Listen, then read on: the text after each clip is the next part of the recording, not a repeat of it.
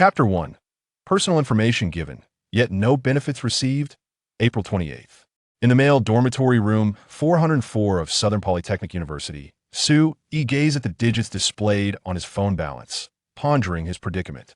7.25 he mused, having already consumed his lunch, and it would not be until May 1st that his mother would send her salary. Thus, he had to stretch this amount across dinner today and 3 more meals over the next 2 days, totaling 5 meals. 7 yuan for 5 meals seemed an arduous task. His fingers absent-mindedly tapped on his phone. Should I ask my mother for money, or perhaps borrow a bit from a classmate? The timing was particularly tight. Classmates likely had little to spare, and requesting funds from his mother would probably invite a lecture. Forget it, he'll just scroll through Douyin for a while. When faced with uncertainty, he opted for inaction. After all, 7 yuan could suffice for 2 bowls of instant noodles. He would contemplate his survival strategy tomorrow. Upon opening Douyin, the phrase cashback offer caught Su's attention, but he glanced at the name. It wasn't PXX or any petrolated app, but rather an obscure advertising platform. Su understood, clicked, and proceeded to download the application. Once installed, he was greeted with a registration page requiring his phone number. A smile spread across his face. Looks like I might snag something useful and save a bit. Having previously fallen prey to such deceptive applications during his senior year summer, he was familiar with the myriad of so-called zero-cost purchases, penny deals, and other dubious work-from-home advertisements he had clicked on. He had come to recognize their modus operandi, extracting personal information to sell to vendors in need of such data. Some were relatively benign, merely passing on phone numbers to legitimate companies, resulting in incessant spam. The more unscrupulous ones sold numbers to dubious dating apps, inundating users with harassing messages. He knew to avoid apps asking for bank details or facial recognition, as they could be fronts for money laundering. However, those that offered zero-cost goods were less likely to be financially sound, which was a comfort. With a determination to exchange his widely shared phone number for some inexpensive necessities, perhaps even instant noodles, if fortune favored him, Su proceeded with the application. Step 1. Log in with his phone number. Step 2. Enter the verification code. Step 3. Real name verification. Su frowned. Was real name verification required so soon? He hadn't gained any benefits yet. With a sigh, he relinquished his name and ID number, marking his commitment. Step 4. Bind a bank card. Here, he encountered the most disconcerting task. Should he bind his card and subsequently find a hefty sum in his account? It would be a challenge to clear his name.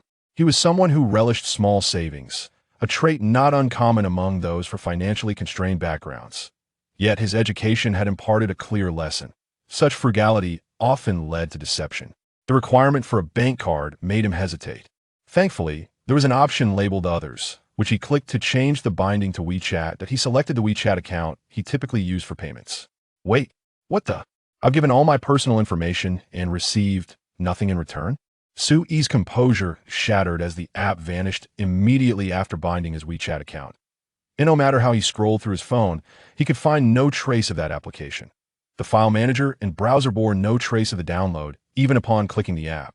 The elusive video remained hidden. This is bizarre, he muttered. Su, you added a class this afternoon. Are you not going to sleep? Inquired his roommate. Su frowned and turned off his phone. Another class? Indeed, that Wednesday class has been rescheduled to 2 o'clock. IT was indeed a dismal Monday, having already endured 2 classes in the morning, with 2 more awaiting him in the afternoon. I will sleep shortly, he replied.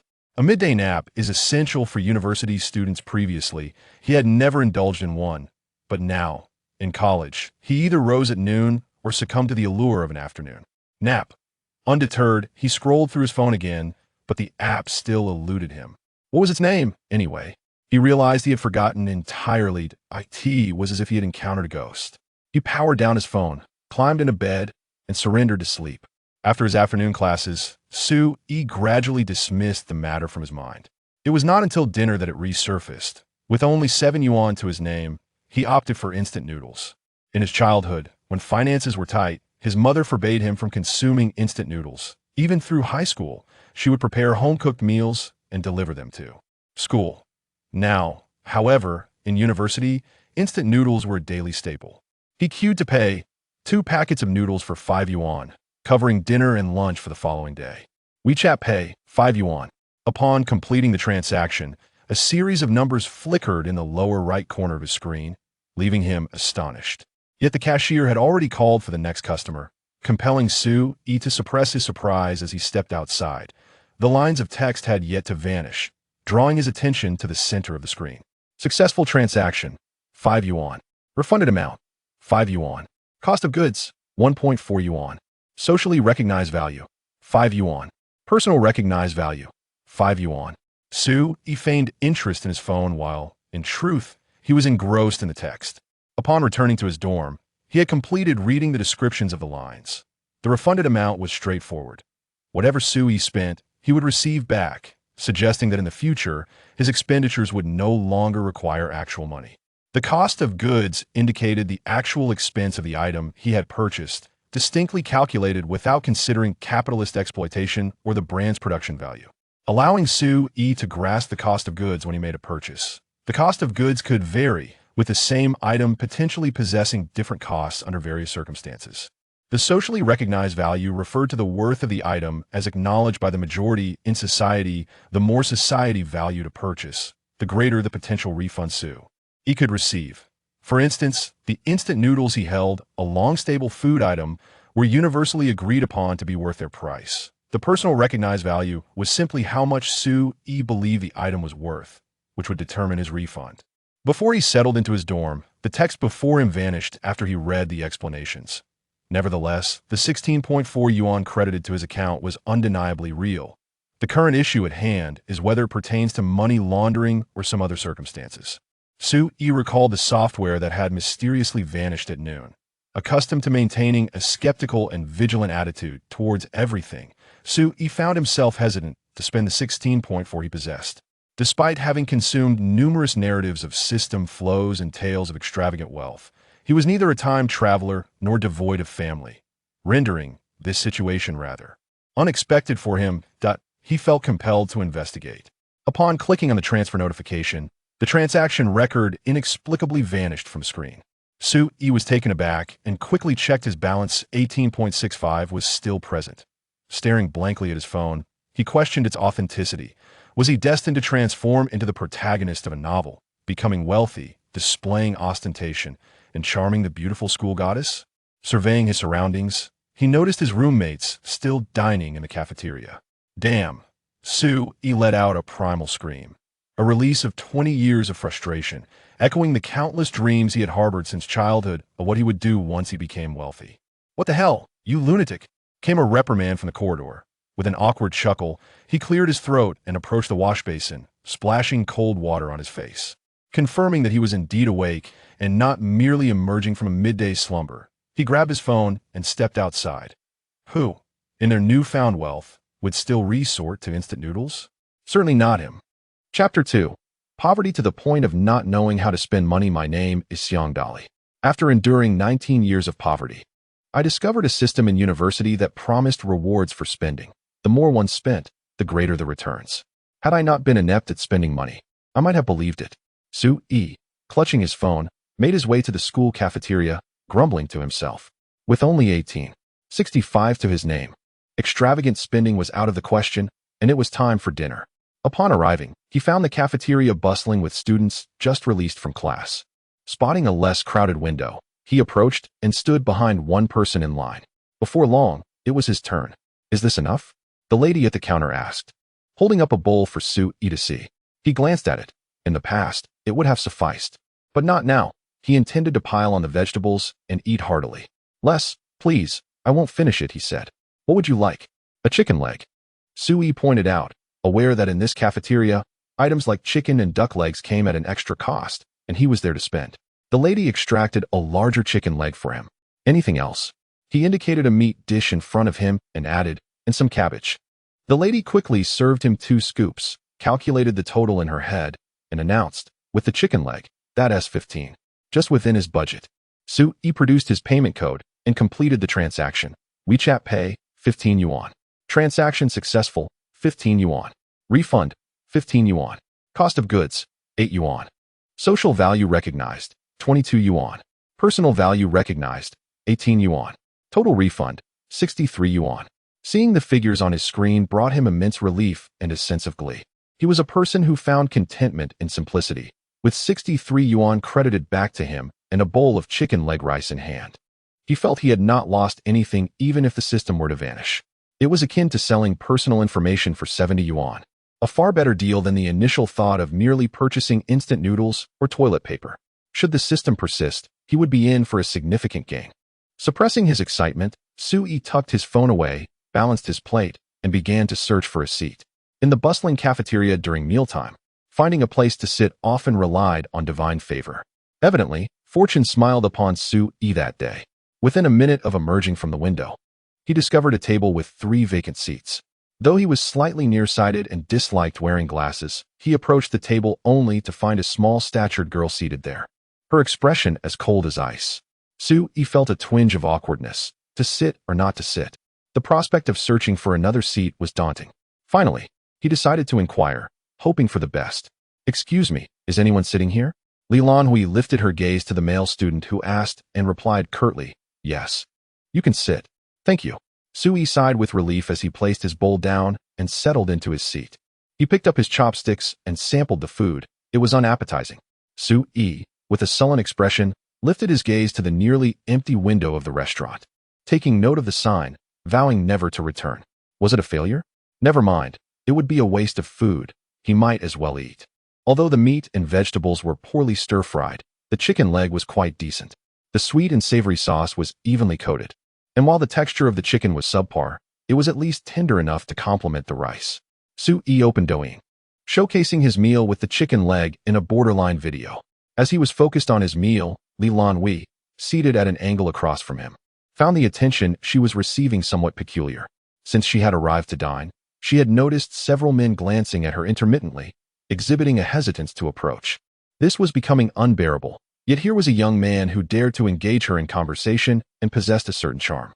She intended to endure the moment and chat with him. It wasn't that she was desperate. Rather, her friends and classmates were all in relationships, making her feel somewhat out of place for being single. However, her beauty, coupled with her high standards, deterred many men. Either they lacked the courage to ask for her contact information or, if they did, they simply did not meet her expectations. Thus far, she had not entered into a relationship. This young man was at least more courageous than the others around. If he were to ask for her contact details, she would likely oblige, though whether they would actually date was another matter. Yet, it appeared that he genuinely had no place to sit and join her. She thought it might be an excuse. Nevertheless, Lan Hui reasoned, dining together was beneficial. Since Sui had sat down, the scrutinizing gazes had significantly diminished. Her roommates often refrained from dining with her due to the discomfort caused by the wandering eyes of other men. Sui ate diligently, while Lan Hui took the opportunity to observe him. As she watched him, she suddenly found him somewhat attractive. However, she resolved that she could not be the one to initiate contact. After finishing her meal, she gathered her bowl and utensils and rose to leave. Sui noticed her movement, glanced up briefly, and then lowered his head again. As Lan Hui turned to depart, she observed that Sui exhibited no reaction at all, and she sighed inwardly at the challenges of finding companionship. Once Lan Hui had exited, Sui shut off his phone and resumed devouring his meal, relieved that the woman had finally left. Her icy demeanor had made him hesitant to eat freely. He felt compelled to maintain a quiet and gentlemanly presence in her company, which was quite taxing. He quickly finished his meal, cleared his dishes, and pondered how to spend his money. To put it plainly, the system seemed to operate on a principle of increasing expenditure. Only by accumulating sufficient initial capital could he purchase numerous necessities later on. The more he spent, the more he could spend, and the greater the potential for expenditure. As Sui contemplated this, he happened to glimpse the petite young lady from earlier, with a nonchalant expression, holding a disposable bowl filled with fruit. Fruit? Sui looked up at the sign, green leaf fruit bowl. A fruit bowl, a university assassin. Adept at draining wallets. Today, I, Su Jiansheng, shall see if this fruit bowl assassin lives up to its reputation. Sui stepped forward, taking a bowl, or perhaps a box, and began selecting fruits from the side. He did not take much care in his choices. He was not particularly fond of fruits, or rather, he had never felt entitled to stand before a fruit bar. Yet yesterday was yesterday, and today is today. Fortunes shift like the tides. With a flourish, Sui casually scooped up several pieces of fruit, filling the box to the brim before he proceeded to queue.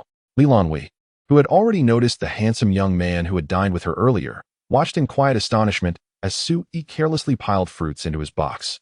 Even she, the revered disciple of the fruit bar, approached the task with utmost caution. Sui's reckless abandon could only lead to his downfall. However, she refrained from offering a warning. One must first experience the harshness of the fruit bar to truly comprehend its cruelty. As Sui waited to pay, he observed the cashier casually tapping a few numbers into the scale before announcing a staggering total of 36. 6. Sui maintained his composure and paid via a QR code. The transaction read, 36. 6 yuan. Successful purchase, 36. 6 yuan. Returned amount, 36. 6 yuan. Cost of goods, 1. 7 yuan. Socially perceived value, 8 yuan. Personally perceived value, 15 yuan. Total return, 61. 3 yuan. Carrying his fruit bowl, Sui exited the cafeteria with an unhurried stride, while Lan Hui watched him depart as if he had effortlessly vanquished an inconsequential adversary. He was remarkable. Only Sui understood the astonishment that stirred within him. For this small bowl of fruit, merely sliced and adorned with some yogurt and coconut, he was charged 36 yuan. The reputation of university students as frugal consumers was well-deserved. Sui quietly reflected on the transaction. It felt somewhat unwise. Compared to the nearly five-fold return on a meal, this fruit bowl offered only a two-fold return, much of which stemmed from his unfamiliarity with the fruit bar's pricing. He had overestimated the value in his mind and was surprised to find it still undervalued. Nevertheless, he consoled himself with the thought that he could now enjoy fruits without spending a dime. Sui was a content and optimistic individual, adept at finding the silver lining in unfavorable situations. He had never indulged in the luxury of a fruit bowl before. His vitamin C intake relied on store-bought fruits at the beginning of the month and 9 yuan vitamin C tablets by the month's end. Upon returning to the dormitory, he found his roommates engrossed in their respective TikTok feeds. Sui, with his 36. 6 yuan fruit bowl, scrolled through Jingdo. An idea struck him. With a phone balance of 91. 35, if he were to indulge in online shopping, he could spend a sum on a purchase. He casually clicked on the recommendations, relieved that he had never dared to consider overly expensive items. He quickly found a bucket of badminton shuttles priced at 89 yuan. He clicked to purchase. Payment confirmed. Successful expenditure, 89 yuan. Amount returned, 89 yuan. Cost of goods, 40 yuan. Socially recognized value, 65 yuan. Personally recognized value, 80 yuan. Total return, 274 yuan. Sui observed the interface displaying pending shipment. He navigated to the after-sales section to request a return and refund. After spending money, is it possible to recoup the principal through a refund and perhaps even earn an additional profit? If so, one could continuously purchase unnecessary items, subsequently returning them to reclaim the initial investment. If sufficient, one could achieve a fourfold return. A refund of 89 yuan was initiated via WeChat. This transaction, involving goods that had not yet been dispatched and merely required the completion of an order, resulted in a refund within mere seconds. Before long, the funds were credited back. Sui gazed at his phone balance of 365.35 and smiled, thinking to himself, look at how I've maxed it out. Chapter 3. Sudden wealth. Sui meticulously spent his funds, purchasing items just enough to exhaust his balance, only to return them until he reached the daily limit of his WeChat payment. 20,000 yuan marked the upper threshold for WeChat's daily limit. To continue his spending, he would be compelled to utilize his bank card. The reason Sui paused was that he recalled the software's initial setup, where he had opted to unlink his bank card in favor of binding it to WeChat. Thus, he was uncertain whether transferring funds to his bank card and subsequently spending from it would yield rewards. Should he take the plunge? If he could not use the bank card and was restricted to WeChat payments, then his reward for a single transaction would be limited to 20,000 yuan. 20,000 yuan. Could one truly procure even a brick in Shanghai within 5 days? If it were feasible, he could spend without hindrance. However, if not, he would be confined to transactions of 20,000 yuan at a time, subsequently transferring the funds to his bank card for significant purchases. That approach was viable, indeed. Prior to this day, he had never contemplated spending 20,000 yuan in one go, let alone exceeding that amount for purchases. Yet, who would ever bemoan having insufficient funds? Sui transferred money to the bank card issued by his school and then browsed for the latest model of the banana phone on an app, selecting the maximum operating memory and storage capacity, and choosing the most aesthetically pleasing color. while also opting for insurance and additional features. He clicked on payment, selected his bank card, and initiated the transaction. Sui fixated intently on the loading payment interface, his focus entirely on the small text in the lower right corner. Successful transaction, 16,673 yuan. Refund, 16,673 yuan. Cost of goods, 6,666 yuan. Socially recognized value, 9,999 yuan.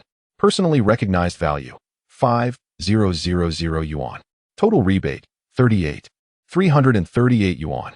When the numbers appeared before his eyes and his WeChat account notified him of a receipt of 38,000, Sui exhaled in relief. This signified that he could indeed become a wealthy individual. Leaning back, he gazed vacantly at the ceiling. His roommate, sitting nearby, cast a glance at Sui before returning to his own engrossing video. They had cohabited for nearly a year, yet, unlike the bonds formed in television dramas or novels, they were not akin to long-lost brothers nor inseparable friends. They simply shared living space, each leading their own lives and social circles. Thus, while Sui's inexplicable reverie piqued his roommate's curiosity, it did not ignite overwhelming interest. What was Sui contemplating? If his roommate were to inquire, Sui would struggle to provide an answer.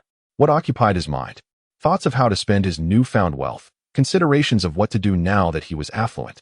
Contemplating the future? Reflecting on the past? Yearning for the attractive backpack his classmate had in the first grade? Surely, had he possessed the funds back then, he would have purchased it. He also pondered the words of his high school teacher, who had claimed that only through study could one secure a future, deceiving him through 3 years of youth and countless early mornings and late evenings. He was uncertain. For an instant, he no longer had to worry about financial constraints. But what, then, should he be concerned about? He was unaware that Sui had once again picked up his phone, the device that suited him best, the one that accompanied countless impoverished souls and had been his companion for the longest time.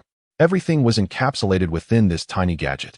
Unsure of his next move, he felt an unconscious urge compelling him to act. He opened WeChat and accessed the chat history with his mother. "Mom, you need not send the living expenses next month." He typed, "I found a part-time job here at school, and it pays quite well." He clicked on the transfer option, contemplated briefly, entered 3,000, and proceeded with the transaction. At that moment, no success message appeared. Was it not considered a transaction? That seemed reasonable. He had initially intended to test if he could transfer larger sums. But given that money laundering carried heavier penalties than mere account manipulation, he refrained. Holding the phone, he waited over 10 minutes before his mother finally replied. "Haven't received the money. What kind of job did you find?" She inquired. "Is it tiring? Keep the money for yourself. I'll be getting my salary tomorrow." "It's just helping others with tasks," he responded. "It's not too exhausting, and the boss is quite nice." "All right then, be careful out there," she cautioned. "Save some money for good food." "Okay," he acknowledged. "I'm still at work, on the evening shift." "All right," he replied. Putting away his phone, Sui paused in silence, contemplating treating his roommates to a meal. "Hey, are you guys free tonight? My house is being demolished, and my mom gave me some money. Shall we go out for a feast?" "Seriously? Is that true?" Only the dorm leader, who was scrolling through Douyin, responded to Sui's voice. The other 4 remained engrossed in their games or videos, oblivious to the conversation. It wasn't until Sui called out to them that they reacted. "Wow, that is amazing. We must definitely celebrate." "I'm full, so you all go ahead," one of them replied. "We all had dinner already." Sui realized it was indeed a tad inappropriate to suggest dining out at that hour, so he decided to plan for tomorrow instead. "All right. I'll treat you all to a meal tomorrow." "Okay," we eagerly await the feast, his roommates readily agreed before returning to their previous activities. Sui smiled, pocketed his phone, and stepped out. Southern Polytechnic University, situated in the provincial capital, mirrored the consumption levels of major cities like Beijing and Shanghai, albeit slightly lower than that of Hong Kong. Hence, dining out could swiftly lead to considerable expenses. However, there were regulations in the dormitory. All residents were required to return before 11 o'clock. The matron would conduct checks at 10:30, and any resident not present would be required to sign in with her by 11. Otherwise, she would report to the counselors, who would in turn inform the parents, leading to disciplinary actions. Although many dismissed the idea of counselors being overly strict, students inherently felt a sense of trepidation towards authority figures, especially when family matters were involved. The notion of venturing out late at night to seek an increase in his credit limit was swiftly dispelled by Sui. He had merely stepped outside to take a moment's respite. Suddenly coming into wealth does not guarantee tranquility. Beyond the realm of finances, what else constitutes life?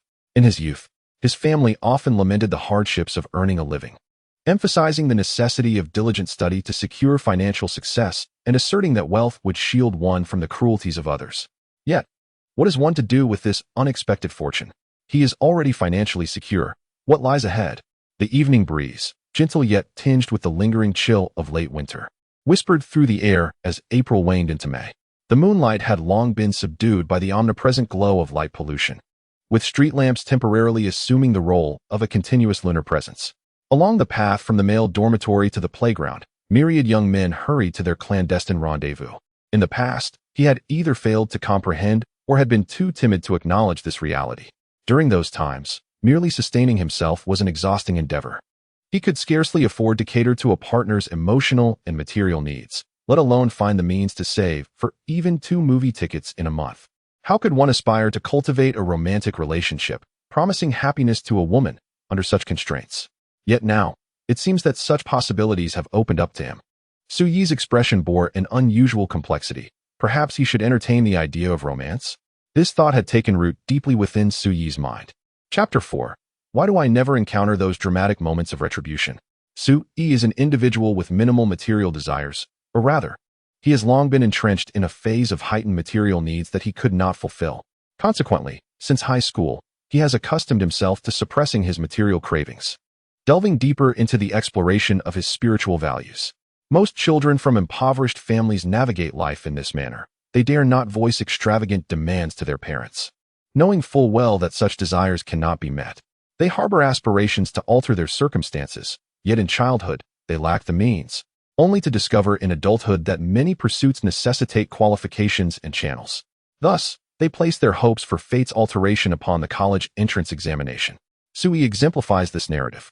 He exerted himself during the exam preparation, gaining admission to a prestigious institution within the province, only to realize that excelling academically was merely the baseline requirement. Perspectives, familial circumstances, and emotional intelligence set him apart from his peers by a considerable margin. At the tender age of 19, he found no opportunities to earn money.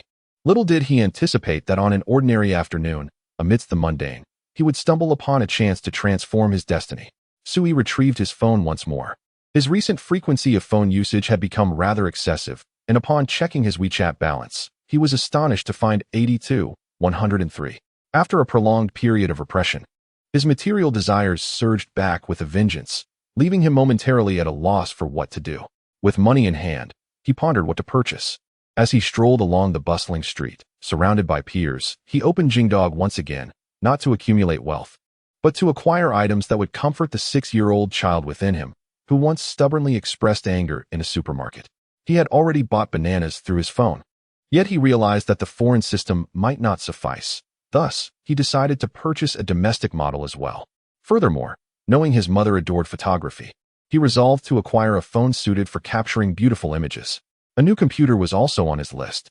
He had chosen computer science as his major for the college application simply because his mother mentioned that studying it could lead to owning a laptop. But due to financial constraints, he had settled for a second-hand 2060. The performance was impressive enough to run all the Steam mini-games, which had been an unexpected delight. However, now that he had the means, he considered an upgrade, an Alienware. He decided on acquiring a laptop first. After all, having a desktop in the dormitory would prove too cumbersome. He continued to scroll through his phone, purchasing 2 new outfits for himself. He had many items he yearned to buy, yet nothing immediately stood out, leaving him uncertain about where to begin. Unbeknownst to him, Suyi had wandered into the playground. This particular playground, nestled between the male and female dormitories, was a favored spot for countless young couples to stroll and date. Under normal circumstances, Suyi only visited the playground with friends to admire the beauty around him. What was there to do at the playground? To indulge in the romantic escapades of others? He cast his gaze towards the vibrant crowd gathered in a particular spot, where a throng of people encircled something, obscuring what was transpiring within. It is human nature to seek out excitement, and Suyi found himself drawn closer. Since he was already there, he might as well partake in the festivities. Just as Suyi had speculated, The center of attention indeed contained an ample serving of romantic drama. A circle of fresh flowers was arranged on the lawn in the shape of a heart, adorned with a ring of LED lights that created a romantic ambience. A tall, slender young man stood in the center, cradling a bouquet. He appeared quite handsome, facing the direction of Su-yi, who could clearly see his face. She touched her own face, feeling inferior, and averted her gaze. The noise around her escalated as the protagonist was pushed forward by her roommate. Su-yi recognized her as the petite girl with a somewhat aloof expression from earlier that day, but now her demeanor seemed even colder. Lan Hui, wearing a dark expression, stood before a boy from her same grade but a different major, someone she had only known for less than 2 months. Though they often engaged in light conversation, sharing mundane details of their lives, she did not expect him to suddenly declare his feelings in such a public manner. While it was not what she desired, the fact that a boy was willing to formally confess to her was indeed surprising. However, such a display should not have been so ostentatious. What she found most intolerable was that this boy had bribed her roommate to push her out into the spotlight. She had intended to leave, but her roommate had obstructed her and propelled her forward. They both knew how much she despised being the center of attention, and in this glaringly public setting, every gaze felt palpable, with some stares making her exceedingly uncomfortable. The boy, noticing Lan Hui being pushed into his presence, silently praised her roommate for her efforts, which justified his frequent purchases of 6 cups of milk tea for Lan Hui. As she stepped forward, he disregarded her dark expression, attributing it to poor lighting, and began his declaration. Lan Hui, from the moment we first met, you have tugged at my heartstrings. Your smile shines like the sun, dispelling the clouds of my heart. Su-yi listened to the awkward and overly sentimental speech, her skin crawling in discomfort, while Lan Hui's face darkened further. The setting was elaborate, but how could a love letter be written by AI? Was she truly the kind of person whose smile could radiate like sunshine? Su-yi and Lan Hui shared an unspoken understanding. Lan Hui tugged at the corners of her mouth, a mix of anger and amusement. Yet, out of politeness, she remained still, allowing the boy to finish his entire confession. Lan Hui, I like you. Will you be my girlfriend? Su-yi felt secondhand embarrassment, suspecting that perhaps only this line was genuinely his. Meanwhile, the surrounding crowd seemed unfazed, instead calling out for her to accept his proposal. Lan Hui scanned the crowd and quickly identified a few of the boy as accomplices. With a cold smile, her expression turned stern. Wang Yifei, you should know how much I detest such occasions. The boy finally noticed her displeasure, growing flustered, his lips trembling as he attempted to articulate a response. However, Lan Hui did not grant him the opportunity to speak. Raising her voice slightly so that everyone could hear, she declared, Wang Yifei, I refuse. Without allowing the situation to escalate, she turned on her heel and departed, ignoring the ensuing commotion behind her. Walking directly towards the position of Su-yi, Lan Hui was on the verge of departure, while Su-yi had just arrived. It is a well-known fact that doors lack feet. Behind Su-yi was the very entrance through which he had just entered, and Lan Hui was heading towards it. Naturally, there was no cliché scenario of a beautiful woman rejecting a confession and entwining her arm with the male protagonist. Lan Hui merely acknowledged the boy she had encountered thrice, her expression icy as she walked past. Su-yi, noticing the frigid demeanor of Lan Hui, dared not utter a word and obediently stepped aside. Goodness, how tempestuous she was. I had a feeling that this formidable woman was not to be trifled with. Su-yi cast a sympathetic glance at the disheartened boy in the center of the playground, surrounded by friends offering consolation. As the commotion subsided, Su-yi chose not to linger any longer and continued his leisurely stroll around the playground. One might say he now possessed a system, thus playing the role of the protagonist. But what of the narrative of retribution? Chapter 5. The futility of pretense. The evening breeze ought to be chilly. Yet the playground buzzed with activity, filled with couples, rendering the air somewhat stifling. Su-yi lowered his head, navigating through various online shopping platforms, contemplating his desired purchases. With wealth comes the imperative to spend. 10 buckets of shuttlecocks. Opt for the finest. A badminton racket. Select the best. Ultimately, he acquired 10 buckets of YY No. 1 shuttlecocks, alongside a signed version of the Gong 11 and a signed edition of the 100 ZZ, totaling 19,000 yuan. Total expenditure, 19,101 yuan. Return on consumption, 19,101 yuan. Product cost, 2,600 yuan. Socially recognized value, 13,020 yuan. Personally recognized value, 3,600 yuan. Total rebate, 38,321 yuan. The signed rackets are already significantly overpriced, especially these two, and although Su-yi is a seasoned badminton enthusiast, he only admires Lin Dan's matches and holds no particular regard for these signatures. Thus, the bulk of the rebate lies in its socially recognized value. Nevertheless, Su-yi remains indifferent. As long as there is a rebate, the amount is inconsequential. With his savings nearing 180,000 yuan, he refrained from further purchases. He put away his phone and, inexplicably, felt an urge to run a couple of laps. April 29th. Self-proclaimed protagonist Su-yi still failed to notice anything that could elevate him to the status of a pretentious figure. He slept in until 9:30, just in time to rush to class, hastily completing his morning routine and skipping breakfast. Logically, at this hour, the female lead or a supporting antagonist should make an appearance. This script feels awry. Su-yi pondered while running. Why on earth is this classroom on the 5th floor? Perhaps it's best if no bizarre characters show up to hinder his punctuality. As he turned a corner, he unexpectedly spotted someone he had seen numerous times before. Lan Hui. It seemed that the name uttered during yesterday's confession belonged to her. Lan Hui noticed Su-yi as well. What a coincidence. Su-yi mused that since they had encountered each other so many times, perhaps he should strike up a conversation. It appeared that they were the only two rushing to class in this vicinity. Lan Hui ascended the stairs briskly. Observing her disinterest in conversation, Su-yi remained silent. Climbing to the 5th floor was imperative. Lan Hui paused on the 4th floor, while Su-yi, with a surge of energy, dashed to the 5th. He regretted running 5 kilometers the previous night.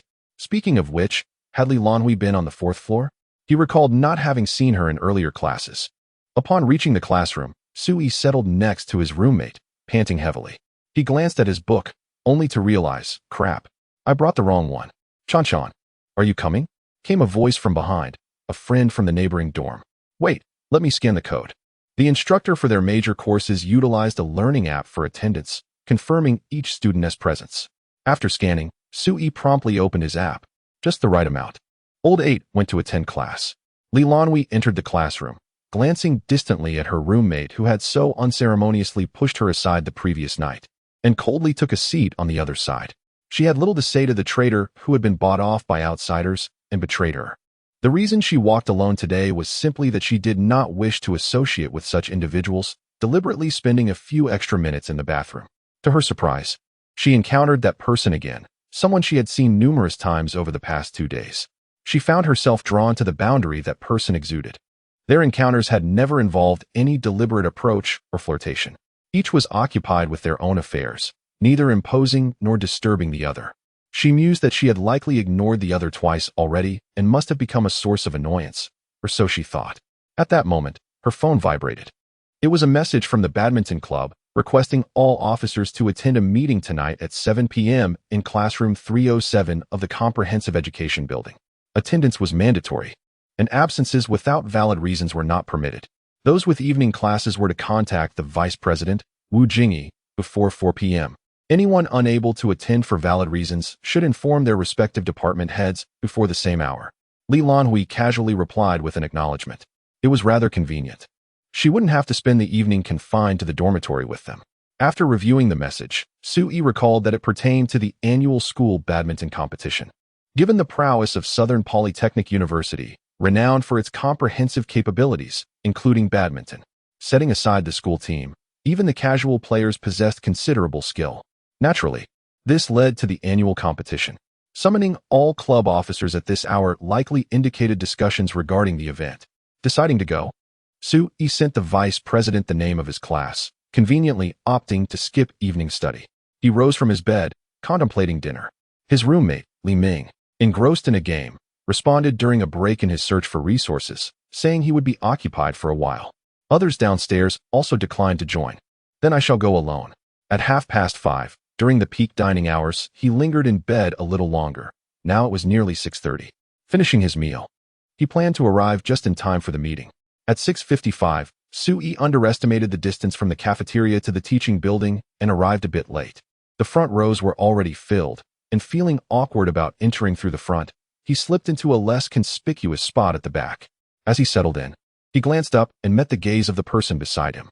Su-yi, hi. Lan Hui. Hello? This was Su-yi's first time hearing Lan Hui's voice up close. It was soft and crisp, reminiscent of the delicate rustle of ice cream. The club president, Chung Hao, began to speak, interrupting their exchange. Tall and slender, he announced, "All right. It's about time. We won't wait for those who haven't arrived." He continued, "The purpose of gathering everyone here is to discuss the badminton competition. The tentative dates for the event are set for mid to late May, aiming to conclude before exam month." He then proceeded to outline a series of arrangements related to the event. Su-yi, feeling rather bored, picked up his phone to scroll through videos. "My name is Hang Dali, and I once believed that wealth could render life more interesting. Had it not been for my acquisition of the system, I would have spent my days endlessly watching videos." Chung Hao then raised a pressing issue, seeking assistance from his fellow club members regarding funding. The badminton shuttlecocks were classified as consumables, and the teachers were reluctant to allocate substantial funds for their purchase. He inquired how everyone intended to address this predicament. He implied a collective crowdfunding approach, yet it required consensus from all. Ideally, a better solution would emerge. "What if we buy counterfeit shuttlecocks?" someone suggested. Su-yi lifted his gaze, and previously, he would have concurred with this notion. However, he exclaimed, "Why don't I purchase them? How many buckets are needed?" An opportunity to flaunt his affluence. Everyone turned their attention to Su-yi, seated in the last row. Lan Hui also glanced in his direction, shifting slightly against the wall. Chung Hao recognized Su-yi, who had secured third place in the welcome competition. The welcome competition differed from the school competition, as all freshmen, including those with athletic prowess, could participate. The top two in the welcome competition were members of the school team, making Su-yi effectively the top freshman. Chung Hao recalled him. "You are Su-yi, correct?" "Indeed." Chung Hao pondered before speaking. "The quantity of shuttlecocks needed for the competition will depend on the number of registrants, but we will require at least 10 buckets. The expenses are quite steep, especially if we need to order quality shuttlecocks. Do you have sufficient funds?" Su-yi replied confidently, "No problem, merely 10 buckets. Just 10 buckets." Even if he chose not to make further purchases, what he had bought yesterday was already sufficient. Chung Hao understood. Having a wealthy peer in the club was advantageous. "Brother E is impressive," someone shouted, and many echoed in agreement. Su-yi smiled, though it seemed that boasting did not bring him much joy. 10 buckets would cost around 1,000 yuan, which for many college students represented a month's living expenses. Even those from better-off families, having taken up badminton, would find themselves subsisting on instant noodles by month's end. With their own finances stretched thin, how could they possibly contribute to club activities? Yet for Su-yi, it was merely a trivial matter. Chung Hao spoke a few more words before the meeting concluded. Su-yi slipped out through the back door, leaving Chung Hao, who had hoped to engage him further, disappointed. Chapter 6. The WeChat of a beautiful girl. In front of the comprehensive teaching building lies the library, and behind the library, adjacent to the teaching building, is the playground, not the kind where couples stroll. Beside the playground stands a gymnasium, which houses the indoor badminton court. Su-yi is headed to the badminton hall, fortunate enough to have no evening study session, and with a friend calling him, he decides to go. Su-yi. "So, are you also going to the badminton hall?" Lan Hui glances at Su-yi and replies with a simple yes. They maintain a respectful social distance as they walk together, feeling that silence might become a tad awkward. "Su-yi, do you play badminton?" Lan Hui. "Sometimes. I play with friends." Su-yi and Lan Hui. "If we can't chat, we can remain quiet." Understood. Friends are essentially roommates, and they had quarreled the day before. Su-yi feels the urge to comfort this young lady. "Would you like to play with me?" he asks. Lan Hui turns to Su-yi, then back again. "I remember you. You placed third in the welcome tournament." "I'm quite unskilled." Su-yi chuckles, gesturing to his loose-fitting trousers. "No worries, I'm just playing for fun." Lan Hui. "I just came out for a stroll, not prepared to play." Seeing her two refusals, Su-yi decides to drop the subject. However, Lan Hui continues. "But if we do play, I can join." "Really?" Su-yi inquires. Lan Hui responds, "I'll play a bit, and then leave." It is still late spring, and the weather is somewhat chilly. Lan Hui is dressed in a thick hoodie layered with a denim jacket, and her trousers are comfortably loose. While her attire is quite ordinary, it's certainly not conducive for playing sports. Nonetheless, Su-yi refrains from commenting. He also seeks solace in playing when feeling down. "Let us go. I'll show you how to play," Su-yi says. Lan Hui. "Do you have a racket? I don't want to go back to the dormitory to fetch mine." Su-yi. "No worries, my friend has one."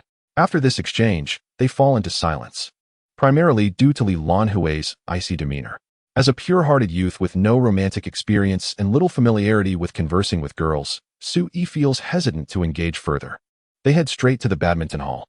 The badminton facility at the university is quite spacious, featuring a total of 8 courts. The number of players is sparse, with 3 courts entirely vacant. In fact, his friends occupy 2 of them. Su Yi approaches and notices that his companions have yet to arrive. So he inquires with Le Ming, who is already warming up. "Where's Wu Jiwen?" Su Yi asks. Le Ming, focused on his warm-up, replies, "Not yet here." Su Yi, "Then my racket is still with him." Le Ming, "I brought the shuttlecock bag. It's over there." Su Yi searches for it, guiding Lan Hui along. He retrieves his 2 rackets, both purchased with his high school scholarship, mid-range quality. He casually exclaims, "I'll grab a shuttlecock," and reaches into the bag to select one. After discarding his outer jacket, he beckons Lan Hui to follow. She obediently trails behind. Accepting the racket, Su Yi hands her. Su Yi begins to warm up his shoulders. Still feeling a bit cold, Lan Hui first removes her denim jacket, hanging it on the net, before stepping onto the court. Su Yi found it somewhat amusing. Although Lan Hui maintained a rather cold expression, her height added an unexpected touch of cuteness. Su Yi was taken aback by this thought. Her? With such a haughty demeanor and even more audacious behavior? Su Yi quickly retracted her thoughts and focused on the game. With a casual flick, she discovered that Lan Hui possessed some skill. It was evident that she had either trained rigorously or played for over a year, which was reassuring. Su Yi had no desire to engage with someone lacking in ability. After just a few exchanges, Lan Hui stepped aside to remove her hoodie, revealing a white short-sleeved top underneath. "Shall we start a match?" she asked. "Oh, the ball. How about playing to 21? The scoring system for badminton operates on a 21-point format, where the first to reach 21 wins, unless the score difference is less than 2, in which case a tiebreaker ensues. "Let's make it 11. 21 seems too exhausting," Su Yi suggested. Nodding, she noted that the 11-point game was an informal alternative, simply requiring one to reach 11 first to win. One of the reasons badminton has gained rapid popularity lies in its straightforward rules. Strictly speaking, for amateurs, there are only 3 essential rules to remember: 21 points, boundary lines, and diagonal serves. Even for absolute novices, just remembering that the shuttlecock can only be hit once suffices. Lan Hui clearly understood the rules, sparing Su Yi the burden of teaching a beginner. While Lan Hui could play, it was apparent that there was a significant gap in skill between them. Su Yi returned the shuttlecock effortlessly while managing to engage Lan Hui in conversation, occasionally complimenting her returns. Lan Hui, however, was struggling, her short legs moving in a frantic manner, occasionally exasperated by Su Yi's clever shots. Her fierce expression, accompanied by exclamations of frustration, consisted of typical phrases often heard on the court. This further confirmed Su Yi's suspicion that Lan Hui had indeed been playing for over a year. After more than half an hour of play, Lan Hui's stamina began to wane. Her cheeks flushed, a few unruly strands of hair clinging to her face. She leaned against her knees and gasped, "I need a break." Su Yi, having also worked up a sweat, entirely due to her own leniency, had been challenged by Lan Hui's unexpected returns, prompting her to dash and retrieve the shuttlecock. In just half an hour, they had played 3 or 4 games to 11 points. It was normal for girls to tire quickly, so Su Yi stepped off the court to allow her opponent a moment to recuperate, while she headed to the vending machine for water. Lan Hui, rather carefree, plopped down on the court, taking up space. Su Yi returned with 2 bottles of water and handed one to Lan Hui. "Thank you," Lan Hui replied. "I'll transfer you later." Su Yi shrugged. This was an opportunity to exchange WeChat contacts. She had to seize it, especially since she rarely shared her WeChat with anyone outside. "Heh," Su Yi chuckled, which left Lan Hui momentarily speechless. After taking a sip of water, Su Yi said, "I'm going to play singles over there. You rest a bit." "Okay," Lan Hui responded.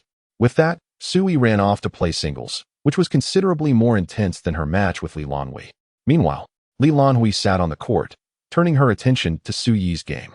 Perhaps it was the endorphins from exercising or simply the pleasure of having someone to chat with. But her spirits had noticeably lifted.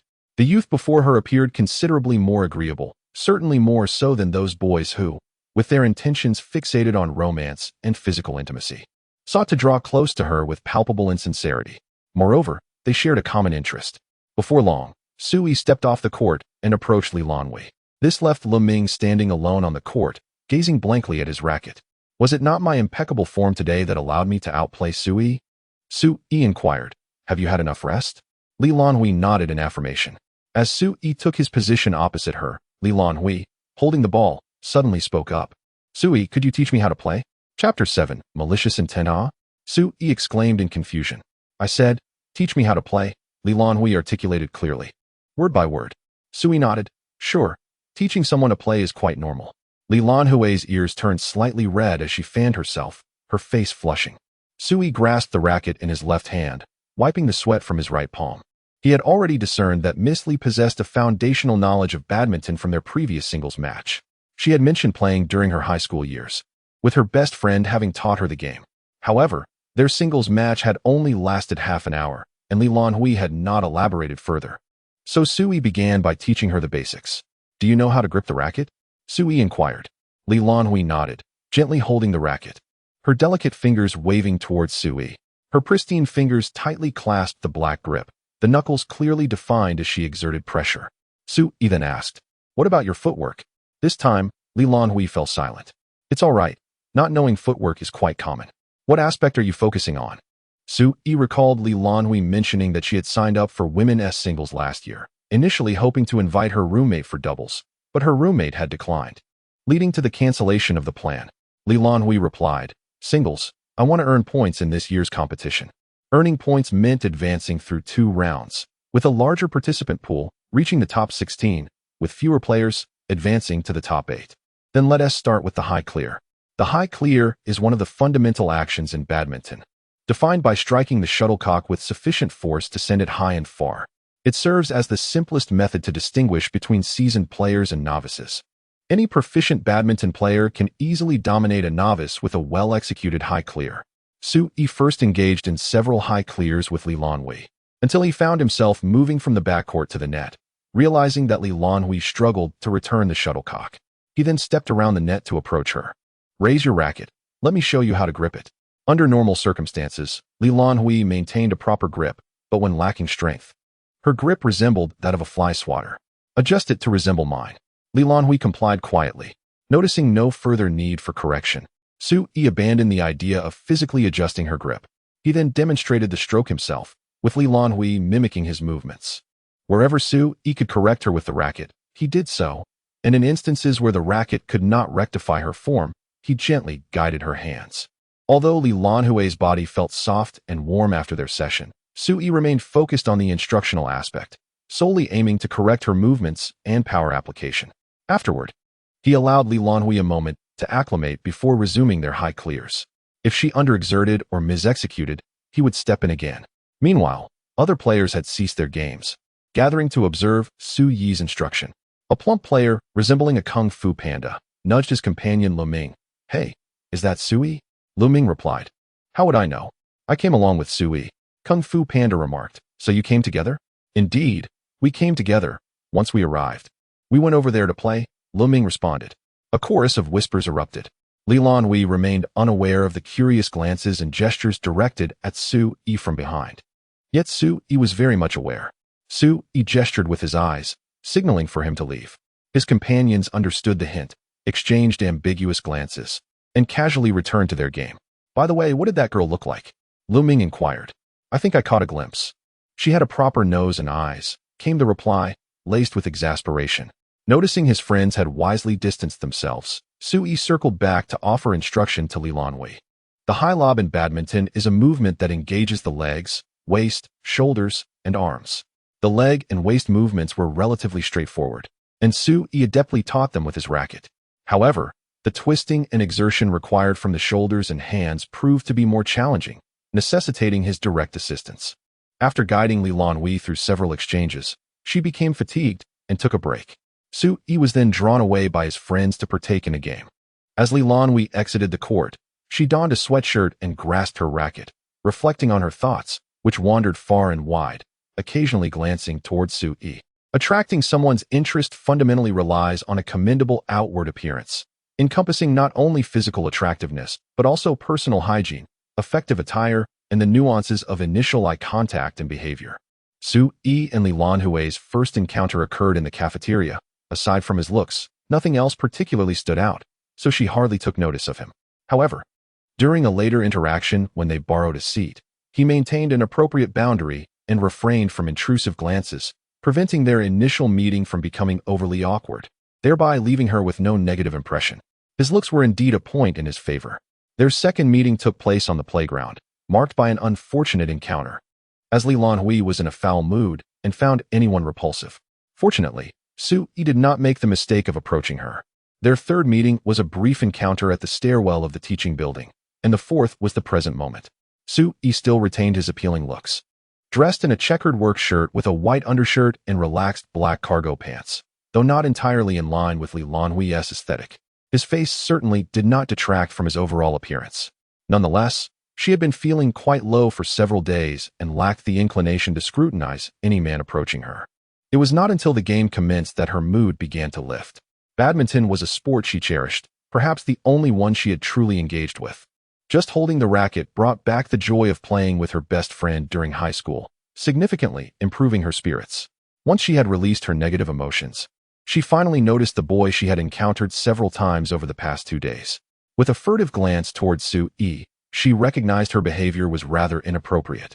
So she boldly seated herself directly across from him, watching him play. After the game, she inadvertently associated Su-yi's image with the shadow of her friend, prompting her to instinctively suggest that he teach her how to play. This brought her genuine joy. Lan Hui embraced herself, acknowledging that she needed to change her habit of physicality.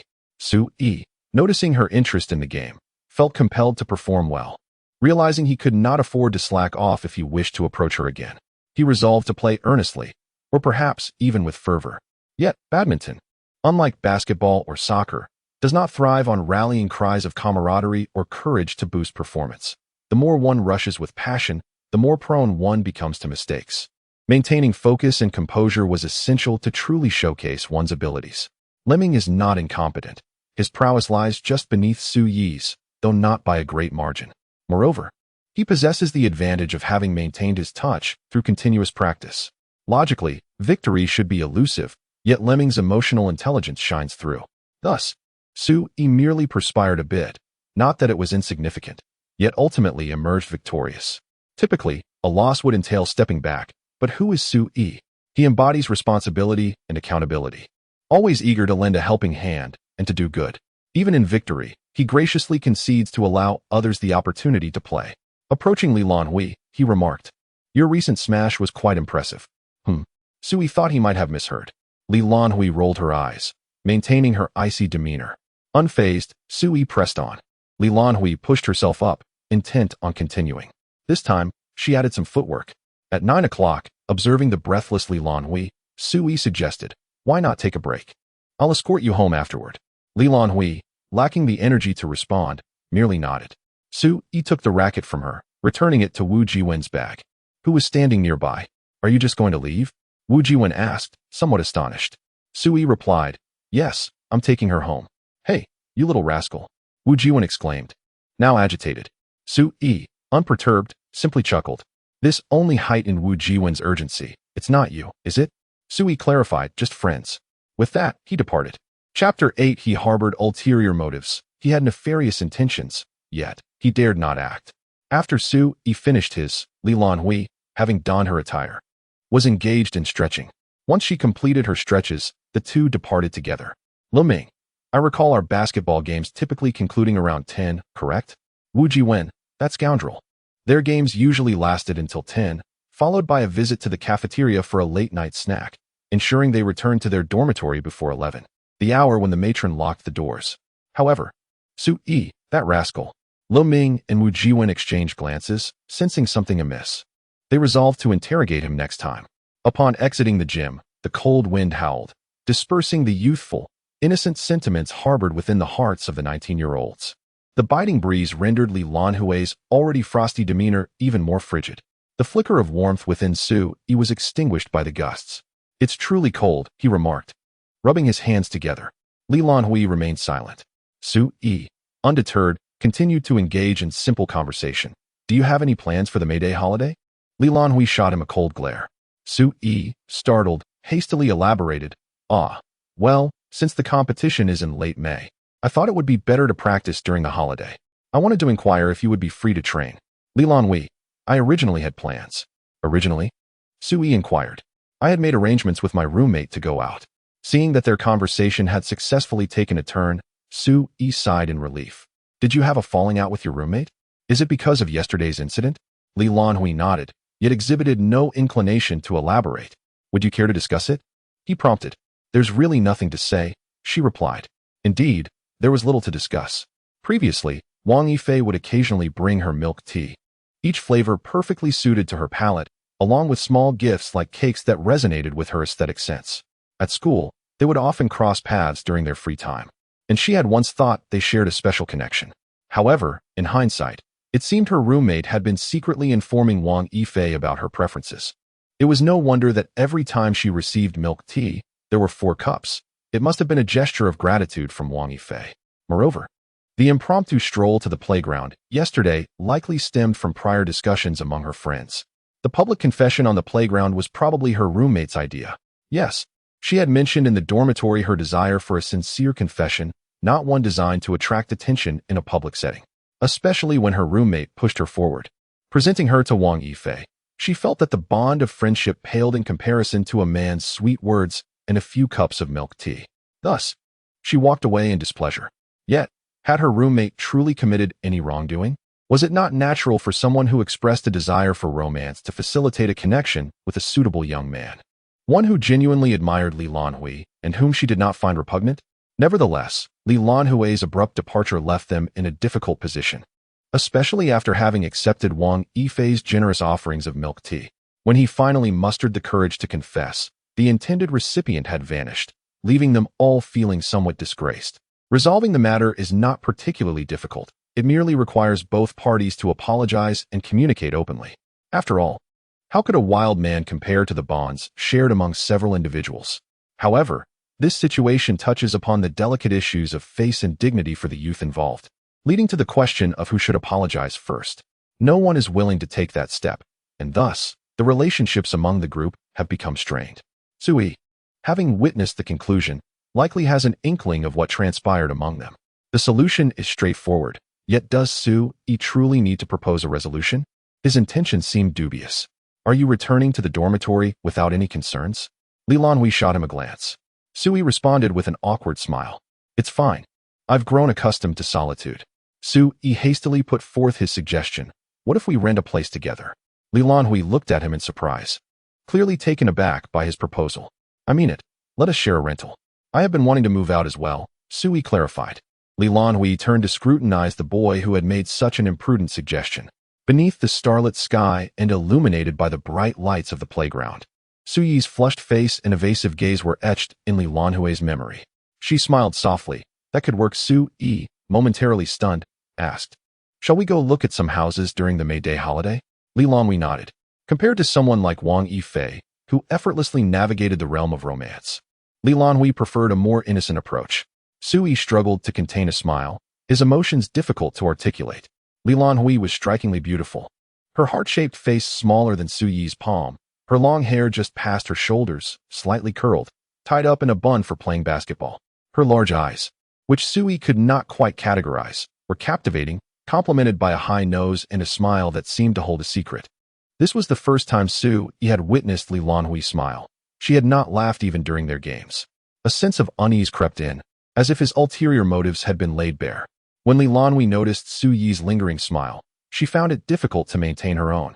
I recall that in order to live off campus, one must submit a request to the instructor, correct? As for how she knew, that was simply because she had checked upon returning to the dormitory the previous night.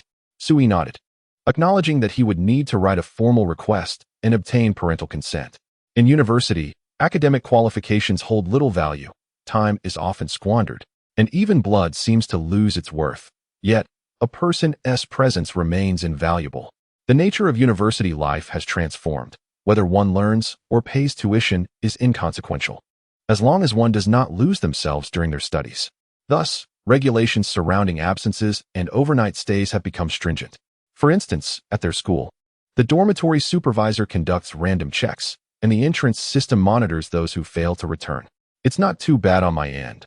I just need to inform my family, Sui said. But what about you? It's straightforward for me, he replied, omitting further details. planning to tell his mother that he needed to stay off campus for work. Yet he deemed it unnecessary to disclose this fib to Lan Hui. Although she was somewhat curious, she held her questions in check. The conversation fell into an awkward silence once more. Su-yi spoke again. By the way, let us add each other on WeChat. Let us arrange a time to meet during the May Day holiday. Lan Hui took out her phone and presented the QR code to Su-yi. Clear? What's the matter? Nothing. It just feels quite fitting. Su-yi scanned the code and added her. Lan Hui then put her phone away. Noticing that the young man was serious about renting a place, she began to discuss it earnestly. If we rent outside, what will we do after school? Su-yi pondered. How about buying an electric bike? When you're in school, you can ride it. When I'm in school, I'll ride it. Renting a place and purchasing a vehicle, even a small electric one, were endeavors he had previously only dared to contemplate, but never pursued. However, the circumstances had shifted. Perhaps this was the confidence that wealth bestowed. Chapter 9. Renting a house during the May Day holiday on the 30th, Su-yi attended his classes as usual. During his free time, he packed his belongings, sought out his counselor, and contacted his mother to finalize his application for commuting. In the evening, he was summoned by his friend to the basketball court. Su-yi gathered his gear, donned his jersey, and changed into his sneakers. Initially believing he was there to play basketball.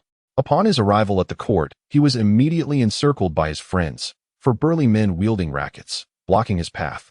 Lo Ming, tall and slender, adjusted his black-rimmed glasses, crossed his arms, and with a cheerful grin, asked, Su-yi, care to explain what happened with that girl last night? Wu Jiwen, resembling the fierce warrior Zhang Fei, gripped his racket tightly, his expression suggesting a threat, confess willingly or face the consequences. Zhao Xian, who was slightly shorter and had been playing on the sidelines, chimed in, having witnessed Su-yi escorting Lan Hui. When did you manage to charm such a beautiful girl? The last of the group, Li Zhihan, was less nosy and instead inquired, Brother Yi, teach me how to pursue girls. He was the tallest and handsomest among them. Standing over 6 feet tall, fair-skinned, and bright, yet still single. Su-yi waved his hand, pretending ignorance. What are you talking about? Stop acting coy. We all saw that girl yesterday, Wu Jiwen pressed. Lo Ming added, come on, just spill it. We all witnessed it. Su-yi replied, you mean Lan Hui? She's from the badminton club, and she just wanted to learn badminton from me. Just wanted to learn? You were practically holding her waist. Learning badminton, indeed. Lo Ming, restraining the agitated Wu Jiwen, questioned, really? Is it that simple? Su-yi nodded. She seemed so aloof. I wouldn't dare. Lo Ming scrutinized Su-yi. You better be telling the truth. Su-yi chuckled awkwardly, unable to articulate his feelings for Lan Hui. Did he like her? But it had only been a few days.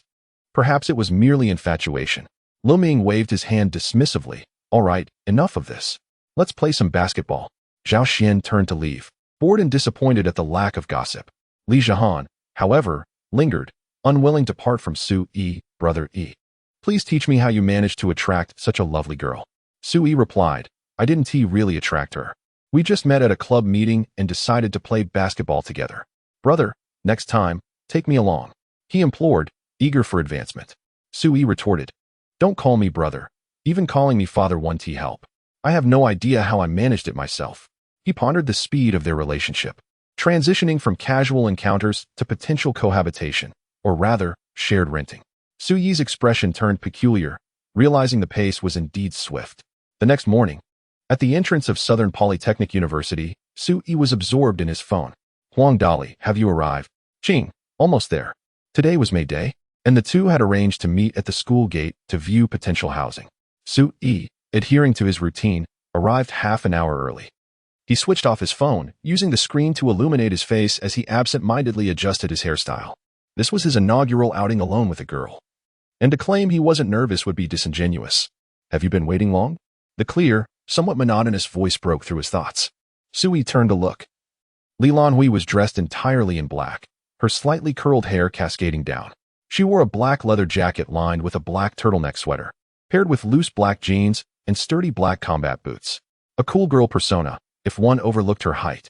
Not really, Su-yi replied. You look quite stylish. Lan Hui glanced down. It's just okay. Su-yi was aware that staring at a girl for too long was impolite, so he chuckled and turned his gaze outward. You look great. At first, I thought you were some internet celebrity at our school. Lan Hui lowered her head again, this time puffing her chest slightly as if trying to take in her entire appearance. An unexpectedly cute moment, but unfortunately, Sui missed it as he had already turned away. Shall we take a look around first? Sui suggested. I researched some rental options nearby yesterday. Just follow me. Lan Hui instructed as she scampered ahead with her short legs. The heavy soles of her combat boots made her strides appear a bit laborious. Noticing this, Sui slowed his pace to match hers. The morning breeze carried a hint of shampoo, and Lan Hui's hair danced in the wind. I found out that a couple of buildings in that neighborhood are available for rent, specifically for students wishing to stay off campus. Lan Hui shared, unusually chatty. Sui nodded, reflecting on how insightful girls can be. He hadn't considered looking up information online beforehand. Instead, he had merely scoured his phone for tips on how to engage with girls and avoid awkwardness during their outing. Is it far? Should I just take a taxi? He asked, observing Lan Hui struggle a bit with her walk. She rolled her eyes. If it were far, I wouldn't be going to check it out. After all, they still had classes to attend. Renting a place that required a taxi ride would be quite inconvenient for after school. Oh, right. Sui suddenly realized. Lan Hui was indeed correct. The rental properties were quite close. In less than 10 minutes, they had circumvented the school entrance and walls and arrived at the neighborhood's gate. It was not the main entrance, but rather a side door with a security booth, which was unoccupied. They slipped through the smaller entrance. The community was well kept, with no litter in sight and a commendable amount of greenery.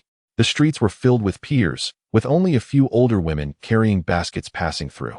This entrance leads to only 4 or 5 buildings. The others are on the opposite side, so entering here would be a bit of a detour, Lan Hui explained. Someone bought these buildings to rent them out to students from our school, which is why most of the residents are our seniors or graduates working nearby. Beyond that, I can't say much. I've just heard the environment is pleasant and the landlords are accommodating, so I plan to come and check it out today. 2 individuals strolled leisurely through the community, arriving at the front of a building where a rental advertisement was prominently displayed by the entrance. Lan Hui retrieved her mobile phone and dialed the number listed. Hello, good day. Yes. Very well. A brief exchange of a mere 10 seconds ensued. Sui inquired, what did he say? Lan Hui replied, he claims he will be here shortly. Just as he mentioned shortly, the door ahead swung open 3 minutes later. A man emerged, clad in a worn-out sweater and beach shorts, holding a checkered shirt in his hand. Cold, cold, cold, he muttered. The man appeared not much older than Sui, who subtly signaled to Lan Hui. Is that him? The landlord who purchased several buildings? Lan Hui responded, I'm not certain. Let us observe the situation. The man turned his gaze towards them, asking, Are you the ones who called? Lan Hui confirmed, Yes, that would be us. The man then glanced at Sui and remarked, Ah, young couple? Sui waved his hand dismissively. No, we are merely seeking to share a rental. The man scoffed, I don't believe it. Lan Hui insisted, We are indeed here to rent a place. May we proceed to view the apartment? The man sighed, donned his jacket, and said, All right, let me show you the property. The ever-curious nature of the residents from the land of flowers delights in the hustle and bustle. Chapter 10. The dream of cohabiting with a beauty. The man led the 2 of them upstairs. There remained only the 3rd floor in this building, while the 9th floor still had apartments available for rent, and the other floors consisted solely of single rooms. I suggested that they first inspect the apartments on the 3rd and 9th floors before considering the single rooms. Sui nodded. There was a silent understanding between men. Which floor do you prefer? Sui inquired, glancing at Lan Hui. After a moment's contemplation, Lan Hui replied, Let's take a look at the 3rd floor first. The man nodded, his demeanor shifting as he recognized the opportunity for profit. As they arrived on the 3rd floor, the man began his introduction immediately upon entering. The door features a 3-in-1 system: fingerprint, password, and key. My fingerprint is registered, and I hold the key. However, I shall refrain from disclosing the password. He opened the door and ushered them inside. The decor embraced a modern, minimalist aesthetic in shades of gray and white, designed to be both durable and easy to maintain. The apartment comprised 3 bedrooms, a living room, 2 bathrooms, and a kitchen. Sui followed closely behind the man, observing the rooms. I have hired a cleaning service that comes every 7 days, but should you choose to rent, that service will be discontinued, and you will be responsible for the upkeep. The man explained. The furnishings, while not overly lavish, emanated a cozy warmth. Gray and white tiles harmonized with light-colored walls, and a 7-shaped sofa was adorned with gray wool cushions. The living room boasted a balcony suitable for drying clothes, basking in sunlight from 9 a.m. to 5 p.m. The kitchen was well equipped, with all necessary utensils and gas connectivity readily available. Lan Hui glanced at the kitchen, noting its delightful arrangement. It contained all the essentials, including a stove from the previous year, an air fryer, and a juicer. Next, they proceeded to the bedrooms. The master bedroom featured an ensuite bathroom and a spacious balcony. Sui stepped inside for a quick look, noting a bed covered in a plastic sheet, a vanity table, a desk, and a nightstand. The balcony was shrouded by black curtains, which Lan Hui drew aside to reveal the road outside. The second bedroom mirrored the master in layout, though it lacked a balcony and private bathroom. The guest room was furnished with a tatami bed and included only a desk. After finishing the tour of the bedrooms, the man guided them to the living room and invited them to sit on the sofa. You may decorate the bedrooms as you wish, but the desk and wardrobe must remain intact. Should you find any furniture unnecessary, feel free to contact me, and I can assist in removing it. Lan Hui surveyed the living room and inquired about the rent. How much is the rent? 2,000 per month, with utilities paid separately, the man replied. Is that 2,000 each? Lan Hui asked. No, that is the total for the entire apartment. 3 bedrooms, a living room, a kitchen, and 2 bathrooms for 2,000 a month. Lan Hui exchanged glances with Sui. For him, the rent was a trivial matter, and had his current balance not been insufficient for a down payment, he could have considered purchasing a property outright.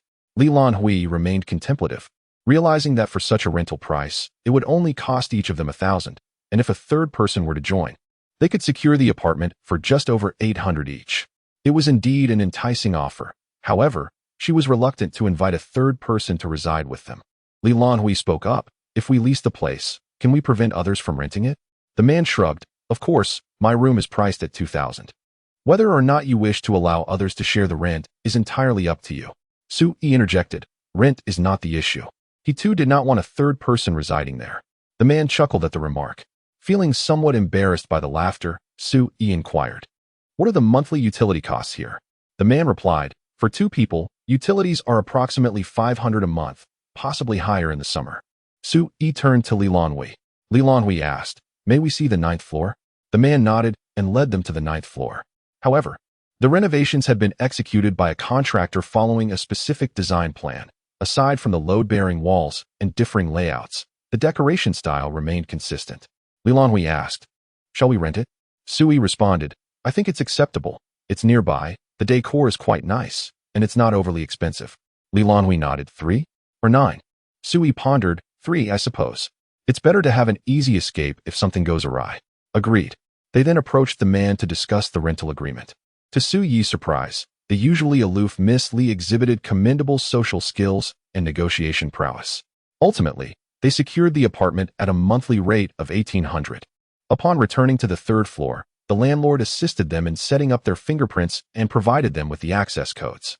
Each room had a unique code, ensuring privacy from unauthorized access. Should they wish to change the code, they could do so, but must inform him afterward.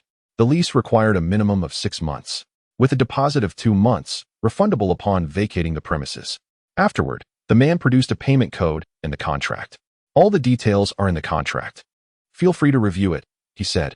Lan Hui took the contract, leafing through it. It contained particulars regarding compensation for damaged furniture and maintenance responsibilities. Satisfied with the agreement, she nodded at Sui. Sui stated, I'll cover the payment initially, and you can reimburse me 900 each month. The man did not object to Sui's proposal. Lan Hui shot him a glance, as if to say she was aware of the reality.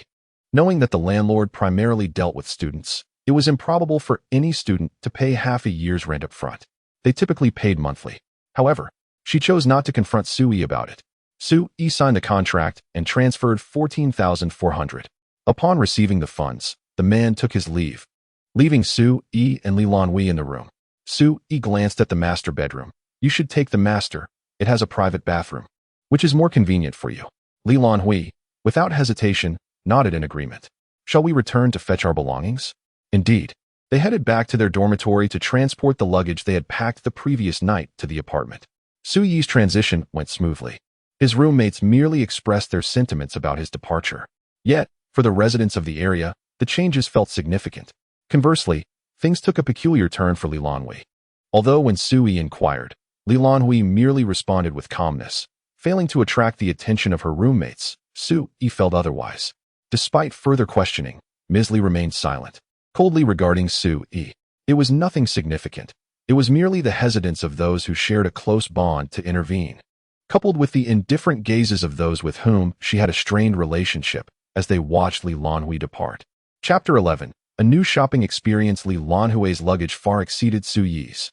It took her 2 or 3 trips to move out of the dormitory, while Su Yi managed with just 2 trips, with Lan Hui needing a third, during which Su Yi lent a helping hand. Fortunately, the distance was not great. An amusing incident occurred during the move. When Lan Hui first emerged from the dormitory, her most enthusiastic roommate, in a flurry, slammed the door shut behind her, exuding an air of, "If you have the ability, don't come back." As a result, Lan Hui still had belongings left to collect, and her keys were sitting on the table. She knocked on the door, and it was that same impatient roommate who answered. The situation was rather awkward, to the extent that by the time Lan Hui returned for the 3rd time, her roommate had already vacated the dormitory. Lan Hui, however, was unperturbed and did not even mention the incident to Su Yi. They both busied themselves packing their respective items in the rental. Su Yi had only a single suitcase, a plastic bag containing bedding, and a computer bag. Fortunately, he had taken his thick winter clothes home during the previous holiday. The issue he faced now was that he did not possess adequately sized bed sheets. The sheets he had purchased for the school were just right for the dormitory beds, but the bed in the rental was 1.8 by 2 meters, necessitating a trip to buy new sheets. Coincidentally, a pile of items he had ordered immediately after moving in had arrived the previous night. He tossed his suitcase onto the floor, using it as a makeshift wardrobe. He approached the main bedroom and knocked on the door. "It's me," he announced. "Come in." A melodious voice beckoned from within. As Su Yi stepped inside, he began. "I need to go out and buy," but he momentarily lost his train of thought upon noticing the light blue fabric in Lan Hui's hands. She cast a glance at the silent Su Yi and calmly began to put away her undergarments, toilet cleaner, dish soap, mop, broom, and dustpan. "Thank you," she said. Su Yi replied, "Oh, okay. Girls' rooms are indeed different." He exited the room and hailed a taxi, heading straight for the nearest IMA store. "I've heard this brand is rapidly becoming mainstream," he mused to himself. "I should buy one, lest it becomes a rarity in the market." Of course, it was all just fanciful thinking. His fondness for the brand stemmed from his childhood memories of riding his mother's IMA electric scooter.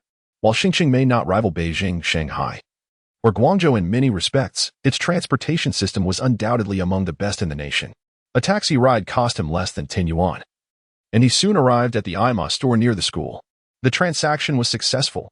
8.76 yuan spent, with a return of 8.76 yuan.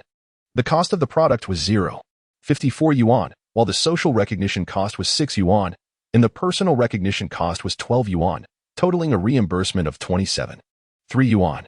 He didn't even have to spend on the taxi fare. It was delightful. But was the cost of 0.54 yuan the electricity fee for the scooter? Su Yi paid it no mind. After all, as long as there was a profit to be made, that was all that mattered. He had passed by the IMA store on the campus of Southern Polytechnic University numerous times. It was a sizable establishment, thriving on the foot traffic of students. The spacious showroom is adorned with approximately 100 electric vehicles, divided into 3 distinct sections. To one side, there are elegantly simplistic electric bikes in light hues, while the opposite side showcases vibrantly colorful models, each boasting an exquisite design. At the far end, a collection of dark-hued, stylish vehicles stands proudly. The store manager clearly possesses a keen understanding of his clientele. Su Yi immediately perceives that the 3 different models correspond to the diverse groups of university students. The staff in the store is minimal, just a receptionist, a male salesperson, and presumably the store manager.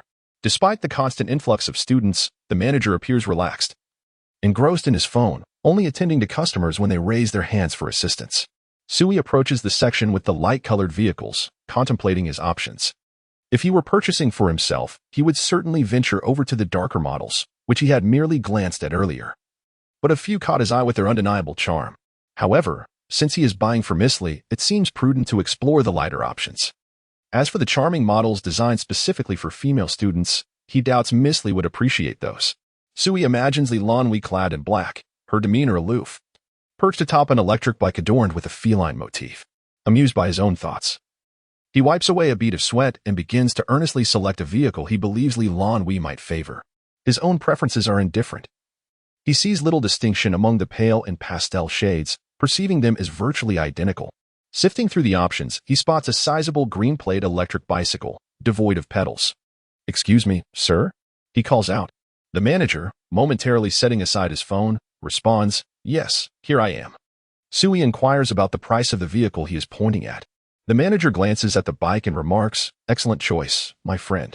This is our latest model. Equipped with a 60V battery pack, capable of comfortably covering 80 kilometers. If used solely for commuting, it can go a week without needing a charge." As the manager opens the seat to reveal ample storage space beneath, sufficient for a helmet and textbooks, he continues, "Moreover, this bike is currently on promotion, originally priced at $29.99. It's now available for students at just $23.99. Sui nods, not wishing to deliberate further. It suffices for school commutes, so he decides on this model. "By the way, how about registration?" he asks. The manager reassures him, "Rest assured, I have catered to students for quite some time. I will ensure you receive a green plate." The electric vehicle registration comes in green, blue, and yellow, with the latter two requiring a driving license, which Sui does not possess. Just a word of caution, though, while I will facilitate the green plate, be mindful of your speed while on the road. If you exceed the limit, I may bear some responsibility. "Then it's settled," Sui affirms, retrieving his phone. "Where shall I make the payment?" The manager leads him to the front, instructing him to pay at the counter. Sui follows and completes the transaction, which totals $2,700, encompassing the discounted price of $2,399. An enhanced insurance fee of $120, and various vehicle-related insurances. The discount feels negligible. Once the payment is settled, the manager pushes the bike to the front desk and asks, "Do you have your ID with you?" Sui replies, "No, I don't. Are there any electric ones?" "Yes." "All right. Please add me on WeChat and send it to me." As the enthusiastic shopkeeper bid farewell, Sui mounted his newly acquired electric bicycle and headed toward his rented apartment. He stopped by a supermarket along the way to purchase the items that Lan Hui had mentioned. Subsequently, he visited a furniture store to buy bed sheets and pillowcases, which he placed on the bicycle's platform before riding back to his apartment and unloading his purchases. Something felt amiss. Sui removed the plastic cover from the mattress, laid down the bed sheet, and carelessly tossed the school's quilt onto the bed. Why did this not resemble the lifestyle of a wealthy individual? Others flaunted luxurious cars and designer handbags, while he was merely acquiring an electric bicycle and bedding. The bedding was even haphazardly bought from a roadside furniture store, without a thought to its cost. Was this not extravagant? Where were the ostentatious displays of wealth? Why was everything progressing so smoothly? Though he found the situation peculiar. The delivery was still at the courier station, prompting Sui to venture out once more to retrieve his package. He returned home with his tennis racket, balls, laptop, and phone. Lan Hui was still in her room, organizing her belongings. Sui tidied up his own space and took out the trash from the unpacked delivery. Lan Hui remained occupied in her room. Sui scratched his head, realizing he was perhaps paying too much attention to Lan Hui.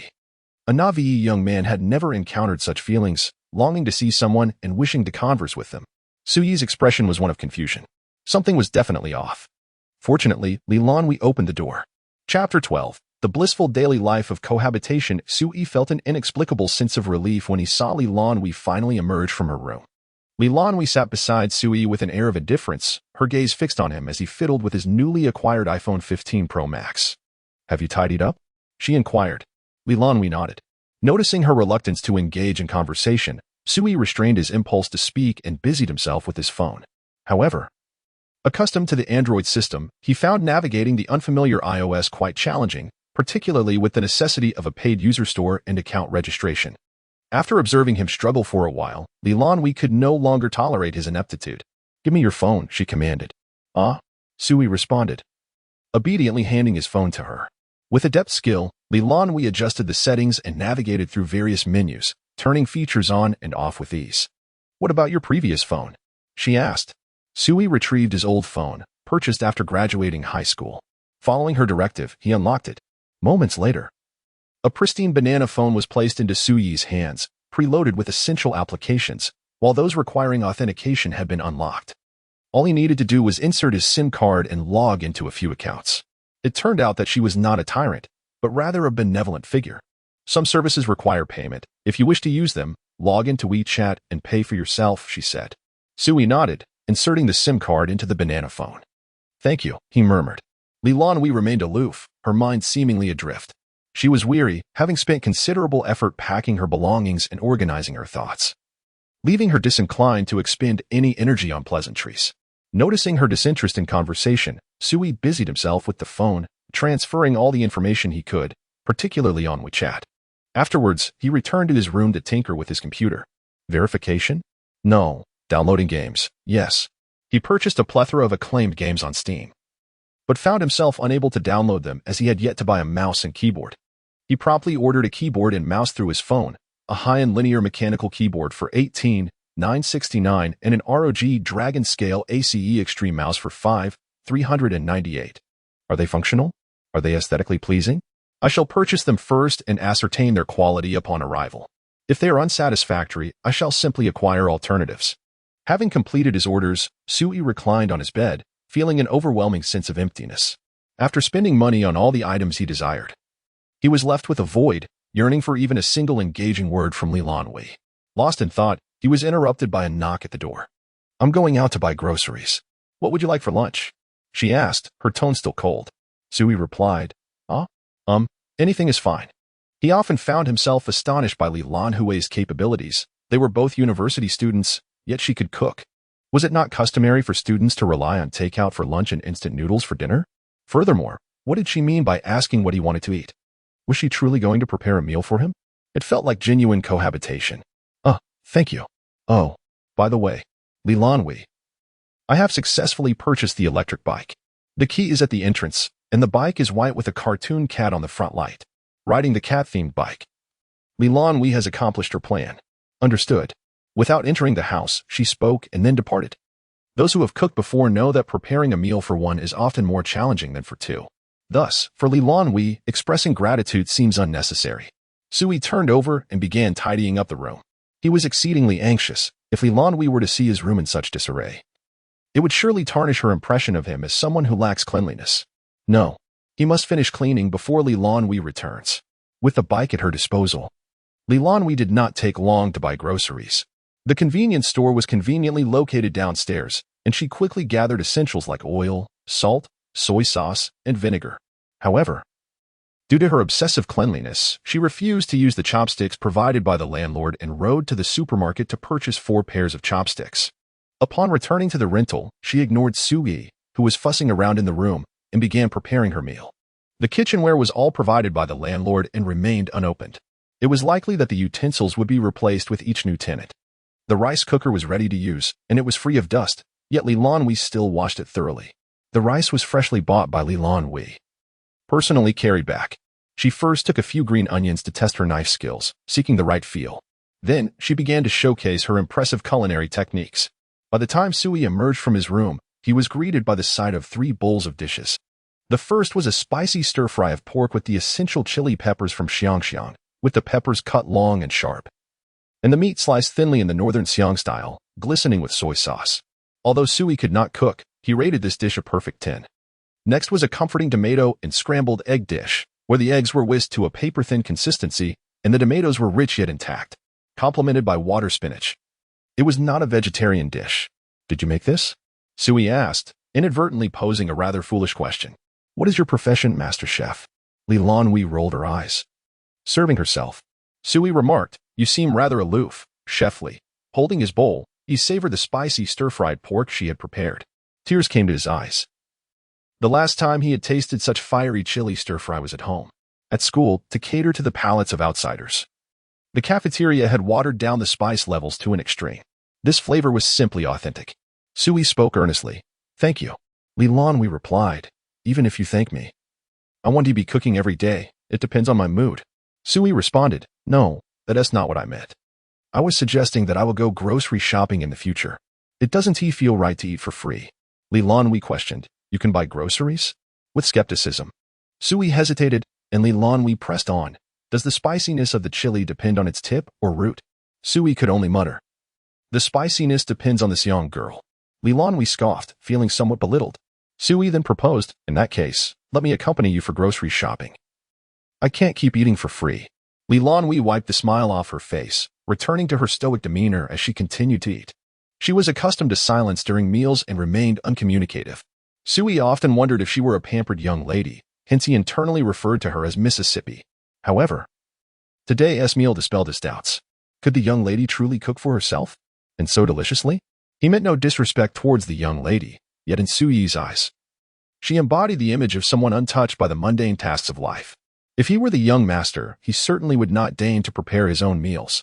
Lan Hui swiftly finished her meal, without the leisurely manner of savoring each bite. You wash the dishes. I intend to take a nap this afternoon. Suyi nodded. Are we playing basketball tonight? He was eager to try out the two newly acquired rackets. Lan Hui glanced down at her attire, then at Suyi. Before turning to leave, you want me to play basketball in this outfit? Suyi began to comprehend the situation. Yet, might the young lady spare him the need for speculation? Chapter 13. Is this the platinum card? Suyi washed the dishes and tidied up the table before stepping out with his keys. He had matters to attend to that afternoon. At the branch of the construction bank, Suyi arrived with the intention of upgrading his bank card. After a few days of extravagant spending, Big Data had identified him as a wealthy individual and promptly inundated him with several suggestions on how to address issues regarding the consumption limits of his bank cards. Thus, he found himself here. In truth, he was not entirely informed about the specifics. But a quick search on Baidu indicated that a standard bank card had a daily limit of 20,000. However, he had lost track of how much he had spent recently and was somewhat perplexed. Hence, he planned to inquire at the bank today, hoping to elevate his spending limit. After all, in the realm of wealthy individuals, everyone seems to possess a black card, and he longed for one as well. Upon reaching the counter, he took a number and waited in line. When it was finally his turn, the staff member inquired, "Hello, how may I assist you?" Suyi replied, I would like to ask about the transaction limits on my bank card. Is it possible to cancel or increase them? The young lady responded, "Certainly." Do you have your bank card with you? Suyi produced his card. Yes, here it is. The young lady took the card he offered and placed it on the reader, prompting him to enter his password. After he finished, she checked the transaction history.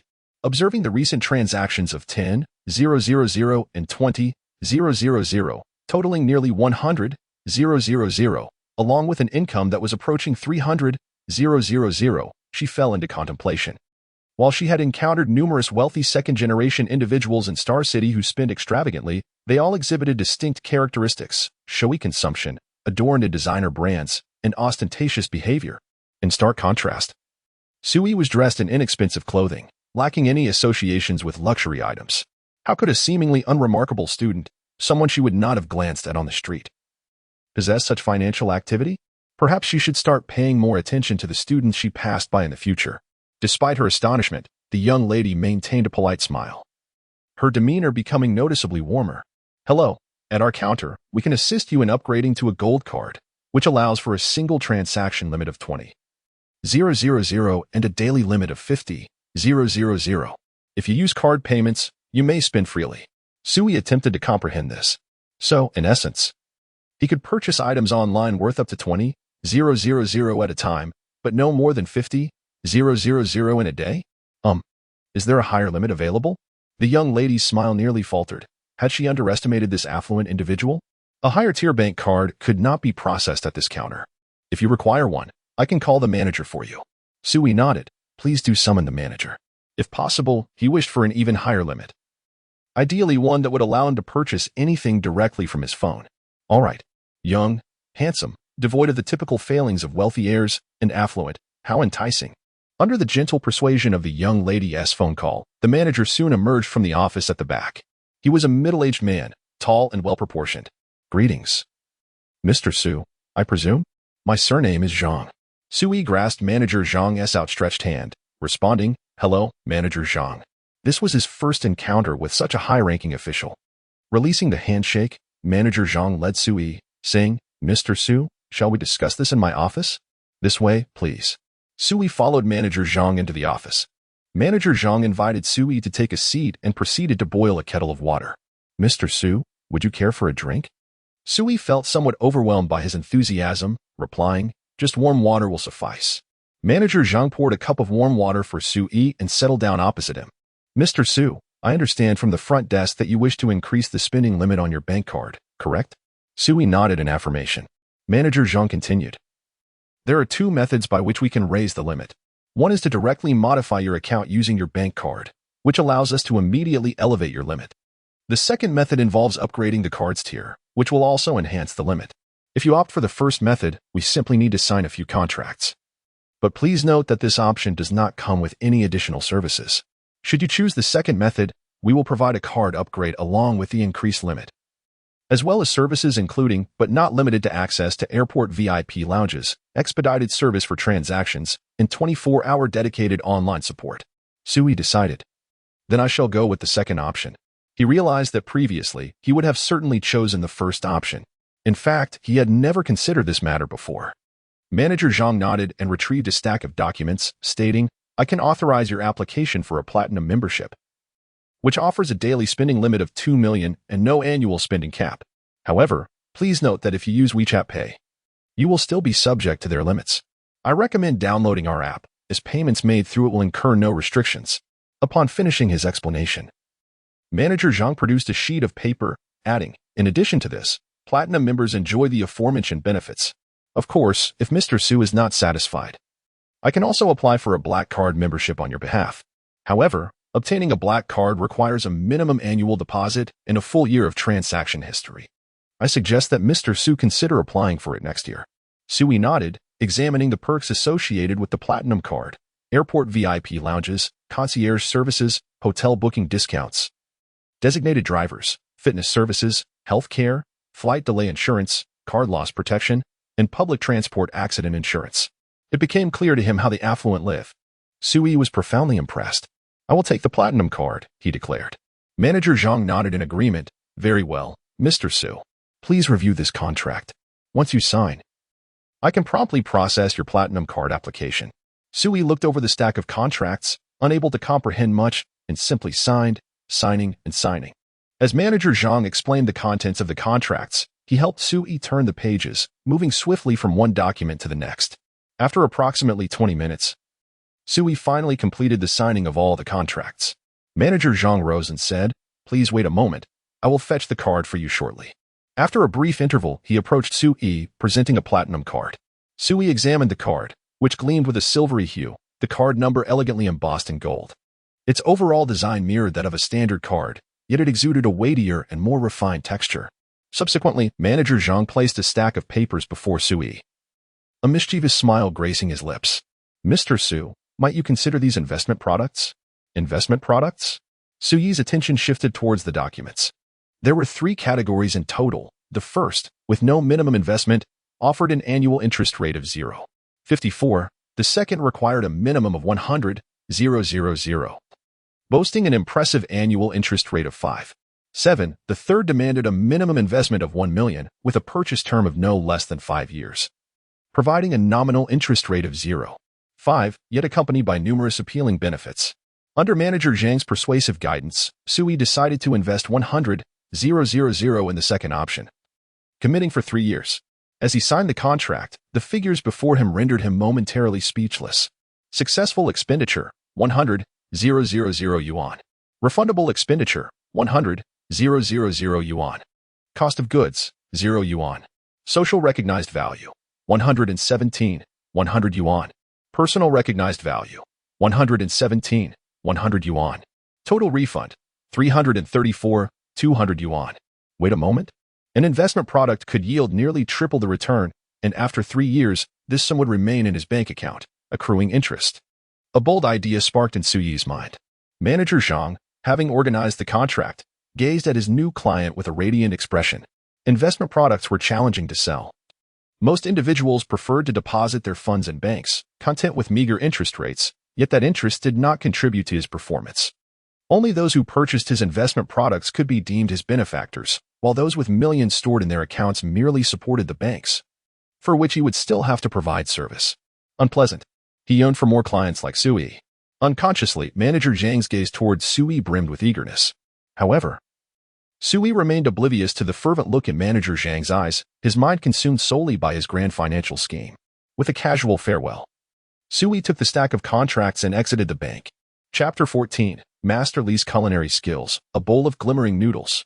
Sui returned home, and Miss Li was still in her room, engaged in some unknown activity.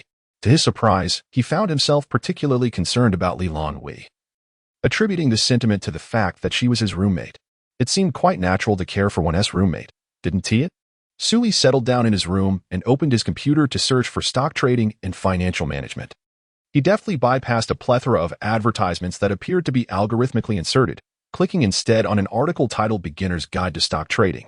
Following the tutorial, he downloaded a securities application. After completing the app installation, he proceeded to open an account as per the instructions. Once finished, he didn't glance at the tutorial again. What difference does it make whether the stocks I purchase rise or fall? What do you know about economics, and why should you instruct me on buying stocks?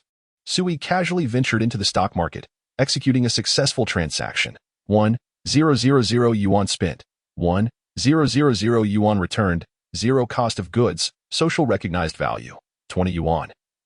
Personal recognized value. 1,000 yuan. Total return. 200 yuan. Sui was perplexed. He intended to quickly sell the recently acquired stocks, only to discover he would have to wait until the following day. Frustration welled within him. His plans had faltered. Initially, he had aimed to buy stocks and then return them, employing a strategy akin to refunding purchases made on a shopping platform to rapidly inflate his total amount. However, the stock market did not permit immediate refunds, meaning that this 1,000 yuan would have to remain invested and given the social recognized value. He speculated that its worth might fluctuate significantly by tomorrow. Furthermore, the rebate was minimal, while the cost of goods was 0. He had no clear understanding of the fixed social recognized value. It was a loss he could not afford to bear. There was no shortcut to be taken. Trading stocks required caution. Contemplating this, Sui casually selected a stock, utilizing the maximum limit available on his card to invest all in. Successful transaction. 100,000 yuan spent. 100,000 yuan returned. 0 cost of goods. Social recognized value.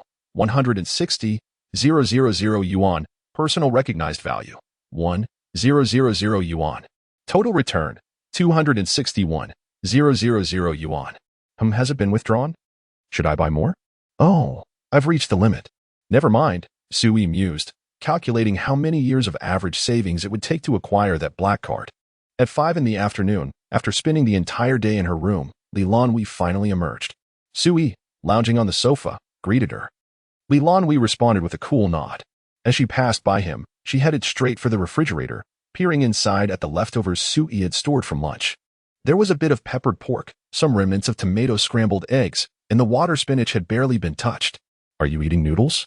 Sui inquired. Are you implying I should cook for you? Lan Hui retorted. That could work? Sui replied hesitantly. Disgusting, she shot back. Sui stammered. No. I mean, I have no respect for your culinary skills.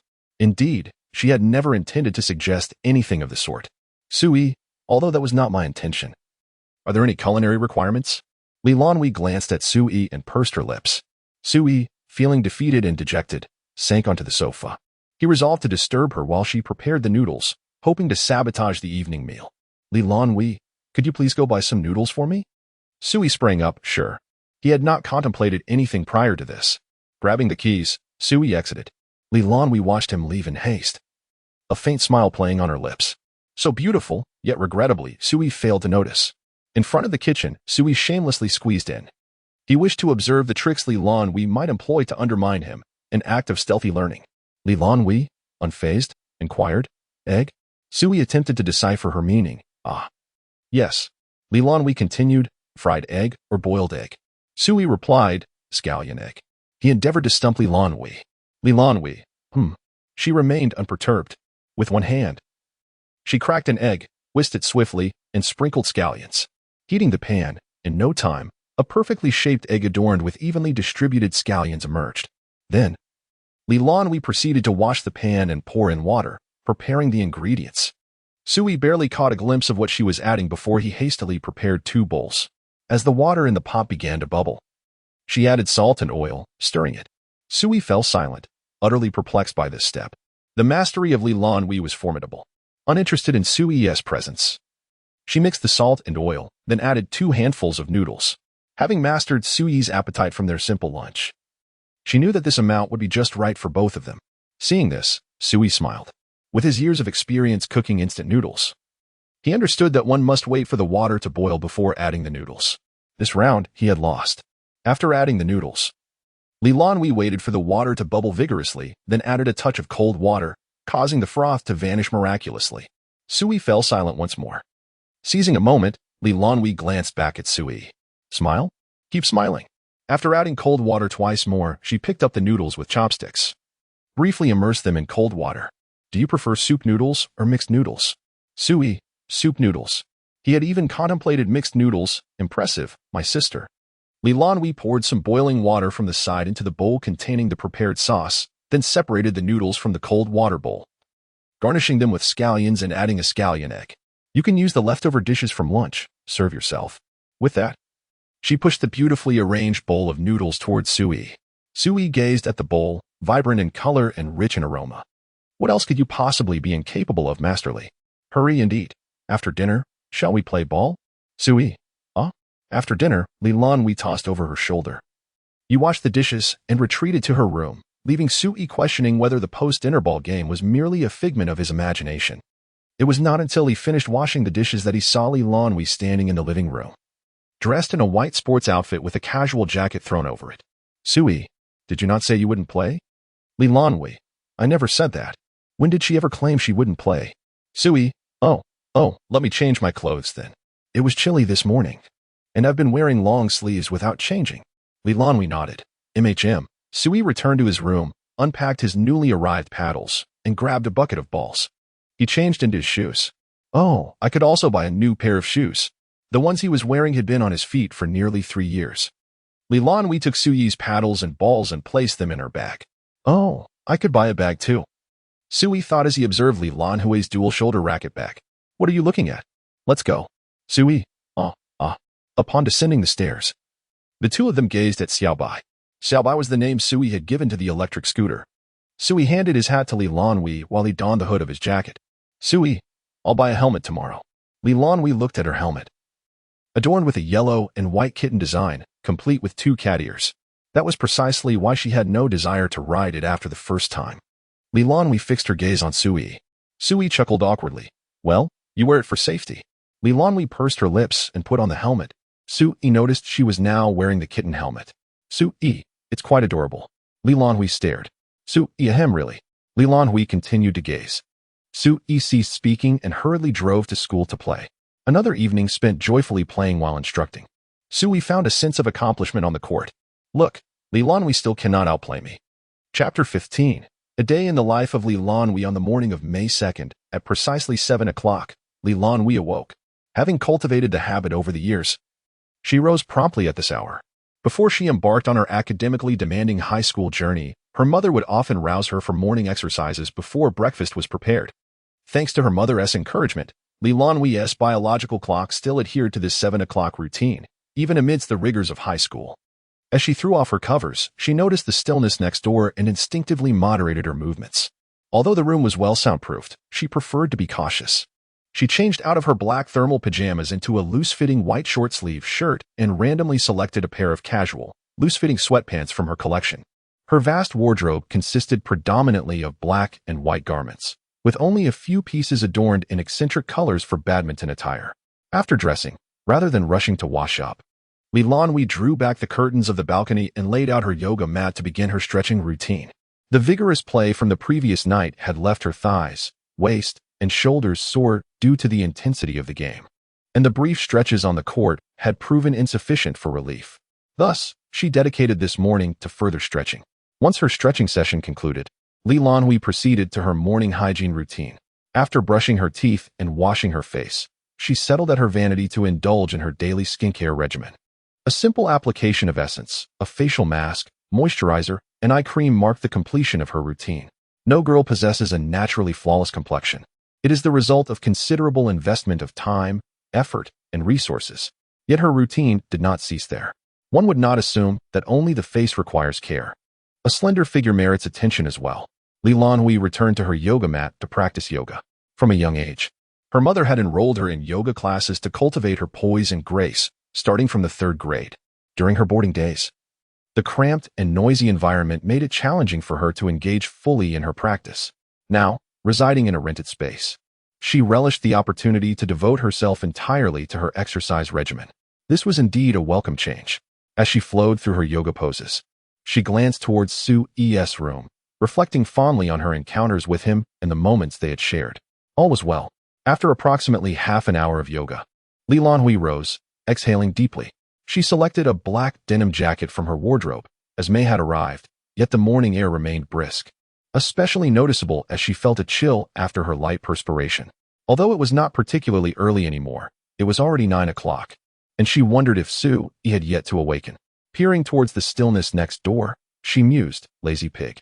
Lan Hui exited her room, deciding against waking Su-yi, and stepped outside.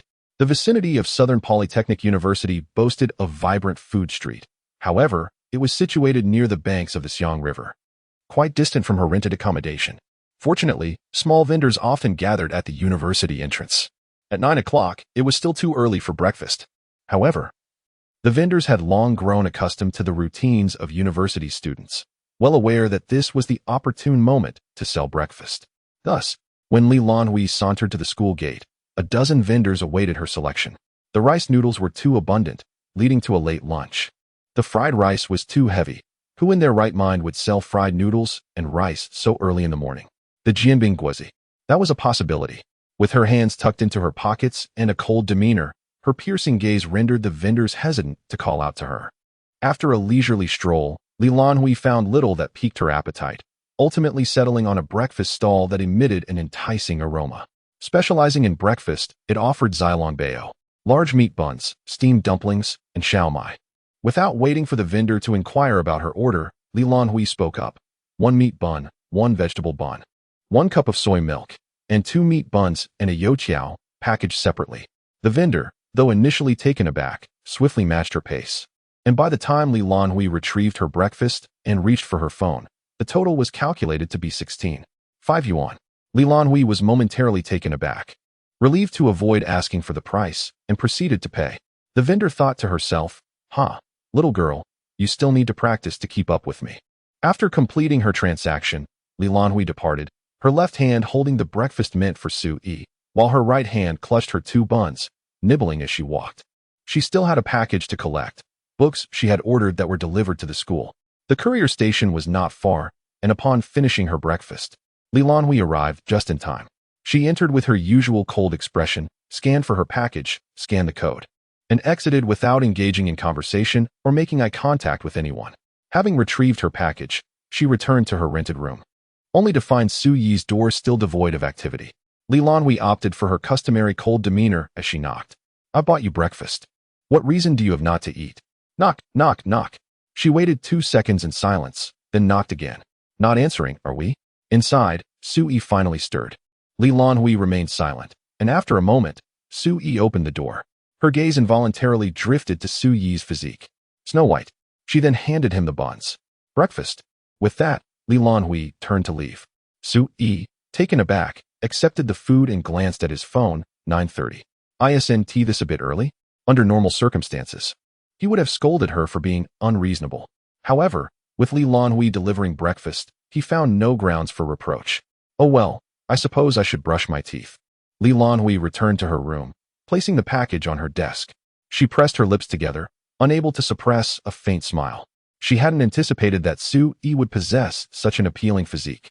While his abs numbered only 6, years of badminton had sculpted his broad shoulders and slim waist, rendering his appearance unexpectedly charming. Coupled with his fair skin, he could certainly be described as Snow White. Quite remarkable. Unable to resist, she pinched her thigh. What are you thinking? Lan Hui. Taking a deep breath, she pinched harder. Ouch. Back at her desk, she unwrapped the package, knocking on the door of a hidden chamber. A classic detective novel captivated her attention. She intended to complete it during the May Day holiday. Just as Lan Hui was engrossed in the story, a sudden knock echoed, followed by Su-yi's voice. Miss Li, I have something to attend to this afternoon, so there's no need to prepare my meal. The peculiar form of address puzzled Lan Hui. Not returning for lunch. What should I do then? Very well, I shall respond for now. I will continue reading and ponder over lunch later. She was beginning to suspect that Aozumi Koichi was the murderer. At noon, Lan Hui gazed at her empty rental apartment and opened the refrigerator, which contained nothing but a few eggs. It was a blunder. While heading out to buy breakfast, she had only remembered to fetch something for Su-yi, neglecting to purchase groceries. However, preparing a meal for one was not a daunting task. Lan Hui had no desire to cook for herself alone, as there were still some noodles left in the kitchen. Yet, glancing at the clock. She boiled a kettle of water before heading downstairs to buy 2 cups of instant noodles. This will suffice for today, she mused.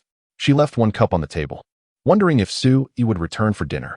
If he did not, she would simply continue with the instant noodles. At that moment, all she wished for was to immerse herself back into the novel. Chapter 16. I must prioritize learning once I am wealthy. Sue-yi had a genuine reason for heading out at noon, and it was indeed a significant matter. He aspired to purchase a motorcycle. The rationale remained unchanged. He had encountered one while browsing on Douyin. Who could possibly remain indifferent as a striking motorcycle roared past? Sue-yi certainly could not. Last night, he had spent countless hours researching different types and prices of motorcycles, gaining insight into which models were suitable for novices, and further investigating motorcycle shops in Star City until the early hours of the morning. Today, he intended to sleep in before visiting a motorcycle shop. However, he was unexpectedly awakened early by Lan Hui's call. Thus, he resolved to visit the shop first and catch up on rest later. Due to the distance to the motorcycle shop, Sue-yi opted to take a taxi instead of riding his small white scooter. Upon arriving, the motorcycles greeted him with their undeniable allure. Various models adorned the entrance, showcasing their aesthetic appeal: black and red, black and white, green and black, all pink, sports bikes, street bikes, cruisers, all gleaming brilliantly under the morning sun. I want them all, Sue-yi thought to himself. Upon noticing Sue-yi at the entrance, the staff member beckoned him inside. Looking to check out some bikes, handsome? Sue-yi nodded in response. The staff member was quite talkative, far more so than the owner of the electric bike shop. Are you a college student? Which university? Sue-yi replied, Southern Polytechnic University. The staff member exclaimed, wow, impressive. Getting into such a prestigious school means you're bound to earn a fortune in the future. Sue-yi replied, I'm not short on money, thank you. The staff member continued, back in my day, I dropped out of middle school, relying on my family's wealth, spending my days idly on the streets. Sue-yi interjected. Oh, the staff member added, later on, my family fell on hard times, my father's business struggled, and as I reached my 20s, I started to understand life better. I borrowed some money from friends I used to hang out with and opened this motorcycle shop. Sue-yi was taken aback. Wait, you are the owner? The owner waved his hand dismissively. There's no grand title here. It's just me and the receptionist, no one else. All right. You came to see some bikes, didn't you? Let me show you what we have. Any particular models you're interested in? The owner finally remembered his purpose. Sue-yi thought to himself, so this is how Lan Hui perceives me, rambling without getting to the point. The owner continued, we have a comprehensive range of models here, sports bikes, cruisers, you name it. We cater to both male and female riders. Sue-yi promptly pointed to a black and white model with a streamlined fairing and a large fuel tank, exuding a stylish charm. Could you tell me about this one? The owner glanced at the motorcycle Sue-yi indicated and casually introduced. Ah, this is the Chunjun 675 SR. This color is appealing. The starlit black is indeed striking. It's a well-known brand, featuring a 3-cylinder water-cooled engine with a maximum output of 95 horsepower, capable of reaching speeds up to 230 km/h. With practical tests showing it can achieve 180. It has a 15-liter fuel tank, which lasts quite a while on a single fill-up. The owner spoke eloquently, but he also mentioned its shortcomings. However, it does have its drawbacks. 1. It's quite heavy, making it unsuitable for novices, and 2. The seat height can be tiring. Sue-yi gazed at the strikingly handsome motorcycle, yet the store manager advised against purchasing it, instead gesturing towards another model. In comparison to the Chunfeng 675 SR, I highly recommend the Wujia SR 660, he stated. Sue-yi followed the manager to the Wujia SR 660 and was captivated by its vibrant red hue. The manager elaborated. The RR660S is equipped with Wujia's proprietary Ken 660 liquid-cooled 4-cylinder engine featuring 16 valves, making it considerably lighter than other bikes, significantly lighter than the Chunfeng. However, its overall speed and horsepower remain competitive, even reaching a maximum speed of 235 km/h, surpassing that of the Chunfeng. The reason I recommend this model is that it is more suitable for novices, incorporating many user-friendly features for new riders. Without hesitation, the manager mounted the bike, retrieved the keys, and started the engine. The motorcycle boasted a multifaceted TFT full-color LCD display, supporting connectivity features such as vehicle integration and Bluetooth. Sue-yi's gaze was drawn to the impressive screen at the front. The bike also featured adjustable seat positions, allowing newcomers to find their most comfortable riding posture, reducing fatigue during rides. The manager dismounted and encouraged Su-yi to experience it for himself, adding that this motorcycle was nearly 10,000 yuan less expensive than the Chunfeng. However, Su-yi found himself somewhat dissatisfied with the bike. It was the color that truly troubled him. Although he appreciated style, he preferred a more understated elegance, and the bike's bold color was too ostentatious for his taste. Upon hearing Su-yi's concerns, the manager chuckled. "No worries, there are other color options available. They simply aren't displayed in the store." Su-yi sighed in relief. He could not endure an entirely red bike and preferred a more subtle choice. Nonetheless, he heeded the manager's advice and climbed onto the bike. As a first-time rider, he felt somewhat awkward in the sporty, aggressive riding position that leaned forward with a pronounced rear seat. Fortunately, while the posture was indeed aggressive, it was not excessively so. Then, Su-yi asked, "Brother, how do you start this bike?" The manager was taken aback. "You don't know?" Su-yi's face flushed red. "You don't have a motorcycle license, do you?"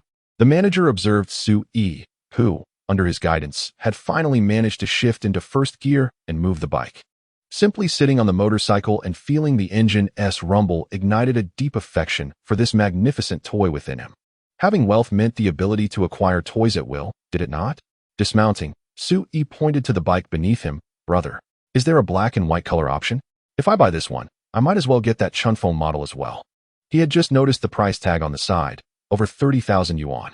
Purchasing only one would yield insufficient rebates. It was more prudent to buy two, allowing him the choice of which to ride while also maximizing rebates. The manager shrugged in resignation. "My friend, don't rush. You can't even afford this one, let alone the other." It was astonishing how wealthy the youth was. He recalled a time when he could scarcely gather 70,000 yuan to buy a motorcycle. "However, my friend, without a license, you cannot register it." Su-yi was taken aback. "Oh right, he is preparing to obtain a motorcycle driving license." The shop owner said, "I know a reliable motorcycle driving school where you can quickly pass the exam and obtain your license. I recommend you to go there, and once you finish your test, you can come back to purchase a bike." As the owner walked into the shop, he added, "First, let us take a look at the color options for that motorcycle and see if it appeals to you. Then, I will escort you to the driving school." Su-yi followed the owner into the store and admired the color scheme of the Aprilia RS 660, which exuded understated luxury and coolness. The shop owner, noticing Su-yi's reaction, said, "All right, I will hold these two bikes for you. Come back to pick one up once you have your license." After speaking, the owner retrieved two helmets from the front desk and handed them to Su-yi, saying, "Put these on. I will take you for a thrilling ride to give you a taste of it, and then I'll drive you to the driving school." Su-yi donned the helmet and nodded. With the funds secured, he resolved to prioritize his studies. He silently vowed that next time, he would ensure that his learning came first before spending any money. Chapter 17, Motorcycle Driving School. The shop owner, with an air of confidence, left his establishment behind and rode his Aprilia RS 660 alongside Su-yi, the engine humming as they arrived at a motorcycle driving school. The environment of the school was far from inviting, situated on the outskirts of the city beside a busy road, surrounded by a low, dilapidated wall enclosing a few rundown buildings. Su-yi dismounted without removing his helmet and pointed towards the driving school. "Brother, is this truly the driving school you mentioned?" The shop owner, unable to see Su-yi's expression, nonetheless understood his skepticism. After all, many who visited this place found it hard to believe it was a driving school in Star City. "Rest assured, this is the place. I have a long-standing relationship with the owner. If you wish to obtain your license in the quickest time possible, trust me, this is your best bet." Su-yi remained doubtful. As the shop owner fished out his phone to make a call, he continued, "Typically, it takes about 6 to 7 days to acquire a motorcycle license. Hello, it's me, open the door." He ended the call casually, adding, "But here, if all goes well, you can get it in 2 days. You want to show up at school riding a bike, don't you?" The shop owner grinned mischievously. Moments later, the door swung open, revealing a scruffy-looking man. He eyed the shop owner with a smirk. "You're back at it, trying to drum up business?" The shop owner replied earnestly, "Indeed." The man kicked the front wheel of the shop owner's motorcycle playfully. With a chuckle, the shop owner said, "Old Zheng, I'm leaving this one in your hands. I'll head back to the shop now." With that, he executed a stylish U-turn and departed. Su-yi glanced back at the receding figure of the shop owner, feeling as though he had just entered a den of dubious characters. pondering whether it was too late to call the authorities. "All right, come inside," the scruffy man beckoned. "Don't worry, I won T-Bite." Sui hesitated. I'm not so sure. My surname is Zhang, and I'm the owner and instructor here. You can call me Old Zhang or Brother Zhang," the man introduced himself. Sui replied, "Brother Zhang, is this really a driving school?" Old Zhang rolled his eyes. "What else would it be? Don't be fooled by the appearance. What looks old and broken is rich in history and experience." With a hint of sarcasm, he added, "Low emotional intelligence, old and shabby. High emotional intelligence, steeped in history." He then led Sui inside, handing him a form. "This is the registration form. Please fill it out. The total for registration and tuition is 680. Just add me on WeChat and transfer the amount." After completing the registration form, Sui realized this was indeed a legitimate driving school. He added Old Zhang on WeChat and transferred the 680. Shortly after, Old Zhang sent him a link. Perplexed, Sui inquired. Old Zhang explained, "The link contains the questions for subjects 1 and 4. Study them tonight and take the online test." He then guided Sui to another room. Before the exam, you need to undergo a simple health check. Height, weight, vision, color blindness, and color weakness will suffice. They proceeded with the health examination. Holding the report, Sui learned that he stood 181 centimeters tall, weighed 78 kilograms, had a vision of 4.7, and had no color blindness or weakness. Old Zhang remarked, "You're in good shape, brother. That's all we need. Now, let us get you practicing." Sui followed Old Zhang like a marionette, darting around with surprising speed that belied Old Zhang's scruffy appearance. Indeed, he was fast, remarkably so. Sui applied for a Class D driver's license. Old Zhang mentioned that their driving school only offers tests for classes D, E, and F, with the fees being identical. Since a Class D license permits operation of vehicles that a Class E or F license does, this was indeed a significant reason. However, a more compelling motivation for Sui was his preference for a less cumbersome vehicle. A Class D license sufficed for him, as he felt uncertain about handling the larger classes E and F. Returning to the matter at hand, Sui climbed onto the antiquated tricycle parked at the side of the driving school. Although it was old, the vehicle was well maintained and cared for. Old Zhang, despite his own disarray, surprisingly took the time to tend to the vehicle, which took Sui aback. "Get in, insert the key, and start the ignition," Old Zhang instructed. "Then, with your left hand, press that lever. That's the clutch." Sui recalled that the manager had demonstrated this during the test drive. "After pressing with your left hand, hook that lever with your left foot. That's also the clutch," Old Zhang continued. Sui complied. "Twist the knob on the right. That's the accelerator. Be gentle," Old Zhang added. Following his instructions, Sui felt the vehicle lurch forward, finding it quite straightforward. "All right, you seem to grasp it. Now, try drifting around this corner," Old Zhang encouraged. Subsequently, he taught Sui the content that would be examined in subjects 2 and 3. Allowing Sui to practice freely in the backyard. From initial unfamiliarity to eventual proficiency, Sui required merely an hour. As he observed the sun ascend and then swiftly descend, it suddenly dawned on him that apart from breakfast, he had consumed nothing, and it was already 4 in the afternoon. The thrill of driving was indeed addictive. At that moment, his phone rang. Sui retrieved it. It was Miss Li. "Hello, it's me. What is up?" he answered. Lan Hui's calm voice emanated from the phone, evoking memories of her cool demeanor. "Are you coming back for dinner?" she inquired. "Yes. I'll return shortly. Do you need me to buy groceries on my way home?" Sui asked. "No need," she replied tersely before hanging up. Sui stowed his phone and informed Old Zhang of his departure. Old Zhang waved him off with a reminder to complete his exercises later that evening.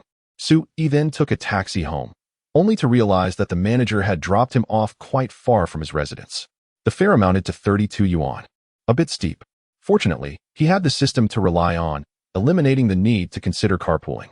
Upon disembarking, he noted the expenses: total expenditure, 32 yuan. Refundable expenses, 32 yuan. Cost of goods, 4 yuan. Socially recognized value, 24 yuan. Personally recognized value, 24 yuan.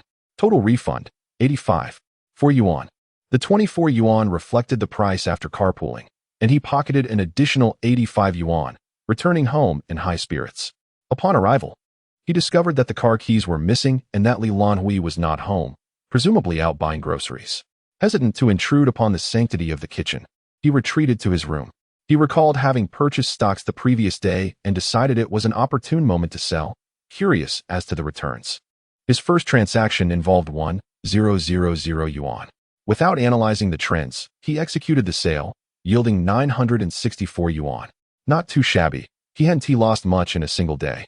The socially recognized value of the previous day's 1,000 yuan investment had startled him at a mere 20. In the second transaction, similarly devoid of direction or attention to the finer details, a sale was executed with casual ease, yielding a profit of 2,000 yuan within a single day. It is no wonder that so many are drawn to the stock market and that numerous financial magnates abound. The flow of money is indeed swift. However, one must remain vigilant, for the risks are plentiful. With this principle in mind, with a casual selection, a further transaction was made, an expenditure of 50,000 yuan. With a return of 50,000 yuan, a cost of goods amounting to 0, a socially recognized value of 47,680 yuan, and a personally acknowledged value of 50,000 yuan. The total return reached 147,680 yuan. Yet, what concern is it of his regarding the need for caution in stock trading? He does not engage in the market. He merely disperses wealth without reservation. Contentedly, he closed his notebook. The absence of a mouse and keyboard proved to be quite inconvenient. He opened Jingo, where a reminder for shipment awaited him. Chapter 18. A feast by Lan Hui. Lan Hui returned an hour later.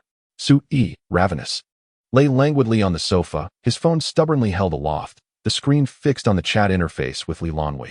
He was just about to call her when she walked in, and he was greeted by the sight of her, arms raised as if in surrender. "Are you hungry?" Her cold voice resonated like a celestial melody. Su-yi summoned all his strength to sit upright. Indeed, he was famished, having skipped lunch. Lan Hui pursed her lips, revealing a large bag of ingredients she had brought back. "Did you go grocery shopping?" Su-yi inquired, astonished. Lan Hui bit her lip, feeling a twinge of guilt. "I went to that big supermarket to buy some groceries, but it took longer than expected." It was all due to her indecisiveness. She had wandered the aisles, which caused her tardiness. Su-yi glanced at the bounty in Lan Hui's hands. Fresh shrimp, Crucian carp, ribs, half a chicken, an unidentified cut of meat, and an assortment of vegetables. "Are we having a feast tonight?" he asked, excitement bubbling within him. "Yes," Lan Hui replied, secretly hoping Su-yi wouldn't be upset. "Oh yes." Su-yi felt rejuvenated at the thought of a grand meal. Fortunately, he sensed no irritation from her.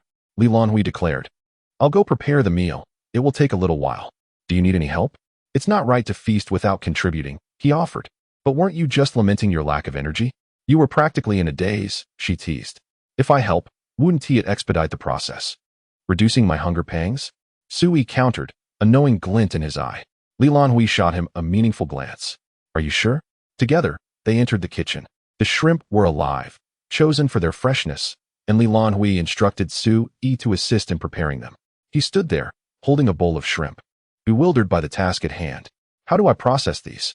he asked, his confusion evident. Lan Hui suppressed a smile. It was just as she had surmised. He was utterly unversed in the art of shrimp preparation, which would only complicate matters.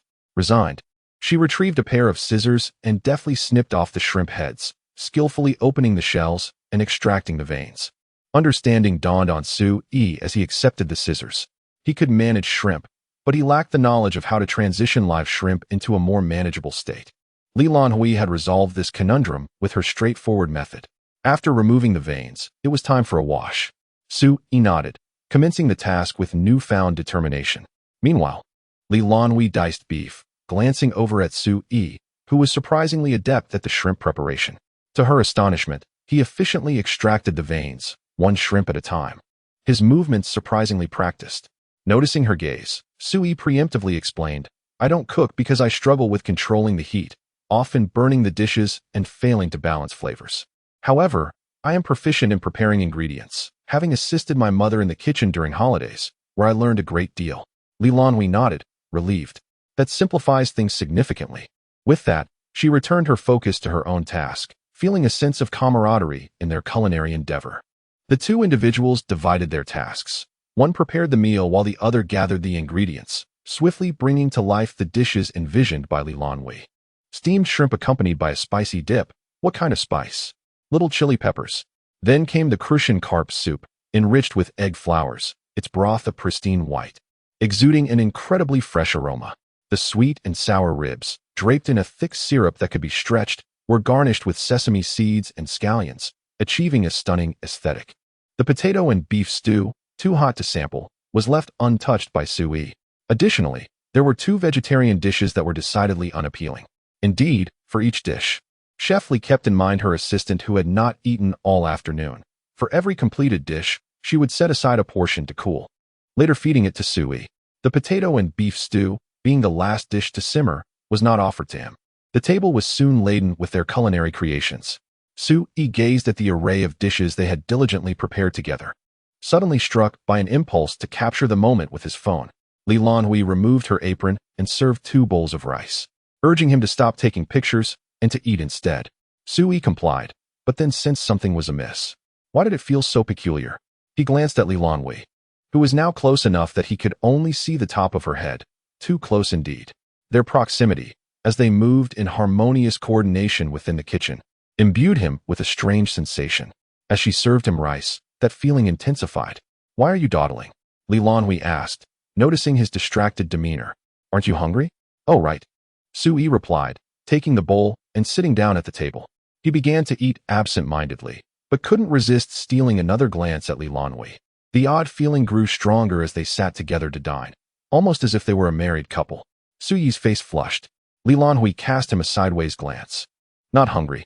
She inquired, bemused by his sudden blush.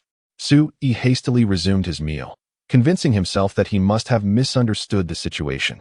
The seeds of affection quietly took root in Sui's heart, the warmth of shared meals etching itself into his consciousness. The silhouette of their culinary collaboration replayed in his mind. After the meal, the 6 dishes they had prepared were, unsurprisingly, too much for them to finish. Only the modest portion of ribs was completely devoured by Sui. Lan Hui stood up, instructing him, "You wash the dishes." Sui nodded in agreement. Every cook despises the tasks of preparation and cleanup. And please tidy up the kitchen as well, she added. Sui responded with an affirming hum. Again, that strange feeling washed over him. As he washed the dishes, Sui contemplated this peculiar sensation. Could it be that he was falling in love? The image of Lan Hui's cool demeanor flickered through his mind. Surely not. He resolved to analyze the situation calmly, even if their relationship had grown closer. Suggesting a hint of ambiguity, was it possible for them to become a couple? In Sui's perspective, romantic relationships are founded on mutual affection. Even if he had developed feelings for Lan Hui, it remained a one-sided sentiment. Did she harbor any feelings for him? Her frosty expression and indifferent gaze were starkly different from the warm treatment women typically extend towards men they like. It is thus quite certain that Lan Hui does not harbor such feelings for him. Therefore, even if Sui were to develop affections for Lan Hui, a romantic relationship between them would be implausible. Consequently, Sui's feelings for Lan Hui would be rendered utterly meaningless. The possibility of romance is virtually non-existent. After completing his analysis, Sui let out a sigh of relief, clearing away the strange sensations within him. Rather than dwelling on such thoughts, he resolved to focus on enhancing his financial standing. As Minter Tong had advised, financial security attracts female interest. Without wealth, what prospects for romance could one possibly entertain? Sui silently reaffirmed his determination. Just then, a cool voice interrupted his thoughts. Sui, after washing the dishes, are you going to play basketball tonight? Sui replied instinctively, yes. Oh no, he had unconsciously agreed.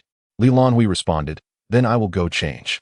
Sui set down the bowl, his expression blank as he began to tidy the table. Mother, he might be falling in love. Chapter 19, Swiftly. Indeed, too swiftly unable to resist the invitation from Lan Hui to play ball, Sui found himself lost in the moment, forgetting his driving school assignments until 10 in the evening. Knock, knock, knock. Lan Hui, do you wake up this late every day? Sui thought to himself how remarkably lazy she must think him. Moreover, with a girl knocking at the door, could he not have donned a shirt before opening it? As he accepted the breakfast offered by the young lady, he glanced at the time, 9:27. Sui, not every day. I simply had matters to attend to last night, which kept me up late. Lan Hui pursed her lips and deftly changed the subject. What about your clothing? Do you prefer to sleep in the nude? Sui cast his eyes downward, his face flushing with embarrassment. He hastily shut the door, feeling quite perturbed. The comfort he felt in Lan Hui's presence made him forget that he was cohabiting with a woman. Yet, what was this notion of sleeping bare? He had merely removed his shirt. How absurd. He rummaged through his wardrobe, hastily pulling on a short-sleeved shirt. Such is the nature of southern weather. Just days ago, the temperature hovered around 10 degrees, yet after the May Day holiday, with the sun shining, it soared to 25 or 26. After freshening up, he stepped outside with his breakfast in hand. Lan Hui, I must head out today. Her voice floated from within the room. Lunch? Sui. If I can return in time, I will eat. If not, I'll let you know in advance. Lan Hui, call me early, so I can prepare. The only response he received was the sound of Sui closing the door.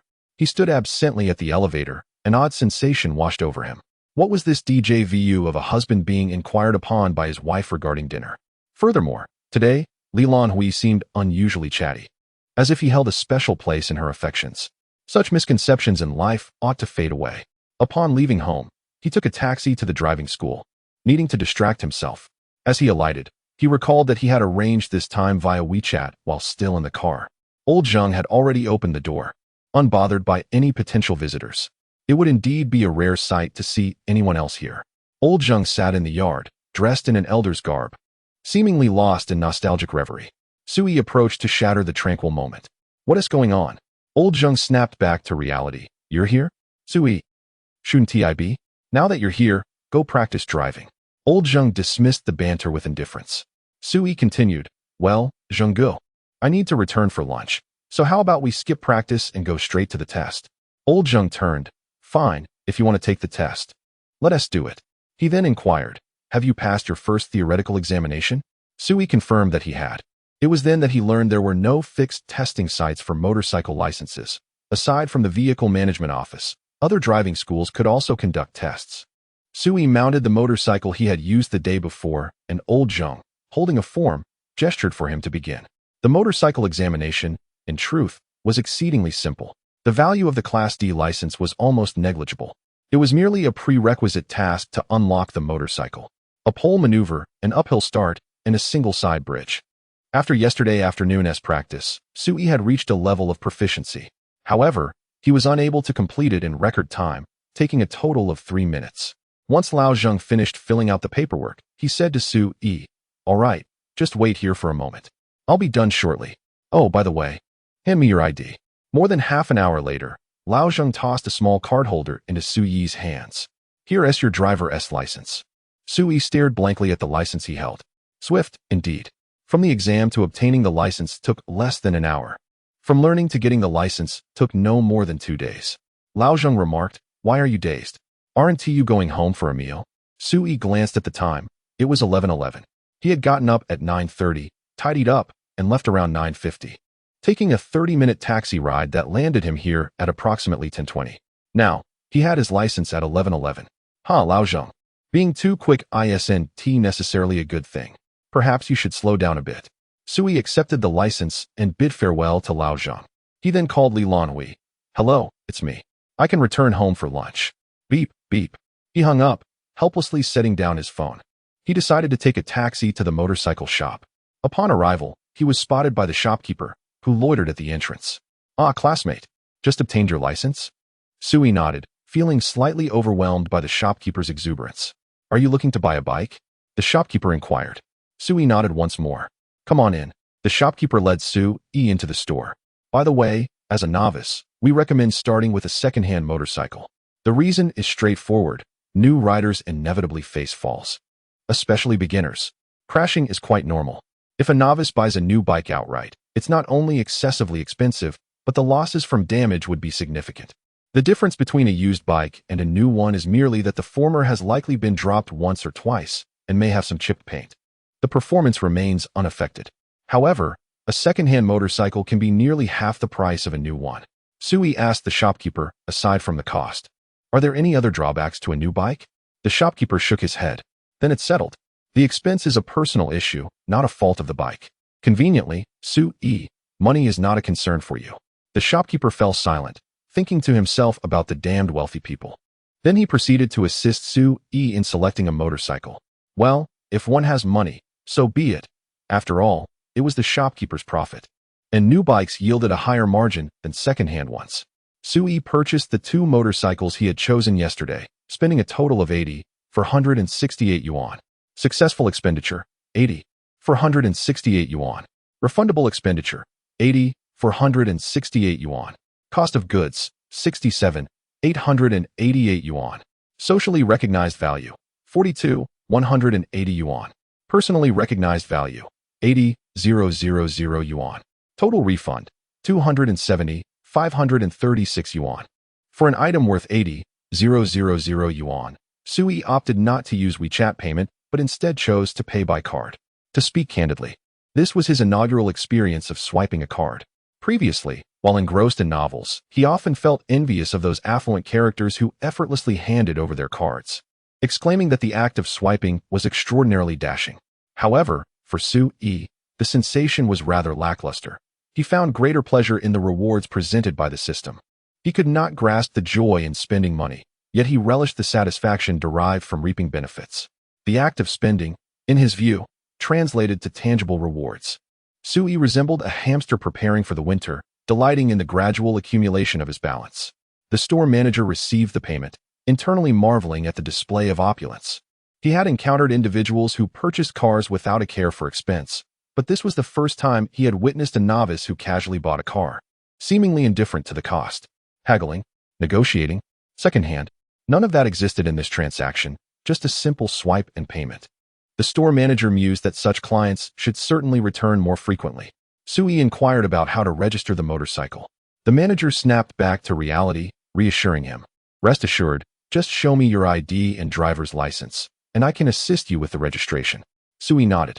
Having recently come to understand the value of purchasing services, he promptly handed over his ID and license. The manager took 2 photographs with his phone and returned the documents to Sui. The registration will likely take an afternoon.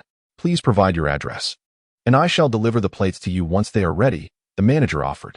It would be challenging for Sui to ride both motorcycles home, especially since he had already called Lan Hui and needed to return for dinner. After providing his address, Sui departed, with the store manager watching him leave. Chapter 20.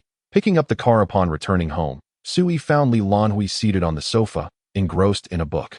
Acknowledging his presence with a brief greeting, she retreated to the kitchen to reheat the dishes. Sui, accustomed to Miss Li's aloof demeanor, returned to his room after exchanging pleasantries. It was time to sell some stocks. Having purchased 50,000 shares yesterday, he managed to recoup 47,000 today, satisfactory enough. He placed another order for 50,000 shares. Emerging from his room, he glanced at the book Lan Hui was reading, knocking on the door of the secret room. A detective novel that aligned perfectly with her stereotypical image. The path to wealth was fraught with obstacles. Having acquired the system for nearly a week, his bank account had only just surpassed 1 million. He couldn't even afford a Porsche 911, which was a mere trinket in the extravagant novels he often read. Not to mention, he didn't even possess a driver's license. Sui frowned. It seemed he would have to enroll in driving school once more. The dishes were ready, leftovers from the previous night. Of course, the shrimp had long since been consumed, so Lan Hui simply discarded them. At the dining table, Sui couldn't resist the urge to flaunt his newly acquired driver's license before Lan Hui. Look, what is this? My driver's license. Lan Hui looked up, setting down her utensils. Her lips pursed in a moment of contemplation. Is that all? She queried.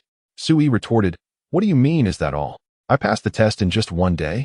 Lan Hui remained silent, but her action of putting down her utensils spoke volumes. So, you've been busy with this for the past 2 days? Sui nodded. I wanted to buy a motorcycle, but without a license, I couldn't register it. So, I took some time to get my license. Lan Hui's brow furrowed, a first for Sui to witness such an expression on her face. The midday sun was obscured by the neighboring building, and the unlit dining room cast a shadow over Lan Hui's features, concealing her gaze beneath her bangs. Sui felt a bead of sweat trickle down. The atmosphere seemed somewhat somber. Finally, Lan Hui spoke. Will you be riding a motorcycle to school? After a moment's reflection, Sui replied, riding a motorcycle to school might be inconvenient. I think I'll stick with an electric bike. I only wanted the motorcycle for longer journeys. Satisfied with his answer, Lan Hui's expression returned to normal. She resumed her meal, the sudden shift in her mood rendering her taciturn. Sui, perplexed by her emotional fluctuations, noted her icy demeanor returning and shifted the conversation to the manager's incessant chatter and the coach's efficiency. Later, after dinner, they settled into their respective activities, one reading on the sofa, the other absorbed in a mobile device. At 4 in the afternoon, Sui received a call from the shop owner, instructing him to come downstairs to collect his car. It had arrived. He dashed down the stairs and spotted the manager standing beside a large truck. Upon Sui's arrival, the manager gestured towards the truck. You wanted a new car, so I specially arranged for 2 brand new ones to be delivered. It was quite the endeavor. Sui stepped forward to shake the manager's hand. Thank you. I will definitely return for future purchases. The manager smiled, relieved to secure another sale. Come on, let me help you unload the car. Sui watched as the manager opened the truck's cargo door, revealing 2 large wooden crates stacked neatly inside. The brand new merchandise had scarcely left the warehouse for 4 hours when the store manager handed Sui a claw hammer, urging him to unbox and relish the sensation of unearthing a grand gift. With exhilaration coursing through him, Sui grasped the hammer and approached the package. The manager directed him, instructing to first remove this nail and then to tackle the corners. Heeding the guidance, Sui meticulously dismantled his substantial delivery. Beyond the large wooden crate lay a layer of timber, intended to secure the vehicle. He continued to disassemble, effortlessly removing the wooden supports from both ends. The manager assisted Sui in unbinding the elastic cords that secured the vehicle, allowing him to roll it out. As Sui pushed the black and white motorcycle, he envisioned himself racing upon it, growing increasingly enamored with its allure. After parking it aside, the manager noticed the rapture in Sui's eyes and chuckled softly, recalling his own first motorcycle, which had evoked the same fervor. However, he reminded Sui, you have another one, don't get too lost in admiration. This fellow was not one to save up for a single bike. He was a man who had impulsively purchased 2. Sui snapped back to reality, realizing he indeed had another stunning machine. Feeling elated, he resumed disassembling the motorcycle. As they paused roadside, the manager locked the delivery truck and offered assistance, inquiring if Sui knew where to park, suggesting he could assist in moving one of the bikes. Sui pondered for a moment but found himself at a loss. He typically parked his electric scooter at the curb without concern, exposed to the elements without a second thought. However, he feared that leaving these 2 motorcycles unattended could invite damage from passers-by or the weather. He pulled out his phone and called his landlord to confirm the location of the parking lot. Afterward, he and the manager maneuvered the vehicles into the underground garage. Most parking spots in the underground facility were shared, with only a few privately owned, as the landlord had purchased several buildings to rent to students. Given the nature of rental properties, no one would invest in parking spaces. Upon parking, Sui was surprised to discover several other motorcycles nestled within, indicating that many students at his school were indeed enthusiasts. The manager, having parked his vehicle, lingered rather than departing immediately. He produced his phone and asked Sui, would you consider joining the motorcycle enthusiast group here in Star City? Sui frowned, wondering if it was the sort of circle associated with reckless behavior and indulgence. He had heard that the motorcycle community could be rather chaotic. The manager reassured him, the group consists of individuals who share a passion for motorcycles. When it comes to bikes, few in Star City possess more knowledge than they do. As a novice, it would be beneficial for you to learn and ask questions. Sui inquired, is it really chaotic? He was hesitant to join if it was. The manager paused and chuckled. Oh, it's not that kind of circle. It's filled with true motorcycle lovers who cherish their machines. But if you wish to delve into that other realm, I could introduce you to some from my youth. Sui waved his hand dismissively, realizing that such a circle would likely displease Lan Hui. He then found himself pondering, why did he care about Lan Hui's feelings? However, he ultimately acquiesced to join the circle, the one centered around automobiles. The store manager added Sui to the group and accompanied him back to his rental abode. Along the way, the manager incessantly extolled the fervor for cars within that circle and enumerated the numerous prominent figures present in the group and their vehicle specifications. He even recounted how, when a manufacturer's car was merely a conceptual rendering, discussions about that vehicle had already commenced within the group. Sui, having grown accustomed to the manager's loquacity, listened intently until the manager boarded the cargo truck and took his leave. At which point Sui finally breathed a sigh of relief. Chapter 21, The Badminton Match, May 4th. On this occasion, Sui donned his attire. Lan Hui remarked, lazy. Sui rubbed his eyes, sensing that his routine was on the verge of being corrected by Lan Hui. After completing his morning rituals and breakfast, he intended to propose to Lan Hui that he would venture out to buy groceries. Just then, he received a message from Cheng Hao, the president of the badminton club, asking, do you have time today? I would like to discuss purchasing badminton equipment with you. Sui promptly replied, yes, what's up? Cheng Hao responded immediately, suggesting, shall we meet to talk? Sui glanced at Lan Hui, who was engrossed in a book on the sofa, and replied, "When?" Chung Hao proposed, "How about noon today? I'll treat you to a meal at a small restaurant on the food street beside the school." Sui noted the restaurant's name, considering it was still early enough to set off later for lunch. However, another question arose in his mind. He texted, "Is it all right if I bring someone along?" Chung Hao paused momentarily, holding his phone, but eventually acquiesced, "No problem." Sui exhaled in relief, though he was uncertain why he felt this way. Perhaps it was the thought of leaving Lan Hui alone at home? Could it be that he was genuinely starting to harbor romantic feelings? He glanced back at the aloof goddess, and upon noticing her attention, turned his gaze back to his phone. Indeed, he acknowledged that Lan Hui was quite striking. Without makeup, she was arguably the most beautiful he had ever seen. Yet, his ideal type was gentle and curvaceous, a girl whose eyes sparkled with affection for him. How could he possibly develop feelings for someone as cool and detached as Lan Hui? Lost in contemplation on the sofa, he decided to ask, "Lan Hui, the president of the badminton club invited me to lunch today. I mentioned bringing someone, and he agreed. Will you join us?" As he posed this question, Sui felt a slight flush on his cheeks. This was partly due to the embarrassment of bringing an extra person when someone else was treating. The second reason was less significant. However, as Sui spoke, Lan Hui had been staring at him, as if she could see through his inner turmoil. Yet, Lan Hui seemed indifferent to unraveling his thoughts. Perhaps she too was somewhat intrigued? She simply nodded and replied, "Sure, going alone to cook is rather tedious." Sui was taken aback, not expecting Lan Hui to genuinely agree to accompany him for lunch. "All right. We'll head over together at noon. What are you so anxious about?" Sui lamented internally.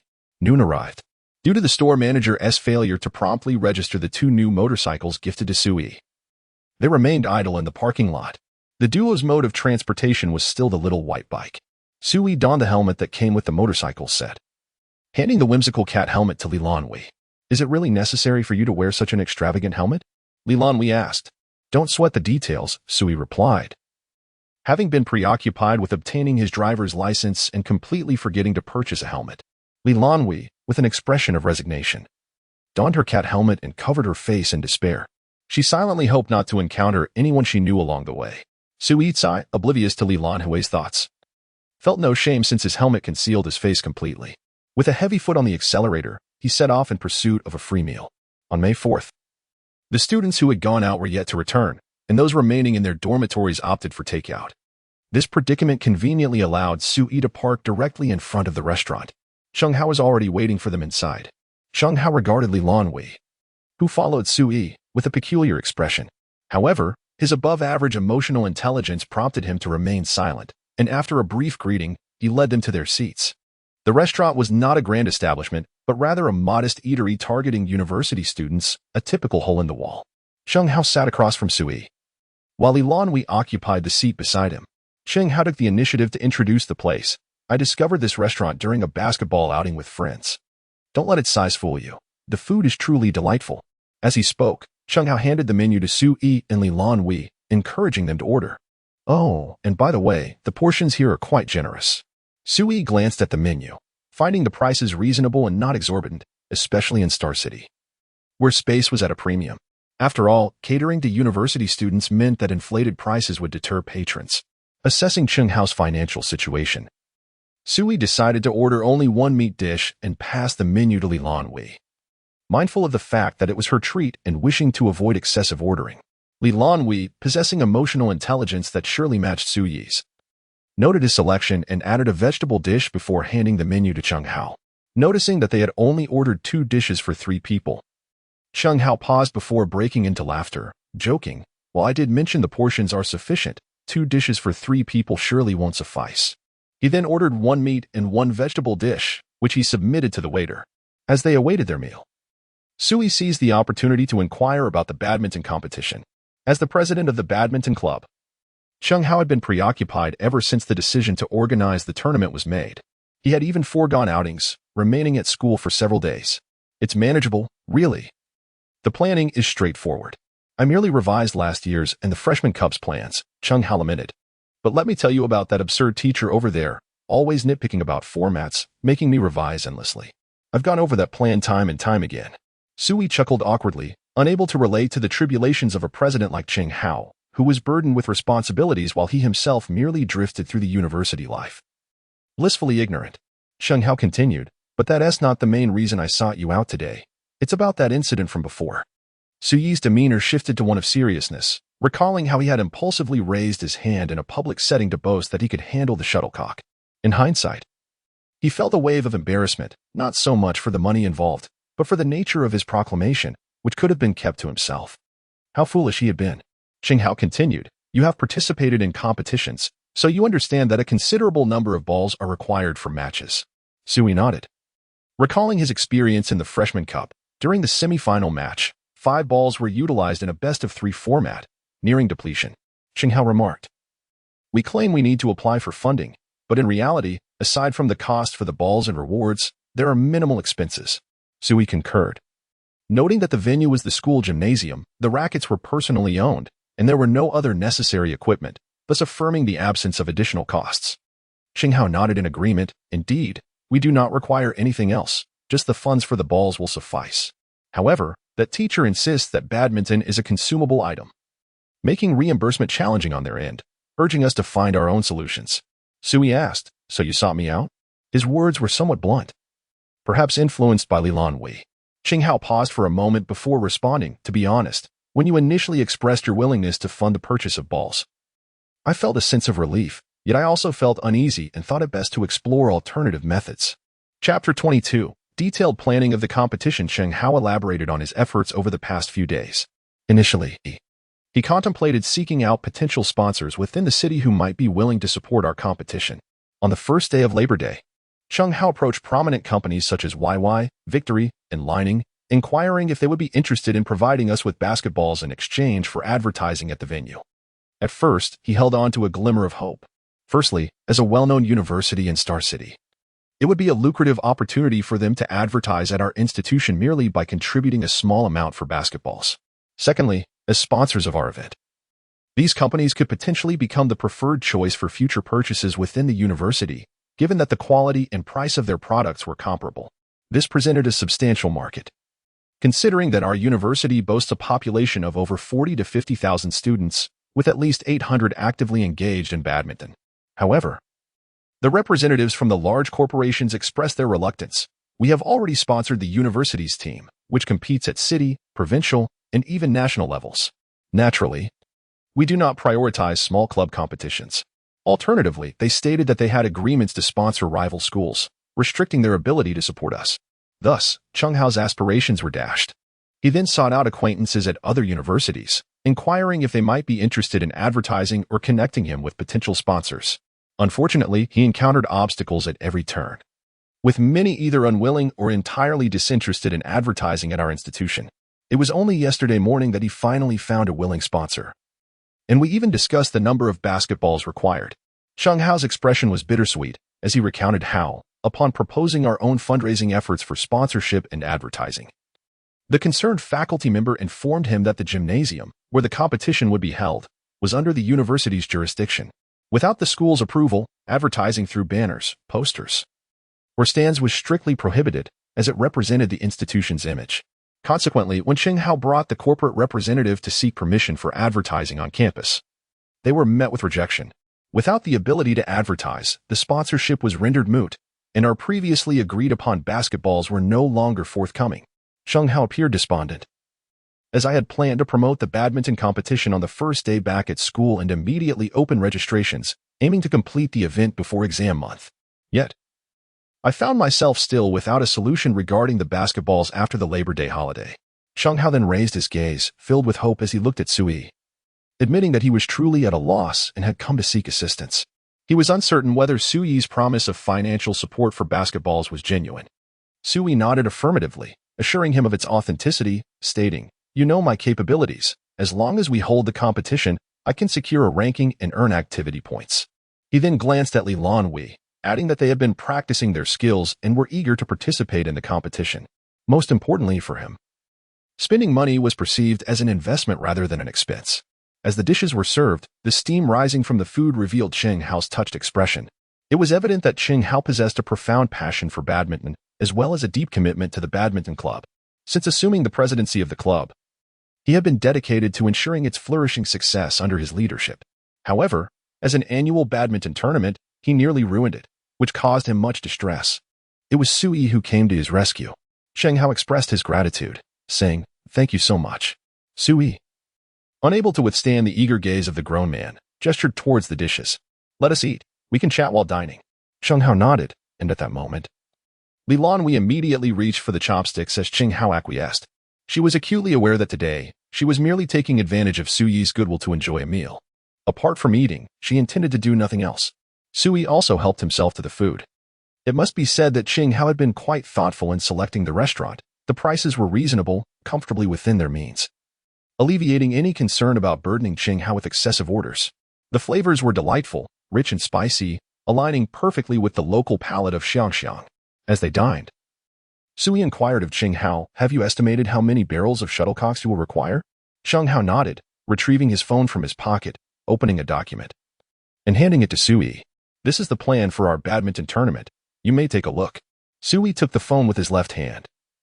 Noticing the dense text, much of it could be disregarded, but he focused on the event arrangements. The competition was divided into men's singles, men's doubles, women's doubles, and mixed doubles. The structure was standard, further segmented into preliminaries, the top 16, quarterfinals, semifinals, and finals. The preliminaries would be played to 11 points. The top 16 to 11 points over 3 games, and both the semifinals and finals to 21 points over 3 games. Cheng Hao remarked, "Based on this format, if the number of participants is sufficient, we will likely need at least 10 barrels of shuttlecocks. We may need to purchase more later on." Sui calculated that to select the top 16 from the preliminaries, they would need to play at least 16 matches, requiring 16 shuttlecocks across 5 categories, totaling 80. With each barrel containing 12 shuttlecocks, 10 barrels might suffice for the preliminaries, yet they might run short for the top 16. Sui queried, "Surely 10 barrels will not be enough?" Cheng Hao, somewhat embarrassed, replied, "Some of the less skilled players may not damage the shuttlecocks too badly during the preliminaries, allowing us to reuse them. We can have the referees collect them afterward." Sui nodded, finding no fault in this approach. Collecting damaged shuttlecocks was indeed a frugal practice. After a moment of contemplation, Sui decided, "I can initially purchase 15 barrels. We shall address any shortages later." Cheng Hao looked up, astonished. "Really?" Sui confirmed with a nod. Cheng Hao was moved to the point of tears, exclaiming, "I am truly touched. Sui, from this day forth, you shall be my brother, though we share no blood." Sui waved his hand, saying, "Just ensure you promote the event diligently. I hope to compete against some skilled players." Cheng Hao nodded enthusiastically. "We will certainly make an effort." With that, the conversation concluded, and the group fell into a comfortable silence as they continued their meal. As Cheng Hao resolved his significant concern, he relaxed, engaging Sui in tales and gossip about the badminton courts, creating a pleasant atmosphere. Eventually, they finished their meal. Lan Hui walked ahead, while the 2 men followed behind, with Cheng Hao gazing at Lan Hui's retreating figure. With a gentle nudge of his shoulder, Sui shot a knowing glance at Cheng Hao, who remarked, "Well, with such a beautiful girl, you ought to seize the opportunity." Sui waved his hand dismissively, signaling that Cheng Hao was overthinking it. "I merely brought her along for a meal. We've only recently met, so refrain from making assumptions." Cheng Hao was taken aback. "You mean you're not in that kind of relationship?" Sui shook his head. "Not at all, my friend. Are you going to pursue her? She possesses remarkable beauty and has the patience to listen to our banter without annoyance. Such a wonderful girl is a rarity in university." Yet, Sui continued to shake his head. The nature of his relationship with Lan Hui was ambiguous, even to him. It was merely a result of youthful exuberance that led him to boldly suggest they share a living space, thus rendering their connection both vague and complicated. No one could articulate it clearly. Sui bid farewell to Cheng Hao and donned his heavy helmet, assuming the role of Lan Hui's driver. "Heading home?" Lan Hui inquired, shaking her head with her feline companion. "Not going back." Chapter 23. Unlimited snack purchases. Lan Hui shook her head, signaling that she would not be heading home. She expressed her intention to buy snacks. Being renowned for its culinary offerings, the university's food street undoubtedly boasted more than just small eateries and vendors. This vibrant street offered a plethora of delights, including milk tea, snacks, coffee, restaurants, bars, and breakfast options. At either end, 2 large chain supermarkets stood proudly. Given that Lan Hui rarely visited this place, she was determined to indulge in a thorough shopping spree. "First, I'll buy snacks. And then I would like to enjoy some milk tea. I can place my order now, and once I finish my snack shopping, I will come back to collect it." Afterward, we can explore the supermarket and pick up some ingredients for dinner tonight. Sui was momentarily taken aback. It was the first time he had heard Lan Hui speak such a lengthy passage since they met. Did shopping truly bring women such joy? Nevertheless, Sui refrained from making an inappropriate remark about her verbosity and simply started the vehicle. Having spent over 6 months in Xinjiang, he was familiar enough with the food street to find the snack shops.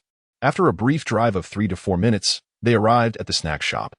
Sui parked the car, and he noticed Lan Hui eagerly waiting at the entrance. With a smile, he entered alongside her. You can go in first, he offered. Sui was not particularly fond of snacks, or perhaps he simply found them too expensive to purchase regularly. If he ever bought snacks, it would be limited to affordable options like kissing snacks. Lan Hui cheerfully replied, I'll wait for you. Upon entering the shop, she expertly retrieved a basket from the side and handed one to Sui as well. With a buoyant spirit, she began selecting snacks, her expression remaining somewhat aloof. How did Sui perceive her excitement? The way she swung the basket and her slightly more animated steps revealed her enthusiasm, albeit subtly in her typically cool demeanor. Why am I paying so much attention to her? Sui thought, forcibly redirecting his focus to the snack shelves. He had never noticed the vast array of snacks available before, previously dismissing them. As he casually browsed and examined the prices, a realization dawned upon him. He could indulge in unlimited snacks, as purchasing snacks equated to making a profit. Sui began to collect a variety of items, ensuring he sampled each one, many of which he had never tried before. He found the experience of selecting snacks quite enjoyable, though the cashier was clearly overwhelmed by the sheer volume of items he was purchasing, so much so that even after her shift ended, she continued to grumble about the customer who insisted on taking a bit of everything, leaving her with sore hands. After Lan Hui had filled her basket with treats, the two reconvened at the entrance. Curiously, she glanced at the large bag Sui was carrying.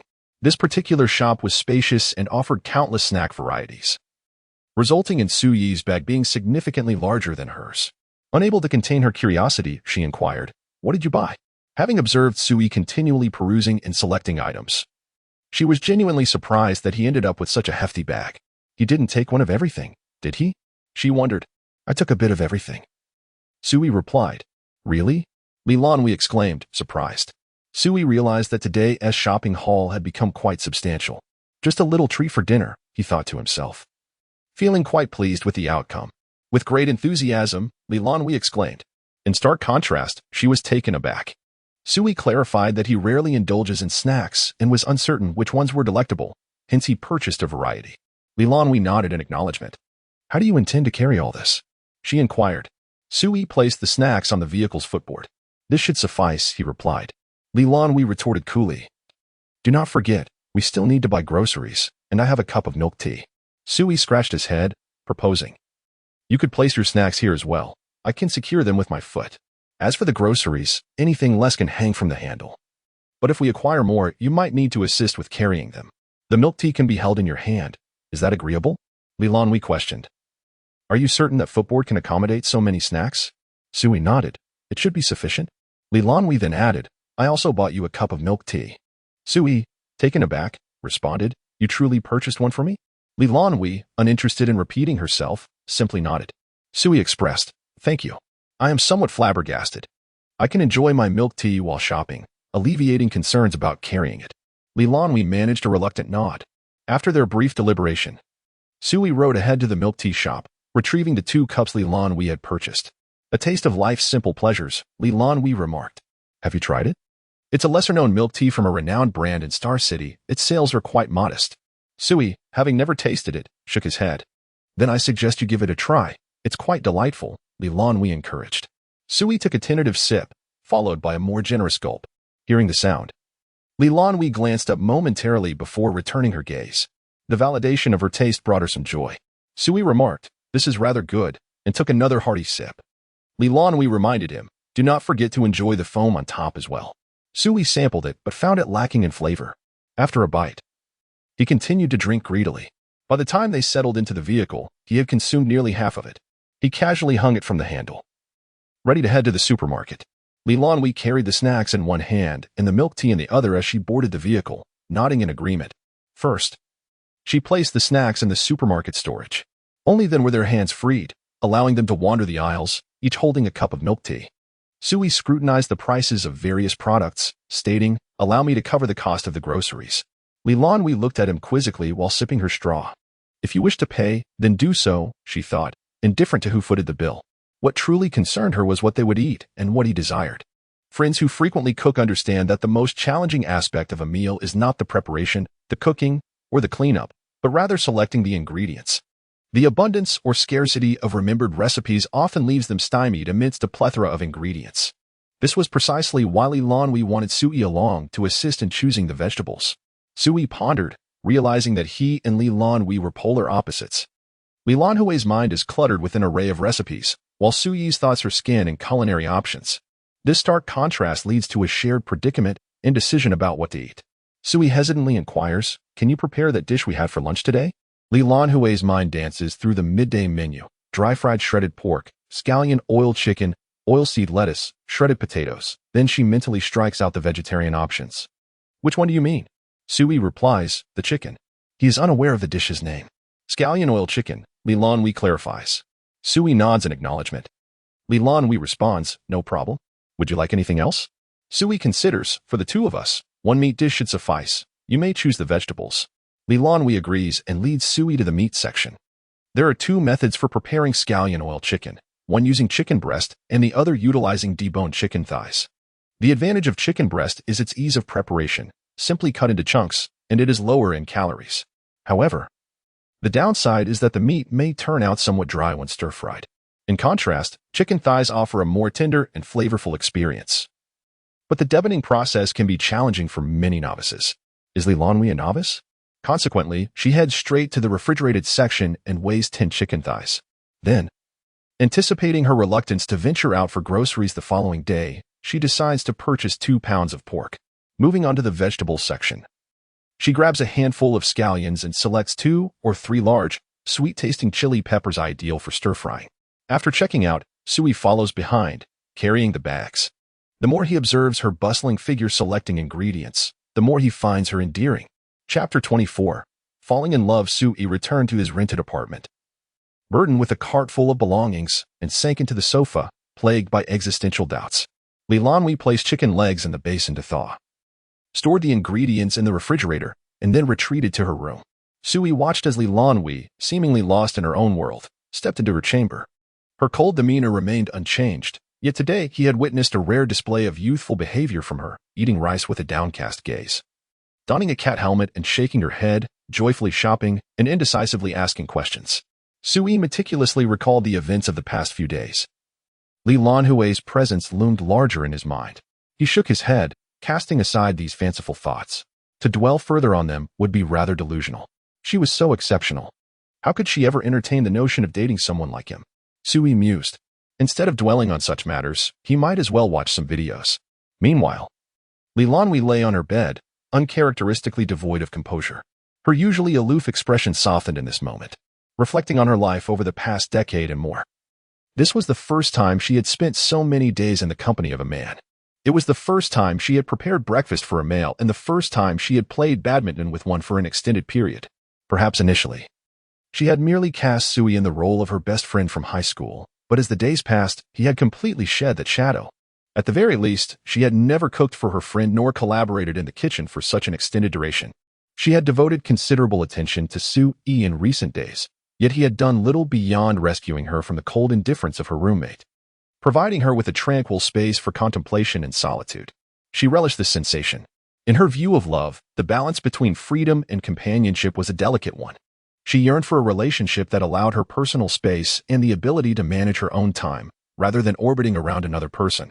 Nor did she wish for her partner to revolve around her. Likewise, she cherished the feeling of mutual companionship, though not the kind that necessitated constant proximity.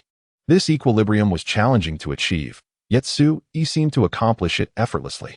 Unbeknownst to Sui, his insecurities and curiosity about Lan Hui had created a subtle distance between them, a distance that Lan Hui desired. It afforded her the freedom to reflect in her own room while he pursued his own endeavors. Subsequently, they found moments to converse about their respective experiences. Lan Hui was undoubtedly difficult to pursue. This was beyond dispute. During 1.5 semesters of university, 5 or 6 had attempted to win her over. Yet none had managed to grasp the distance she required. Su Yi was undoubtedly a commendable companion, she acknowledged. However, she recognized that her nature was too frigid, her expressions and actions projecting a considerable distance. Su Yi would undoubtedly be deterred by this. Should she alter her approach? Would such a change still represent her true self? Lan Hui was indeed a challenging pursuit. Su Yi contemplated that it would be exceedingly difficult for her to develop any affection for him. With her aloof expression, indifferent demeanor, intelligence, and beauty, she embodied the archetypal icy goddess often found among the protagonists of novels. In the past, Su Yi would have deemed himself incapable of such a pursuit, nor would he have dared to attempt it. His romantic beliefs dictated that mutual attraction was a prerequisite for any relationship. Yet, he could no longer deny his feelings for Lan Hui. If he wished to be with her, he would have to strive to win her affection. In colloquial terms, he was determined to pursue her. He, indeed, would pursue her. While he might have shied away previously, he was no longer the same individual he once was. Setting aside his own capabilities, the 1 million yuan he had saved at the age of 19 afforded him the means to achieve many things. Wealth could bestow a man with immense confidence. Although Lan Hui was a formidable pursuit, he felt assured in his ability to win her over. Su Yi silently resolved to take action. He then opened his phone and searched for advice on how to pursue a particularly aloof girl and what steps to take when interested in an exceptional woman. Perhaps he could draw from the experiences of others, for he had never been in a romantic relationship before.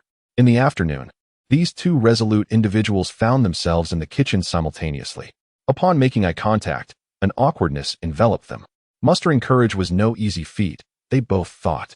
Lan Hui felt a twinge of trepidation. Taking a deep breath, she reminded herself that it was merely a simple change and pondered how to engage with Su Yi. Noticing her retreat from him, Su Yi held his breath, suppressing the urge to back away further, wondering if he had somehow offended her, feeling a pang of uncertainty. Just then, Lan Hui spoke up. "Could you assist me with this?" Su Yi was momentarily taken aback, but quickly nodded in agreement. Both heaved a sigh of relief. Realizing she did not harbor any animosity towards him, he noted her retreat, resolving that she must take the initiative. As they entered the kitchen, each with their own thoughts, Lan Hui, in her domain, suddenly found her confidence. She retrieved the scallions she had purchased from the supermarket, dividing them in half, and instructed Su Yi, "Please chop this half into small segments." Su Yi nodded and accepted the scallions, finding the task quite manageable. Meanwhile, Lan Hui approached the sink to rinse the chicken legs. The scallions were swiftly chopped, and as Su Yi completed his task, Lan Hui directed him to wash the peppers, removing their stems and slicing them open. He complied without hesitation. Lan Hui felt a wave of relief. Thankfully, these kitchen tasks were not overly complicated, and she could lead the interaction. Although it was challenging, she persevered. Su Yi, feeling relieved as well, recalled the cryptic advice he had encountered. He despised ambiguity. Nevertheless, he successfully engaged with her by performing small, manageable tasks to draw closer to her. But what does it mean to elevate one's significance in another's heart? How does this absurd tutorial differ from a university textbook? After Su Yi finished chopping the chili, Lan Hui had just completed her task with the chicken legs. Glancing at Su Yi, Lan Hui pursed her lips and spoke. "It's done. There's nothing else to do." Su Yi replied, "Then I will wait for you outside." Lan Hui nodded gently. As Su Yi exited the kitchen, his mind raced with thoughts, leading him to consider something he could do. "Hey, Lan Hui, do you have a package to pick up?" Lan Hui, engaged in cutting the chicken meat, momentarily paused at Su Yi's question. She sensed that something was off about him today. Yet, she answered, "No." Su Yi, anticipating her refusal, swiftly followed up, "Then, is there any drink you would like?" Lan Hui realized that he had finally recognized what was unusual about his behavior today. Like her, he had become significantly more proactive. Amused, her tone softened involuntarily as she replied, "Let us get some orange juice." Su Yi nodded, and upon hearing Lan Hui's suddenly gentle voice, he etched into his memory that her preferred drink was orange juice. Chapter 25. A lesson in failure. After dinner, Su Yi resumed his routine of washing the dishes, while Lan Hui retreated to her room to change attire in preparation for a game of badminton. Su Yi retrieved his own sports bag, indicating to Lan Hui that she could place her belongings within it. Lan Hui's backpack was rather large, and after accommodating 2 containers of shuttlecocks provided by Su Yi, along with her own 2 rackets and Su Yi's 2, it appeared somewhat cumbersome. Though not entirely packed, it indeed felt a bit bulky, making her journey on the bus rather uncomfortable. Su Yi's bag was a shoulder bag, easily slung across one shoulder while riding. and he found it more convenient than her two-shoulder backpack, even if it might get dirty. Lan Hui nodded, affirming that she would place her items in his bag once she finished changing. This could be viewed as an act of initiative, a gracious acceptance of another's kindness. However, she still expressed her discontent with the idea of placing her belongings on the footboard and insisted on carrying her backpack herself. Sui was unconcerned, reasoning that if it got dirty, he could simply replace it. It was not particularly expensive, merely a YY bag model 2326X, costing just over 1,000 yuan, merely a fraction of the price of his motorcycle. The two rode together towards the university's badminton hall. The hour was still early, with the sun lingering in the sky, casting warm rays that coaxed the clouds to blush with shades of pink.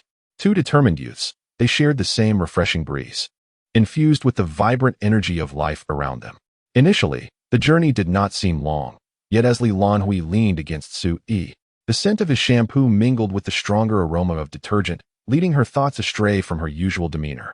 Sui, rigidly focused on navigating the road, narrowly avoided colliding with vehicles that unexpectedly surged ahead. He wondered why he had never perceived this path as lengthy before.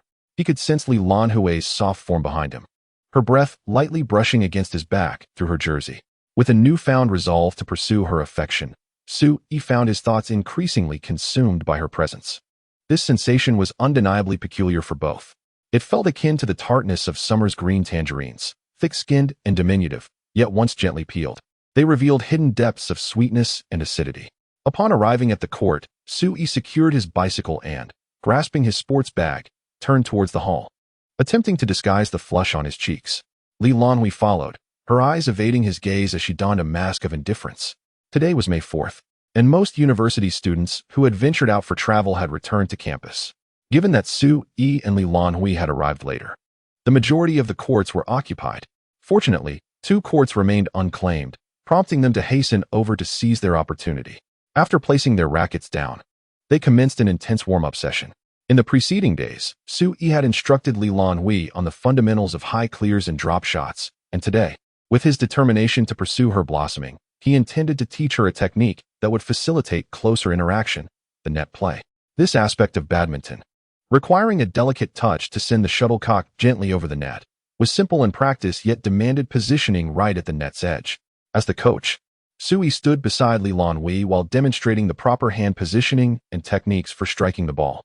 Similarly, he faced her, tossing balls for her to practice with. Theoretical concepts were evolving into practical application. Sui retrieved a bucket of balls from the side, grasped his racket, and briefly illustrated the fundamental striking positions, before gently raising Lan Hui's hand to teach her the correct grip and force application. Plans proceeded as intended. Lan Hui, holding her racket, bit her lip and approached Sui, only to feel a chill in her gaze upon noticing his attempt to touch her hand. It was not the intrusion that unsettled her, but rather the realization that her proactive strategies had been preempted by him. Unable to conceive of alternative approaches, she feigned an adjustment of her stance while subtly inching closer to him. As Sui continued his instruction, he became aware that Lan Hui's focus was entirely diverted from the ball, while his own body unconsciously drew nearer to hers. A bead of sweat trickled down his brow. He was unaware of how he had moved so close to her. He recalled the advice from various guides, which cautioned against sudden proximity when engaging with someone one admires, as it could evoke feelings of resistance or fear in the other person, significantly impacting their rapport. He worried that this might lead Lan Hui to develop an aversion towards him. From what he knew, she was not fond of physical contact with unfamiliar males. Nor did she appreciate relationships that advanced too hastily, without mutual respect and understanding. Her rejection of Wang Yifei had highlighted her desire for a partner with whom she could build a deep connection over time. In essence, Lan Hui was quite slow to warm up. Hastily, Sui curtailed his instructional agenda. The actions were simple enough, but they relied heavily on a sense of the ball. "I'll stand across from you and toss some balls for you to practice," he suggested, oblivious to the fact that he had been inching closer all along. Noticing Sui's flustered demeanor, Lan Hui felt her face flush as she recalled their sudden closeness. However, employing her formidable emotional control, she managed to compose herself. Nodding, she concluded that perhaps Sui preferred to maintain some distance. She would adopt a different approach next time. Internally, she resolved not to disturb their conversation, maintaining an air of politeness. As Sui positioned himself opposite her, he was captivated by her flawless visage, her bright eyes resembling the most exquisite black diamonds set against her delicate features. Her lively gaze infused her otherwise indifferent expression with vibrancy. In his nervousness, he fumbled, causing the ball to drop to the ground. "My apologies," he stammered as he bent to retrieve it, acutely aware that this had been his least successful teaching moment. His mind had wandered during the instruction and even while tossing balls. What had he even taught today? Sui pondered. Meanwhile, Lan Hui, bewildered as she gripped her racket, swiftly replayed the motions of force application and striking in her mind. Yet, no matter how hard she tried to concentrate, her thoughts were consumed by the image of Sui and the faint trace of his alluring scent. Sui's voice possesses a certain charm. Were he to sing, it would undoubtedly be melodious. No, focus, focus. Power must be exerted from top to bottom, engaging the fingers and wrists, while the arms remain relaxed. Sui's right hand displays pronounced muscle definition, which greatly appeals to her, instilling a profound sense of security. Lan Hui. No, what is she contemplating? What did Sui just teach? Why does she recall nothing? This is undoubtedly her most unsuccessful learning experience. Chapter 26. The first mixed doubles match as mealtime passed. The number of players increased significantly. The courts, already occupied, attracted more spectators who gathered around the periphery. Some recognized Sui and greeted him, while many others took note of Lan Hui. Attractive girls are not uncommon in university, yet those who are both beautiful and willing to engage in sports are rare. Firstly, sports do not typically fall within the interests of college students. Secondly, playing inevitably leads to perspiration, which complicates makeup. When a striking young lady unexpectedly appears on the court, most individuals cannot help but steal a glance. This is not driven by frivolous intent. Rather, badminton enthusiasts harbor no romantic notions, only a profound yearning for the game. A couple approached Sui, having noticed him. "Classmate, would you like to play mixed doubles?" Sui, who was retrieving the shuttlecock, looked up and exclaimed, "Good brother." Lan Hui turned her head, "Good sister." Once Sui finished gathering the shuttlecocks, he exchanged glances with Lan Hui and asked, "Shall we play mixed doubles?" Mixed doubles was, apart from dating and intimacy, the quickest way Sui could think of to bridge the gap between the sexes. Lan Hui feigned contemplation, but ultimately nodded. "I'm fine with it, if it's with you." Seeing this, Sui suppressed his delight and replied, "All right, let us play." The young man chuckled. "I'm not very skilled, so please go easy on me." Sui waved his hand dismissively. "I've never played mixed doubles before, so you'll have to accommodate me." The two exchanged a polite but insincere smile. "The court is rife with common deceptions. I don't hit hard. I haven't played in ages. My stamina is lacking. I'm quite inexperienced." Those who believe such claims are fools. Lan Hui maneuvered under the net to stand beside Sui, yielding the adjacent court to the approaching couple. She looked up and inquired, "You've never played mixed doubles?" Sui nodded, truthfully admitting, "I've only played men's singles and doubles, never mixed." Lan Hui replied, "Neither have I." Sui jested, "Then we're doomed." Lan Hui responded, "It's up to you, then." Surprised that she engaged with his jest, Sui composed himself. "Trust me." Although he had never participated in mixed doubles, he had observed such matches and was familiar with the basic positioning and movement strategies. In mixed doubles, the male player's stamina and strength often provide an advantage, typically standing at the back, while the female player positions herself at the front. Generally, in amateur mixed doubles, they maintain this front and back positioning, with all rear court shots designated for the male player and all front court shots for the female player. Those who have trained or played for an extended period will adjust their positions, retreating when the male player is slow to respond, ready to counter the opponent's shots. Lan Hui's trust in Sui implied she believed he could handle the situation, while she would remain at the front. This also afforded her an opportunity to practice the net play that Sui had entrusted to her. Sui retrieved the shuttlecock and asked the opposing pair, "Shall we warm up?" The young man nodded in agreement. They engaged in a warm-up, exchanging high clears. Sui was unexpectedly impressed by the young man's skill, while the young woman's high clears were also well-placed when she was prepared and positioned at the back. A sense of pressure washed over him. This match was likely to be a challenge. The boy sent the ball over, adjusted his shoulders, and spoke to Sui. Sui, with a deft maneuver, positioned his racket to absorb the ball's energy, halting it delicately before handing it to Lan Hui, saying, "You serve." He then moved to the back, preparing himself. Upon observing the opposing players, it was evident that their receiving and serving postures were executed with precision, indicative of prior practice through online tutorials. The rules of badminton stipulate that odd-numbered serves occur from the left side, while even-numbered serves are from the right. If a point is scored, the server continues to serve. Lan Hui was aware of how to execute a backhand serve, which alleviated Su Yi's concerns considerably. As she served, the opposing girl was slightly delayed in her reaction, failing to seize the high point of the ball, resulting in a defensive lift. The initiative then shifted to Su Yi, testing the waters. He leapt and executed a powerful smash directed at the boy. As the girl elevated, the boy anticipated the smash, having prepared himself for Su Yi's attack, and effortlessly returned it with a diagonal shot. Lan Hui, positioned at the front, employed the footwork techniques Su Yi had taught her, swiftly reaching the ball's vicinity and executing a delicate net shot. Su Yi, witnessing her finesse, couldn't help but commend, well played. Indeed, the shot was skillful. It barely cleared the net, landing softly and close to the edge. After the boy returned the diagonal shot, he promptly followed up, while the girl retreated to cover the backcourt. Lan Hui's net play left the boy with no choice but to lift the ball back to Su Yi. Su Yi soared for another smash, this time with only the girl defending in the backcourt, who was unable to intercept his cunning shot aimed at the sideline. Su Yi advanced and praised Lan Hui again, saying, "Great shot, you're learning quickly." Lan Hui suppressed a smile, and Su Yi remained unperturbed. The girl retrieved the ball and served it to Lan Hui. 1 o'clock. Lan Hui served again, this time to the boy, who reacted swiftly, seizing the high point of her serve and returning a sharp, fast shot. Yet, Su Yi's skill proved superior. He executed a rapid forehand flick, sending the ball soaring away. The boy, bending backward, attempted a desperate kill towards Su Yi's left sideline. After executing his shot, Su Yi quickly pivoted to block the counterattack and reminded Lan Hui. Front court. Upon hearing this, Lan Hui suppressed the urge to turn her head and positioned herself at the front. The opposing girl advanced, but seeing Lan Hui's stance, could only lift Su Yi's incoming shot, directing it towards the right corner.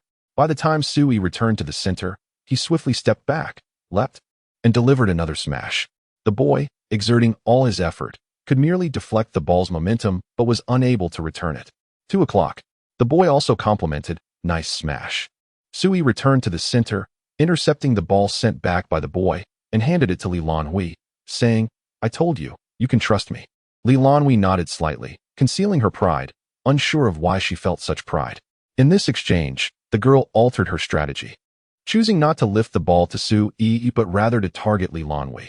Being new to net play, Lan Hui struggled to respond to the girl's angled strikes and deceptive lifts, resulting in a lost point. 2. Once Su Yi reminded Lan Hui to maintain her focus and raise her racket. Lan Hui's gaze was frosty as she nodded, elevating her racket slightly. The girl opposite her noticed the intensity in Lan Hui's eyes, and an involuntary chill ran down her spine. It felt as though there were a deadly intent emanating from her. 3, 1, 5, 3, 9, 6, 14, 10, 17, 16, 21, 18. The opposing male and female players did not disappoint Su Yi's expectations, keeping the score tightly contested. They meticulously exploited the gaps in Su Yi and Lan Hui's coordination, either by relentlessly moving Su Yi or by employing net techniques to force Lan Hui into errors or create opportunities. Yet, they ultimately succumbed to Su Yi's exceptional individual skills. Lacking synergy, they relied solely on numerical advantage and technique.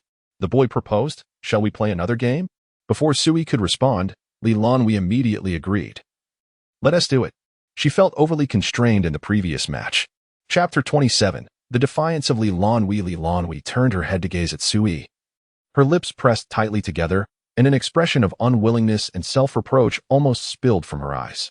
It was entirely her fault that he had to struggle so hard in this match. Su Yi seemed to perceive a blazing fire in Lan Hui's gaze.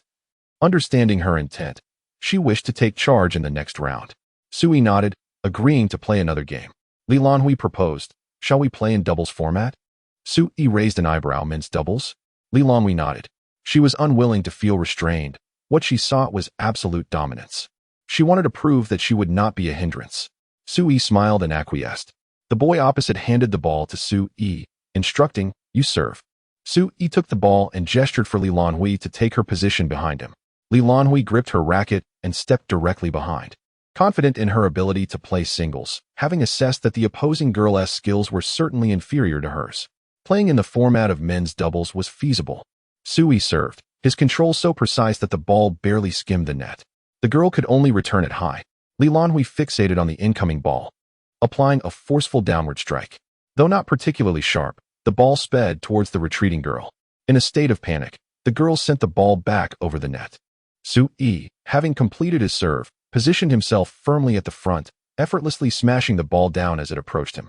Turning back, Su-yi exchanged a high five with Lan Hui, celebrating their good play. Score, 1-0. Lan Hui adhered to the principles of men's doubles, while Su-yi treated her as an equal, fully trusting in her capabilities. Lan Hui did not betray Su-yi's faith. Apart from failing to return the opposing boy's powerful shots, she maintained the initiative for most of the time. The match concluded with a score of 21-13. Although Lan Hui had initially claimed she would exert absolute pressure, her skills were indeed insufficient, and Su-yi's politeness allowed their opponents to score 13 points. Lan Hui felt a sense of satisfaction, or perhaps exhaustion prevented her from feeling otherwise. The relentless volleys, net play, and movement had drained her energy. After all, while the opposing players might seem pedestrian in Su-yi's eyes, their skills were commendable. Seeing that Lan Hui was panting heavily, the boy opposite chose not to suggest another round. Instead, he approached the net to inquire if Su-yi would like to play singles. Su-yi glanced at Lan Hui, seeking her consent. Lan Hui nodded. "I'll take a break on the side." The opposing girl had already conferred with her partner and retreated to the sidelines. Upon witnessing this, Su-yi agreed as well. Singles, 21 points. The opposing boy nodded. "You serve." Su-yi began the serve. Lan Hui sat at the sidelines, slightly out of breath. The girl then approached her and sat down, introducing herself. "I am Feng Chi-Chi, a sophomore from the School of Arts. What about you?" Lan Hui was taken aback by the girl's approach, but found herself less resistant towards her than she had been with the boys. Although her expression appeared frosty, she was not truly aloof, and she felt a sense of admiration for the senior who had so boldly showcased herself on the court. Lan Hui, a freshman majoring in business management. The junior covered her mouth and laughed. "Oh, so you are a junior?" "Just now, observing your demeanor on the court. I thought you were older than me." The senior had a petite face, large, charming eyes, and a delightful smile, contrasting sharply with Lan Hui's demeanor. "I can't handle this." Lan Hui thought to herself, opting to maintain her cool facade. Feng Chi-Chi, however, was unfazed by Lan Hui's icy demeanor. Anyone who had played basketball on the court was considered a friend. "Hey, Lan Hui, is it all right if I call you that?" Lan Hui nodded, indicating her consent. "Great. Let us add each other on WeChat. If you ever want to play ball, just holler." Feng Chi-Chi said with a beaming smile as she pulled out her phone to scan for Lan Hui's WeChat. After a moment's consideration, Lan Hui did not refuse and added the senior's contact. Her gaze drifted towards Su-yi, who moved swiftly and precisely on the court, his rhythm steady and captivating. Impressive, Lan Hui thought, as she observed Su-yi's performance. This was her first time witnessing him play with such intensity, though perhaps it was not his utmost effort. It reminded her of their matches, and she could not discern if he was holding back. She did, however, catch a few elusive feints, watching intently, unaware of the fervor reflected in her expression and gaze from Feng Chi-Chi's perspective. Feng Chi-Chi, with a quizzical expression, had not anticipated that such a seemingly cold girl could exhibit such warmth. Prior to this encounter, she had assumed it was a case of a boy pursuing a girl. Now it appeared to be mutual affection. Her curiosity piqued. She leaned in to inquire, "Hey Lan Hui, are you two a couple?" Gesturing towards Su-yi, Lan Hui replied, Not exactly." Unbeknownst to her, the very denial had already reddened her ears. Feng Chi-Chi observed her curiously, a mischievous smile spreading across her face. How amusing. The flirtation of young love. She could hardly contain her eagerness to tease further. "So, you're not dating? I think Su-yi seems to like you." Upon hearing this, Lan Hui's ears flushed crimson, yet she managed to maintain her composed countenance. "Su-yi likes me?" Feng Chi-Chi continued. "You were right behind him. So it's understandable that you couldn't see it. But I stood in front of him when you were executing your smash." And the pride in his gaze was unmistakable. At this point, Feng Chi-Chi felt a twinge of envy, adding, "You know, that look is something Chunjun rarely gives me. If ever." Lan Hui, unable to suppress her expression, turned to Feng Chi-Chi and asked, "Is that true?" Observing the surprise in Lan Hui's eyes, Feng Chi-Chi realized she had misjudged the situation. The two were not engaged in any flirtation? Really? Yet, there was an undeniable aura of attraction surrounding them. Feng Chi-Chi was astonished. "You don't feel it?" Lan Hui shook her head. "I don't know." Feng Chi-Chi understood. This was a junior who had never experienced romance. It is quite common to be uncertain about one's circumstances. Turning to observe the situation on the field, I noticed, with keen scrutiny, that my boyfriend was at a disadvantage and appeared to be on the receiving end of an onslaught. I then redirected my attention to converse with Lan Hui. You bully my boyfriend, so don't be surprised if I target the person you hold dear, I remarked. Do you harbor feelings for him as well? Don't even think about deceiving me. I've already seen through it. The emboldened senior, who had lost her composure, opted for a direct approach. Lan Hui, taken aback by this sudden confrontation, instinctively recoiled, especially since we were mere acquaintances. Her demeanor turned frosty. Whether I like him or not should not concern you. The chill in her response left Feng Qiqi momentarily taken aback. If you choose not to speak, then so be it, she murmured to herself. Honestly, why frighten her? Oh, how irritating it is. Unable to prevail on the field, I am also unnerved off of it. Chapter 28. Do you like him? Lan Hui overheard the murmurs of her senior and felt a pang of guilt for her cold demeanor. She initiated a conversation, asking, how did you figure it out, senior? Feng Qiqi looked up and smiled. The seemingly aloof junior actually possessed a gentle heart. It's evident in your gazes and the atmosphere between you two. I can't quite articulate it, but there's a palpable sense of consideration for one another. Your attention is largely directed towards each other, which is quite striking. Feng Qiqi illustrated her point. For instance, during the basketball game, weren't you quite concerned about how hard he was trying to save the ball and score? Lan Hui nodded, realizing the advantages of having someone to lean on. Her high intelligence and emotional acuity began to manifest during their conversation, allowing her to break free from her fixation on pursuing Sui. And he was also attentive to my feelings while playing, worried I would blame myself for losing.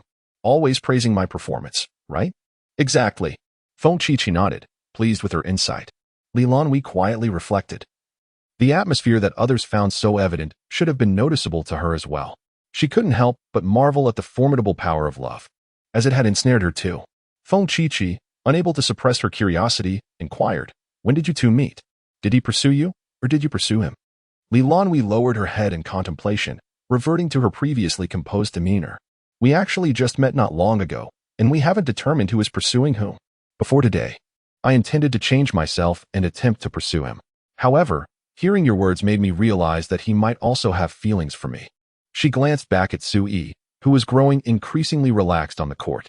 Senior, how did you and Xinjun end up together? Upon mentioning this, Feng Qiqi's expression softened, completely forgetting her initial intent to gossip. I met Xinjun on the basketball court. At that time, I was merely a novice playing for fun after finishing my college entrance exams. He was quite skilled, having played badminton in high school. One day, when the court was crowded, Xinjun approached me and asked if I played mixed doubles. For reasons unknown, I agreed. Lan Hui looked at Xinjun, the boy on the court, noting his pleasing appearance. She understood now. It was a case of love at first sight. Later, Xinjun realized I had no idea how to play mixed doubles and patiently taught me the ropes. I had just entered college and was daydreaming about a beautiful romance. So I boldly initiated conversations with him and exchanged contact information. As Feng Qiqi reminisced, a smile crept onto her lips. Lan Hui pondered silently. It seemed natural that they fell for each other at first sight, but was it also a result of the senior's boldness? Feng Qiqi advised Lan Hui, you should know. Your beauty poses a significant challenge for boys.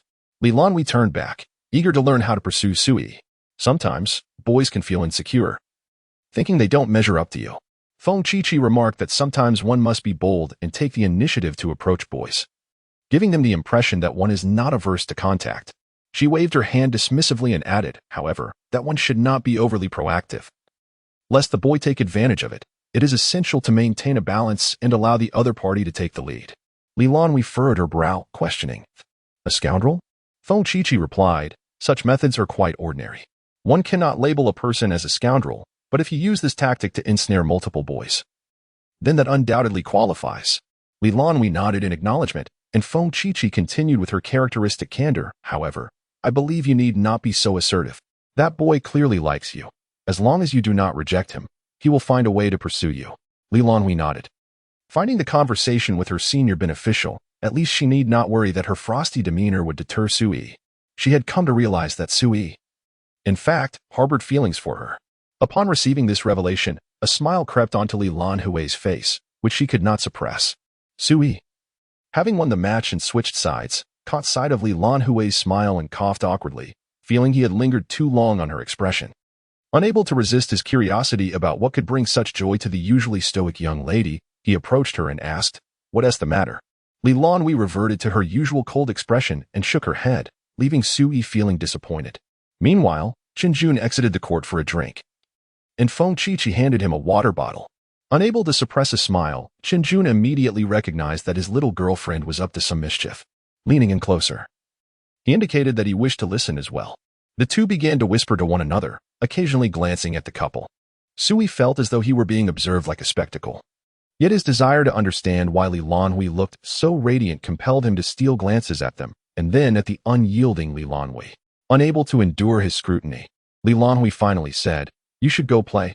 I'll tell you later." Sui nodded happily, eager to learn the reason behind her smile. He returned to the game, engaging in singles matches for a couple of rounds until he managed to impress upon Jun the significant gap in their skills, prompting them to switch to doubles. Jun declared, "Although I cannot defeat you in singles, our year of teamwork and bond will surely allow us to triumph." Yet, as it turned out, that was not the case. Despite their lack of inherent synergy, Sui and Lan Hui played in a doubles format, achieving a commendable level of coordination. Coupled with Lan Hui's superior skills in high shots and smashes, she frequently directed the ball towards Feng Qiqi, scoring numerous points and leaving Feng Qiqi visibly displeased. However, as it was a friendly match, Jun refrained from executing overtly powerful shots against Lan Hui, and he hesitated to intercept the balls she deliberately set up for Feng Qiqi. Consequently, neither of them managed to secure a victory before leaving the court. Feng Qiqi stomped her foot in frustration and boldly approached Lan Hui, playfully striking her with her small hand. "Lan Hui, how could you do this?" she protested. Sui admired her audacity from the sidelines. Jun then approached Sui to exchange contact information for future matches, adding a note that reminded him he was competing against a freshman. "So you're Sui?" "Wow," Jun exclaimed. Sui replied, "What's up?" Jun turned to Feng Qiqi, who was interrogating Lan Hui, and said, "Qiqi, this is Sui, the third newcomer. Now I understand why we couldn't win." Feng Qiqi glanced back. "Oh, so you are Sui?" Sui, puzzled, responded, "What about it?" Lan Hui, intrigued, wondered why such a reaction for someone merely ranked third among newcomers. Feng Qiqi explained during the club meeting that day. "The issue of not being able to afford the balls comes up every year, but you were the first to volunteer to cover the competition expenses entirely. This news has spread widely. Those who wish to compete are quite grateful to you. A notable figure indeed." Sui scratched his head, surprised that the thrill of showing off had only just arrived. He had become a name in the badminton community of the university. It was no wonder that even those with whom he had only a passing acquaintance approached him today. Jun took out his phone, exclaiming, "Let's take a photo together." "Sugu, it's not every day you meet a celebrity." Sui quickly waved his hands. "I can't handle this." However, he was unable to resist Jun's enthusiasm and ended up posing for a picture. Jun lowered his head and sent the photo to his badminton group chat. "Look who I met today." Lan Hui approached Sui and playfully tapped him, teasing, "A notable figure." Sui rolled his eyes at her. She then leaned in to enjoy the spectacle. Jun put his phone away and looked at both Sui and Lan Hui, asking, "Shall we head back to the dorm together?" Sui shook his head. "We live off campus, so we'll take a different route." Feng Qiqi widened her eyes in surprise, peering at the two. "Wait, you two are living together?" she exclaimed, initially thinking they were being flirtatious. Lan Hui, being somewhat closer to Feng Qiqi, quickly clarified, "It's just a shared rental." Feng Qiqi eyed them skeptically, a playful smile creeping onto her face. She turned to her partner and said with a grin, "All right. We won't disturb you any longer. Bye-bye." Lan Hui chimed in, "Goodbye." Sui also waved goodbye to Jun. Chapter 29. Let us enroll in a training class. Having gathered their belongings, the two rose and departed, with Sui taking the initiative to carry the sports bag. As they strolled toward the back of the gymnasium, Sui inquired, "Are you feeling cold?" Lan Hui shook her head in response. Sui added, "I have a jacket in my bag. If it gets chilly, you can wear it." Although the temperature on May 4th was relatively warm, they had only donned short sleeves for their afternoon outing, and now, as the clock neared 9, the air had turned noticeably cooler. Upon reaching the car, Sui unlocked it and handed Lan Hui the helmet. After a moment's thought, he left the sports bag in the vehicle and retrieved the jacket, offering it to her. Lan Hui pouted, gazing at the garment without accepting it. Sui reassured her, "When we drive, the wind will surely make it cold. You should wear it. What about you? Lan Hui pondered silently, but instead of voicing her thoughts, she slipped into Su Yi's jacket. Concerned that she might find it unappealing, Su Yi explained. I last wore this in October. It's been washed and is clean.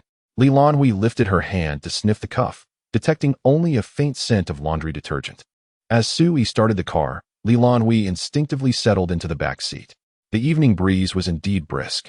The glow of the streetlights illuminated Su Yi's profile, and Lan Hui quietly admired the soft sheen of his hair, the air around her infused with his distinct fragrance.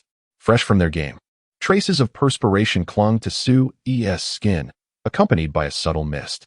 It was a bit chilly, Lan Hui mused, her body uncontrollably yearning to lean against the warmth of Su Yi. Suddenly, Su Yi broke the silence. Lan Hui, would you like to grab a bite? They had arrived at a food stall near the school entrance. Lan Hui felt her cheeks flush, unaware of the crowd that had gathered around them. Had she leaned against him just moments ago, they might have appeared as a couple in the eyes of onlookers. Su Yi urged her again, if we keep driving, we'll leave the food street behind. Lan Hui shook her head, no need. Su Yi fell silent, focusing intently on driving. She cast another glance at his broad back. She had noticed earlier at the court how his shoulders were wide and his back sturdy, exuding a sculptural allure as he exerted force during their badminton match. Leaning against him would surely be comfortable. Surely a brief rest wouldn't he hurt? She reassured herself, feeling fatigued. With a determined breath, she leaned against him. Initially, she sensed a slight rigidity in Su Yi, but he soon relaxed. Given her petite stature, her head rested near his shoulder blade. Finding a soft spot, she nestled against him, her profile gently touching his. It was truly delightful. Warmth enveloped her, countering the chill of the evening breeze. Su Yi felt Lan Hui's weight shift onto him, and he instinctively tensed. This was the first time a girl had leaned against his back, her fragrance and softness a comforting presence. She was warm, like jelly, and he soon allowed his back muscles to fully relax, accommodating her. The sensation of being leaned upon was rather pleasant. However, he mused, this behavior seemed to shatter her aloof image. Lan Hui, Su Yi suggested, why don't we sign up for mixed doubles, just the two of us? Lan Hui pulled her face away from his back to meet his gaze, questioning. We would register for mixed doubles? But I don't know how to play mixed doubles. Even if you can't play well, it's perfectly fine to just play like today. Su Yi remarked, proposing an alternative. How about we seek out a club for lessons? He had heard whispers of a dedicated badminton training center in Xinjiang, with several skilled coaches providing hands-on instruction. Although he had encountered such information before, he had never considered it due to the presumed high tuition fees. However, circumstances had shifted. If one's primary concern regarding an opportunity is its cost, then it may be best to forego it altogether. The expense is not a flaw of the opportunity itself, but rather a limitation that he no longer faced. Lan Hui inquired, can a club truly be effective? Moreover, aren't those esteemed clubs difficult to access? Su Yi contemplated her question. Indeed, the clubs that openly advertised recruitment were primarily training facilities for elementary students. Rarely did they offer professional coaching for intensive training. To find a competent coach, one would require not only financial resources, but also connections. Su Yi felt a pang of disappointment. While he was affluent and would not lack for money in the future, the world does not operate solely on wealth. Resources, connections, influence, and information are equally vital. Yet Su Yi found himself primarily possessing only financial means. However, dwelling on such thoughts felt overly disheartening. I'll ask the school team coach tomorrow to see if he knows any exceptional coaches, Su Yi decided. Lan Hui nodded in agreement. It's all right. If we truly wish to learn, we can simply search for tutorials online, she suggested. The two of them had suddenly established a shared goal, and it was indeed a wonderful thing that they would both strive towards it. Even though the task seemed daunting and directionless, their combined efforts could lead to success. Upon returning home, Su Yi opened his phone to search for prominent coaches. Meanwhile, Lan Hui headed to her room to freshen up. After completing her routine, she noticed Su Yi still seated on the sofa and curiously joined him. As she settled beside him, he caught a whiff of her fragrant scent, freshly bathed. Lan Hui wore a white t-shirt, her cheeks flushed, perhaps due to her recent shower. The aroma surrounding her was more pronounced than usual, causing Su Yi to blush in response. Unfazed, Lan Hui casually asked, are you still searching for training institutions? Su Yi shook his head. The internet is flooded with advertisements for coaches, so I'm inquiring with the friend who informed me about the training center. Lan Hui expressed her confusion. He told me about the training center, and I asked him where it is. Su Yi explained, his expression somewhat peculiar. He inquired whether I was looking for a coach and subsequently recommended the coach from our school team. Really? Lan Hui responded, intrigued. The friend I mentioned is the one who won first place in the recent Freshman Cup. He learned badminton at a training center in Xingqing and is now part of an external school team. He mentioned that if I'm seeking a coach, I could directly reach out to theirs, and he could arrange a friendly rate for me. Su Yi was pleasantly surprised by the favor extended to him. Moreover, his friend mentioned that their school team would be practicing in the gym tomorrow afternoon, inviting him to join and speak with the coach if he wished. Lan Hui suggested, "Let us go and have a look tomorrow." Seeing her willingness, Su Yi nodded in agreement. However, he expressed his concern. The coach has a considerable number of students, and I am uncertain whether he will instruct us in mixed doubles. We can inquire first. If necessary, we can always find instructional videos online, Lan Hui replied. Prior to meeting Su Yi, most of her badminton skills had been taught by her close friend. Yet there were times when she still found herself puzzled even after the lessons. In such instances, she would turn to the internet for guidance. That sounds feasible, Su Yi responded. Then it is a delightful decision. Lan Hui stood up, feeling the chill of the single garment she wore while seated on the sofa. She decided it was time to retire to her room for the night. As Su Yi and Lan Hui returned to the dormitory, her fair arms encircled herself, the loose-fitting pajamas subtly accentuating her figure. Well, it's not entirely unexpected, Su Yi thought to himself. But Su Yi, what are you staring at? He forcefully redirected his gaze, retreating to his room to retrieve some clothes for a shower. Chapter 30. The internal competition of the school team. On the afternoon of the second day, Su Yi drove Lan Hui to the court once again. The badminton school team was occupying 3 courts for practice, while other courts were also filled to capacity. Su Yi's friend, the strongest freshman who had secured first place in the Freshman Cup, was named Ji Xian, a tall and robust young man with a sunny disposition. Sporting a clean-cut hairstyle and clad in a blue and white uniform, he was engaged in a singles match on the court. Upon observing Ji Xian, Su Yi noted that he was decisively overpowering an opponent who appeared to be an upperclassman. Since Ji Xian was in the midst of his game, Su Yi refrained from interrupting, opting instead to watch alongside Lan Hui as Ji Xian showcased his skills. Watching Ji Xian effortlessly advance from the baseline to intercept high shots within just 2 steps, Su Yi couldn't help but marvel at the remarkable progress Ji Xian had made in just 6 months. If he were to compete against Ji Xian now, he would likely only manage to score around 15 points. As the match concluded swiftly, Ji Xian approached Su Yi. "Hey Su Yi, long time no see," he exclaimed. Su Yi greeted Ji Xian and introduced Lan Hui, saying, "This is Lan Hui, my mixed doubles partner." Lan Hui nodded in acknowledgement. Noticing Lan Hui's cool demeanor, Ji Xian hesitated to engage her in conversation, merely waving in greeting before turning to Su Yi. "I know you're looking for someone to teach you mixed doubles, right? You've come to the right person," Ji Xian said, and after exchanging a few words with his companion, the two headed off to find the coach. "When I first joined the school team, our coach mentioned you. He said he was more eager to teach you than me. It's a pity you initially declined to train with the team. He lamented about it for quite a while," Ji Xian chuckled. Su Yi recalled that after the Freshman Cup, Ji Xian had asked if he wanted to join the team. Joining the team required a fee, approximately 5,000 for a semester's training, which Su Yi had initially deemed unaffordable, leading him to decline. It was surprising that now, with funds available, he had sought out training. The coach was nearby, observing the other teammates during practice, occasionally offering guidance laced with expletives. "Hey, are you trying to channel good fortune while playing like that? With your current skills, you might as well go back to farming," he barked. "Seriously? You can't even seize an opportunity shot? Do you even know how to play?" Ji Xian chuckled awkwardly and turned to Su Yi. "Our coach can be tough, but he means well when he gets heated during singles matches." Su Yi nodded in understanding, while Lan Hui seemed even less perturbed by the coach's outbursts.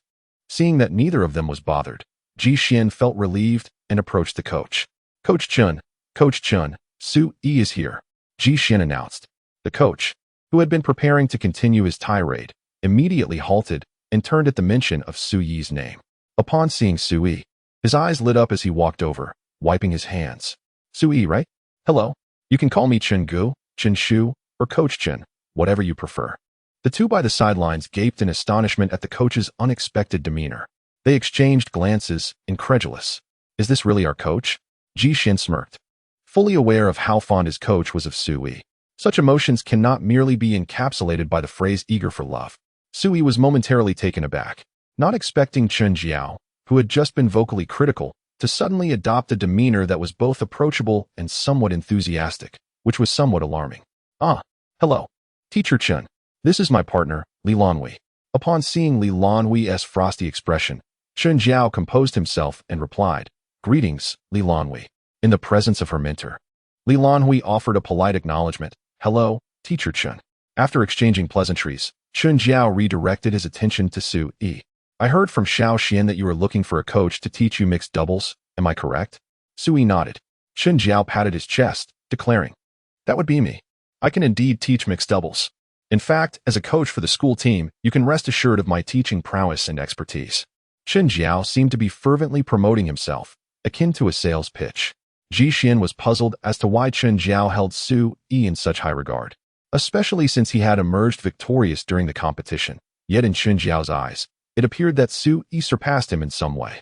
Another team member, Unrestrained, who was somewhat shorter with dyed blonde hair, also found Chen Jiao's fascination with Sui perplexing. Unrestrained had joined the team alongside Ji Xian, having practiced badminton since childhood and earned his place at the university through his sporting talent. Once part of the team, he discovered that a brilliant student, Ji Xian, who had gained admission through academic excellence, was actually superior to him in badminton skills. Having viewed Ji Xian as a rival, Unrestrained had relentlessly strived to surpass him. Even if it were just in badminton, the outcome was that the formidable Ji Xian, whom he regarded as a great adversary, seemed to pale in comparison to Sui in Chen Jiao's eyes. Who was Sui, after all? What justified this preference? Seeing Chen Jiao seemingly courting Sui to join the team, Unrestrained suddenly interjected, "Coach, not just anyone can casually join the school team, right? How about a match to prove his skills?" Chen Jiao frowned at the interruption from Unrestrained, thinking, "This rascal doesn't he realize how much I want Sui on the team? Why is he obstructing me now? He must be too idle." He resolved to give Unrestrained extra practice later. Sui quickly waved his hands. "I'm not looking to join the school team. You've misunderstood." Unrestrained, realizing he had made a blunder, felt his face flush with embarrassment. Chen Jiao suddenly changed his mind. "Hey, Sui, why don't you play a match with him? I'd like to gauge your abilities so that I can instruct you appropriately." It was a flimsy excuse.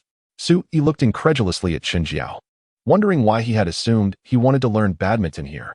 However, noticing that Unrestrained seemed less than friendly, Sui, not one to back down, agreed. He retrieved his racket from his bag. "All right, since Teacher Chen has suggested it." Chen Jiao grinned, inwardly relieved. Indeed, the provocation technique worked wonders on the youth. He cast a commendatory glance at Unrestrained. "Good lad, you'll receive extra practice later." As Sui warmed up and approached the court, he was fortunate that he had come prepared to practice, dressed in his sports attire and shoes. He performed a brief stretch and said to Unrestrained, "Let us warm up a bit." Unrestrained was filled with indignation upon observing Sui's disregard for him, as he did not even bother to warm up thoroughly. He silently vowed to thoroughly defeat Sui in their next encounter, allowing him a mere 10 points. With a casual flick of his wrist, he sent a high and distant shuttlecock soaring. The act of warming up with high clears had become almost instinctual. However, after merely 4 exchanges, Unrestrained sensed something was amiss. Why was Sui striking the shuttlecock with such ease while maintaining a remarkably high quality? High clears are the simplest means of gauging one's badminton prowess, and Unrestrained suddenly realized that his high clears could not surpass Sui's. Concern etched itself upon his face. "Regardless of the circumstances, I must vanquish you." After a few straightforward rallies to get his feet moving, Sui nodded to signal the commencement. In a moment of spontaneity, Coach Chen decided to assume the role of referee. Upon seeing both players nod in agreement, Coach Chen tossed the shuttlecock to select the shuttle inside. The shuttlecock landed, pointing towards Sui, who then chose the shuttle, thereby securing the serve. Unrestrained, indifferent, opted for the side beneath him. The match officially commenced. Chapter 31. Doubts of existence. As the match commenced, Sui grasped the shuttlecock, aiming at Unrestraind's seemingly flawless stance, and effortlessly executed a high and deep serve. It was a fundamental high serve, yet opportunities were scarce. Unrestrained thought to himself, retreating to strike the shuttle back to the center. He returned a high shot of moderate quality, close to the baseline, but for Sui, who had already positioned himself at mid-court, this was an opportunity in abundance. He held the initiative. With a swift retreat, he raised his racket, leaped, and with a rapid flick of his arm and fingers, sent the shuttle soaring through the air with a sharp sound. Yuan Ran instinctively crouched, lowering his center of gravity in preparation for a smash. However, Sui executed a deceptive feint, transforming his intended smash into a delicate drop shot just over the net. Yuan Ran's balance was disrupted. He attempted a second quick start to save the shuttle, but Suyi's shot was both fast and precise, leading to Yuan Ran's failure to return it. In his heart, Coach Chen silently cheered for the excellent play. The feint was nearly flawless. The pre-hit movements maintained an extraordinary consistency, and the quality of the drop shot was high, momentarily throwing Yuan Ran off balance. It was an impressive display. This single shot left Yuan Ran momentarily stunned, a blatant humiliation. To begin with a feint that misled him, nearly toppling him on the court, rendered his expression dark as he retrieved the shuttle for Sui. Sui raised his hand, not an apology, but rather as if to say, "You still have much to practice." Accepting the shuttle, he maintained his consistent movements, executing a high serve once more, but this time, he angled the racket to slice the shuttle, sending it over the net as a delicate drop. Yuan Ran, now more alert, instinctively took a step back. But his balance remained intact. He swiftly initiated a return with a gentle push. Sui advanced towards the net, aiming for a high point to push the shuttle into the backcourt. As a member of the school badminton team, Yuan Ran undoubtedly possessed skill. He crossed over in 2 swift steps, sending a powerful shot to Sui's backhand area. Sui defended with a backhand block, while Yuan Ran swiftly followed up, lifting the shuttle towards the center of the backcourt. With a rapid Malaysian step, Sui retreated, leaping to deliver a decisive smash that scored. The shuttle, propelled by unstoppable speed and precision, landed forcefully on the sideline. As Sui landed heavily, gasps of astonishment echoed from his teammates. That shot was undeniably impressive. Lan Hui's eyes sparkled as she beheld Sui. It was her first time witnessing him play with such intensity. His movements were decisive and elegant, a sight to behold. At this moment, Sui did not raise his hand. He understood that such a smash would be easily blocked by Su Xian. Ultimately, it was Yuan Ran's inadequate lift and poor smash reception that led to this. Yuan Ran's expression darkened further. He had just witnessed Sui's movements and assumed it was yet another feint. His attention was fixated on the front court, and having never faced Sui's smash before, he harbored a hint of disdain for him. Could he truly defeat me? Alas, he could. Now, the pressure mounted for Yuan Ran.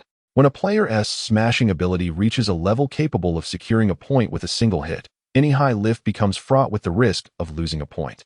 Yuan Ran was now confronted with the impending pressure from Sui. Sui served once more. Yuan Ran suppressed his earlier condescension, playing cautiously. When a player loses confidence in their game, it spells disaster. Sui maintained relentless pressure with his smashes, slices, and net plays. Wave after wave of skillful maneuvers left Yuan Ran unable to respond, retreating in disarray.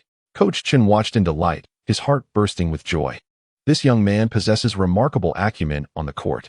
His striking ability and shot trajectory have reached the standard of provincial teams. He believes that there is little more to teach him. Any further progress can only be achieved through relentless daily practice of ball feeding and footwork training. However, Lan Hui did not contemplate this extensively. She merely observed how Sui's simple movements could deceive and even confound Yuan Ran. His actions were sharp and dynamic, exuding a certain charm that resonated deeply within her. Yet, Sui also faced challenges. Although he had acquired knowledge of shot trajectories online and devised his own playing style, the lack of sustained training rendered his stability and stamina inadequate to match Yuan Ran's prowess. After a series of consecutive errors, the score stood at 19-16 in favor of Sui. At this juncture, he was nearly depleted of energy. Yuan Ran, however, having practiced rigorously since childhood, remained unfazed, quickly regaining his breath despite the exertion. Sui, panting heavily, pondered his next move. Should he conserve his energy or play defensively? He still had a margin of error with 4 points to spare, perhaps allowing for a couple of mistakes before resuming his pursuit. Suddenly, he noticed Lan Hui intently watching him from the sidelines. Love can imbue one with strength. The trusting gaze of a beloved and their silent encouragement shine like a beacon. Retreat? Me? Avoiding confrontation? No way. Sui served a deceptive short ball over the net, leaping to smash a straight shot aimed at Yuan Ran's body. Yuan Ran attempted to block, but Sui pressed forward relentlessly. Yuan Ran bent low, angling his racket to execute a desperate save. But Sui swiftly responded with a deft net shot. Point scored. 20-16. The crowd erupted in excitement at the display of skill, with teammates who had long since finished their training rushing over to witness what could potentially be their future teammate in action. The thrilling moment, combined with the stakes of match point, incited cheers from the audience. Yuan Ran's expression darkened. His teammates were not aiding him, but rather rallying for his opponent. Frustration etched on his face. He glared at Sui with a fierce intensity. With the match point at stake, Sui needed just one more point to secure victory against an untrained amateur. Sui served, and Yuan Ran rushed the net, forcing Sui to pivot and receive the ball. As Sui turned to execute a backhand, he faltered without a solid point of leverage, choosing instead to play a backhand drop shot. Yuan Ran seized the opportunity and took control of the game, opting to play defensively, recognizing Sui's waning stamina. He had earlier adopted a strategy of attrition. Instead of immediately attacking Sui's lifted ball, he responded with a high, deep shot. Sui, anxious and pressed for time, had no choice but to retreat and lift the ball again. Yuan Ran advanced, reaching a high point to push the ball down the forehand baseline. Sui, in a swift response, unleashed a powerful forehand shot aimed at the baseline.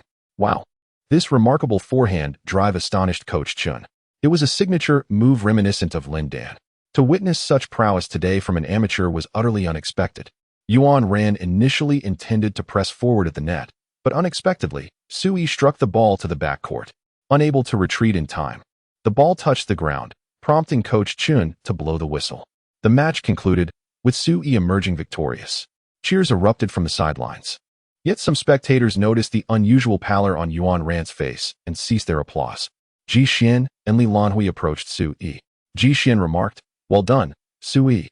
Your skills haven't diminished, have they? Care to play another game with me later?" Sui, crouching with his hands resting on his knees, muttered to himself, "Damn. I can hardly move. No more games for me." He then glanced at Lan Hui, whose naturally aloof demeanor precluded her from offering any flattering words. However, the admiration reflected in her eyes, filled with regard for Sui, spoke volumes. Sui smiled and silently expressed his gratitude to her. Without her support, he truly wondered if he would have been able to persevere through those final points. Chapter 32. Receiving the disciple. Typically, a high five is customary after a match. Yet Yuan Ran found himself devoid of such sentiments, and Sui shared his disapproval of Yuan Ran's demeanor. Consequently, this ritual was dispensed with. Otherwise, it would be quite awkward for the two to high-five and subsequently wash their hands together in the restroom. Several teammates noticed the disquiet on Yuan Ran's face and approached him with playful banter to offer solace, thereby creating space for Sui and Coach Chun. Coach Chun gestured for Ji Xian to step aside and patted Sui on the shoulder. He began, "Yuan Ran is a fiery one, fiercely competitive. Don't take it to heart." Sui straightened up and casually waved his hand. "It's fine, Coach Chun, I'm not bothered." Afterward, he squatted down again, utterly fatigued. "That's good to hear." Coach Chun sighed with relief. While the tactic of provoking was effective, he certainly did not wish to drive away this promising talent. "Having triumphed over Yuan Ran, as we discussed earlier, how about joining our team?" Coach Chun jested.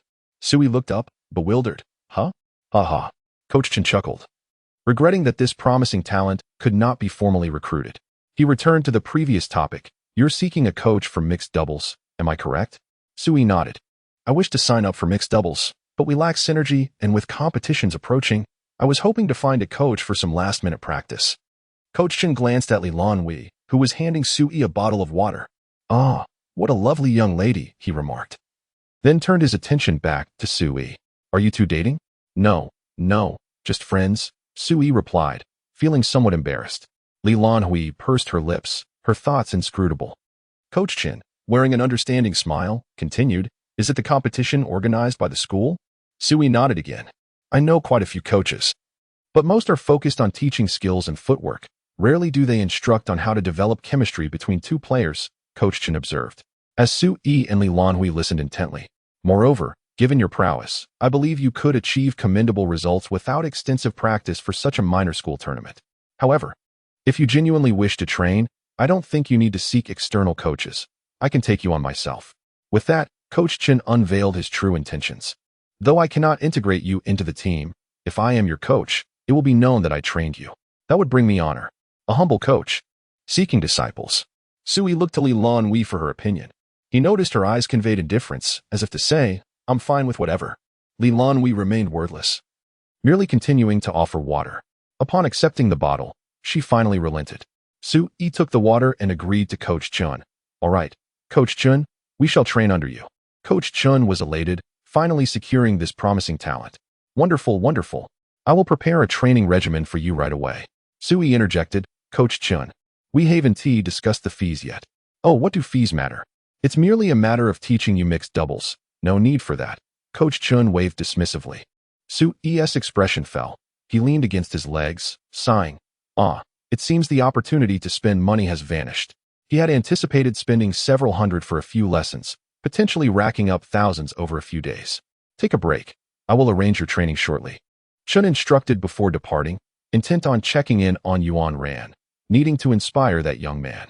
Most importantly, he needed to ensure that there would be no foolishness during training that might lead to Su-i's departure.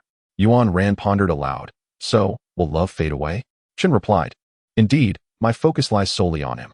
Su-i, feeling revitalized after sipping some water, turned to Lan Hui and suggested, shall we practice here with Chin? Lan Hui nodded. I am agreeable. Su-i smiled. When the time comes, we will enter the mixed doubles and dominate them. Oh, by the way, Chin might teach other skills here as well. You can learn and, with significant progress, achieve excellent results in singles too. Lan Hui remained silent. She did not particularly enjoy mixed doubles. Her sole motivation was to be closer to Su-i. Ultimately, she wished for his happiness and sought any opportunity to be near him. Su-i, unaware of Lan Hui's thoughts, misinterpreted her silence as anger. He worried that his recent hasty denial of their relationship might have adverse effects. Observing her face closely, he attempted to gauge her emotions. Noticing her expression darkening, he finally deduced that she was indeed upset. Why are you staring? Lan Hui glared at Su-i, feeling exasperated by his unrelenting gaze upon her face without uttering a word. What a nuisance. Su-i stammered. I'm not looking anymore. He turned his head away. Unlocking the irritable Lan Hui won. She resumed her cold demeanor as Su-i averted his gaze. This fool was oblivious to the fact that girls typically dislike being stared at. After a brief interval, Chin returned. Su-i, have you rested well? Su-i nodded. I'm good now. After hydrating and standing up, he felt considerably rejuvenated. All right, follow me, Chin declared, leading the way. I will summon our team for a mixed doubles match to assess your skills.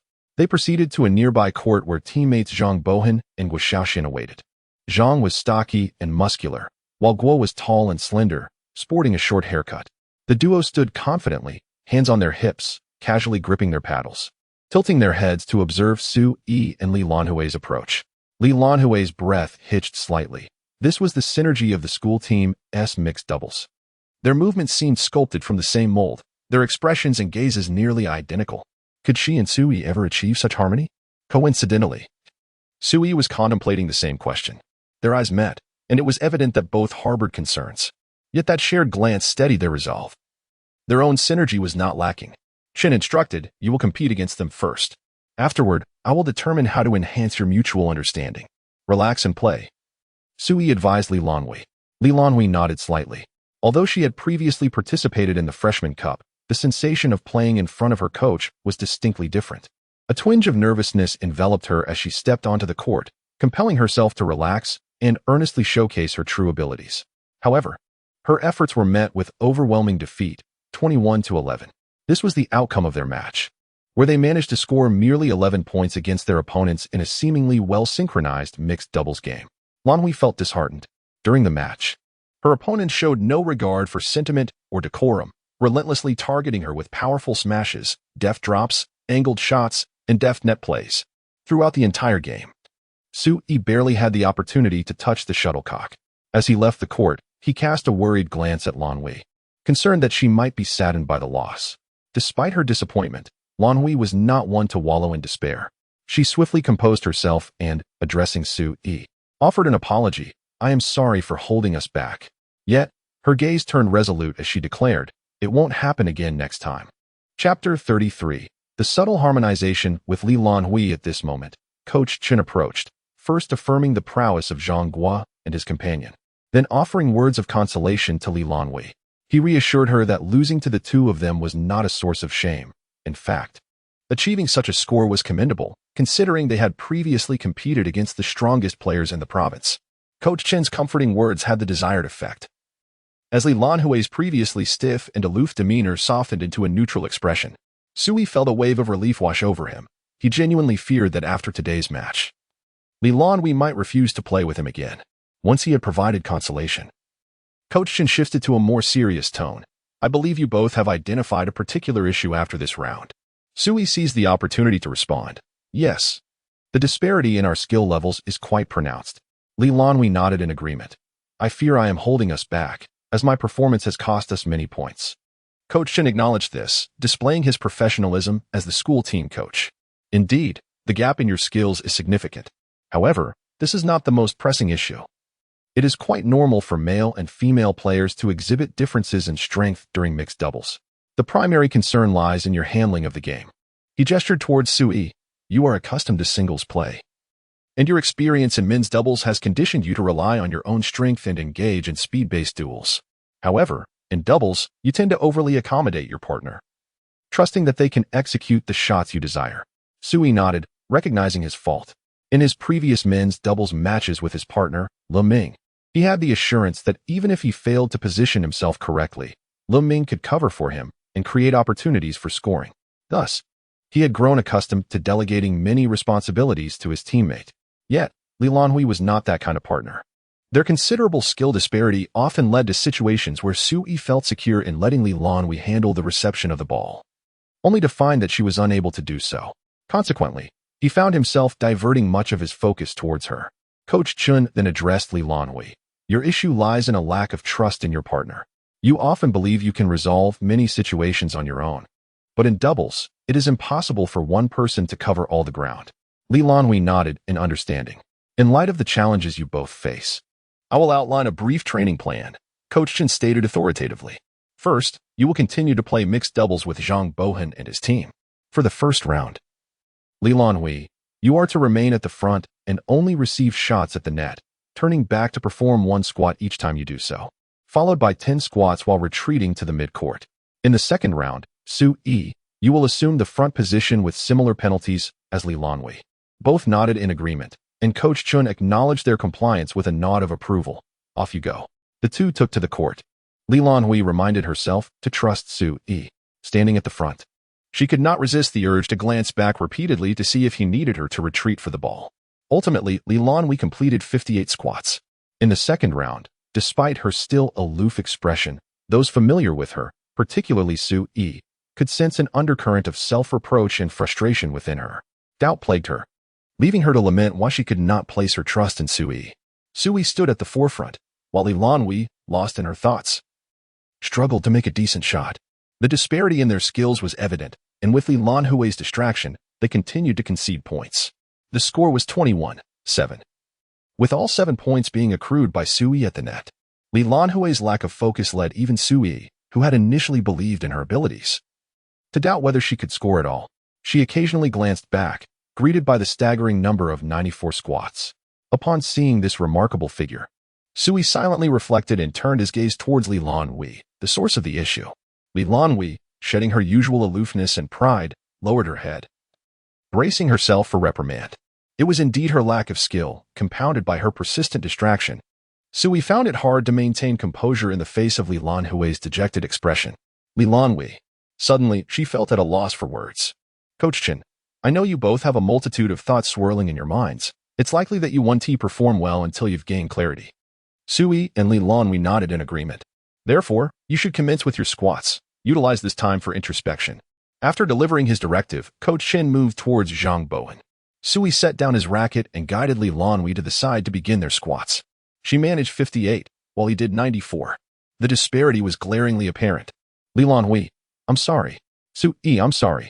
After exchanging apologies, silence enveloped them. Sui broke the quiet. Coach Chun is right. There is indeed a significant issue with our synergy. If it's unattainable, perhaps we should reconsider playing mixed doubles, Sui mused. Lan Hui, I will strive to improve.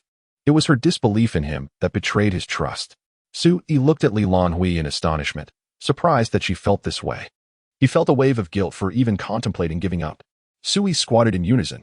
When we play next, I will take the lead. You should take the lead as well. I will manage my own shots. Lan Hui responded, resolute. Moreover, I will work hard to become stronger. Relying solely on oneself was Lan Hui's creed. She aimed to become Su's pillar of support during their matches, achieving everything her former partner had accomplished.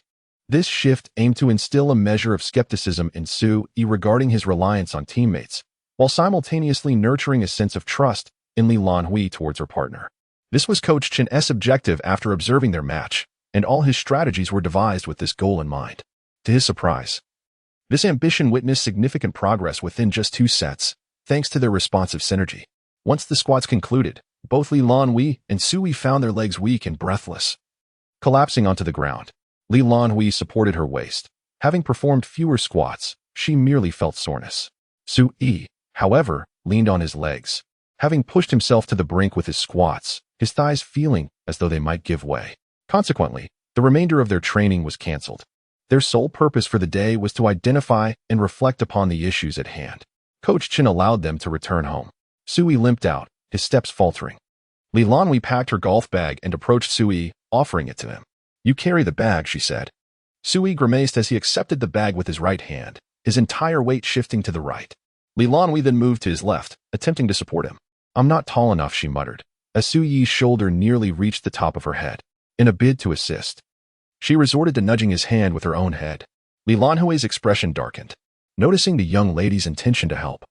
Su awkwardly raised his hand and lowered it onto her shoulder. Both were acutely aware of their misstep.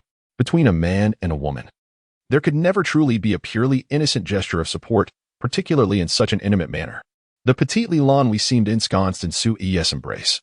Soft and fragrant, a blush crept onto Su's cheeks as his robust arm encircled her shoulder, radiating warmth infused with hints of masculinity and sunlight. Lan Hui felt her ears flush. The good news, she had managed to support him. The bad news, Su walked with even greater stiffness. Chapter 34, School, Training. Life. Leming, what? You signed up for singles and mixed doubles? Wu Jiwen, what? You have a female partner? Li Zhihan, brother, I beg you, please teach me. On May 5th, the badminton club disseminated the announcement for competition registration. Naturally, discussions about the competition erupted within the partner group, with the most common inquiry being about the events in which everyone would participate. Su expressed his intention to sign up for singles and mixed doubles. Leming was taken aback. Aren't you signing up for mixed doubles? Where does that leave me? The Badminton Association stipulated that an individual could register for a maximum of 2 events. Leming, also a freshman, had previously met Su before the Freshman Cup, and they had enjoyed their time together, deciding to register for men's doubles in the Freshman Cup. They often teamed up to play men's doubles during their practice sessions. Leming had envisioned enjoying the competition with Su in men's doubles and securing a good ranking. Yet, he was suddenly informed that Su intended to enter mixed doubles instead. Wu Jiwen, Lu, Jiaxian, Lu, Li Zhihan, brother, I want to play mixed doubles too. Later that evening, Su sat on the sofa in his rental apartment while Lan Hui was taking a shower in the room. They had just concluded their training for the night. Su pursed his lips, typing, I promised someone. A promise must be upheld. Leming, what about me? What about me? You never promised me, did you? Partners don't count as people. This is a consensus in the badminton community. A partner can be a dog or a pigeon, but cannot be a human. Zhao Xian, you signed up for mixed doubles because you promised someone. So why not partner with Leming for men's doubles? Su, I'm changing my strategy. If I continue with men's doubles, my mind will get muddled. Leming fell silent. Damn it. Leming, I sacrificed so much for your happiness. Li Zhihan, brother, I want to play too. Wu Jiwen, in the future. When we are reborn as Lin Dan, you will no longer be part of it, traitor. It was agreed that during college, they would refrain from romantic relationships and focus solely on badminton, embodying the proud spirit of a single player, free from distractions. Yet, there were traitors among them. Zhao Xian suddenly interjected. I will also find a partner for mixed doubles. In the dormitory, Leming and Wu Jiwen exchanged astonished glances. Zhao Xian, there are still a few days until the registration deadline. I'll find a partner immediately and sign up for mixed doubles, targeting both of you. Zhao Xian's unexpected retort was striking. Leming, partners for mixed doubles are not that easy to find. I don't believe it. Zhao Xian, one must at least try. If I truly cannot find anyone, I want to register for the competition and will sign up as a referee instead. The referees for the club competitions are also students who can voluntarily register, but once signed up as a referee, one cannot participate in any events. Oh damn. Right. I'll become a black referee. I'll be the one blocking you two lovebirds. Sui pursed his lips, accustomed to these unworthy partners, and simply replied with a single word, urgent, before closing WeChat, allowing them to bicker in the group chat.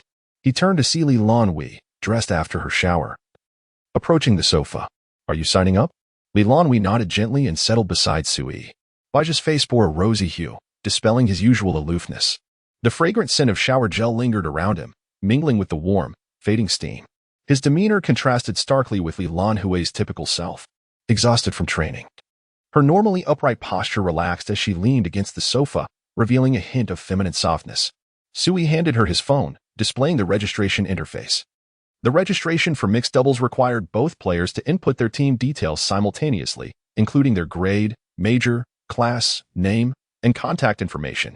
Sui only knew Lan Hui's grade and contact details. He was unaware of her major and class, so he had to let her fill it out herself. Lan Hui accepted the phone and entered her information. What else did you register for besides mixed doubles? She inquired. Sui replied, singles. I need to play mixed doubles now. I definitely cannot register for men's doubles, or else my mindset will become peculiar. Lan Hui refrained from questioning why registering for mixed doubles would lead to such peculiar thinking, for she understood that someone was striving to overcome their laziness regarding doubles due to her influence. Indeed, it was laziness. During today's training, they had candidly discussed their peculiar dynamics. Lan Hui's issue stemmed from her perpetual skepticism towards others' actions, always wanting to do things herself. This could easily be interpreted as a form of obsessive-compulsive disorder if assessed by a psychiatrist. Sui's problem, on the other hand, was straightforward laziness. When playing doubles, he often relinquished control of the ball to others, only hitting a few himself.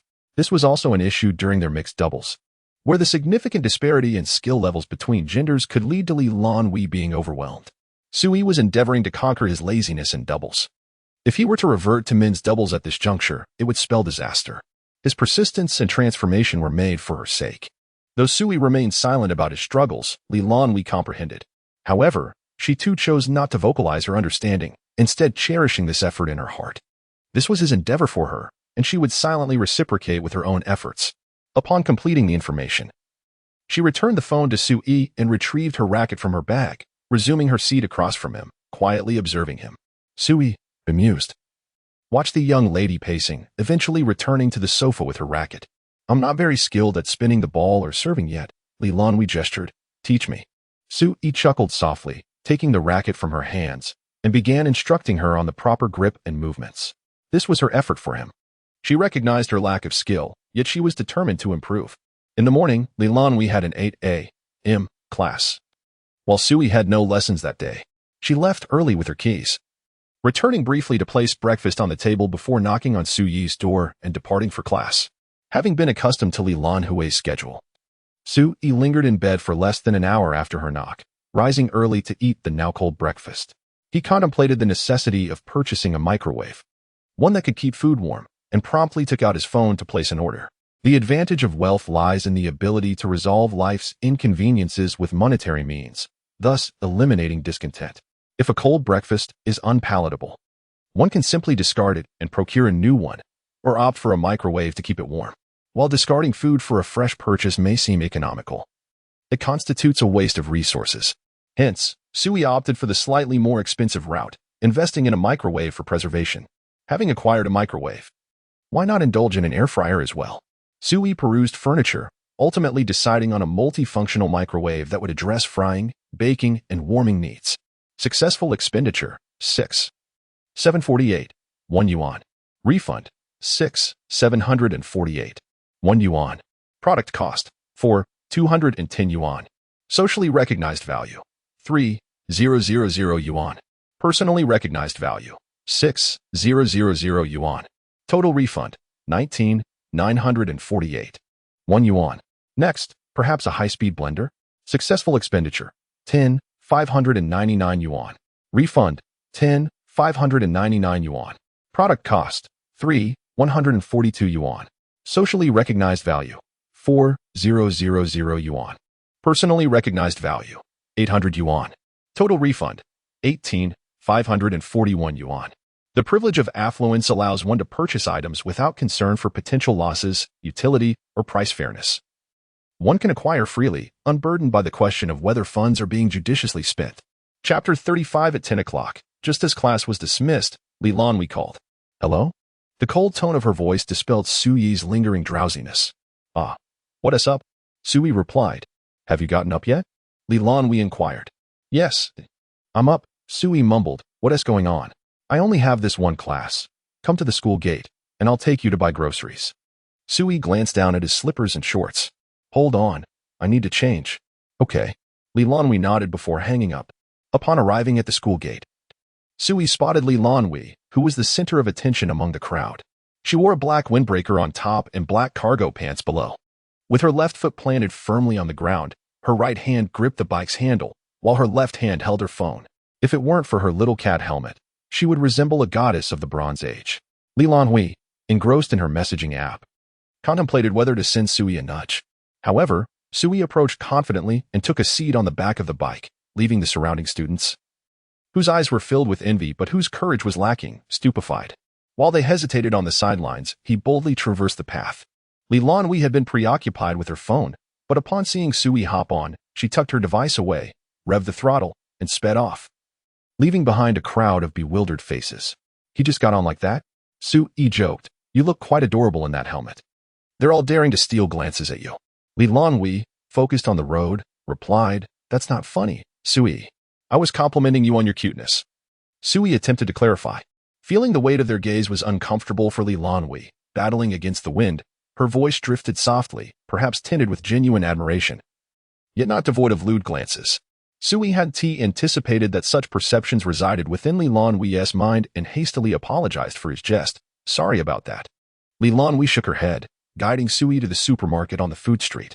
Why come all the way here today? Su Yi asked, puzzled. There are more vegetables here, Lan Hui explained. The small supermarkets around her neighborhood had severely limited her choices, while the bustling market was too noisy, and she loathed haggling, fearing she would be overcharged. Then commenced their shopping. Su Yi was responsible for selecting the types of vegetables and the cooking style, essentially informing Lan Hui what flavors he desired. She would then lead him to the appropriate section before choosing the ingredients herself. Lan Hui was reluctant to let Su Yi choose on his own, as he, an outsider to the nuances of selecting chili peppers, left her with little hope for his culinary skills. Yes, she was attempting to practice trusting Su Yi, but this was not the moment. It was her lunch. Su Yi casually asked if Lan Hui could make spicy chicken. She rolled her eyes. So do you know how to cook it or not? I do. Lan Hui replied with exasperation, but you've already had chicken for 2 consecutive days. What's wrong with eating chicken? Su Yi retorted. It's low in fat, has great flavor, and can be prepared in various ways. Why shouldn't I eat it? Lan Hui replied with a tone of pride.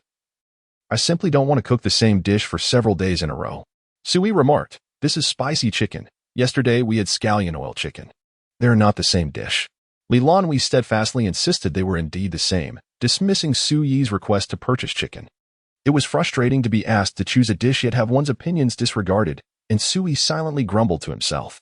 Thus, chicken was eliminated from consideration, with options ranging from poultry to fish, beef, lamb, pork, and seafood. Su Yi deliberated extensively before finally pointing to a fish, declaring, I want steamed fish. Lan Hui glanced at the type of fish, a crucian carp, and remarked, steamed crucian carp isn't delicious. Let us choose this one. She proceeded to the next tank, selecting a lively sea bass that was swimming energetically. One sea bass will suffice for both of us for a day. Now, do you see any vegetables you wish to add? Su Yi firmly responded, none. Vegetables can wait. With a hint of resignation, Lan Hui ventured into the vegetable section, selecting a medium-sized eggplant. After weighing it, Su Yi took the initiative to carry the produce. Lan Hui then headed towards the condiments aisle, and Su Yi followed suit. What else do we need to buy? He inquired. Lan Hui replied, for steamed sea bass, we need some seasonings. Su Yi nodded obediently, trailing behind her. Lan Hui picked a bottle of steamed fish soy sauce from the shelf, contemplated for a moment, and then added a jar of bean paste. All right, let us go, she declared. Su Yi accepted the 2 bottles of sauce and exited first via the escalator. This supermarket primarily caters to students, spanning 4 floors. The first floor is stocked with everyday essentials, the second floor features snacks, a mini-so store, and a bakery, while the third floor is dedicated to fresh produce, where Su Yi was currently situated. The 4th floor houses various large chain restaurants. Sui first reached the ground floor, carrying 2 packs of paper before proceeding to the checkout. Lan Hui observed thoughtfully, staring at the paper. Single adult males certainly use a lot of paper. Sui turned back in disbelief. Is such a crude joke truly something you can utter? Your image is shattered, Miss Li. Noticing Suyi's incredulous gaze, Lan Hui smirked and stated, scientific research indicates. Could you spare me the peculiar scientific studies? Besides, I merely happened to run out of paper, Sui retorted. Unable to articulate his thoughts clearly, Lan Hui huffed, turning to walk outside. Sui completed the transaction. Lan Hui drove. In just a few days of companionship, they had grown accustomed to their roles of one person buying groceries while the other cooked. However, Sui questioned, why are you driving this way? Recognizing the route as the one leading to the electric bike shop, he inquired further. Lan Hui remained silent, focused solely on driving. Upon arriving at the store, she parked by the roadside and instructed Sui, wait here. Sitting in the car, Sui felt bewildered. Lan Hui strode into the shop and soon emerged with a pink helmet. Head, she exclaimed. Sui obediently extended his head, and Lan Hui forcefully placed the helmet upon him, securing it herself. He complied, feeling overwhelmed by her commanding presence, rendering him speechless. Once Lan Hui was seated, they finally set off for home. Suddenly, Sui comprehended that her excessive use of paper was likely a form of retaliation for his remark about her being attention-seeking. The pink helmet, in turn, appeared to be a counter to his comment regarding her wearing a kitten helmet. Was she truly holding a grudge? Lan Hui remarked. From now on, I shall don a kitten helmet, while you wear a Hello Kitty one. Suyi's expression darkened. Is that even comparable? As a grown man, is it appropriate for me to wear a Hello Kitty helmet? Conversely, for Lan Hui, as a young woman, sporting an adorable kitten helmet posed no issue whatsoever. Lan Hui replied, Oh. After all, who is it that cooks? It is akin to being my benefactor. Given her culinary contributions, he begrudgingly accepted the helmet. Thus, on the streets of the university town, there appeared a striking scene. A girl clad in black, wearing a kitten helmet, driving alongside a boy adorned with a Hello Kitty helmet, capturing the attention of many passers-by. Chapter 36. What kind of behavior is tire puncturing? In the afternoon, Lan Hui seemed to revel in the experience of driving the electric vehicle. She had unceremoniously relegated Sui to the back seat while she took the wheel, ferrying him to class. Sui, donning a pink Hello Kitty helmet, felt utterly humiliated at school. Wang Yifei, having taken a break during the May Day holiday, had initially planned to confess his feelings before the holiday, hoping to take Lan Hui out to enjoy some leisure time together. However, to his dismay, she flatly rejected him in front of so many people, leaving him utterly embarrassed. With no other choice, he resorted to asking a girl from his friend list out for a day of fun. Unexpectedly, although the girl agreed to go out with him, they ended up in a double room. Frustrated, he clutched his book and found his thoughts drifting back to Lan Hui's exquisite face, the most beautiful one he had encountered during his university years. If given the chance, he would still wish to win her heart, an accomplishment he could boast about to his friends for quite some time. As he walked along the road, Wang Yifei thought he glimpsed Lan Hui's face. No, it was indeed her. He turned his gaze towards the electric vehicle passing by, and under the playful shadow of the kitten helmet, her face appeared somewhat aloof yet endearingly mischievous. The crucial point was that Wang Yifei noticed the man in the back seat. He quickly pulled out his phone and took a zoomed-in photo. Although the vehicle was moving too swiftly for a clear capture of Suyi's features, the license plate was distinctly visible. Wang Yifei examined the photo and shared it in his friend's group chat. Guys, help me find out who this man is. He moved in on my girl. Almost immediately, 2 replies popped up. How can we find someone from such a blurry picture? And this Hello Kitty guy can steal your girl? Seriously? Wang Yifei felt a surge of anger and typed back. I didn't ask you to find him just for fun. He has taken my girl, and he needs to be taught a lesson. We have the license plate, so just trace it back. Is it really that difficult to do something for a brother? Brother. All right, I'll look into it for you. Wang Yifei then tucked away his phone and proceeded to class. Where is your classroom? Lan Hui inquired. Sui pointed towards the comprehensive teaching building ahead. That's where we're headed together. Lan Hui parked the vehicle in front of the teaching building, casually stopping it. Do you have 2 classes? Seeing Sui nod, she added, then I'll see you after class. With that, she opened the seat box and placed their helmets inside before striding towards the teaching building. The comprehensive teaching building was quite tall, with Lan Hui's classroom located on the 12th floor. Typically, at this hour, one would be unable to catch the elevator, and she had no intention of squeezing in. Instead, She preferred to ascend the stairs promptly. Sui, situated on the second floor, was free from such worries and accompanied Lan Hui up a couple of flights before parting ways. As Wang Yifei arrived at the teaching building, he spotted Sui's conspicuous little white electric vehicle, adorned with headlights resembling a kitten, standing out among the myriad of others. He retrieved his phone to verify the previous photo and, upon confirming the license plate matched, approached the vehicle. Lan Hui's schedule for the afternoon was likely packed with classes. After 5:50, he planned to drive away. Wang Yifei thought to himself, how fortunate that his month-long pursuit had allowed him to memorize Lan Hui's class schedule entirely. Otherwise, he would have missed this splendid opportunity today. He took out his phone and messaged his roommate, informing him that he would not be attending this class and requesting the sign-in code. His roommate, accustomed to this arrangement, promptly sent him the code. After signing in, Wang Yifei made a mental note of where he parked and turned to leave. Shortly after, he arrived in front of the teaching building and his Audi A4L stepped out and punctured Xiaobai's tire with a nail. He then drove off, skipping class. As Lan Hui would not arrive so early, it was better to enjoy some leisure time outside. The afterglow of the setting sun was obscured by haze. Since Star City had flourished as a tourist destination, the weather had gradually deteriorated. Sui approached his car, only to discover that his tire had been punctured. His expression darkened. The last time he had a flat was in middle school when a group of kids had punctured bicycle tires. He never expected to encounter such childishness in college. Had he offended someone recently?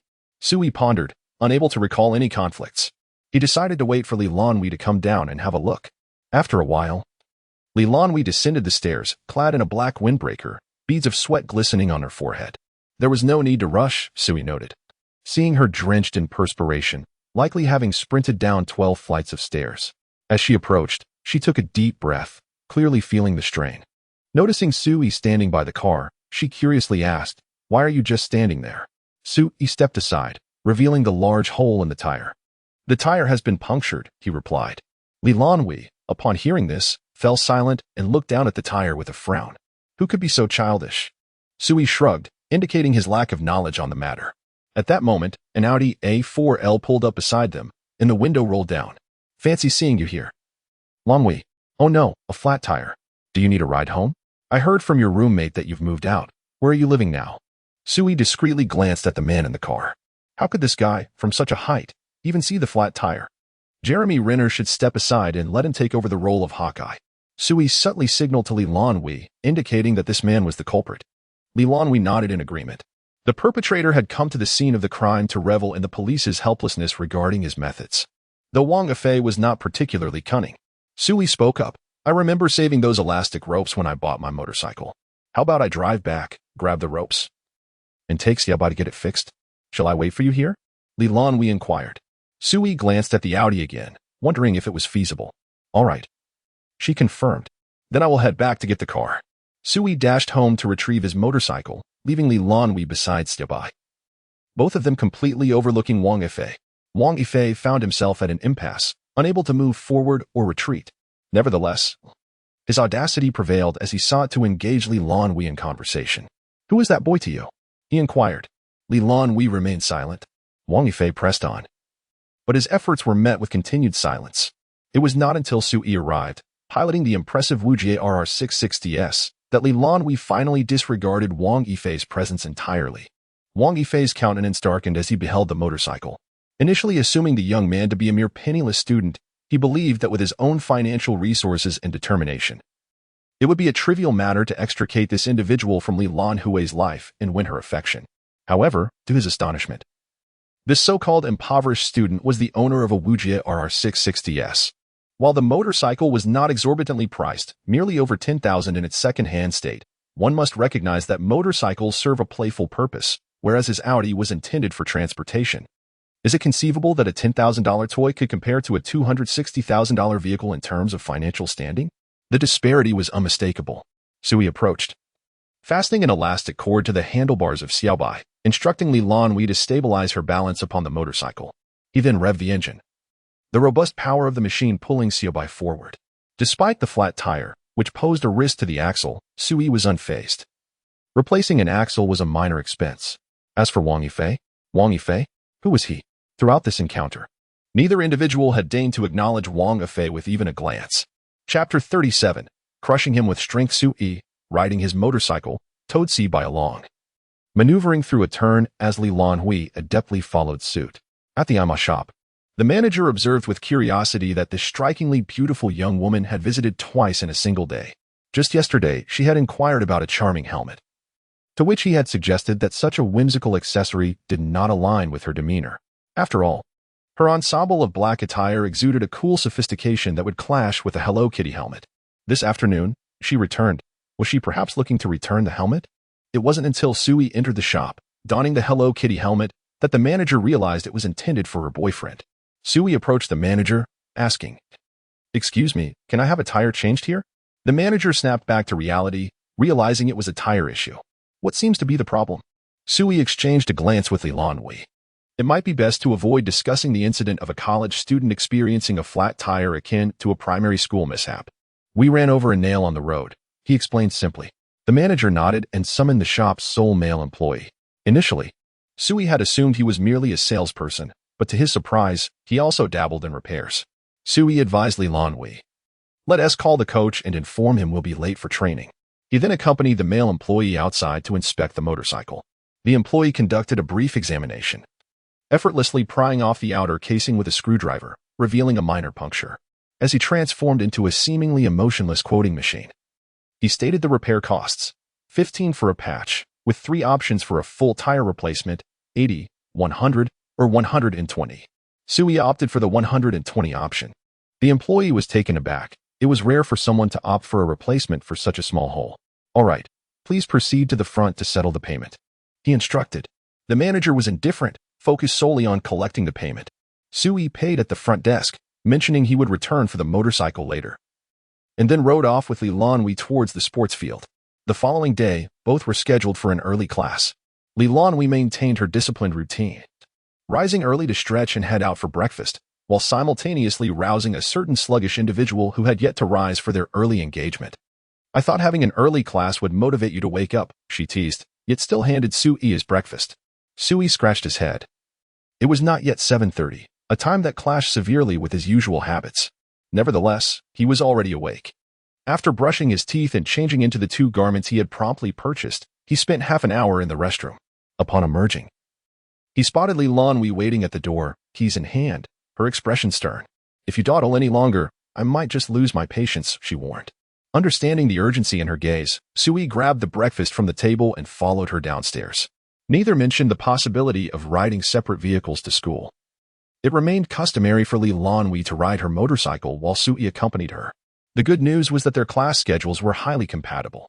On Wednesdays, they shared only one early class together.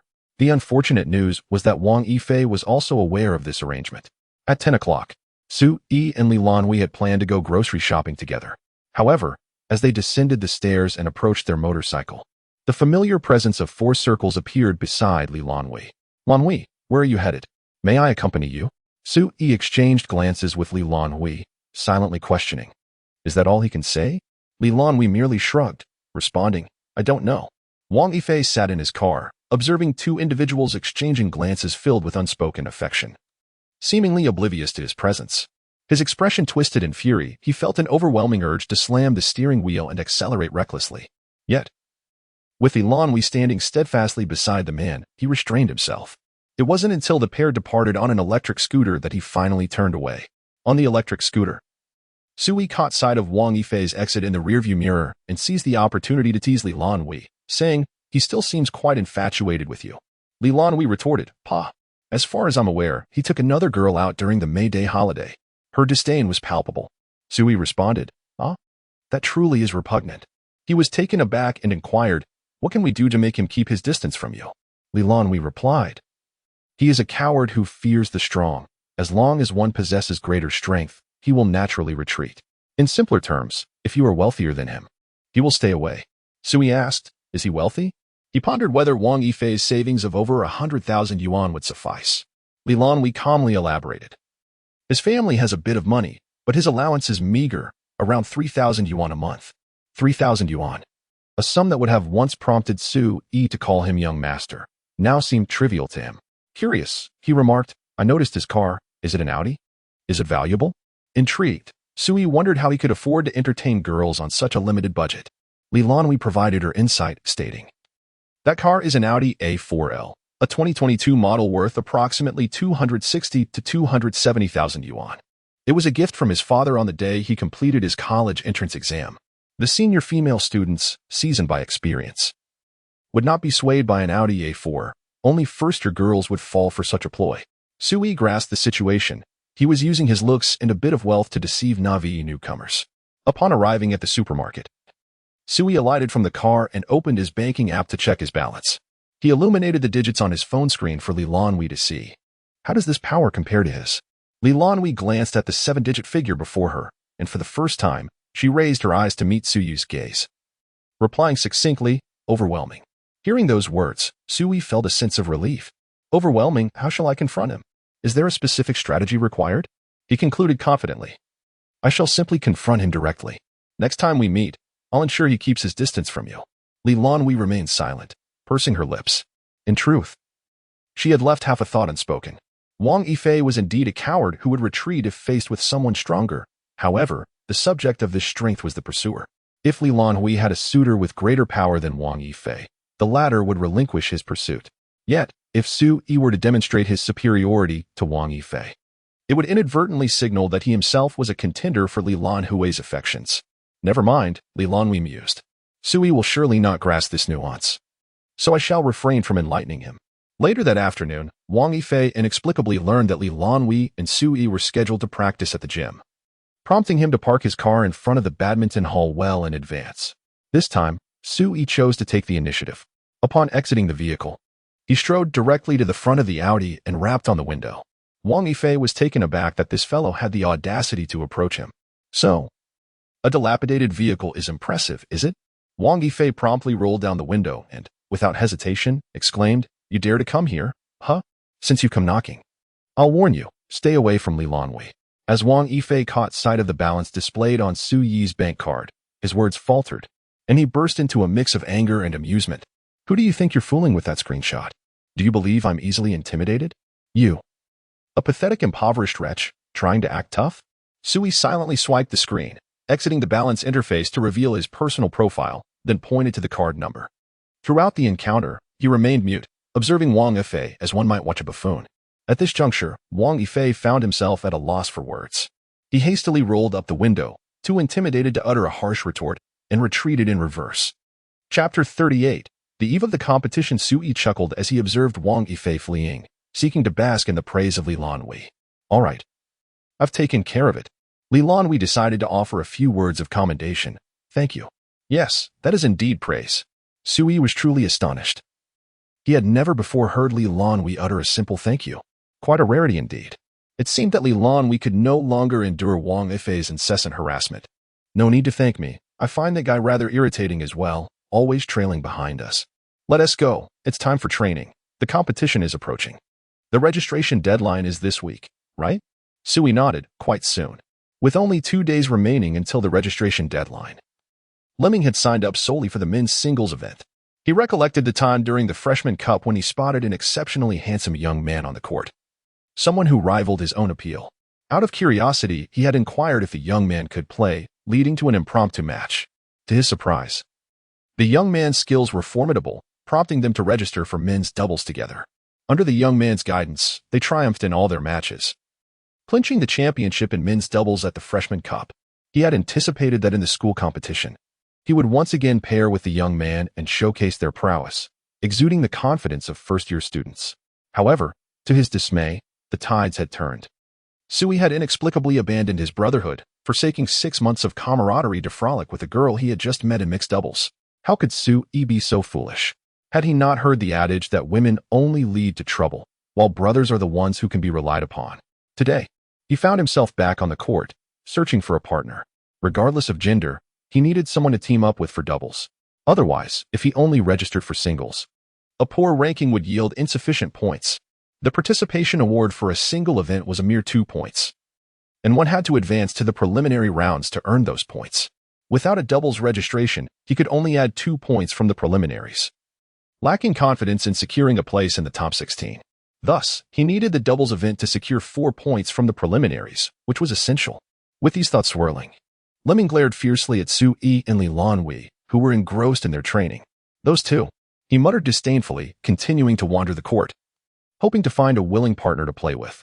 It was Wednesday afternoon, the busiest time, and there were no available partners. Leming couldn't even find an empty court. Fortunately, he was resourceful. Spying a young man and woman engaged in a game, he approached, noting their somewhat distant demeanor. They did not appear to be a couple. "Excuse me. Could I join you?" Qinjun glanced at the handsome newcomer and then subtly at the girl across the court. With a smile, he replied, "Can you play mixed doubles? I'm waiting for my girlfriend. If you can play, the four of us could team up." He gestured toward the girl. "Oh, so you have a girlfriend? Yet you're still playing with another girl?" Leming thought enviously, how infuriating. "I'm not much less attractive. As long as there was a game to be played." Leming readily agreed. "No problem. I can play." Qinjun smiled. "I'm Qinjun, and this is Mei Xiaofan." Leming introduced himself. "Ah, I am Leming." With meaning joy, Qinjun remarked, "Wow, both of your surnames are quite rare," attempting to foster a connection through their uncommon last names. Leming glanced at the girl with the unusual surname. Her delicate brows and lightly adorned face, combined with a pair of alluring peach blossom eyes, effortlessly captivated Leming's attention. Mei Xiaofan's eyes sparkled with laughter as she beamed at Leming.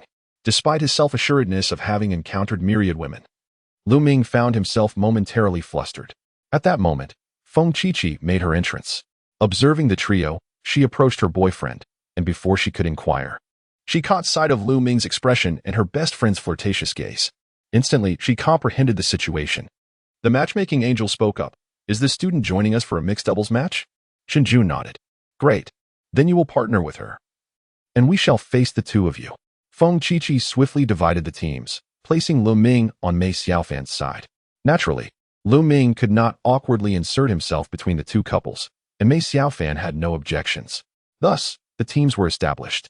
Notably, both Leming and Mei Xiaofan displayed commendable skills. However, they lacked synergy, often falling short against Qinjun and Feng Qiqi. Yet, it was precisely this near miss that ignited their competitive spirits, prompting them to challenge the couple time and time again. As the moon ascended in the sky, utterly drained of energy, Leming finally ceased his relentless pursuit. Throughout the evening, the duo experienced more losses than victories, yet they cultivated a foundational understanding. Before departing, Mei Xiaofan took the initiative to add Leming on WeChat. As Mei Xiaofan, Qinjun, and Feng Qiqi were acquainted, they agreed to leave together, and Leming, feeling awkward, separated from them. The night unfolded under a rare moon over the starry city. Feng Qiqi leaned comfortably on her best friend's shoulder, inquiring, "Are you interested in that, Leming?" Mei Xiaofan merely smiled. Her smile was captivating, lighting up her eyes, when her peach blossom eyes twinkled with mirth. They could make even a tyrant lose his kingdom. Feng Qiqi had initially met Mei Xiaofan because of her enchanting smile. "Speak up. Just nod, and I will devise a plan to help you win him over." Mei Xiaofan's smile was so intoxicating that it prompted Feng Qiqi to make such bold claims. Wait, I was just about to say something," she exclaimed, glancing at Qinjun, who immediately understood and pretended not to hear. Mei Xiaofan leaned in close to Feng Qiqi's ear and whispered, "I found him quite handsome tonight. He plays basketball with grace and has a good temperament. He's rather impressive." Feng Qiqi chuckled. "Well then, consider it done. I'll help you out. No man can resist you." Mei Xiaofan lightly poked Feng Qiqi. "Don't be ridiculous. He might not even be interested in me." Feng Qiqi exclaimed in disbelief. "That's impossible. Absolutely no one could overlook you." Mei Xiaofan fell silent, lowering her head, feeling bashful from her friend's compliments. Later that night, Leming reflected on the basketball game from earlier. This has been his habit over the years. When his natural talent fell short compared to others, he could only rely on relentless effort to catch up. However, tonight, it seems that his diligence may need to ease. Leming closed his eyes, recalling how sluggish his footwork had been during today's reception. Then he thought of Mei Xiaofan's face. He opened his eyes and closed them again. Reflecting anew, he remembered how he failed to advance promptly to remedy a situation at the net earlier today. Again, Mei Xiaofan's smile came to mind. It seemed that reminiscing today was futile. Leming took out his phone. The time read 11:32. Mei Xiaofan should be asleep by now. Nevertheless, he decided to ask one more time, "Are you participating in the mixed doubles competition?" Chapter 39. I find your obsession with looks utterly distasteful. Leming sent this message, inexplicably feeling a twinge of anxiety. "What are you so nervous about?" "It's just a simple question about whether you play basketball." With a casual flick, Leming tossed his phone onto the pillow and buried his head under the covers. It's fine to wait until tomorrow to check. He isn't in any rush. Ding dong. A hand swiftly emerged from beneath the blanket, seizing the phone. Mei Xiaofan, are you referring to the badminton tournament organized by the school? Leming sensed Mei Xiaofan's laughter, or perhaps he merely envisioned her eyes twinkling with mirth. Damn her charm. Before responding to her inquiry, Leming posed a question of his own. Aren't you asleep at this late hour? It was 23:37. A relatively early hour for a night owl like Leming, yet undeniably late. Mei Xiaofan, it's still early. Mei Xiaofan, I'm watching a drama. Mei Xiaofan, so, is it a tournament? Perhaps finding a fellow night owl invigorating, Mei Xiaofan typed with remarkable speed. Leming, yes, that's the one. Mei Xiaofan, are you inviting me to play mixed doubles? Mei Xiaofan chuckled, and although she was an introverted and demure girl in person, her online flirtation was masterful. As a naive young man, Leming had never encountered such a scenario. He curled up in his blanket, feeling utterly flustered. How could he possibly articulate such a sentiment? To say, yes, I do wish to play mixed doubles with you, or I am inviting you to join me in mixed doubles, seemed an insurmountable challenge, even if it was indeed his intention. You're blushing like a teapot. Mei Xiaofan, noticing his prolonged silence and fearing she might have overstepped, added, it's no trouble for me. I haven't yet decided whether to enroll in the tournament. Playing mixed doubles with you would be delightful, provided you don't mind my lack of skill. Leming, unwilling to let this opportunity slip away, found himself unaware of why he felt such urgency. That's fine, he replied. I'm not implying you're lacking. You play quite well. Mei Xiaofan seemed to have stumbled upon a newfound thrill. She typically only dared to tease anonymous online acquaintances or female friends. This marked her first attempt at flirting with a male, particularly one she had met in person. To her surprise, it was quite enjoyable. Mei Xiaofan, all right then. Let us play mixed doubles together. Mei Xiaofan, Feng Qiqi and Qin Jun will also sign up for mixed doubles. We can take them down. Leming nodded, feeling a sense of agreement. Yet, words eluded him. Leming, whereas your usual wit? Whereas your social prowess? Speak up.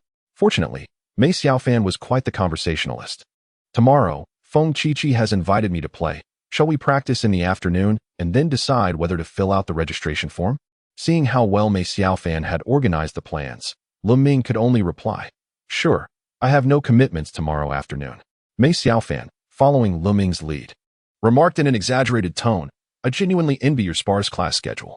Then she switched the screen to her dear friend Feng Qiqi. Qiqi, do not sleep. The urgency of the situation was underscored by the 3 exclamation marks. She was well aware of her friend's habits.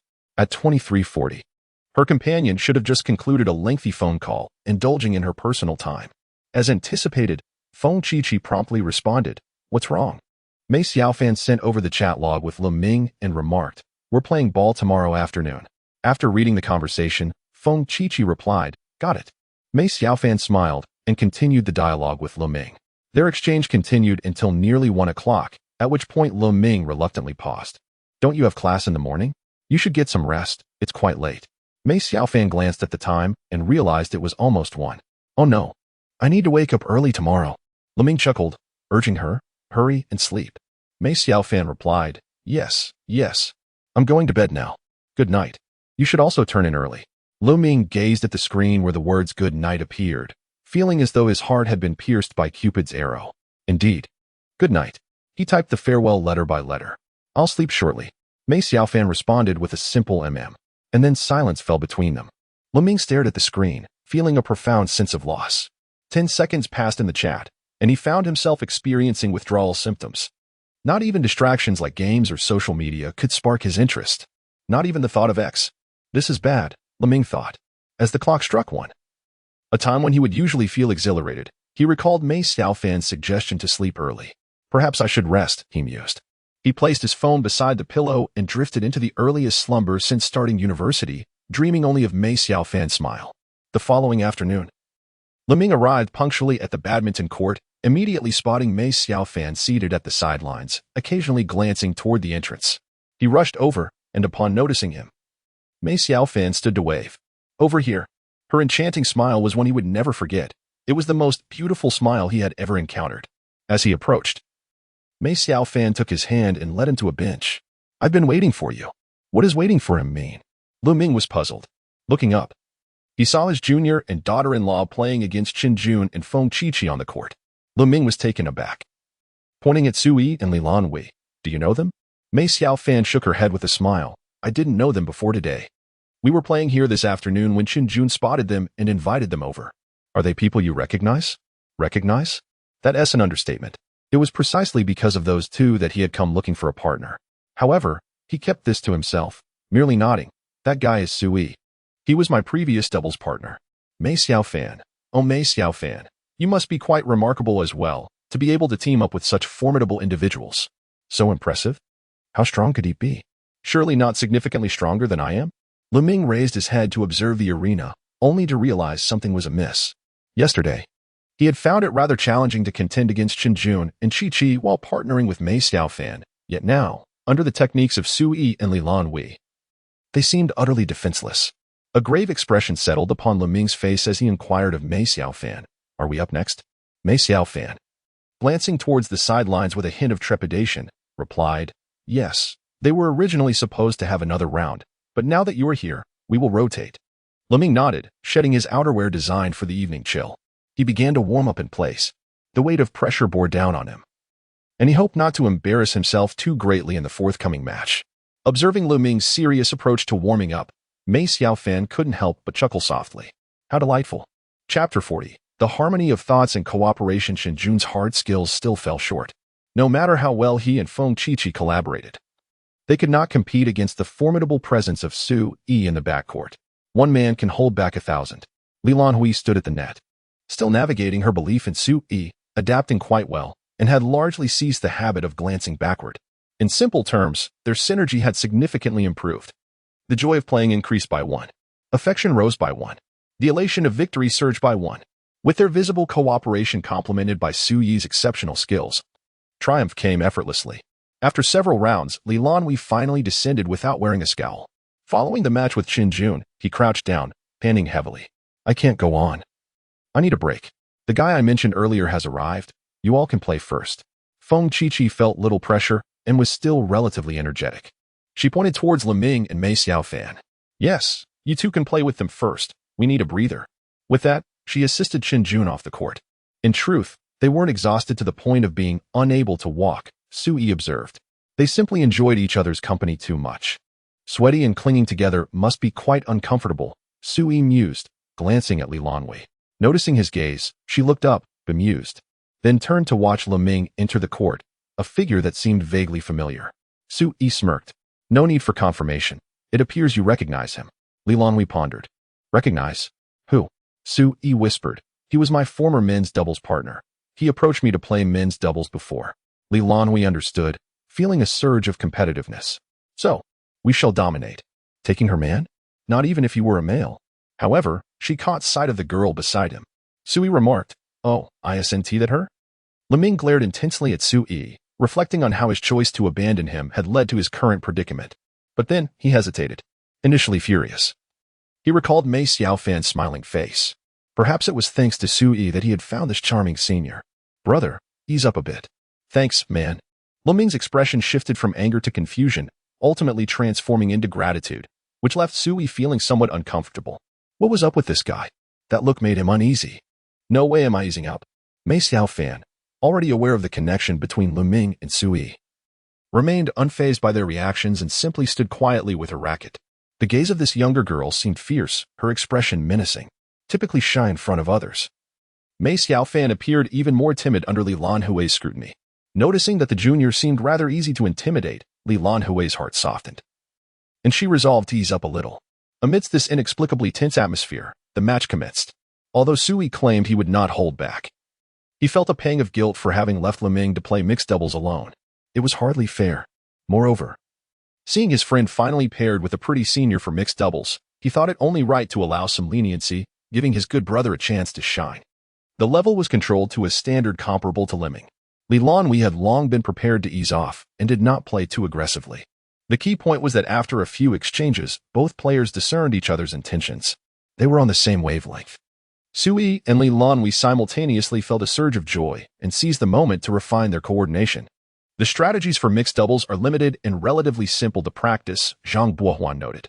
However, the actual scenarios encountered during a match are diverse, and relying solely on rigid footwork would not suffice. Guo Xiaoxian added that there is insufficient time to ingrain footwork into muscle memory, thus on-court decision-making regarding movement is essential. Therefore, their coordination cannot solely depend on the steps taught by their coach. Zhang Buohuan imparted a crucial insight. To excel in collaboration, one must engage in perspective-taking, adopting the mindset of a teammate and considering the situation from their viewpoint. Guo Xiaoxian remarked that they could also engage in a layered approach, anticipating one another's thoughts, thereby aligning their strategies for effective collaboration. Zhang Buohuan acknowledged the challenge of this method. Guo Xiaoxian contended that it is the fastest way to achieve synergy in a short period, requiring only the ability to view the game through each other's eyes, rather than practicing footwork endlessly. Sui and Lan Hui listened, somewhat bewildered, yet each was able to articulate their thoughts in perfect harmony. Could they truly achieve this? Indeed, they could. Although it was a small realization, both had concurrently thought about easing off, marking a minor success. Lan Hui earnestly contemplated what Sui would do in this situation. For Sui, the task was simpler. He acknowledged that he could not predict Lan Hui's thoughts, yet he was confident that she was certainly considering his. Thus, he resolved to maintain his usual play while embodying an easing-off demeanor, allowing Lan Hui to deduce his intentions. It seemed he had inadvertently become a bit lazy. But so what? Did he really need to decipher a woman's thoughts? Given Lan Hui's nature, could he truly guess? Consequently, the two maintained a performance level at 70%, gradually refining their cooperation. Lan Hui, in turn, speculated on Sui's thoughts. Suddenly, a shadow crossed her face. She too had an epiphany. Sui was undoubtedly waiting for her to decipher his striking strategy. Let it go. Sui suddenly grunted. Lan Hui mentally rehearsed the footwork for the drop shot, considering the necessary force. After swiftly executing the drop shot, the words kill shot echoed in her mind. Sure enough, after Lan Hui completed the drop shot, Mei Xiaofan could only lift the shuttle high, while Sui retreated, skimming the ground, leaping, and delivering a kill shot. Point scored. Lan Hui lifted her gaze to Sui, who approached with a smile, clasping her hand for a high five. Well played. Lan Hui silently observed their joined hands. Leming looked on in disbelief as Sui high-fived another girl, who surprisingly displayed a faint smile. Aren't they just friends? Can it really be this way? Damn it. Upon noticing the unusual expression on Leming's face, Mei Xiaofan promptly approached to offer comfort. I apologize. I assure you there will be no further chances. Leming's lips twitched as he raised his hand. Mei Xiaofan understood and responded with a firm clap. Let us go, she added with a smile. Leming savored the warmth of Mei Xiaofan's palm, struck anew by her radiant smile. His energy depleted. What followed was Leming's second phase rampage. For the sake of Mei Xiaofan's smile, he was determined to accomplish anything, even if it meant defeating Sui. Of course, that was impossible. After establishing a rapport with Lan Hui, Sui had significantly enhanced his strength and engaged in a spirited exchange with Leming. Ultimately, after a lengthy and arduous contest, he managed to secure victory. Following this, he bid farewell to a few individuals and joined the training session led by Teacher Chen. Chapter 41. The first encounter of the sixth. The badminton training commenced at 6 o'clock, following the conclusion of the last class. Players with classes had to hurry to the court immediately after their lessons, while those without classes could enjoy dinner and a brief rest before arriving. However, Coach Chen advised against coming after dinner, stating that it was more comfortable to vomit on an empty stomach than a full one. Training was exceptionally intense and likely to induce nausea. The session lasted 2 hours, concluding at 8 o'clock, after which players were free to dine or return to their dormitories for a shower. Sui and Lan Hui, having finished their first afternoon class, rushed to the court to play without having eaten. Chen Jun and the others arrived in a similar manner, while Leming appeared at 5:30. The four continued to play, utterly disinterested in dining. Upon concluding his training, Sui noticed that the others had not yet left and inquired about when they would finish and whether they wished to join him for dinner. Continuing to play was no longer feasible for him. If Chen Jun and the others intended to play longer, he and Lan Hui planned to eat first and then head home. Having arrived at the court at 4, Chen Jun had already played for nearly 4 hours. Exhaustion was palpable, yet he sought his girlfriend's opinion before replying to Sui. Sure, once we finish this game, we'll go out for dinner. As for Leming's thoughts, there was no need for his input. His autonomy was effectively denied. It was uncertain whether Chen Jun was genuinely fatigued or simply allowing Leming to showcase his prowess. In this round, Leming emerged victorious. Upon noticing Leming, Sui approached to exchange a high-five with Mei Xiaofan, shaking his head in disapproval. He fancied he could perceive a collar around Leming's neck, tethered securely by Mei Xiaofan. Leming, you're finished, he thought. Lan Hui regarded Sui with an expression of bewilderment, alternating between shaking her head and sighing. You're insane. Hurry up and pack. All right, I'm on it. Sui suppressed his disdain for Leming and neatly stowed his racket in his bag, then handed a casual outfit to Lan Hui. She accepted the clothing and departed for the changing room. Sui proceeded to change his shoes, spritzing them with freshener before stowing them away. He tightened his shoes, which had become somewhat dirty, and resolved to purchase a new pair soon. He scrutinized the pair he had bought post-exams, which had served him for nearly a year. Typically, he refrained from purchasing shoes lightly, but now financial concerns were irrelevant. He simply needed to consider aesthetics and comfort. Yes, I shall go the day after tomorrow. Perfectly timed for Saturday. Meanwhile, the four had exited the court, also beginning to unwind and tidy their belongings, albeit forming two subtle factions. On one side were Qin Jun and Feng Qiqi, seemingly affectionate, deliberately keeping their distance from Lu Ming and Mei Xiaofan. The latter had temporarily forsaken her friend to huddle close to Lu Ming, engaging in conversation while packing up. Sui had long seen through Lu Ming's malice. Upon arriving at the court, he had strategically placed his belongings beside Mei Xiaofan's. Disgusting. Base. Sui spat disdainfully before neatly organizing Lan Hui's water bottle in the small compartment of his bag and arranging their rackets accordingly. Lan Hui was positioned on the left, while Sui occupied the right. Conveniently, Lan Hui's preferred racket, the Victor Aura Speed 90K2, adorned in her favored black aesthetic, was placed at the far left, enabling her to easily retrieve it from her bag. Ah, the devoted admirer, she scoffed. Sui exchanged glances with Lu Ming, their eyes devoid of camaraderie, replaced instead by mutual disdain. Upon her return, Lan Hui neatly folded her jersey and tucked it into her bag. Are you ready? Sui inquired. Lan Hui nodded. Aren't you changing? She gestured towards Sui's drenched attire. Sui tugged at his collar, replying, we still have to eat. Changing would only leave me smelling like something else. Better not to bother. But it's cold outside, Lan Hui expressed her concern. Wait? Lan Hui? Concerned? About me? Sui was taken aback, glancing over, only to find Lan Hui crouched down, head bowed as she packed her clothes. All he could see was the cascade of her elegant long hair. Gainly Lan Hui's concern, gainly Lan Hui's shyness. Sui found it amusing and chose not to expose her. It was rare for her to show concern. He decided against teasing her this time. No worries, I brought a jacket.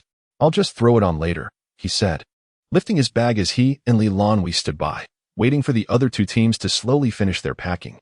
Sui, unable to bear his hunger, urged. Hurry up. No need to linger. We can dawdle at the restaurant instead. I'm starving. Leming replied, you're relentless in your urging. Just wait a moment. Despite his words, he quickened his pace. Qin Jun and Feng Qiqi also hastened, the chill of the air bringing forth their fatigue and hunger. The group swiftly gathered their belongings and exited the gymnasium. With 6 individuals present, Sui and Lan Hui decided against cycling, opting to drive home after their meal.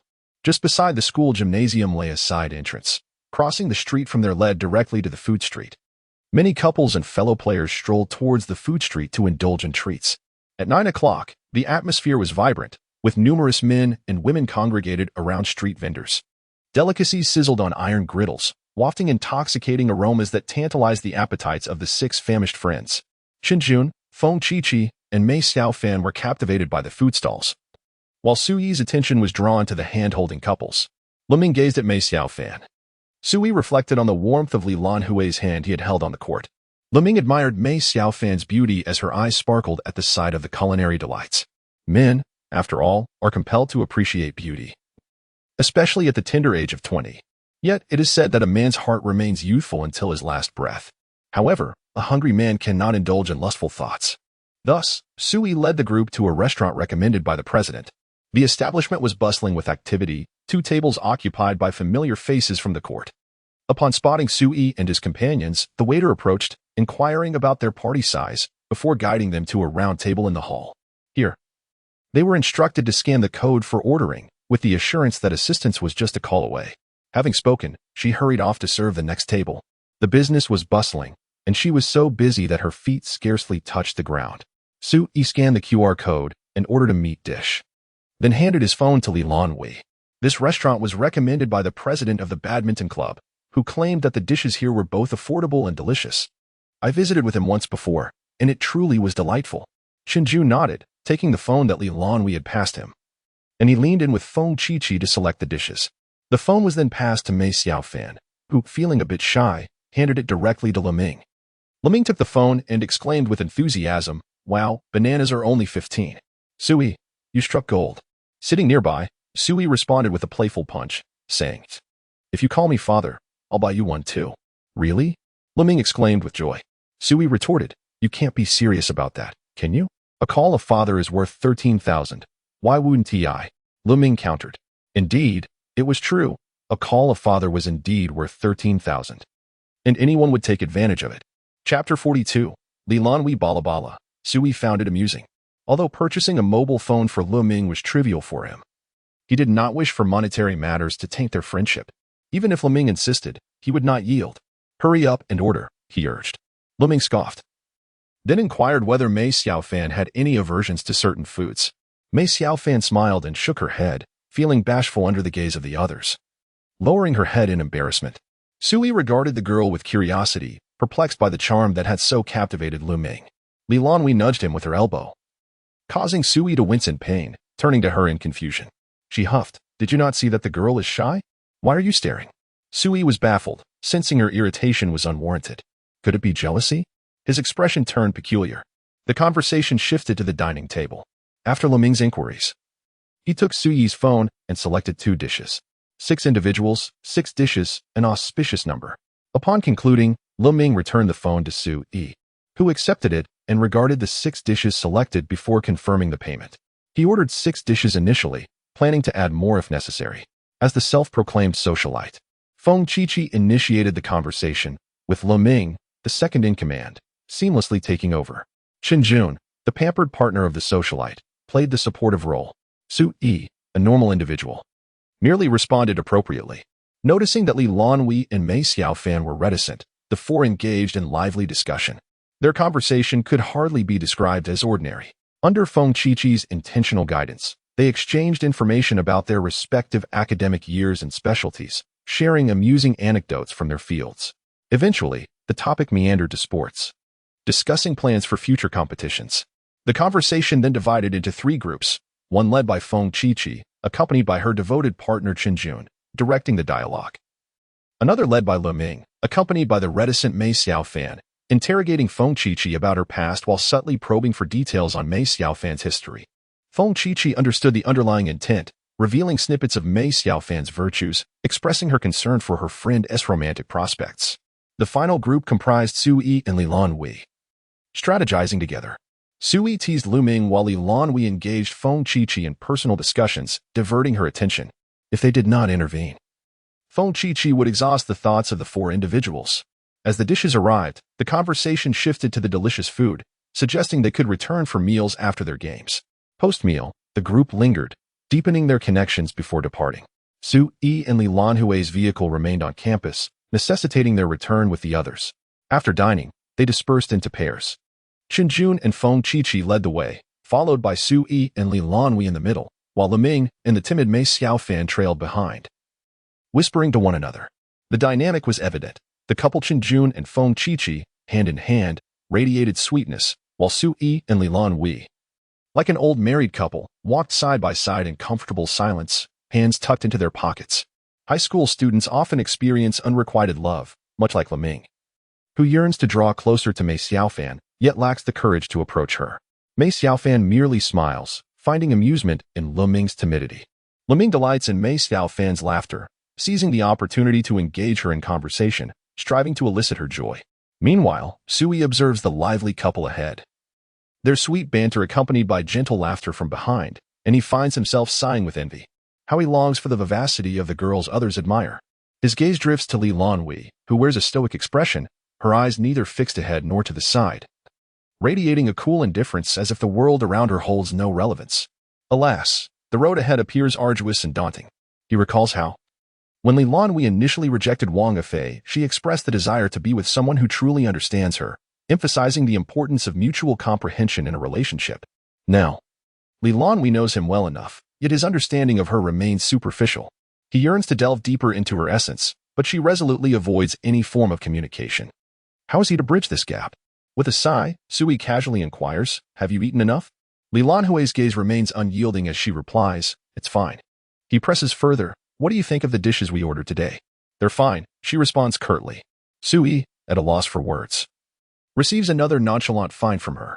"Perhaps you could discuss something meaningful if you wish to engage in small talk," she suggests. Sui, feeling defeated, lets the conversation dwindle. Lan Hui, however, turns her attention back to the noisy duo and then to the other pair bubbling with excitement, proposing, "Let's discuss Solomon Asch's line experiment." In 1951, Solomon Asch conducted a social psychology experiment to investigate how group pressure influences individual judgment. In this study, Asch assembled a group of 9 individuals, 8 of whom were his accomplices, leaving one unsuspecting participant. Sui is bewildered. Is this the sort of triviality one discusses during casual conversation? Lan Hui continues. During the experiment, the participant was tasked with judging the standard length of a paper and comparing it to 3 other lengths. After several rounds, in the final round, Asch instructed all his assistants to select an incorrect length, leading to a 75% likelihood that the unsuspecting participant would conform to the obviously erroneous choice. This psychological phenomenon later became known as the bandwagon effect. Subsequent experiments have largely corroborated Asch's findings, revealing that individuals often adjust their behaviors or viewpoints under group pressure to align with the majority. As she concludes, they find themselves before the badminton hall. Lan Hui disregards Sui's dazed expression, bidding farewell to the other 4 before approaching Xiaobai. Sui, lost in thought, contemplates her implication that his desire to engage in conversation, inspired by seeing others chatting, reflects a form of herd mentality. Lan Hui nods in affirmation, "Exactly." Sui, increasingly exasperated, protests, "But engaging in small talk after a meal is entirely normal. Why must we avoid doing what is natural?" Lan Hui countered with a probing question, assertively inquiring why this matter was deemed normal. Was it merely because everyone else was doing it? Sui fell silent. Lan Hui continued, emphasizing that one should reflect on such trivialities in life rather than simply following the crowd. It was akin to the way one would teach a child.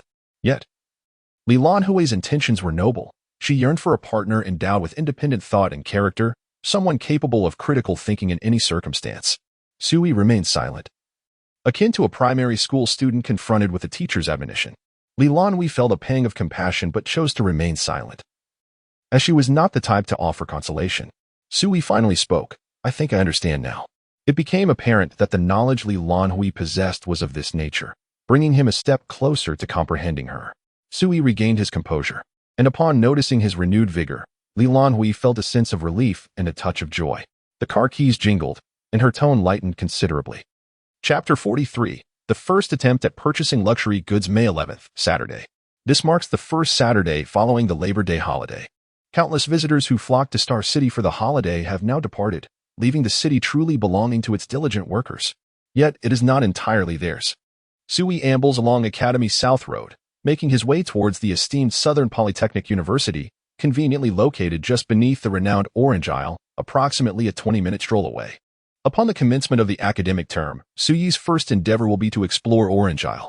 Moreover, directly above their university, adjacent to Orange Isle, lies another popular spot, Liberation West Road. The destination Sui aims for is the National Financial Center. Why choose today for this excursion, rather than during the Labor Day holiday itself? During the time, the thoroughfare resembled a procession of ants, far too crowded for Sui's liking. He refrained from venturing out. Aside from purchasing a vehicle and engaging in basketball with Lan Hui, the throngs of people deterred him, and he harbored another, less significant reason, merely a desire to play basketball with Lan Hui. Despite the crowd still being considerable, Sui navigated his motorcycle, occasionally encountering traffic. As a city renowned for tourism, Star City is perpetually teeming with visitors, compounded by the presence of several universities along Academy South Road, filled with students reveling in their time off. A journey that should have taken approximately 20 minutes extended to nearly 40 for Sui before he finally arrived at the National Financial Center. Star City's National Financial Center stands as the largest shopping complex closest to Southern Polytechnic University, a monumental landmark that amalgamates shopping, offices, and hotels into a vast urban complex.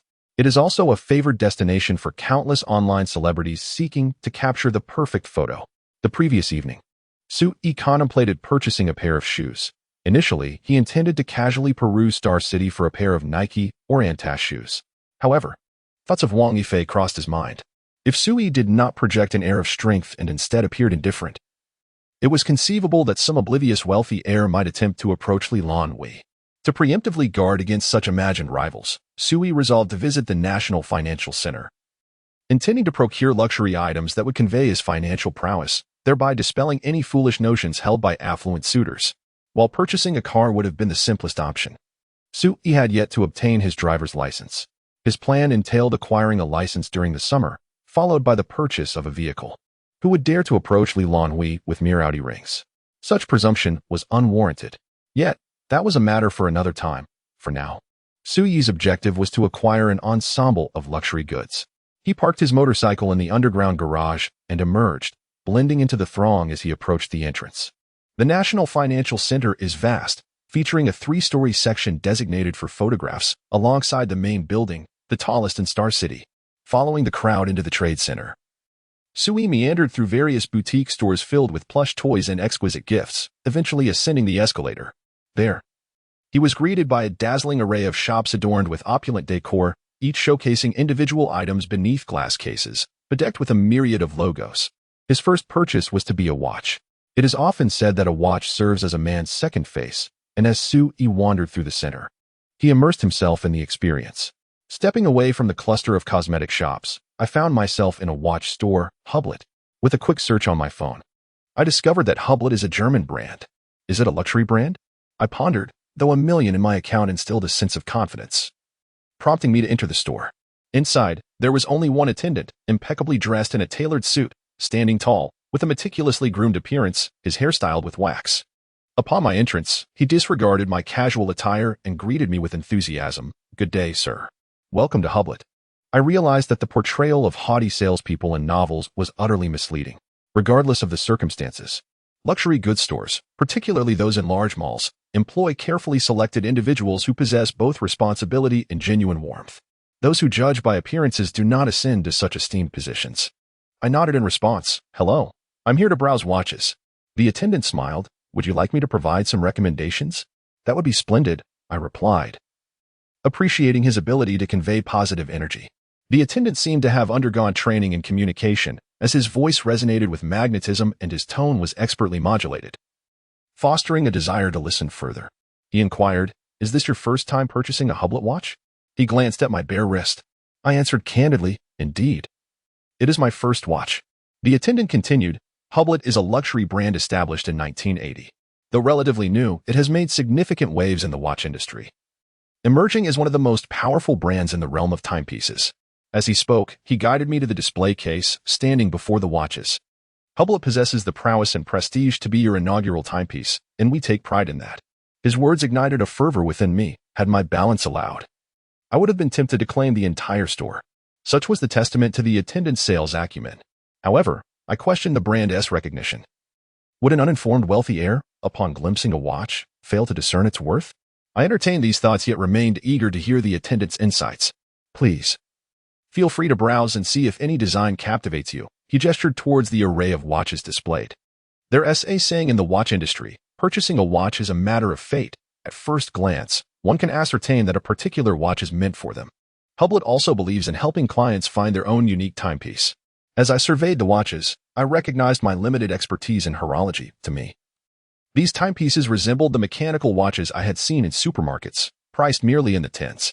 I casually pointed to a black and red watch, inquiring, "Can you tell me more about this one?" Primarily, I was interested in its price. "Are you referring to this Big Bang?"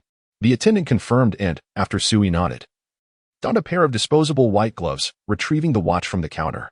This timepiece belongs to the Big Bang series, crafted from Texalium aluminum-coated carbon fiber, adorned with a unique floral pattern and embellished with 24 red gemstones. The watch face is made of sapphire crystal glass, comprising a total of 223 components, all meticulously crafted by our Hublot watchmakers. The case thickness is precisely controlled at 15.95 millimeters, boasting some of the most extravagant specifications in the world. With a global limited edition of just 100 pieces, the attendant gestured for Sui to extend his hand, gracefully placing this exquisite blend of technology and luxury upon his wrist. Chapter 44. Having Wealth. One desires all. Sui found himself enchanted by the words of the sales clerk. The watch adorned his wrist, its strap seemingly crafted from genuine leather. Even when fastened, it bore no hint of discomfort. The dial's unique material, in close contact with his skin, dispelled the chill of metal, instead radiating a gentle warmth. Sui scrutinized the timepiece meticulously. The crimson hands danced upon the concealed scale beneath the case, the markings also elegantly rendered in red. The logo was subtly etched in unobtrusive white on the dial. Inside, various gears of differing sizes moved in harmony, the largest adorned with a red pentagram. The silver-black casing imparted an understated yet sophisticated allure. Sui felt an overwhelming satisfaction towards this watch. Throughout his journey, he had encountered numerous luxury items, many of which were overwhelmed by ostentatious logo prints. Such superficial luxuries only deterred him. It was simply unappealing. In contrast, the logo of this watch was nearly obscured, boasting a unique design and a sense of creative elegance. He yearned for it. First, he would acquire this watch, then consider others, preferably one of renown that could showcase his financial prowess. Sui reassured himself. After all, he possessed wealth, so why not indulge? He would regard this piece as a cherished collection. How much is this watch? He inquired. The clerk smiled, noting that this was the quickest inquiry about price he had encountered in his career. By his assessment, this customer lacked the financial means to purchase such a timepiece. However, as a competent salesperson, his duty was to ensure that every customer felt their expenditure was justified. He aimed to make affluent clients perceive the price as a bargain, while those unable to afford it would regard the watch as a coveted dream, aspiring to acquire it once fortune favored them. With a smile, the clerk replied, "This watch employs Hublett's latest technology and finest craftsmanship, part of our newly launched flagship series. The price for this singular piece is 208,000 yuan. Beyond the cost of the watch itself, with the artisan's labor included, we essentially yield no profit, relying solely on exquisite design and flawless craftsmanship to captivate our clients." Upon hearing the price of merely 200,000, Sui nodded in understanding, thinking, why not mention the price sooner? It's not as if he couldn't afford it. He gestured to the watch on his wrist and declared, "I'll take it. Let us proceed with the card." He then produced his bank card from his pocket and handed it to the clerk. The clerk paused momentarily, surprised by the immediate decision. Could this individual truly afford such a luxury? Yet, his professional demeanor prevailed, and he respectfully accepted Sui's card, inviting him to take a seat nearby. He then swiftly moved to the back of the store, retrieving the watch box, gift packaging, and purchase contract from a drawer. Taking a deep breath, he marveled at the wonders of Star City, where a university student whose total possessions did not exceed 500 yuan could directly purchase a watch worth 200,000. The clerk attributed Sui's astonishing action to the enchantment of Star City, reminding himself not to judge by appearances as he sat down across from Sui. "Greetings, sir. This is the purchase agreement. Please take a moment to peruse it." He then seated himself and began preparing an invoice, which he presented to Sui, saying, "Sir, kindly sign here."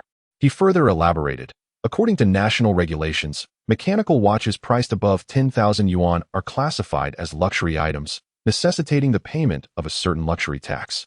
Additionally, this watch requires scheduled maintenance services, which will be provided for a duration of 3 years, incurring a specified fee. Finally, there is my service charge.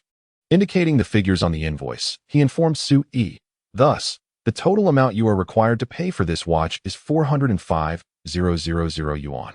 If you consent, please sign here, and I shall retrieve the card machine." Sui nodded, glanced at the invoice, noting the watch's price of 208,000 yuan, tax of 173,900 yuan, and a warranty service fee of 20,000 yuan, while the service fee charged by the attendant was merely around 4,000 yuan. The tax encompassed consumption tax, import duties, and value-added tax. Hence, the price of the watch itself was 200,000 yuan, which did not exceed his credit limit. "Let us proceed." The attendant respectfully nodded, and after speaking, he produced the card machine and processed Sui's payment of 405,000 yuan. Transaction successful, 405,000 yuan. Refund amount, 405,000 yuan. Product cost, 18,000 yuan. Socially recognized value, 270,000 yuan. Personally recognized value, 208,000 yuan. Total refund, 901,000 yuan.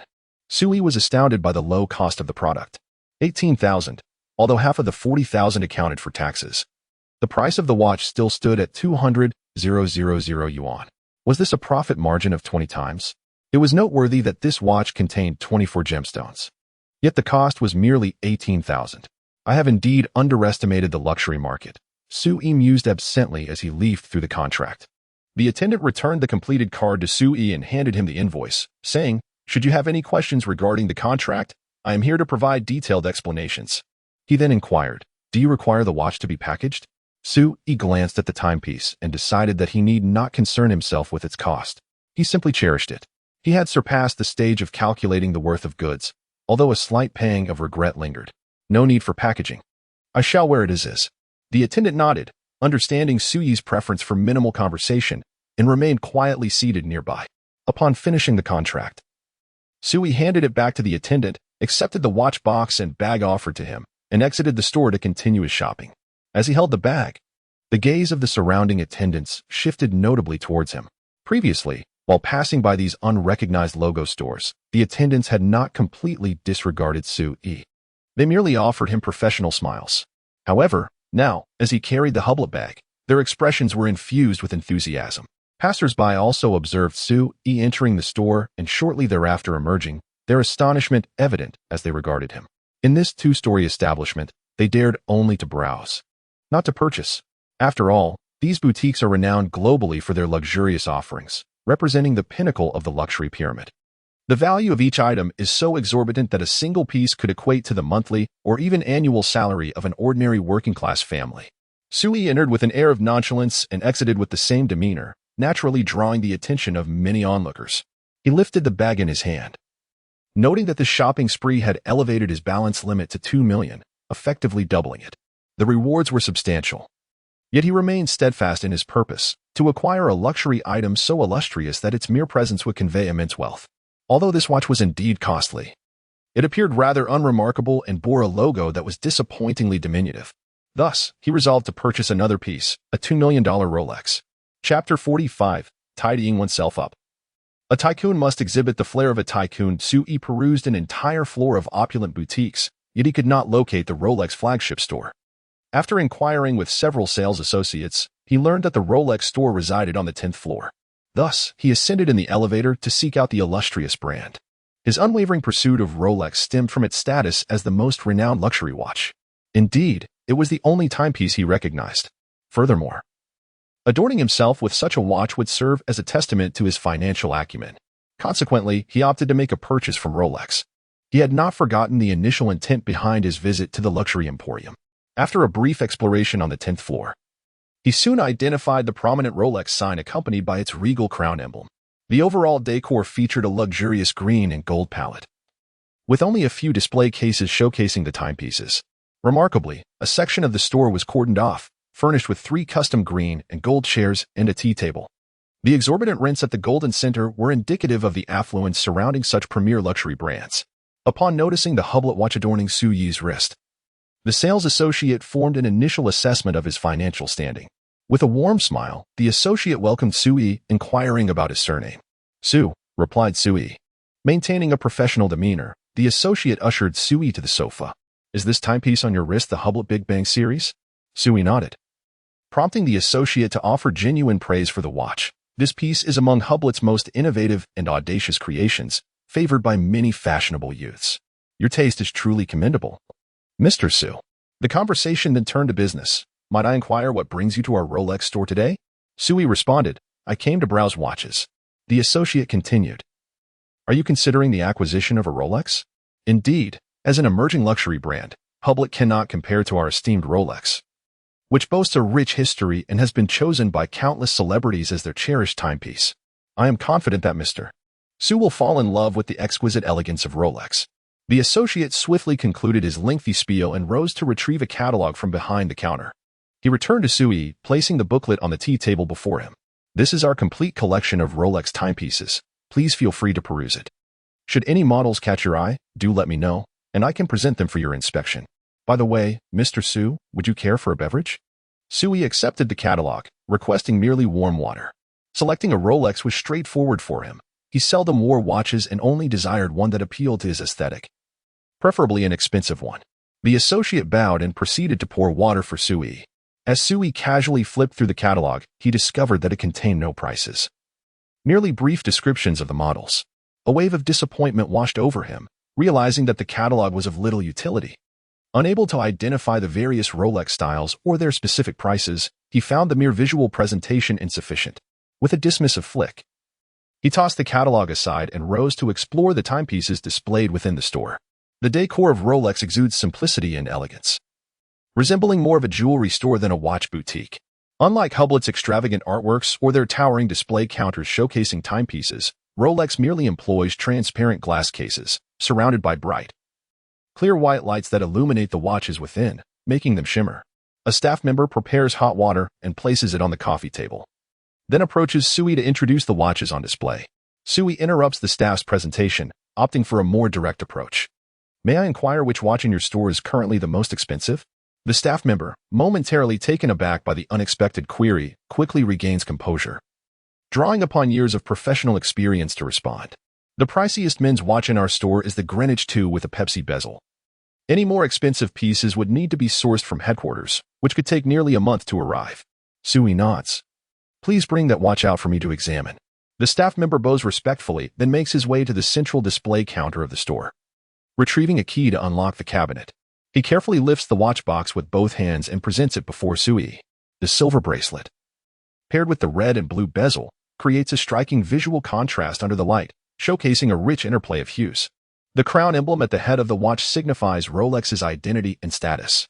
The blue dial is both understated and luxurious, embodying simplicity and sophistication. In all honesty, Sui finds this watch more aesthetically pleasing than Hublett's offerings due to its exquisite simplicity. The staff member begins his introduction. This model features a midnight blue dial and a red-blue Cerachrom ceramic bezel, in addition to the traditional hour, minute, and second hands. The Greenwich 2 watch also includes an independent 24-hour hand and a bidirectional rotating bezel with a 24-hour scale. Time can be adjusted directly through the crown, eliminating the need to turn the hour and minute hands. The dial is designed with oversized hands and minimalist triangular markers, ensuring that customers can read the time with precision under any circumstances. As Sui gazes at the watch, he muses that its technological sophistication does not quite match that of Hublett's, yet it is undeniably a Rolex. "How much does this watch cost?" he inquires. The staff member replies, "Including VAT, it is priced at 390,000 yuan, and with consumption tax, it will reach approximately 690,000 yuan. Sui nods, affirming that it falls within his budget. "There are no watches more expensive than this in the store, correct?" The staff member hesitantly nods. "There are two models that surpass this price, but both are women's watches." Sui understands that the only suitable option for him is indeed this watch before him. Realizing he may have overestimated Rolex's offerings, it appears that acquiring a 2 million yuan Rolex is simply unattainable. The staff member adds, "If you wish to purchase a more expensive watch, an application must be submitted to headquarters for approval and inventory allocation. Alternatively, you could visit larger Rolex boutiques in Shanghai or Beijing." Sui comprehends that this particular store, located in the International Finance Center of Xiqing, has a price cap on the watches available for sale. After all, the security measures for more expensive pieces in this store are insufficient, and the loss of a watch valued in the millions would represent a significant setback for the company. The most exquisite and expensive timepieces necessitate a journey to the bustling metropolis or a trip to Berlin for acquisition. Sui produced his bank card and declared, "I'll take this one," proceeding to complete the transaction. In an instant, the staff transformed, adopting an air of reverence akin to that of a Hublett watch. They accepted the bank card with robotic precision, guiding Sui back to the original spot, where they retrieved the sales contract and invoice. After signing the contract and finalizing the payment, they respectfully wrapped the watch for him and graciously ushered him out of the store. Sui grasped the elegantly packaged gift bag and exited the establishment with an unhurried demeanor. The staff watched him depart with utmost respect. "Remarkable. They truly sold the most expensive watch in the store. I shall surely receive a promotion tomorrow." Chapter 46. The Adornment of Attire. Sui, carrying a Hublett and a Rolex bag, naturally became the most dashing figure on the street. The shop attendants watched him enter and exit the store. Recognizing the bag that typically holds timepieces priced above 200,000 yuan, They understood that this university student had purchased a watch worth over 200,000 yuan in less than 20 minutes. Merely a beautiful trinket, yet at such a steep price. What might he spend on clothing, perfumes, and handbags? However, Sui paid no heed to the eager expressions of the numerous shopkeepers. After a morning of shopping, he felt hunger pangs. Browsing through Douyin, he discovered the location of the most renowned restaurant in the International Financial Center, the Cloud Restaurant on the 93rd floor. Sui took out his phone to search for directions to the restaurant. Following the tutorial, he descended to the 4th floor, traversed the hotel, and inquired with the staff about the location of the elevator to the highest level. He then ascended to the 93rd floor. The elevator, which traveled directly from the 4th to the 93rd floor, was remarkably swift, yet it still required a modicum of time, thus it was equipped with sofas for comfort. Succumbing to the sensation of weightlessness, Sui settled onto the sofa, relishing the ascent to the clouds. There was little to savor, however, in the interest of public safety. The elevator was not designed with transparent glass but was entirely enclosed, allowing only the electronic display to flicker rapidly before his eyes. Upon reaching the 93rd floor, the Cloud Restaurant, which typically required reservations, had accommodated Sui at a table due to the luxurious watch on his wrist and the Rolex bag in his possession. It was midday, and although Sui longed to gaze at the river view from a window-side seat, the scorching midday sun would likely blind him if he sat too close. Thus, he obediently took a solitary seat away from the window. Adjacent to him was the bar counter, yet Sui's purpose for visiting was to dine. The waiter informed him, "We are currently running a promotion. Orders placed through Douyin for our single or double Western cuisine set meals are only 299 yuan. The surprisingly low price astonished Sui. In a restaurant perched atop the International Financial Center, a solo meal for merely 299 yuan was indeed remarkable. Such a star city, he mused, Hakisha. The cost of living here is astonishingly low. Sui chose not to embarrass himself by selecting dishes he could hardly comprehend in terms of preparation, but opted for the 299 yuan set meal recommended by the waiter. For the appetizer, he chose salmon salad. The main course was steak, complemented by strawberry ice cream for dessert, while the vegetables were overlooked. And he added a portion of fish and chips. The flavors were unremarkable, yet they aligned with Sui's stereotypical perceptions of Western cuisine. The meal was bland, featuring some inexplicable yet flavorless condiments, alongside deep-fried, grilled, and pan-seared meats. What left the strongest impression on Sui, however, was the ice cream, abundant and generous. The strawberry sauce was delightfully sweet and tangy, fulfilling Sui's fantasies of dessert. After a simple meal, he learned of a dessert buffet nearby. Not yet sated, he helped himself to several pastries generously adorned with sweet sauces before descending to the lower levels. The cloud-based restaurant is ideal for evening visits, offering exquisite cuisine and fine wine, accompanied by breathtaking views of the river at night. Alas, it is still afternoon. Moreover, he still needs to purchase some items. With the watch he possesses, does he truly wish to don this ensemble worth 500? With such attire, the watch would appear counterfeit on his wrist. Sui descended the stairs and entered an LV men's clothing store. This was the only luxury boutique he recognized during his stroll, and it did not sell bags. The LV store was bustling, with 2 sales associates and a manager present. Upon merely catching a glimpse of Sui's watch, the manager immediately summoned the 2 sales associates and approached Sui directly. The manager, appearing to be in her 50s, though her meticulous grooming and care could not conceal the crow's feet, still exuded an air of opulence due to her well-maintained physique and dignified demeanor. She bowed slightly before Sui and inquired, "What can I assist you with today?" Sui surveyed the shop, noting that the clothing was categorized into 3 sections. The first featured casual wear, with short-sleeved shirts and t-shirts displayed on the walls. The center showcased tailored suits propped up by mannequins, while the last section displayed an assortment of eccentric outfits. Jackets adorned with logos, tapered pants replete with branding, and bizarrely colored leather garments filled the space.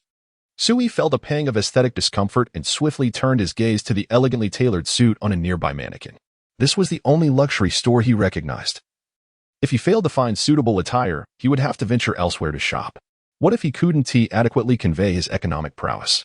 With the mindset that this might be his last opportunity, Sui earnestly sought a uniquely designed t-shirt from the wall. However, he found none. The only commendable aspect he discerned was the quality of the fabric and the clever detailing in the hems. He pointed to a pure black t-shirt and requested the manager to retrieve it. "I would like to try this one." The staff respectfully nodded, took the shirt from the wall, and presented it to Sui. This t-shirt was the season's hottest new style, a damier polo shirt, retailing at a mere 700 yuan. Its distinctive embroidery art was designed to catch the eye, making it an ideal choice for everyday wear. Sui examined the black t-shirt. Although the overall hue was black, subtle reflective checkered patterns became visible under the light. Naturally, the most valuable feature of this garment was the logo emblazoned on the chest. Seeing that the shirt lacked any peculiarities, he requested to try it on. The manager assessed the style in her hands, appraised Suyi's physique, and set aside the shirt, suggesting, "I recommend you try an XL size. Please hold on."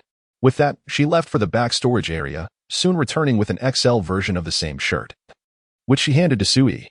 He accepted it and slipped it on, feeling the fabric cling comfortably to his body, lightweight and pleasant to wear, and nodded in approval. "I'll take this." He then turned his attention to the suits nearby. After all, one's appearance is pivotal. A suit is the ultimate test of a man's character and physique. Every successful individual must possess a suit that is distinctly their own. Sui pointed to a deep blue suit, expressing his desire to try on this ensemble. The suit comprised a complete set, including a shirt, vest, jacket, trousers, tie, belt, and leather shoes. The store manager glanced at the suit and replied, "Very well, please wait a moment. We have this set in stock in our warehouse. I will retrieve it for you." She then strode away in her high heels towards the warehouse. To be frank, the ambience felt more akin to a Nike or Li Ning store rather than that of a high-end luxury boutique. Sui accepted the complete suit handed to him by the store manager and called upon another male attendant present, who guided him to the fitting room to change. Chapter 47. Only those with strength can truly pursue you. The tailored suit is not an easy garment to don. It is a play on words. First, to wear the complete suit, one must start with a shirt, requiring the fastening of 8 buttons, 6 in the front and 2 at the wrists. Additionally, the collar must be meticulously smoothed out, adjusted to be both aesthetically pleasing and comfortably flexible for the neck. After the shirt, a waistcoat must be donned. The waistcoat is relatively simple, akin to a vest, yet it too must be smoothed over the body. The pristine white shirt is complemented by a black and white waistcoat, followed by a navy blue suit jacket and a blue tie. The tie is left entirely to the discretion of the shop assistant, as Sui lacks the skill to manage it. Next come the trousers, shoes, and belt.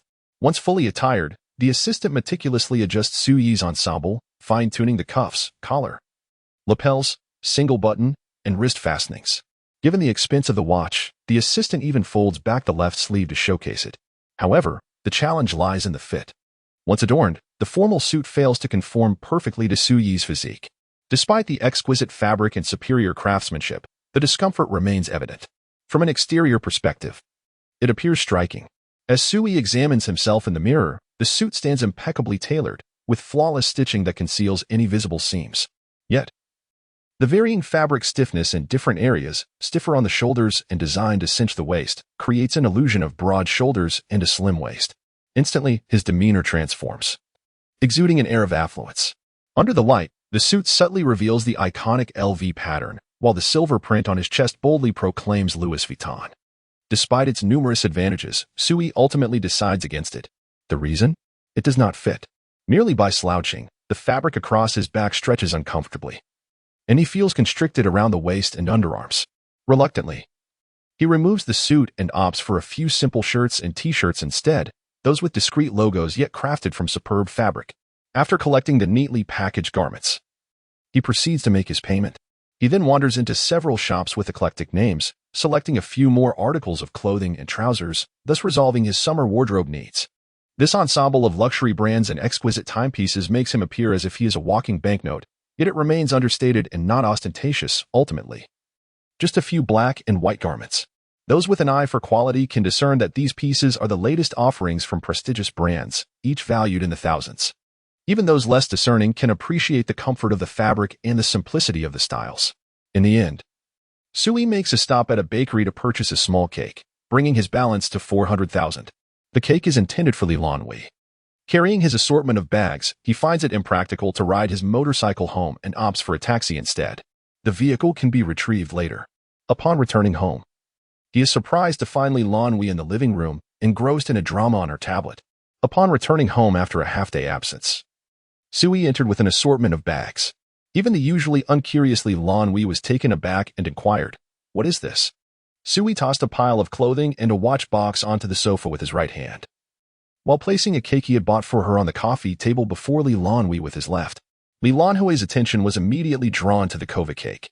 Then she noticed the watch on Su Yi's wrist and hublet. Her brow furrowed, sensing something amiss.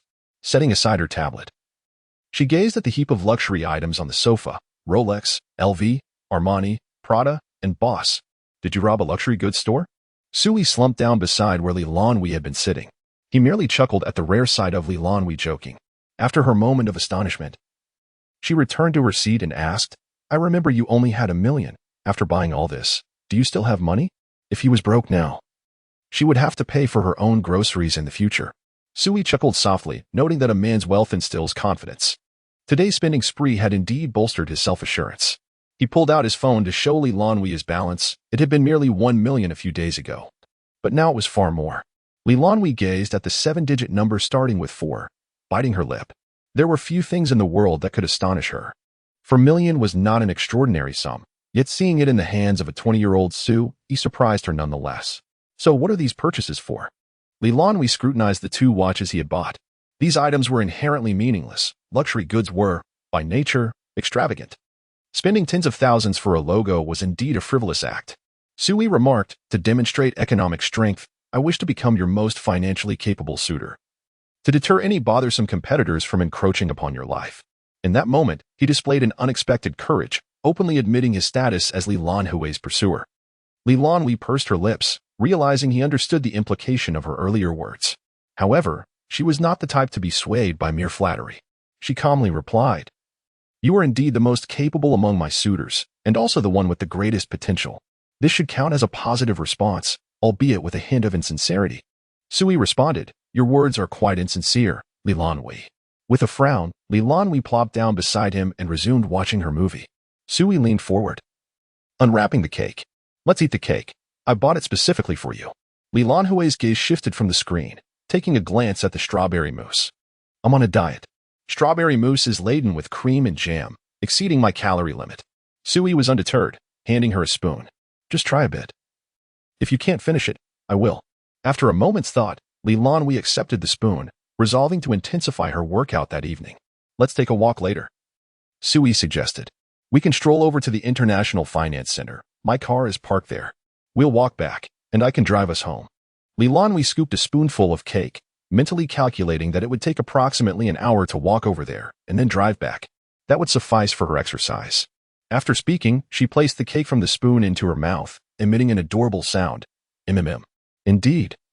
No girl could resist a cake that is both visually stunning and delectably scrumptious. Lan Hui composed herself and savored the taste of the cake. It was truly deserving of being among Kova's top 10 recommended desserts. The flavor of the strawberry jam seamlessly blended with the cake's base, while the cream was light and delightful, melting in her mouth like jelly. As she spoke, she took another bite. However, dear young lady, your image is somewhat compromised. Can a single cake truly win you over? Indeed, it can. In the end, this 4-inch cake was devoured by Lan Hui, who consumed more than half of it alone. It wasn't until she was nearly finished that she realized she had overindulged, staring thoughtfully at the spoon. After a moment, she resolved, I'll buy the groceries tonight. Chapter 48. The gentle evening breeze lifts the girl's hair for dinner. Lan Hui personally selected the ingredients at the supermarket. Ultimately, she prepared a bowl of stir-fried broccoli with black fungus and a bowl of poached shrimp. She justifiably claimed it was for the sake of calorie control, and indeed, the calories were restrained, as were Su Yi's cravings. It's tasty, but lacks flavor, he remarked. These 2 dishes were so bland that even Lan Hui could not salvage them. Su Yi smacked his lips, contemplating the idea of purchasing some street snacks during their evening stroll. Lan Hui ate with an air of indifference, as if she were on a diet. Once dinner concluded, as per usual, Lan Hui cooked while Su Yi tidied up. At 8 o'clock, Su Yi suggested they go out for a walk. Lan Hui changed into her white running shoes and, after a moment's thought, donned a black windbreaker. The riverside was still chilly at night. Su Yi casually wore a checkered shirt, rolled up the cuffs of his left sleeve, and retrieved a Rolex from a box on the table, placing it on his wrist while setting down a hublet watch. He slipped on his newly purchased Nike shoes, having ventured out that morning solely for this purpose. Everything else was incidental. As for the style, he was uncertain, having merely chosen what appeared most pleasing in the store. The black and white design, adorned with traditional motifs, featured a crane spreading its wings at the heel, a perfect fit for him. Lan Hui cast a glance at Su Yi's wrist. Show off all you want. But keep your distance while we walk, she thought. Su Yi chuckled awkwardly, discreetly lowering his sleeves. It was indeed better to walk alongside Lan Hui. He glanced down at her hands, which were not the delicate, fragile hands of a typical novel heroine, but rather bore the unique charm of Lan Hui. The back of her hand displayed subtly protruding veins and callous skin at the thumb. Her fingers were slender yet strong, and the tips bore a hint of kitchen grease, tinged with a slight yellow hue. Her hands were quite aesthetically pleasing, likely adored by many women who appreciated the feminine allure. Tonight's goal was to hold this pair of hands, Su Yi silently encouraged himself. They tidied up and descended the stairs, first heading towards the South Academy Road before meandering along the riverside. As previously mentioned, adjacent to Southern Polytechnic University lay the renowned Orange Isle. Walking along the river, within 10 minutes they would encounter the visage imprinted on the renminbi. Likewise, they would see several buildings showcasing light displays. Lan Hui strode ahead confidently, with Su Yi closely trailing behind the petite figure. The surroundings were bustling with electric bikes and cars, and the crowd was dense. Su Yi genuinely feared that the little one might get lost. At a height of 1.5 meters, if she were to vanish into the throngs, she would indeed be untraceable. Su Yi quickened his pace to match Lan Hui's side and spoke. It seems that choosing to walk out here at night was a rather poor decision. Lan Hui glanced at him, slowing her pace to allow Su Yi to catch up, and then replied, No, it's a splendid choice. Otherwise, so many people wouldn't opt to stroll here. You just told me about the bandwagon effect a few days ago, and today you claim that because everyone has chosen this place, it must be good. Isn't that contradictory? Su Yi countered. To her surprise, Lan Hui realized that he had genuinely listened to her words. She had assumed that her preferred topics were of little interest to others. Yet he paid her earnest attention. After all, it is a subject that piques your interest, Su Yi replied, but you have yet to answer my question. Lan Hui understood. It is not merely the crowd that validates a place as the right choice, but rather the inherent correctness of the choice that draws people in. The appeal of this location lies in its suitability for leisurely strolls, attracting visitors, rather than the sheer presence of a multitude creating its allure. Axie's experiment, aside from the final step where everyone selected the misleading answer, encompassed countless instances of correct choices prior. It is precisely because this spot is a correct answer that it attracts so many to walk here. The abundance of people is a testament to the place's inherent appeal. Along the riverside promenade, couples from universities, high school students, clusters of tourists, and families were all present. The throngs ebbed and flowed, their conversations a gentle murmur, filled with lengthy discussions. Su Yi would never forget this day of walking beside Lan Hui, her incessant chatter a constant in his ear. As they strolled along the river, they turned towards Liberation West, nearing the Orange Isle Bridge. Hui moved from a crowded place to an even more crowded one, Su Yi thought, his desire to hold Lan Hui's hand thwarted by the sea of faces surrounding them. Nevertheless, the multitude could not deter his eagerness to engage her in conversation. Liberation West is the most renowned street in Star City, often likened to a domestic Times Square. Luxury cars sped past, while the sidewalks were adorned with flamboyantly dressed internet celebrities. Seizing a moment of distraction, Su Yi stole glances, perhaps stripped of filters and lighting. Many of these influencers paled in comparison to the natural beauty of Lan Hui, who, clad in a simple black windbreaker, outshone them effortlessly. The only aspect where they seemed to surpass her was in height, a notable shortcoming for Lan Hui. He longed to articulate, like in a romantic novel, the enchanting qualities of Lan Hui's large, expressive eyes, her rosy cherry lips, and her elegant nose, exuding an air of undeniable pride. Her striking visage resembled a statue from Vienna, etched with a beauty that time could not erode. Regrettably, Su Yi's perspective only allowed him to glimpse the top of her head, her dark hair cascading like a waterfall. Talking about her hair, not her legs. During the wait for the traffic light, Su Yi finally found the opportunity to sidle closer to Lan Hui. She lifted her gaze, the vibrant light illuminating her features. Su Yi, inadvertently nudged by passers-by, found himself pressed against her. Lan Hui frowned and began to speak, not addressing his unintentional encroachment, but rather inquiring. Where did you park the car? If we go further, it will be even more crowded. Su Yi scratched his head, his left arm instinctively shielding Lan Hui from the throng. The place with the most people. Lan Hui was speechless. Although she understood that only the International Trade Center could house those luxury boutiques. Was Su Yi truly so earnest as to park in the underground garage of the International Finance Center? Well, they would have to squeeze through the crowd. Su Yi chuckled awkwardly. He hadn't anticipated such a throng in the evening. Even after the May Day holiday, The place was still teeming with people. However, as Sui glanced at Lan Hui beside him, he was relieved to be walking alongside her. The evening breeze carried the delicate scent of rouge, playfully tousling Lan Hui's flowing hair. Amidst the dazzling lights of the vibrant Times Square, dressed in black, Lan Hui emerged as the focal point in Suyi's eyes. Despite the bustling crowd and the myriad of glimmers swirling around her, none could usurp her significance in Suyi's heart. Suddenly, a sharp sound echoed as Lan Hui slapped Suyi's hand. His intention to take her hand had been uncovered. Chapter 49. A chaotic blend of distasteful harassment. Lan Hui possesses her own philosophy of love. The act of holding hands is reserved solely for boyfriends. However, Sui is merely a suitor at this moment. Although she too can be deemed a pursuer of Sui, the act of hand-holding must come after the confirmation of their relationship. Until she has captured Suyi's heart, such intimacy is off the table. Sui chuckles awkwardly but stubbornly keeps his hand around Lan Hui, protective as they navigate the bustling streets of Guojin Center, which include Jiefeng West, Wui Square, and Huanqing Pedestrian Street. The throngs of people render movement laborious and fraught with trepidation.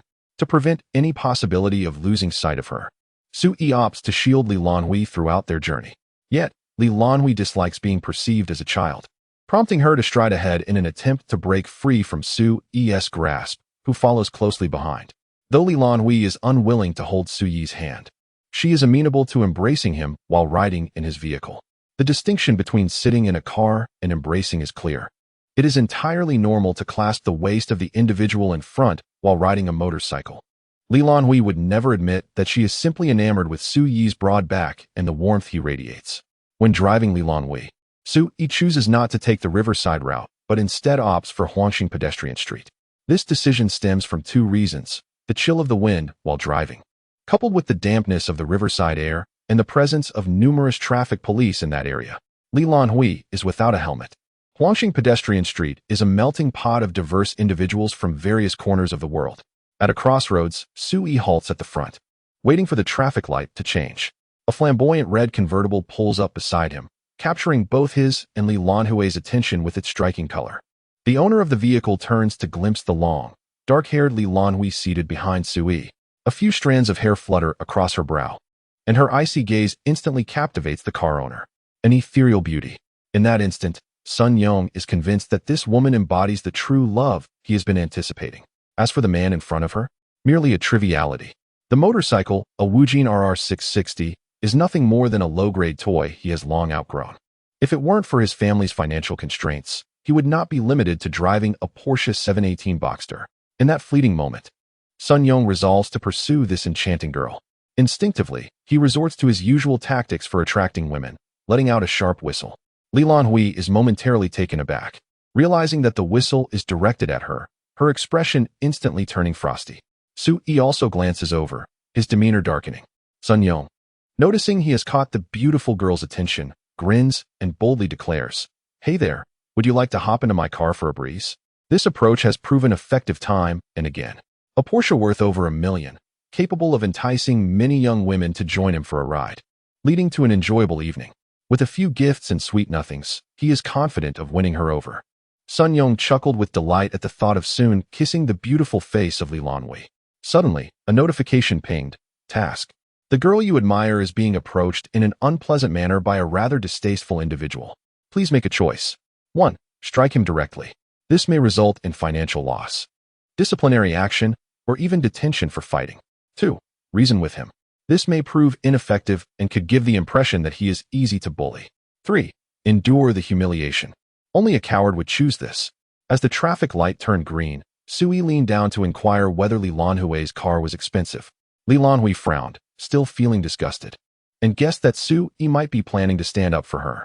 However, their differing thought processes left her unsure of his intentions. She responded, "Not as much as your 2 watches." Sui understood her implication.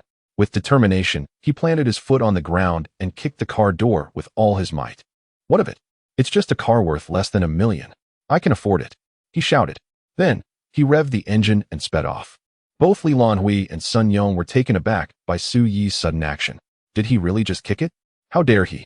A surge of anger coursed through Sun Yong. The girl he desired was with this impoverished fellow, and he dared to kick his car? He vowed to teach Sui a lesson. He pressed the accelerator, chasing after Sui. Lan Hui, wrapping her arms around Su-yi, remarked. You really kicked it just like that? This highlighted the differences in their perspectives. To her, it was merely an annoyance that could be avoided or ignored, while Sui perceived it as a blatant disrespect towards the girl he admired. It was a battle for dignity and pride, and he felt justified in his actions. If you can tolerate such harassment, I cannot, he asserted. Lan Hui sighed. Next time, don't be so impulsive. We could resolve this with words. Sui nodded, acknowledging that impulsiveness was not ideal. Suddenly, Sun Yang's Porsche caught up and rammed into Su-yi's vehicle. Damn it, Su-yi cursed, swiftly turning to the right side of the Porsche and delivering another kick. He then extended his left hand, revealing a rubber band on his wrist, and raised his middle finger. Lan Hui gasped, tightening her grip around Su-yi. Onlookers on the sidewalk, ever eager for drama, turned their attention to the street. Some recognized the sports car, exclaiming, "It's a Porsche 718. That kick would cost thousands." Others noticed Lan Hui and remarked on her beauty. Whispers circulated about two men quarreling over a woman, caught in a rivalry. Unfazed by the stares of passers-by, Sui noticed Lan Hui clinging to him. Realizing that someone was behind them, he became aware that if a confrontation ensued, Lan Hui could be in danger. He tempered his actions, seeking to protect her. Sui, taking advantage of the nimbleness of his motorcycle, deftly wove through the traffic, rendering the Porsche invisible in his wake, completely leaving Sun Yang behind. It was only then that Lan Hui lifted her head and struck Su-yi's back with force, reminding him of his earlier assertion that he was aware. Her gaze was dark, fixed intently on Su-yi's back. A shiver ran down Su-yi's spine, and cold sweat trickled down his brow. He thought to himself that if they were to collide, both would sustain injuries, and it could hardly be blamed on him. Lan Hui remained silent, pressing closer to Su-yi, enveloping the atmosphere in a heavy stillness, broken only by the whistling wind around them. Upon returning home after disembarking, Lan Hui continued her silence. Su-yi parked the motorcycle and ascended to their apartment. He watched as she silently retreated to her room, locking the door behind her. Su-yi sat on the sofa, lost in contemplation. He realized that he had indeed acted wrongly, completely disregarding Lan Hui's presence in his vehicle. Her safety had rested entirely upon him in that moment. The thought of having let his temper get the better of him and kicking another's vehicle on the road filled him with dread. What if Lan Hui came to despise him because of this incident? Chapter 50. The beauty of Lan Hui's worldview. An hour later, Lan Hui stepped out of her room. Clutching a tablet, Sui immediately rose to greet her, bowing in apology. When one errs, the foremost step is to express remorse and then rectify the mistake. Thus, Sui promptly approached to apologize for his impulsive actions earlier that day. Lan Hui, puzzled, moved to the sofa and seated herself. "Why are you apologizing?" she inquired. Sui followed suit, explaining, "I acted recklessly out of anger, resorting to the dangerous act of kicking someone on the street, disregarding our lives in the process. Why should I apologize for such matters?" Lan Hui countered. "Choosing to sit in your back seat was my decision. The harassment I faced was also a consequence of my choices. You merely acted to protect me." She insisted that since it was her decision, she must bear the consequences. Even if Su-yi had met with an accident today resulting in her injury or death, it remained her choice. She could not blame anyone else. The only reflection required was whether she should so readily accept a ride with Su-yi in the future. Su-yi appeared bewildered. Noticing his confusion, Lan Hui patiently elaborated. "One must accept the repercussions of their own actions. If you choose to kick a car, you must face the consequences. If I choose to ride with you, I must also accept the outcome. Should anything transpire, I would not hold you accountable, as it was I who opted to ride with you. Therefore, you need not apologize." As she spoke, Lan Hui set down her tablet and added, "In fact, I should express my gratitude. Thank you for assisting me when I was being maliciously approached." "Li the heroine, your worldview is as beautiful as you are," Su-yi remarked, finally understanding and exhaling in relief. "I promise it won't happen again," he vowed. "Indeed. I believe you," Lan Hui replied, lowering her gaze to her tablet once more. Curious, Sui leaned closer to her, asking, "What are you watching?" He recalled that Lan Hui had also been engrossed in a drama earlier that day, a documentary titled Hermann Hesse's Long Summer. The teacher mentioned it was captivating. "So I sought it out," she responded. Sui moved closer to her side, joining her in watching. Lan Hui cast a glance at him, shifting slightly to make room. After 5 minutes, boredom took hold of Sui, prompting him to retrieve some snacks from his room, sampling them while watching. 10 minutes later, he pulled out his phone to note the names of the delectable treats. After 20 minutes, he returned to his room, planning to shower before continuing the viewing. 15 minutes later, Sui settled back beside Lan Hui to resume watching the documentary. Lan Hui's expression darkened. "If you aren't interested, go entertain yourself elsewhere and don't disturb my viewing." Sui retreated to his room. He found little interest in hearing a middle-aged man discuss literary history in English, particularly when accompanied by monochrome visuals and a hypnotic soundtrack. He struggled to comprehend how Lan Hui could be so captivated by such content. Perhaps this illustrated the distinction between humanities and sciences students. He decided it would be more enjoyable to return to his room and play video games. Indeed, he mused, with a computer worth tens of thousands paired with an expensive mouse and keyboard, gaming was sheer bliss. Even the simple act of pressing a key brought forth pure enjoyment. The landlord had connected the internet, but had merely not activated the telecommunication services. Sui, after adding a few hundred yuan each month, persuaded the landlord to activate the fiber optic Wi-Fi service. He plugged in the cable and began to indulge in the most popular game, Black Monkey. Was this not far superior to Lan Hui's perplexing artistic documentary? After being ambushed by the small monsters at the door 3 times, Sui, with a scowl, exited the game. He then drifted through several renowned AAA titles, but after registering and completing the tutorials, his interest waned. Sitting languidly in his chair, he pondered for a moment before returning to the sofa beside Lan Hui. "Mother," he mused, "it seems I have succumbed to the whims of infatuation." Being away from Lan Hui rendered everything devoid of meaning. Yet, sitting next to her, even Hermann Hesse's Long Summer appeared captivating.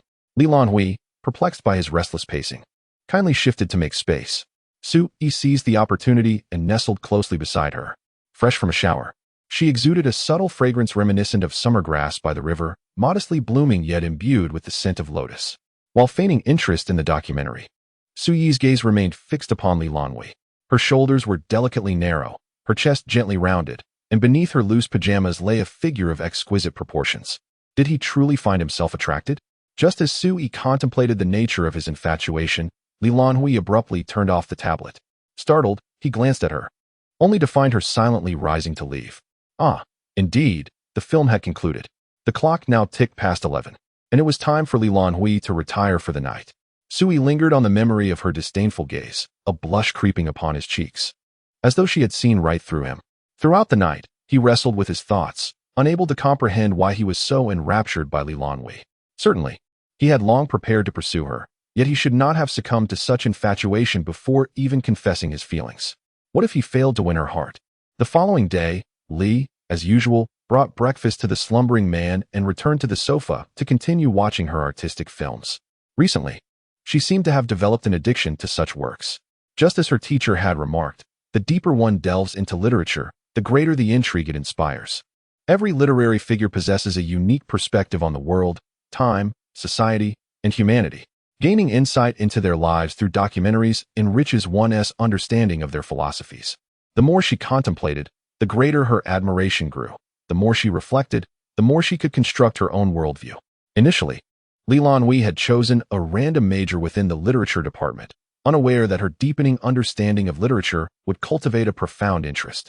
She resolved to watch every documentary and film about literary figures in the coming days, intending to borrow any books that captured her attention along the way. She, Lan Hui, was now deeply immersed in the ocean of literature. He, Sui, finds himself ensnared in the intricate web of love. After rising and completing his morning routine, he indulges in the breakfast that Lan Hui has thoughtfully purchased for him.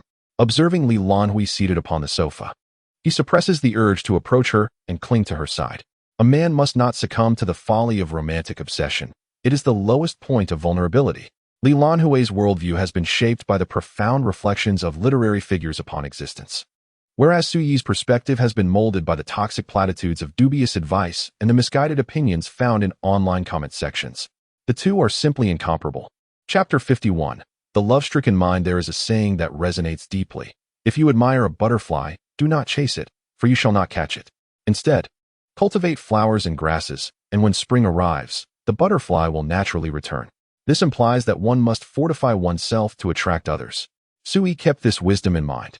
Contemplating ways to overcome his infatuated thoughts, he bid farewell to Lan Hui, intending to step out. Lan Hui inquired, "Will you return for lunch?" Her instant noodles had been limited to 2 cups, and she had already consumed them. Sui pondered briefly. I will come back, but it may be a bit late. Then I shall have a light meal and wait for your return before we go grocery shopping, Lan Hui replied with a nod. Sui, with an unusual expression, found it difficult to refuse her. His destination was none other than a gym adjacent to the school. He parked his motorcycle at the entrance, disregarding the many curious glances from young women, and strode confidently towards the gym. It is often said that the simplest way to gain confidence and excellence is through physical fitness. With a sculpted physique, one cannot harbor feelings of inferiority. With an indomitable spirit, one possesses the courage to walk alone. This is the most straightforward remedy for dispelling infatuation.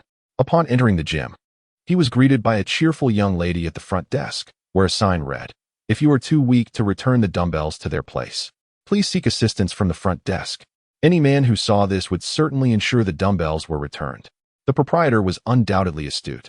Approaching the desk, Sui was met with the eager inquiry of the receptionist. "Hello, is this your first visit to 7-1 Gym?" He nodded affirmatively, asking, "Could you please inform me of the fees here?" The young lady pointed to a sign behind her, stating, "Our pricing structure is as follows: 30 yuan for a single visit, 180 yuan for a monthly pass, 500 yuan for a quarterly pass, and 1,800 yuan for an annual pass." In Star City, these prices were quite reasonable, especially for a gym located near a university, rendering it more affordable compared to others. Pointing toward the annual pass, Sui declared, "I would like to purchase one." The receptionist smiled knowingly. Many individuals who opted for the annual membership rarely returned frequently. Each annual pass sold contributed to her performance metrics. "Do you have your ID with you?" she inquired. Sui shook his head. "No. In that case, please fill out this information form," she said, handing him a sheet of paper. Sui quickly completed it, providing only his name, ID number, and contact information. The receptionist took the form, entered the details into the computer, and said, "You can pay via WeChat scan or card." Sui produced his bank card and completed the transaction. After a brief moment, the receptionist handed him a card, saying, "Here is your annual membership card. Please take care of it. This card is for your personal use only. Should you wish to transfer or sell it, please come to us for the necessary procedures." Sui nodded, accepting the card. She gestured towards the side, indicating, "That is the entrance to the gym, where you will find restrooms, changing rooms, and shower facilities." Sui, however, did not rush inside but instead inquired at the front desk, "May I ask if you have personal trainers here?" The receptionist beamed even more brightly. "Indeed. We have a total of 4 personal trainers, and we also have a dedicated boxing coach. Are you looking to take lessons with a personal trainer?" Sui nodded. He was unfamiliar with fitness and believed that enlisting the help of a personal trainer would be more effective and would help prevent injuries. The receptionist continued her pitch. "Akin to a merciless merchant, our personal training sessions are uniformly priced at 350 yuan per class, while the boxing coach charges a bit more at 500 yuan per session. However, the boxing coach only accepts long-term commitments, averaging around 300 yuan per class." Sui nodded and requested, "Please find me a more experienced coach." The receptionist agreed, pleased to encounter such a straightforward customer. "Wonderful. I will contact a coach for you, and he will meet you shortly. You can discuss the specific charges directly with him." With that, she called the coach out as Sui nodded in affirmation. The coach, well-built and muscular, stood slightly shorter than Sui, yet his impressive physique and proportions made him appear taller. He looked to be around 30, with a full head of hair, seemingly untouched by the rigors of advanced age. The coach, surnamed Chun, introduced himself as another instructor named Chun. After Sui completed his registration, they entered the gym to discuss the lessons. Noticing that Sui was a complete novice, Coach Chun smiled broadly and proposed, "How about this? I will teach you a complimentary session first. You can assess my teaching style, and if you find it beneficial, we can discuss a training plan for your next visit." Sui readily agreed. Although he had ample funds, he preferred not to squander them unnecessarily. Purchasing lessons should be contingent upon their value. Otherwise, investing in sessions that result in injury without yielding results would be disastrous. Coach Chin began by guiding Sui through a warm-up routine. Fortunately, Sui had donned a suitable short-sleeved shirt and loose-fitting trousers, making it comfortable to engage in physical activity. After completing a series of simple yet invigorating warm-up exercises, Sui felt a surge of warmth throughout his body, experiencing an exhilarating lightness. This sensation far surpassed the effects of the warm-ups he had done previously for badminton. He mentally noted the warm-up movements, intending to incorporate them into his routine before playing badminton in the future. Following the warm-up, Coach Chen led Su Yi through a comprehensive workout targeting shoulders, arms, back, waist, chest, abdomen, and legs, which took nearly 2 hours to complete. In truth, Su Yi contemplated giving up halfway through, feeling utterly exhausted. While the soreness in his shoulders and arms was manageable, areas accustomed to strain from playing sports, the rigorous core exercises were an entirely different challenge. Each moment of the waist and abdominal workout felt like a test of his endurance, with weighted Russian twists and crunches proving far more taxing than his home exercises. Nevertheless, motivated by the prospect of enhanced confidence and the desire to eradicate any lingering romantic distractions, Su Yi persevered. What was his reason for enduring this ordeal? For Lan Hui, alas, it seemed that motivation was not particularly effective. Who knows that when he struggles to persevere, apart from the coach's relentless encouragement and motivational quotes, his thoughts are consumed by the allure of attracting Lan Hui with a fit physique? If a well-toned body could entice Lan Hui, then what does it matter if he exhausts himself in the process? As his phone, which had been set aside, rang, Su Yi informed Coach Chen briefly and answered the call. It was Lan Hui. When will you be back? I'm hungry. Su Yi glanced at the time. He had arrived at 10 o'clock, and it was now nearly 12.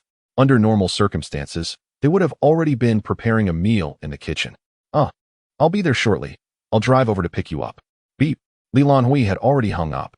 Su Yi apologized to his coach. Coach, I have to leave now. I need to go back and prepare dinner. Preparing dinner? You're merely selecting some groceries.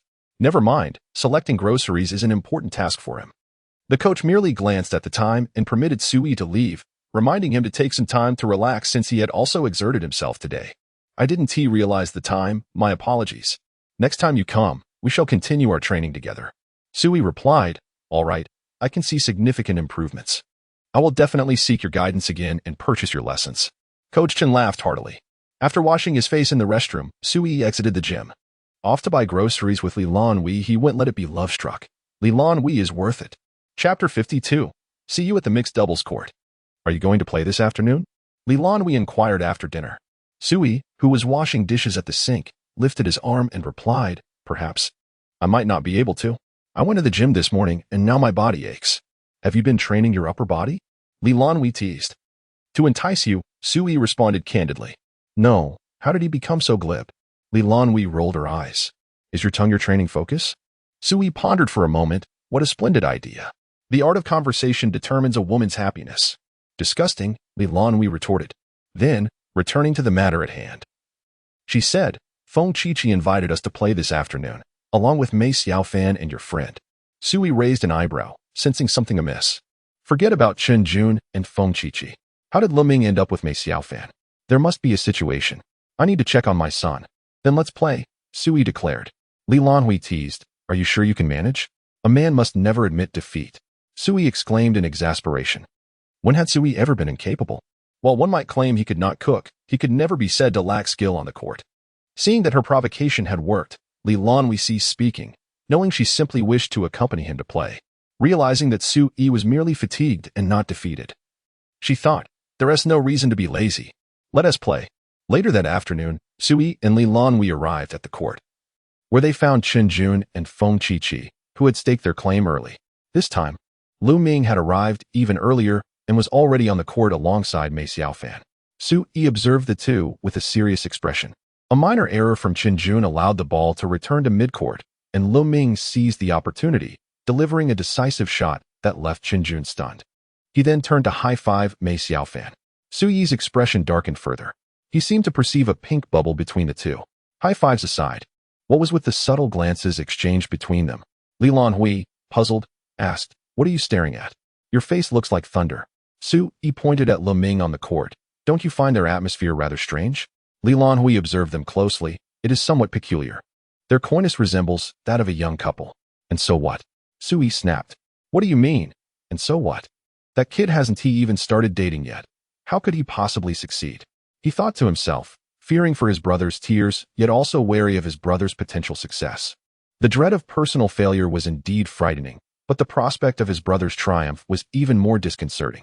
His pursuit of Lan Hui felt like an unattainable dream, while Lu Ming appeared to be just a step away from victory. Unbelievable, Su Yi muttered. When we step in, I will not hold back. Lan Hui nodded, beginning to comprehend Su Yi's competitive spirit. But what exactly was he competing for? Before long, while Sui was teaching Lan Hui the warm-up techniques Coach Chun had demonstrated that morning, Chen Jun left the court. Despite Leming's shortcomings, he was certainly no less skilled than Su Yi among the newcomers. Moreover, with Mei Xiaofan's deliberate efforts to maintain a tacit understanding and collaboration, securing victory in the match was undoubtedly within reach. Su Yi took to the stage, despite experiencing the aches and pains of his body. Yet, in order to avoid witnessing the triumphant smirk of his brother, he resolved to exhaust his potential. Leming, you shall not succeed until I have captured Lan Hui. As soon as Leming felt a sense of relief after celebrating a victory over Chen Jun with a high five from Mei Xiaofan, he noticed Su Yi approaching the court with a grim expression, racket in hand. Although he sensed something amiss, his awareness proved futile. Su Yi, enduring the discomfort, struck the ball fiercely, rallying with fervor. The ball soared towards Leming, leaving Mei Xiaofan helpless on the sidelines. Lan Hui stood with her hands on her hips, observing Su Yi's fervor, unable to comprehend the bond of brotherhood.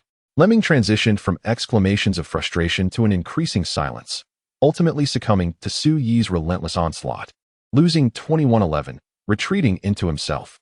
However, Su Yi ultimately fell short of achieving his goal. As Leming struggled to catch his breath, Mei Xiaofan seized the moment to assist him, not by forcefully dominating Su Yi, but rather by extending a hand to help Leming regain his footing. Leming collapsed to the ground, gasping for air, staring blankly at the delicate, pale hand that Mei Xiaofan offered, stirring emotions within him akin to their first meeting. The simplicity of attraction was palpable, ignited by a gentle smile and an outstretched hand. With a soft chuckle, Leming grasped Mei Xiaofan's hand and rose. For Su Yi, winning the match felt no different from losing. What had been his purpose for entering the game? Upon rising, Leming noticed Su Yi standing on the court, nodding in acknowledgement. Good brother, thank you. Su Yi clenched the handle of his racket tightly, feeling the soreness throughout his body intensify, his frustration boiling within him. Lan Hui, arms crossed, silently observed the entire match without uttering a word, her gaze fixed intently upon Su Yi. He glanced at the two individuals nearby, perplexed that they had already stood up. Why are you still holding on? Su Yi glared at their intertwined hands, then shifted his gaze to Lan Hui's crossed arms. He turned away, only to glance back again. Lan Hui, quietly watching, noticed Su Yi's focus on her hands and then on the clasped hands of Leming and Mei Xiaofan, realizing Su Yi's intentions. However, she decided to playfully tease him. She lifted her hand and reached towards Su Yi, as if to grasp his. Su Yi nodded eagerly, excitement coursing through him as he shakily extended his hand to meet Lan Hui's. Amused, she thought, is that all you wanted to do? But it was still too early for Su Yi. With a swift motion, she playfully smacked the back of Su Yi's hand. Next time, for sure. As dusk fell, the court saw a steady stream of comers and goers. Su Yi and his companions, lacking the stamina for a high-intensity match, opted instead for a leisurely game interspersed with conversation. Feng Qiqi, as the social instigator, naturally initiated the dialogue. So, have you all signed up for mixed doubles? Su Yi nodded and turned his attention to Leming. Leming and Mei Xiaofan released their clasped hands, perhaps feeling a bit shy. Have these two also signed up for mixed doubles? Leming and Mei Xiaofan nodded, with Mei Xiaofan gently stating, I partnered with him for mixed doubles. Su Yi's eyes widened in surprise. Haven't they only known each other for a few days? And they're already teaming up? This is absurd. The fast food style of 21st century romance is truly disheartening. He completely forgot that he too had only recently met Lan Hui. Feng Qiqi exclaimed, wow, doesn't that put me at a disadvantage? I thought I was formidable enough with Chen Jun to secure a prize. But I didn't anticipate having competitors like you two. Su Yi and Lan Hui remained silent. The reason for their mixed doubles partnership was rather peculiar. Perhaps, had it not been for Feng Qiqi, they might not have even formed a team. Another socially anxious individual chimed in. Leming teased, hey, when the time comes, I'll crush you and your senior in the preliminaries. Mei Xiaofan lightly nudged Leming, reminding him to be mindful of his words. Feng Qiqi retorted, don't be so arrogant. If we end up facing off, I'll have Xiaofan go easy on me. Who has to say who will pass the preliminaries? Mei Xiaofan interjected, yes, I will definitely stand by your side. A deep bond of friendship, perhaps even surpassing mere crushes. Lan Hui added, shall we meet on the mixed doubles battlefield then? Chapter 53, Badminton Preliminary Competition Night. Inside the rental apartment, Lan Hui curled up on the sofa. Engrossed in an art film, accompanied by Sui. The phone rang, but Lan Hui did not lift her gaze, continuing to watch her movie. Sui slowly came to his senses. The hypnotic quality of this film surpassed that of Hermann Hesse's Long Summer. He answered the call. It was President Cheng Hao. Hello? President, what's the matter? Cheng Hao replied, Sui, it's about the number of participants in the competition. We've counted, and there are approximately over 400 people. He continued, after a rough calculation, we'll need about 20 barrels of shuttlecocks. Sui responded nonchalantly, that's a minor issue. All right, I'll place the order now. He then inquired, if I place the order now, when can the matches commence? Cheng Hao explained, with over 400 participants, we definitely want to finish in one weekend. We plan to segregate those who do not have evening self-study sessions and finish the preliminary rounds during the week, then complete the remaining matches over the weekend. Sui nodded, so, that means we'll need to start playing later this week? Cheng Hao affirmed, if we purchase the shuttlecocks now, we can start as soon as they arrive. Sui nodded again, all right, I'll place the order now. Cheng Hao added, it's possible that 20 barrels won't suffice. Sui replied confidently, no worries, I can always order more later. It's a trivial expense. Cheng Hao expressed his gratitude. Sui, thank you so much. Sui reassured him, we're brothers. As long as we can compete, that's what matters. Cheng Hao continued to thank him profusely. After exchanging pleasantries, Sui hung up the phone. Lan Hui, having listened to the entire conversation, asked, so, is a competition about to take place? Sui nodded and returned to Lan Hui's side, turning his gaze back to the hypnotic film. The competition would likely commence this week, but he had evening study sessions. Their mixed doubles match was expected to take place over the weekend. Lan Hui calculated, noting that today was the 12th. By next weekend, it would be the 18th and 19th, which meant the finals could be conveniently wrapped up by the end of the month, allowing for final exam preparations to commence in June. The timing was quite fortuitous. After a few moments of watching the film, Sui found it increasingly difficult to focus. He pulled out his phone to order the shuttlecocks. Yes, but we also need to ensure they arrive on time.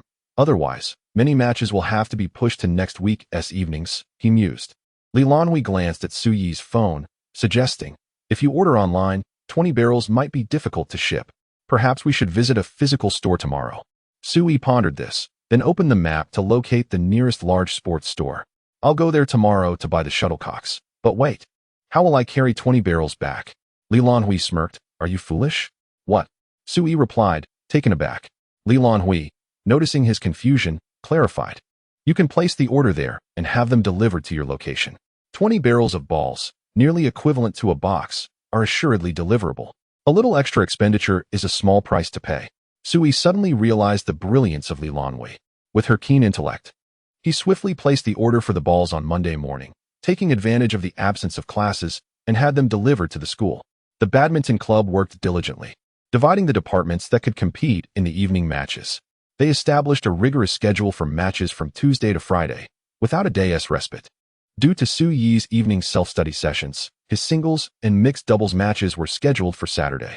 Meanwhile, Chen Jun and his teammates, owing to their differing majors, were assigned to various time slots, making it impossible for them to encounter one another during the preliminary rounds, much to Feng Qiqi's relief. Despite her earlier bravado, she recognized that against Lu Ming and Sui, they were utterly outmatched. She lamented to Chen Jun, expressing concerns about their inadequate skills and the need for intensified training. In a group chat concerning meal expenses, Lu Ming declared, since we are in different groups, let us meet in the top 16. Feng Qiqi retorted, if you can't even make it to the top 16, I shall find it utterly hilarious. Feng Qiqi boasted, just you wait. I will surely triumph over you, right? Xiaofan. Mei Xiaofan responded with a surprised image of a kitten. Sui chimed in, let us agree that once the preliminary rounds are over, we'll announce in the group. Those who do not advance shall find themselves at the bottom of the disdain chain. Lan Hui affirmed, okay. On Saturday, it was time for the match between Sui and Lan Hui. They arrived early at the court, with the club president also present, managing the proceedings. After greeting Sui, he discreetly stepped away, allowing them the space to warm up, as he had numerous arrangements to attend to. The assembly time for the competition was set for 9 o'clock in the morning. Sui and Lan Hui arrived at 8, securing a court for their warm-up. Sui, aware that the preliminary rounds would not present formidable opponents, remained unperturbed. However, Lan Hui exhibited a stark contrast. Beneath her composed exterior lay a heart filled with anxiety. She did not wish for her subpar performance to hinder Su's opportunity to compete in men's doubles. Thus, she approached the warm-up with utmost seriousness. As the time for assembly approached, many spectators began to arrive, some engaging in casual conversations with Chung Hao, while the majority occupied the sidelines for warm-ups. A couple of individuals approached Su Yi and Lan Hui, requesting to borrow the court for their warm-up. Noticing Lan Hui's tension, Su Yi consented, and they engaged in mixed doubles warm-up exercises. Although it was merely a simple rally, it served to familiarize Lan Hui with the skill level of their preliminary opponents, easing her nerves. As the assembly time arrived, the club officials commenced organizing the participants. The teams were divided using the most traditional method, drawing lots. With 8 courts and 16 pieces of paper, those who drew the same number would compete on the same court. The schedule for Saturday morning was allocated for mixed doubles, with men's doubles set for the afternoon, meaning only the mixed doubles participants were present. Sui handed the drawing of lots to Lan Hui, assuring her that it mattered not how she drew. 6. Court number 6. Sui approached with Lan Hui. Fortunately, he recognized the friend across from him, who also clearly knew Sui and wore a dejected expression. Sui smiled lightly, remarking on their long absence from each other. The boy across responded, "Indeed, it has been a while, the last time we met. You eliminated me in singles. You are truly ruthless." He lamented how he had been knocked out in both the Freshman Cup singles and the school competition, even in the preliminary rounds. With a forlorn look, he turned to his partner and said, "We drew a tough lot. The opponent is quite strong. Let us just play casually." The girl seemed to be there merely for the excitement, nodding in agreement. Sui reassured Lan Hui, "Relax, the opponent isn't formidable. We can definitely win." Lan Hui maintained her serious demeanor, nodding in response, yet the way she tightly gripped her racket betrayed her underlying nervousness. Chapter 54. Is it not difficult? The main referee takes his position, and the linesmen are ready. The preliminary round consists of a single game to 11 points. The chief referee hands the ball to both players for a brief warm-up. The match begins. A game to 11 points progresses swiftly. Any series of consecutive lost points can swiftly conclude the match. Although Lan Hui felt an overwhelming sense of anxiety before stepping onto the court. Once she was in the game, she managed to perform reliably without error, aligning perfectly with her character. Even though she had displayed a moment of vulnerability prior to the match, she rose to the occasion. The opposing duo maintained an optimistic demeanor, approaching the game with a cheerful spirit, making efforts to receive every ball, and accepting their failures without frustration or anger, embodying a serene attitude. Sui was also eager to engage with them, primarily to help Lan Hui acclimate to the competitive atmosphere and alleviate her nervousness. He intentionally eased up, maintaining a level of play at around 70%, and effortlessly secured victory with a score of 11-8. After the match, as they shook hands, the opponents recognized that Sui had deliberately held back. While they felt a tinge of discomfort from being underestimated, they appreciated his consideration, understanding that no one wished to lose face in front of their female partner. Upon exiting the court, as they awaited the next round of 16, Sui could not leave just yet. They stepped aside to allow the next competitors to take the court. Observing the now relaxed Lan Hui, Sui remarked, "Is it not difficult? Although this is a competition, it is essentially akin to our usual games. Moreover, we have practiced with Coach Chun, so victory is assured." Lan Hui remained silent, feeling the weight of his certainty. It was precisely because he believed in their win that she dreaded the possibility of being the reason for a loss. This was the source of her anxiety. Noticing her silence, Sui continued, "In truth, it matters not. It is merely a game. The outcome is inconsequential as long as we enjoy ourselves." Lan Hui pursed her lips, responding, "Losing would be quite embarrassing. After all, they had specifically sought coaching and had others, like Chen Jun, waiting to witness their performance in the finals after the preliminaries. Therefore, she was determined not to lose." Sui reassured her, "It is all right." Lan Hui insisted, "There is indeed something at stake." Sui, finding himself at a loss, followed her gaze towards the potential opponents taking the stage. After surveying the competitors, they finally spotted a formidable duo. He gestured to Lan Hui, instructing her to observe that particular pair, and pointed to the two groups with significant disparities in strength, saying, "Which of those two teams do you think will win?" Lan Hui turned to look, observing a single play before responding. "I believe the group with the girl with long hair will prevail." Sui nodded in agreement, stating, "Pay close attention to that team. They may be the only ones here today capable of posing a genuine threat to us." Upon hearing this, Lan Hui became more serious, beginning to analyze the opposing team's strategy. Seeing that he had finally managed to divert her attention, Su Yi breathed a sigh of relief. He was concerned that if Lan Hui became too anxious, any potential loss would weigh heavily on her conscience. It is worth noting that although Su Yi possessed commendable skill, the university was teeming with talented individuals, and he was aware of at least 5 competitors in the mixed doubles category whom he could not best. Although the 5 individuals were not in the Saturday morning group, there remained the possibility of encountering unfamiliar competitors in the preliminary rounds, whom he might find challenging to defeat. Should he falter, it would be a testament to his own inadequacies, a truth he was willing to accept, and he would concede gracefully in defeat. However, he harbored concerns for Lan Hui, fearing she might become disheartened. The thoughts of young women tend to be intricate. Should Lan Hui perceive her loss as a personal failing, she might succumb to frustration and self-reproach. Given his understanding of her character, he felt uncertain whether he could decipher the emotions behind her stoic facade, aware that she might be harboring anger within. Fortunately, during the Saturday morning preliminaries, he did not encounter any teams he deemed formidable. While all competitors possessed skill, none surpassed his own. The Saturday morning event featured teams from the School of Computer Science and the School of Telecommunications, with a total of 17 mixed doubles teams vying for the final 2 spots to compete against the other 2 teams determined from Tuesday to Friday. These 2 departments were generally recognized for their prowess in sports, yet they lagged in traditional sports. Among the 17 teams, only one group exuded significant strength, which was the one he had observed at the outset. In the transition from 17 to 8, one group received a bye, followed by another bye in the 9 to 4 round. Ultimately, in the final round of doubles, the 2 leading teams each faced the bye team once. Lan Hui's draw was not particularly favorable as she did not receive a single bye, resulting in her participation in 4 matches that stretched from 9 a.m. to nearly noon. Remarkably, she achieved a clean sweep, even against the formidable team, after observing their strategy for 2 games. She adeptly analyzed their play style and employed an innovative shot to secure victory. After the matches, Cheng Hao announced that the teams from the School of Computer Science and the School of Telecommunications that would advance to the finals were Su Yi, Lan Hui, and Tao Yupinji. Tao Yupinji were the 2 teams Su Yi had initially noticed. They had enjoyed a stroke of good luck, as they had not faced Su Yi in earlier rounds, a fact that Su Yi found a tad presumptuous. Nevertheless, luck was indeed on their side. Otherwise, Su Yi would have easily triumphed over them. In subsequent conversations, he learned that these 2 were seniors in their 3rd year, the only mixed doubles champions from the School of Computer Science in the past 2 years. Senior Tao was particularly animated upon meeting Su Yi, his eyes brimming with tears, expressing that the mixed doubles team from their department finally had successors, relieving them of the burden of carrying the hopes of their department into the finals.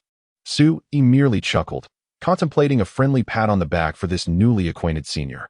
Alas, just as Lan Hui had finally relaxed, his comment reignited her tension. Initially, she needed only to focus on Su Yi's expectations, yet now she felt the weight of her department's hopes upon her shoulders. Would this not heighten her anxiety? Wait a moment. Was Lan Hui even associated with that department? The Department of Literature, how did that pertain to the School of Computer Science? With that realization, Lan Hui was able to ease her worries. If the School of Computer Science lost, it was merely a loss. The Department of Literature still boasted talented individuals. Su Yi and Lan Hui departed for a meal, leaving the preparations for the afternoon matches to the badminton club members who had yet to eat. Su Yi adjusted his backpack and inquired of Lan Hui, "Shall we grab a bite to eat this afternoon?" She nodded, feeling quite fatigued after the 4 matches, and was disinclined to cook.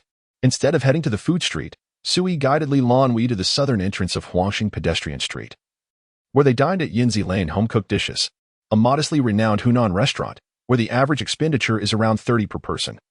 Buzzed with activity as Su Yi escorted Lan Hui to a suitable table. After scanning the QR code to place their orders, Su Yi opted for a dish of chicken feet and a stir-fried beef, which he then handed over to Lan Hui. In contrast, she selected a vegetarian dish that even a dog would refuse. Su Yi took the order, completed the payment, and began perusing the restaurant's menu. Lan Hui, puzzled, remarked, "If you wish to eat something, just order it." Su Yi replied, "No, I am merely browsing the menu to memorize some dish names for you to prepare for me in the future." Typically, he found himself unable to fully indulge in Lan Hui's culinary repertoire due to the limited variety in her recipes, which left him yearning for more. Lan Hui pressed her lips together, recalling a previous incident at the supermarket when Su Yi had expressed a desire for chicken, only to be turned down by her under the pretext that she had already cooked it. Perhaps Su Yi was simply accommodating her peculiarities. After all, the reluctance to repeat a dish was just a minor inconvenience. If Su Yi truly wished for a dish, she would have no objection to making it for him. Chapter 55, Badminton Finals. After the meal, Lan Hui delicately wiped her mouth with a napkin and remarked nonchalantly, "I could easily replicate such a level of cooking." Su Yi, having finished his meal, replied, "Then I must consider myself fortunate." He found the food delightful, with a rich and spicy flavor that particularly pleased his palate as a native of Xiangnan. Lan Hui cautioned, however, consuming such dishes daily can adversely affect one's health. Su Yi reacted, "Then it seems my fortune has come to an end." Lan Hui, rendered speechless, simply rose from her seat. As was customary, she prepared the meals while he handled the grocery shopping. Nevertheless, when dining out, she would insist on splitting the bill.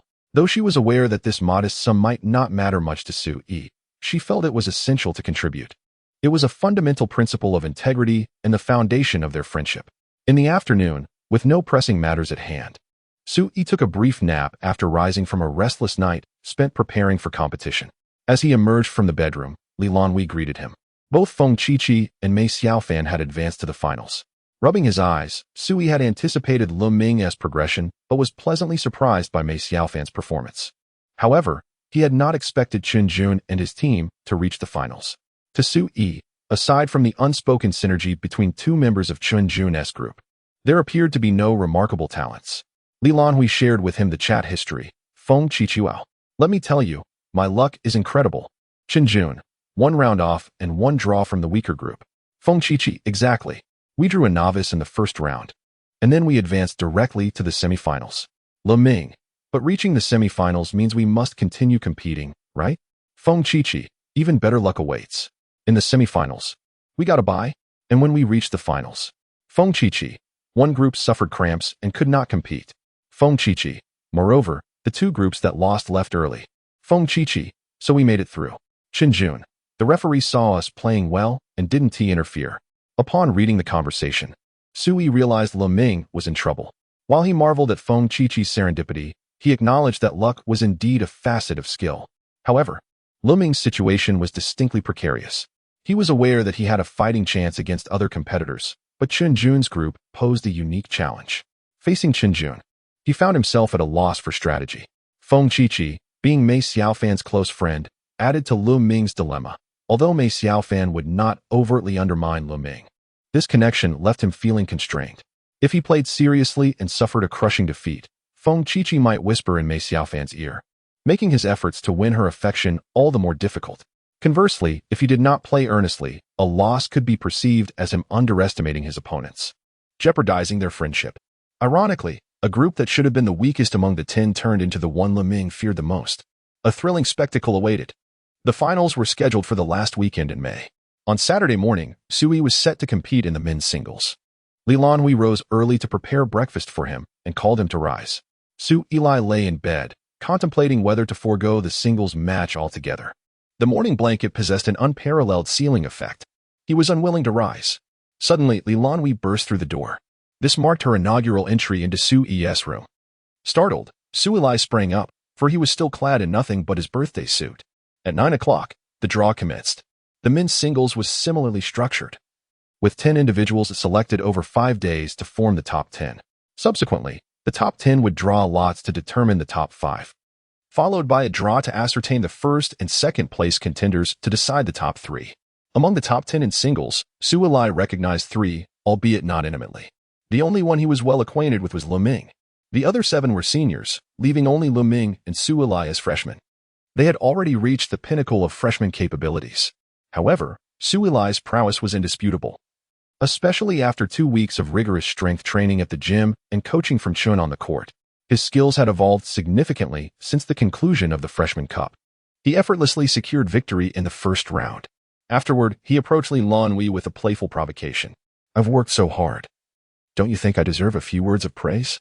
It was rare for Lan Hui to commend anyone, particularly as she noticed how effortlessly Su Yi played. No praise came. Su Yi was not disheartened. He casually prepared for the next round. The draw. Lu Ming. Su Yi mischievously regarded Lu Ming. whose number matched his own. Hehe. Lu Ming exclaimed. What a conspiracy. There are only 2 freshmen, and I'm matched against this monster. Naturally, winning against Lu Ming posed no challenge. The score was 21-14. Mei Xiaofan had come to watch the match, specifically to see Lu Ming, and stood beside Lan Hui, observing the competition. Upon witnessing Lu Ming's defeat, Mei Xiaofan bid farewell to Lan Hui and approached Lu Ming, supporting him. She smiled as he grumbled about Su Yi's increasing strength, noting that this time the score was even worse than before. Mei Xiaofan comforted him with a smile. I've heard from Lan Hui that he trains every day, so it's no surprise, just do your best. Damn it, as if having more talent wasn't he enough. He is also more diligent. Lu Ming retorted, from now on, I'll practice daily until I can beat him. Mei Xiaofan chuckled softly, her voice laced with an alluring breath. Will you take me along to play? Of course I will, he replied, contemplating reporting her for enticing him. Who could resist such a smile, such a voice? Mei Xiaofan beamed even more, her eyes narrowing with joy. This was not merely a game, it was their date. After winning, Su Yi exited the court, observing the 2 of them in their affectionate exchange. He felt a twinge of dissatisfaction despite his victory. Damn it. How could Lu Ming be so shameless? He vowed never to play against Lu Ming again. Then he turned his gaze to Lan Hui, thinking she must offer some praise for his exhaustion and hard work. Yet, she merely pursed her lips. Wow, what a frosty demeanor. How could he warm her heart? Good luck in the next match, Lan Hui encouraged. Huh? Wait a moment. Whose voice is that? Like celestial music to his ears. Su Yi looked towards Lan Hui. Lan Hui subtly curved her lips into a faint smile, casting a cold glance at Su Yi. Su Yi grinned widely, confident of victory. Only the coach would face defeat. Unlike the coach, who possessed striking sky-blue eyes and white hair, Su Yi had dark hair and black eyes. Thus, he could not possibly be the coach. The semifinals featured Lu Ming, and the finals were imminent. Su Yi had always drawn the short straw, otherwise, he would not have allowed Lan Hui to select a mixed doubles draw. There was no bye, and the competition continued. The one who received a bye was evidently the weakest, as everyone could discern. Therefore, this match for Su Yi was tantamount to the finals, the ultimate showdown for the school's men's singles championship. Whoever emerged victorious would be crowned the strongest male player in the school. This match naturally attracted an overwhelming audience, with spectators forming concentric circles around the court. As Su Yi took the stage, he grasped his racket and offered Lan Hui a gentle smile. Chapter 56, The Power of Bonds, Men's Singles Final. All the staff gathered at the venue, with even the line judges being the previous match's referees, while the esteemed Chung Hao took it upon himself to officiate the match. His opponent, a tall and slender figure with long limbs, was introduced as Shi Qi, last year's singles champion and now a junior. Although Shi Qi was slightly shorter than Su Yi, his physique was more proportionate. While badminton does not solely depend on height or body proportions, these attributes can provide a considerable advantage in handling certain types of shots. For instance, against an opponent with such long arms and legs, there was little threat from front-to-back movements. The only option was to strike from the sides. Having observed Shi Qi's gameplay previously, Su Yi noted his powerful smashes and aggressive attacks. He sensed that he might struggle to withstand Shi Qi's full-strength smashes. Therefore, his strategy was to prevent Shi Qi from executing powerful shots by controlling the high balls and denying him any opportunities. With a sharp whistle, the match commenced. Su Yi secured the serve, took the shuttlecock, turned back to the court, and cast a glance at Lan Hui. He could not afford to embarrass himself in front of the girl he admired. Su Yi was determined to play earnestly and secure a victory. He regarded Shi Qi's flawless stance and decided to test the waters with the first serve. Su Yi delivered a high, deep serve. The quality was commendable, and Shi Qi, unable to find an opening, retreated 2 steps to return a high shot. Su Yi also stepped back. Shi Qi's return was of high quality, leaving Su Yi with limited opportunities, yet he needed to seize the advantage and gain control of the rally. Maintaining consistency, he executed a diagonal drop shot. The speed was moderate, yet it reached the far court, and Shi Qi, just returning from the back, found himself unable to capitalize on the high point at the net, opting instead to play a deceptive shot that combined a fake drop and a genuine lift. This single exchange showcased Su Yi's remarkable control and exceptional consistency. Lan Hui furrowed her brow, her heart tightening as she watched the shuttlecock, momentarily deceived by the racket's maneuver. If she, as an observer, was misled, what about Su Yi? Indeed, Su Yi was also tricked.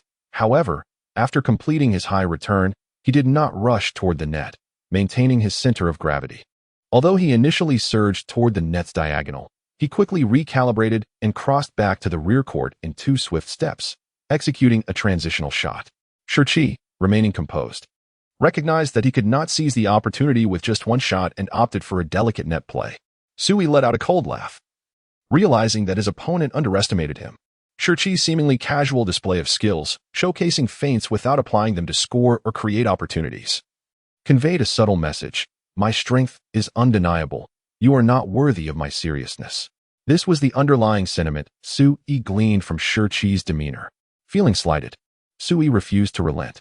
He boldly advanced, taking 2 large strides from the backcourt to the net, seizing the moment as Shi's delicate shot soared high. Sui feigned a heavy smash at the net, causing Shi to instinctively retreat and lower his center of gravity. Yet, Sui merely tapped the shuttlecock gently, allowing it to descend slowly back to the net. Shi was taken aback, quickly regaining his composure to save the ball near the net. The audience erupted in gasps, their excitement palpable as they watched the unfolding drama. From the moment Sui approached the net, astonishment filled the air, leading to shouts of encouragement as Shi miraculously managed to return the ball. Cheng Hao, a skilled player, noted the lack of quality in Shi's return and silently concluded that the rally was destined to end there. Upon noticing the ball in the center, Sui adjusted his footing and leapt into a powerful smash. A collective intake of breath resonated from the onlookers. This player had clearly stepped onto the wrong stage. Before Shi could regain his position, Sui's fierce strike had already reached the backcourt. 1 o'clock, announced Cheng Hao. Good shot. Lu Ming, of course, supported the freshman, despite Sui being the one in question. Nevertheless, encouragement was warranted. Sui clenched his fist in triumph. Let them underestimate me. I will play seriously, he thought, casting a fierce glare at Shi. Anger surged within Shi. How could this mere freshman exude such arrogance for scoring a single point? Enraged, Shi returned the ball to Sui, meticulously preparing for the next play. Sui altered his serve, delivering a deftly sliced shot. Shi surged forward with speed, and Sui matched his pace. The two engaged in a tense exchange, each vying for dominance as the audience's gaze followed the ball, swaying back and forth. Lan Hui's attention was divided. She not only focused on the ball, but also frequently glanced at Sui. Her emotions oscillated between joy in victory and anxiety in defeat, feeling the weight of every mistake he made. It was evident to her that Sui was becoming overwhelmed, facing Shi, who was now in his 3rd year and already 21 years old. This developmental stage in male college athletes often sees significant physical enhancements. The 2-year age gap rendered Sui's physicality and experience inferior to Shi's.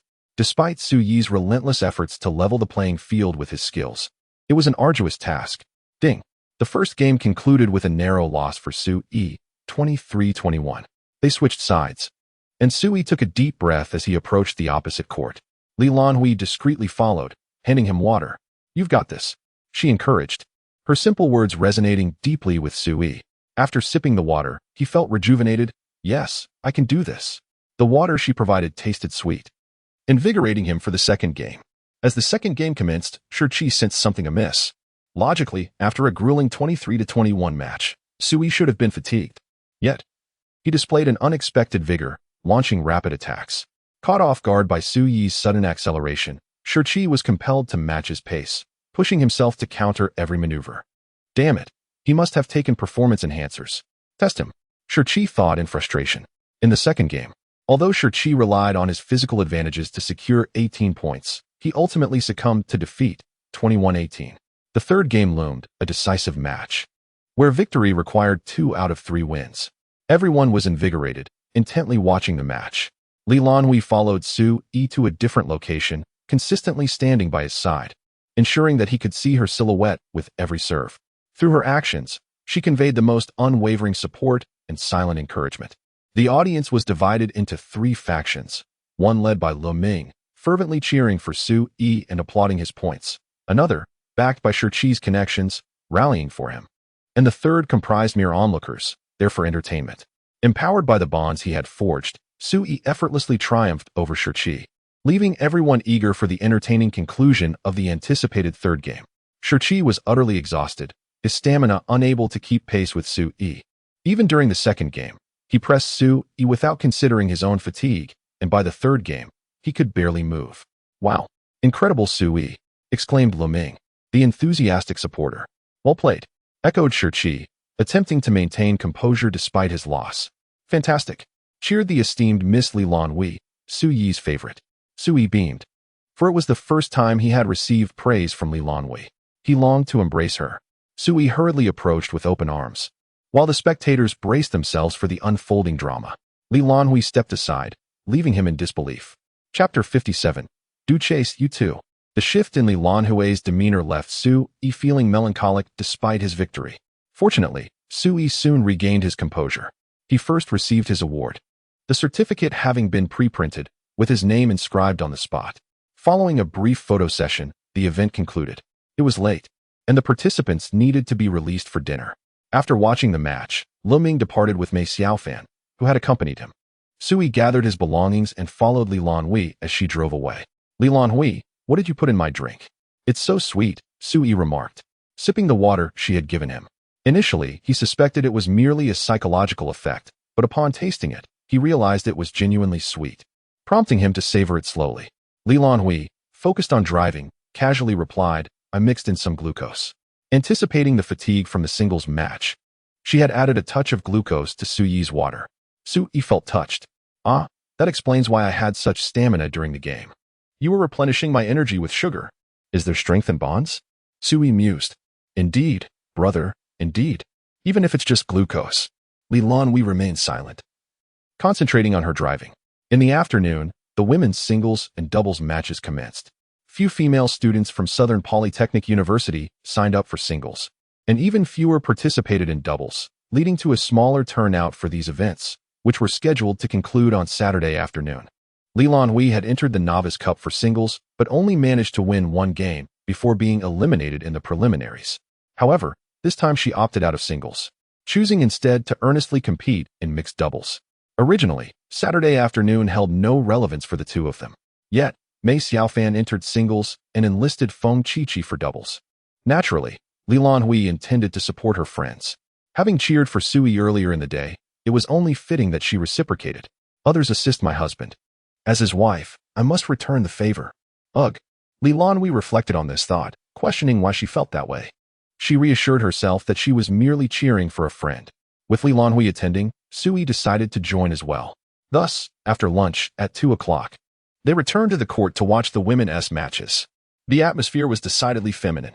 The tall and handsome Su Yi attracted numerous glances. This afternoon, Cheng Hao was absent, replaced by another female vice president whom Su Yi did not know.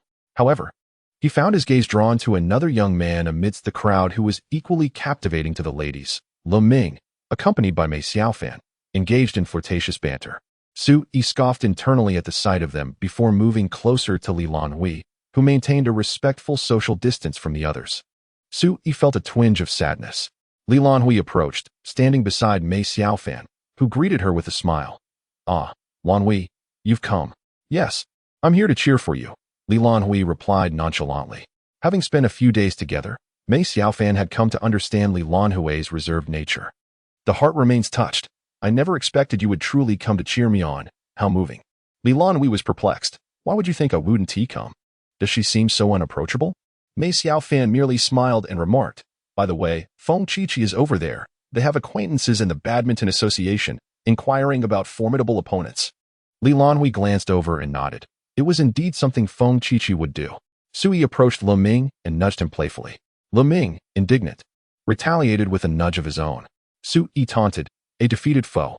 Lu Ming became flustered, his previously calm demeanor now agitated again. Su Yi shifted the topic. What brings you here? Lu Ming shot a glance at Su Yi and retorted. Su Yi glanced at Lan Hui, falling silent. You see, you're still asking me. Lu Ming caught the glimpse in Su Yi's eyes and then looked at Mei Xiaofan, who had accompanied him. He was far more candid than Su Yi. Su Yi inquired, have you truly developed feelings? Although he found Mei Xiaofan quite lovely, he could not comprehend why Lu Ming would have feelings for her after such a brief acquaintance. Lu Ming took a deep breath, gazed at Mei Xiaofan, and in a hushed tone, inaudible to her, confided to Su Yi. I cannot quite explain it, but I find her smile exceedingly beautiful. It is the kind of smile that he adores, one he wishes to behold endlessly. It is also the kind of smile that, if someone were to make her cry, would infuriate him. Su Yi understood his brother's sentiments. I believe she harbors feelings for you as well, he earnestly told Lu Ming. Lu Ming fell silent, then chuckled softly. I feel the same way. Su Yi elbowed him. Then why don't you pursue her? Lu Ming turned his gaze to Mei Xiaofan, who happened to look back and smiled at him. He reciprocated the smile and then, with a serious tone, declared, I am pursuing her. Su Yi observed the determination and confidence in Lu Ming's eyes, feeling a sense of relief, knowing he need not worry about his elder brother's happiness. What about you? What is your relationship with Lan Hui? Lu Ming delivered a decisive blow. Su Yi fell silent. Lu Ming pressed on. I noticed you and Lan Hui are living together, yet your relationship seems so distant. Distant? This is not mere distance. It is mutual respect. But Su Yi found himself unable to counter.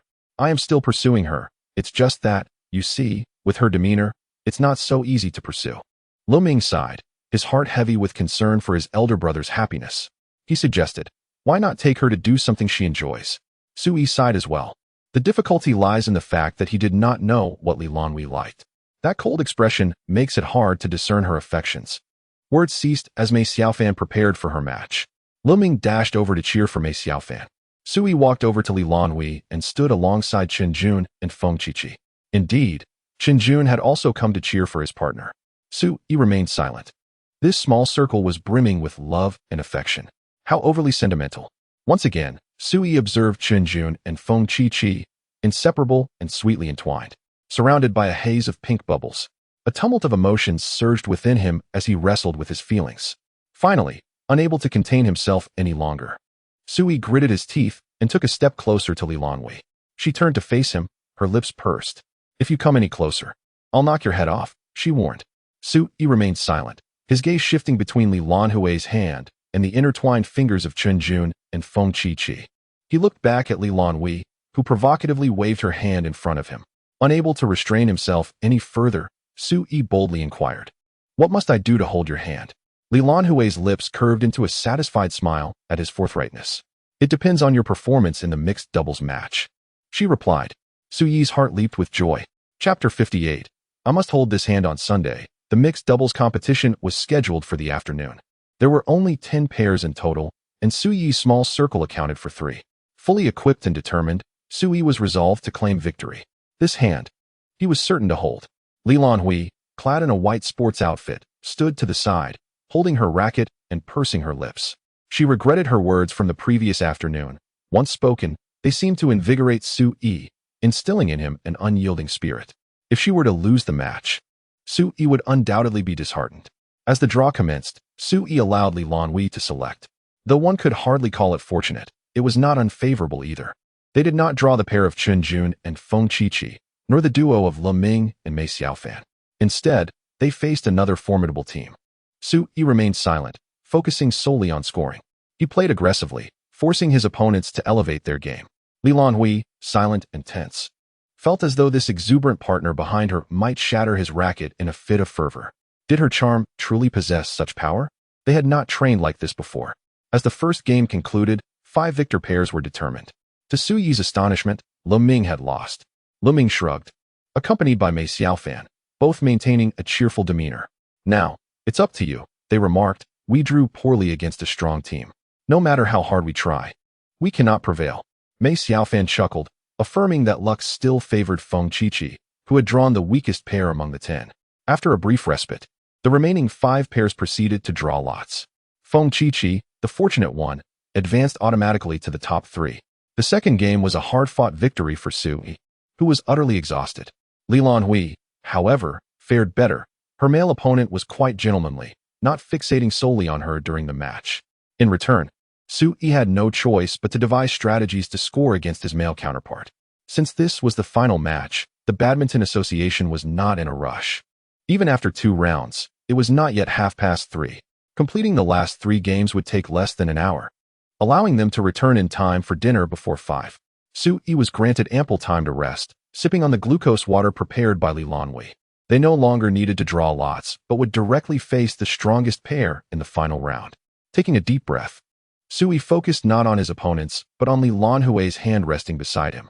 Noticing his gaze, Lan Hui, feeling a bit helpless, playfully covered his eyes with her hand and gently said, just do your best.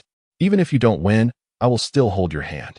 She felt it prudent to provide some reassurance, lest her own mistakes lead to Su Yi's disappointment. It was better to voice her sentiments now. After all, second place was already secured, and not winning the championship was of little consequence, especially against such formidable opponents. Su Yi, elated, broke free from Lan Hui's hand, exclaiming, "Really?" Lan Hui stepped back. "If you don't believe me, then so be it." Su Yi hastily reassured, I believe. Hee hee. The thought of holding Lan Hui's hand brought an uncontrollable smile to his face. The opponent silently observed Su Yi and Lan Hui flirt, holding the ball and pointing at the two, then looking towards the referee. This is something you can overlook. The referee merely smiled, aware that Su Yi was the one who provided the match ball, deeming it trivial to be overly meticulous about such matters. There was a lingering feeling that interrupting at this moment might lead to undesirable consequences. Fortunately, Lan Hui understood the gravity of the situation, glancing at her partner, signaling that they could commence play. Simultaneously, she gestured for Su Yi to remain calm. As the match began, Feng Qiqi cheered loudly for both, a solitary force against the crowd. Su Yi played earnestly, seizing every opportunity to score. Lan Hui adeptly positioned herself, recalling the teachings of Coach Chun. With a month of practice alongside Su Yi, their synergy was palpable as they navigated the game. On the sidelines, Lan Hui felt a pang of guilt and concern whenever Su Yi made a mistake. Yet, once on the court, she cast aside her personal emotions. Even upon making errors, she remained undeterred, high-fiving Su Yi before striving to play her best. She was acutely aware of her inferior skills compared to Su Yi. Despite Coach Chun's efforts to enhance her training, the time was too brief for significant improvement. The opposing female player surpassed her in skill. Unable to contend at the net, Lan Hui was compelled to lift the shuttlecock, passing it to Su Yi for a smash. However, Su Yi failed to return the shot.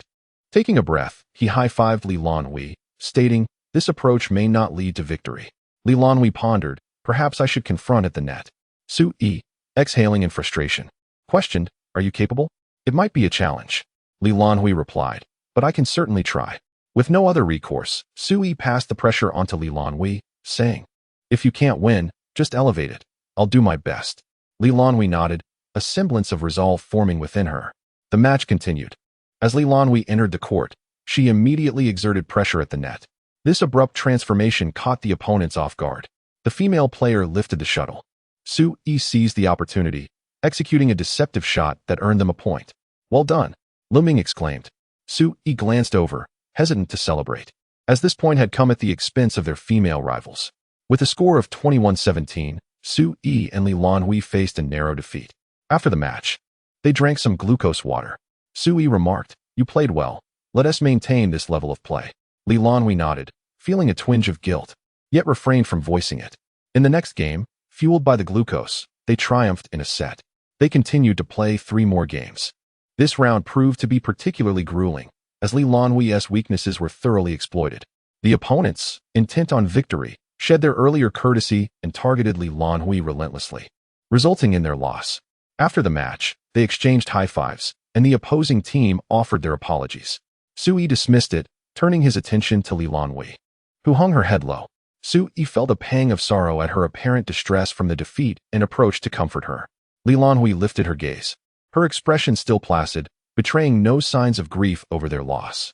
Had it not been for Su Yi's awareness of this person's occasional indulgence in badminton tutorials at home, he might have been deceived. However, when it came to comforting Lan Hui, he found himself at a loss. He could only approach her and say, "We secured the runner-up position in our first competition. Surely, we shall claim the championship next year." Lan Hui looked up, bemused by Su Yi's clumsy attempt at consolation. Nevertheless, she raised her hand, inviting him to take it. Su Yi, observing Lan Hui's expression, disregarded the hand so near to him. His concern for her feelings outweighed the desire for physical connection. Lan Hui retracted her hand, teasing Su Yi, "If you don't hold it, then so be it." Su Yi widened his eyes in surprise. "Of course I will hold it." It seemed that Lan Hui was not overly distressed, and he grasped her hand firmly. Her hand, much like her petite figure, was small, soft, and cool to the touch.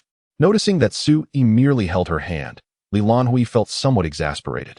Her fingers gradually maneuvered to pry his fingers apart, intertwining their hands instead. Su Yi was taken aback. Feeling the contrasting sensations of Lan Hui's cool fingers against his own skin, somewhat rough, occasionally firm, yet often tender, a tactile experience rich in texture. And then they parted. Sui remained lost in thought for an extended moment. Chapter 59. Next time, I desire this reward. A happy conclusion. The upperclassmen of the junior year have secured the coveted championship.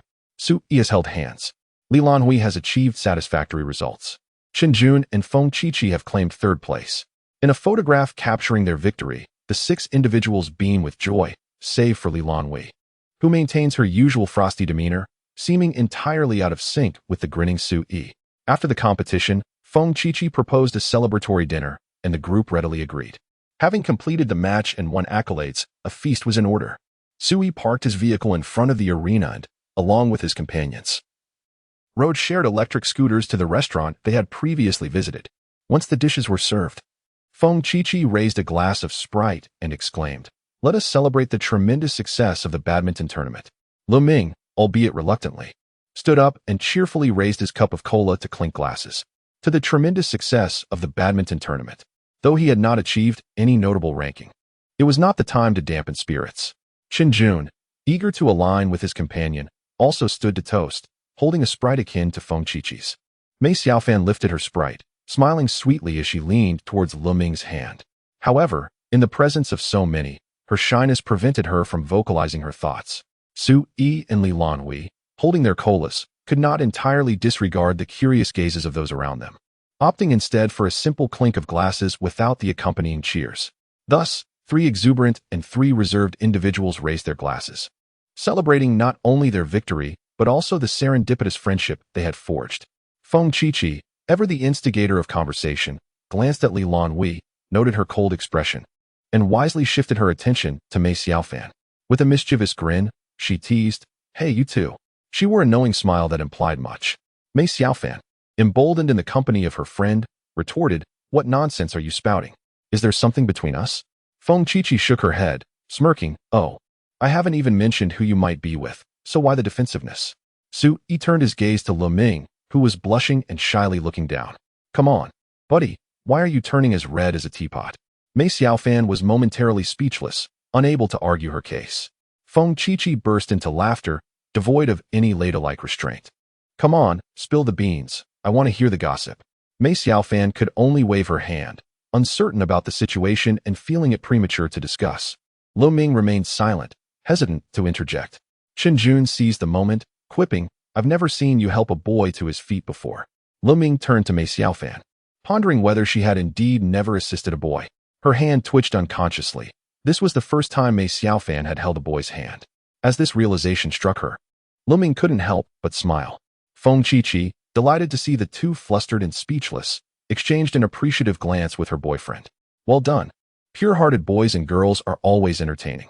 She then redirected her attention, recalling, if memory serves, the remaining 2 are also pure-hearted. "Ah, Lan Hui, I can see clearly," she remarked, pointing to her eyes. "Did you hold hands with Sui after the competition?" Who was Lan Hui? She would never be flustered by a mere remark from Chi. Calmly, she replied, "Yes, it was my reward for him." Lan Hui was unperturbed, while Sui found himself blushing. It wasn't solely due to her words. Rather, he was once again recalling the warmth of her palm. "Oh wow." Chi, noticing her teasing had failed, adopted a different approach. "Then I want a reward from Jun too." She exaggeratedly leaned towards her partner, feigning a desire for a kiss. Jun, ever indulgent, promptly leaned in for a kiss. "Hey." Mei Xiaofan and Lu Ming were the first to voice their protests, claiming that single folks couldn't withstand such torment. Meanwhile, Sui gazed at the fleeting connection of their lips and then turned his attention to Lan Hui's mouth, which was faintly tinted with a soft pink. Lan Hui shot him a glance. "What do you want?" Sui leaned closer, whispering in her ear, "I want that reward next time." Lan Hui's eyes widened, unable to maintain her composure. "In your dreams," she hissed, though even with gritted teeth, she appeared quite adorable, a thought Sui couldn't help but entertain. After the competition, life returned to its usual rhythm, though it had always been rather mundane. This month, Sui had taken Lan Hui to several restaurants, ranging from upscale dining to humble eateries. He had memorized numerous dishes. With the advent of the microwave and juicer, Lan Hui's culinary skills had reached new heights. Or perhaps it merely showcased one of her many talents. Many dishes that could only be found in restaurants, she was able to replicate for him. However, as the end of the semester approached, their lives began to change. The most noticeable alteration was the reduction in classes. Su-yi from the School of Computer Science was fine, but Lan Hui from the School of Arts had nearly no classes at all that week. Every day, Su-yi found himself heading home alone, feeling the weight of solitude. "I'll take you to school," Lan Hui suddenly declared one day. Su-yi, still brushing his teeth, looked at her in confusion. Lan Hui was dressed in a simple white short-sleeved t-shirt paired with black cargo pants. The t-shirt featured a subtle green trim at the sleeves, and the cargo pants accentuated her slender waist, giving her a petite and charming appearance, almost like a daughter showing off her stylishness. Su-yi shook his head, dismissing the thoughts swirling in his mind, and spat out the mouthwash. "What's up?" Lan Hui continued. "I plan to study in the self-study room, and I thought I'd drop you off at school. After your classes, we can go grocery shopping together." In recent days, grocery shopping had been a solitary endeavor for either Su-yi or Lan Hui. She found herself yearning for the moments they shared while shopping together. "All right," Su-yi agreed. "Just wait for me to grab my books." Today marked the final session of his software technology class. The instructor might provide the question bank and key points. It was crucial to pay attention and not miss anything. After quickly tidying up, Su-yi followed Lan Hui out the door. "After class, I came to pick you up." Lan Hui left Su-yi at the entrance and rode her bicycle to the library. The library has study rooms, and parking there is more convenient than in front of the teaching building, so Lan Hui planned to leave her bike there. Su-yi waved goodbye to Lan Hui. Suddenly, a hand reached out from behind him. "So, you moved out of the dormitory just to cohabit with this girl?" Su-yi recognized the voice of the dorm leader and turned around. Indeed, the dorm leader and a few roommates were just behind him, preparing to go upstairs. And they had seen Su-yi getting off a bicycle belonging to a rather attractive girl. "How did you manage to date someone so beautiful?" Su-yi scratched his head and softly replied, "We haven't started dating yet." As he spoke, he glanced at his roommates and suddenly recalled something. Chapter 60. The Initial Confession Plan. "Brothers, do you know how to confess to a girl?" Su-yi gazed earnestly at his roommates.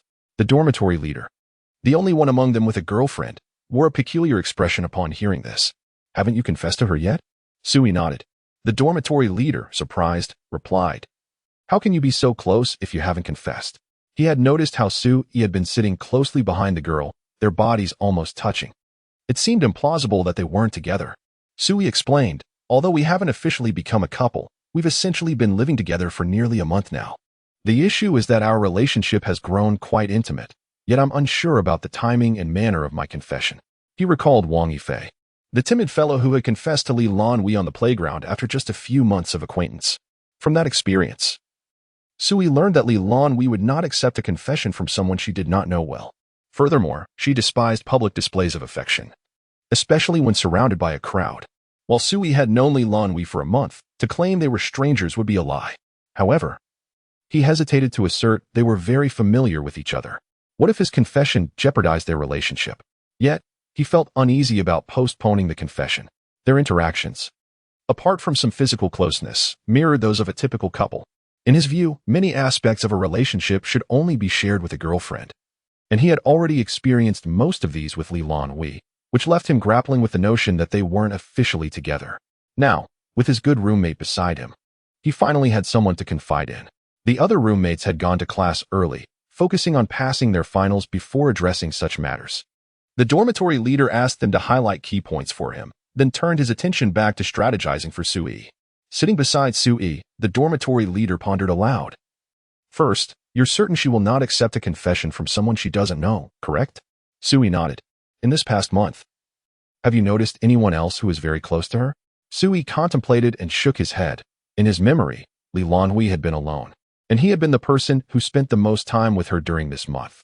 The dormitory leader nodded, speaking with conviction. "In that case, why rush? As long as you are the only one by her side during this period, it doesn't matter if you wait a few months to confess, you will not lose her." Su-yi replied, "Huh?" The dormitory leader, exasperated, continued, "Think about it. She needs you to understand her well.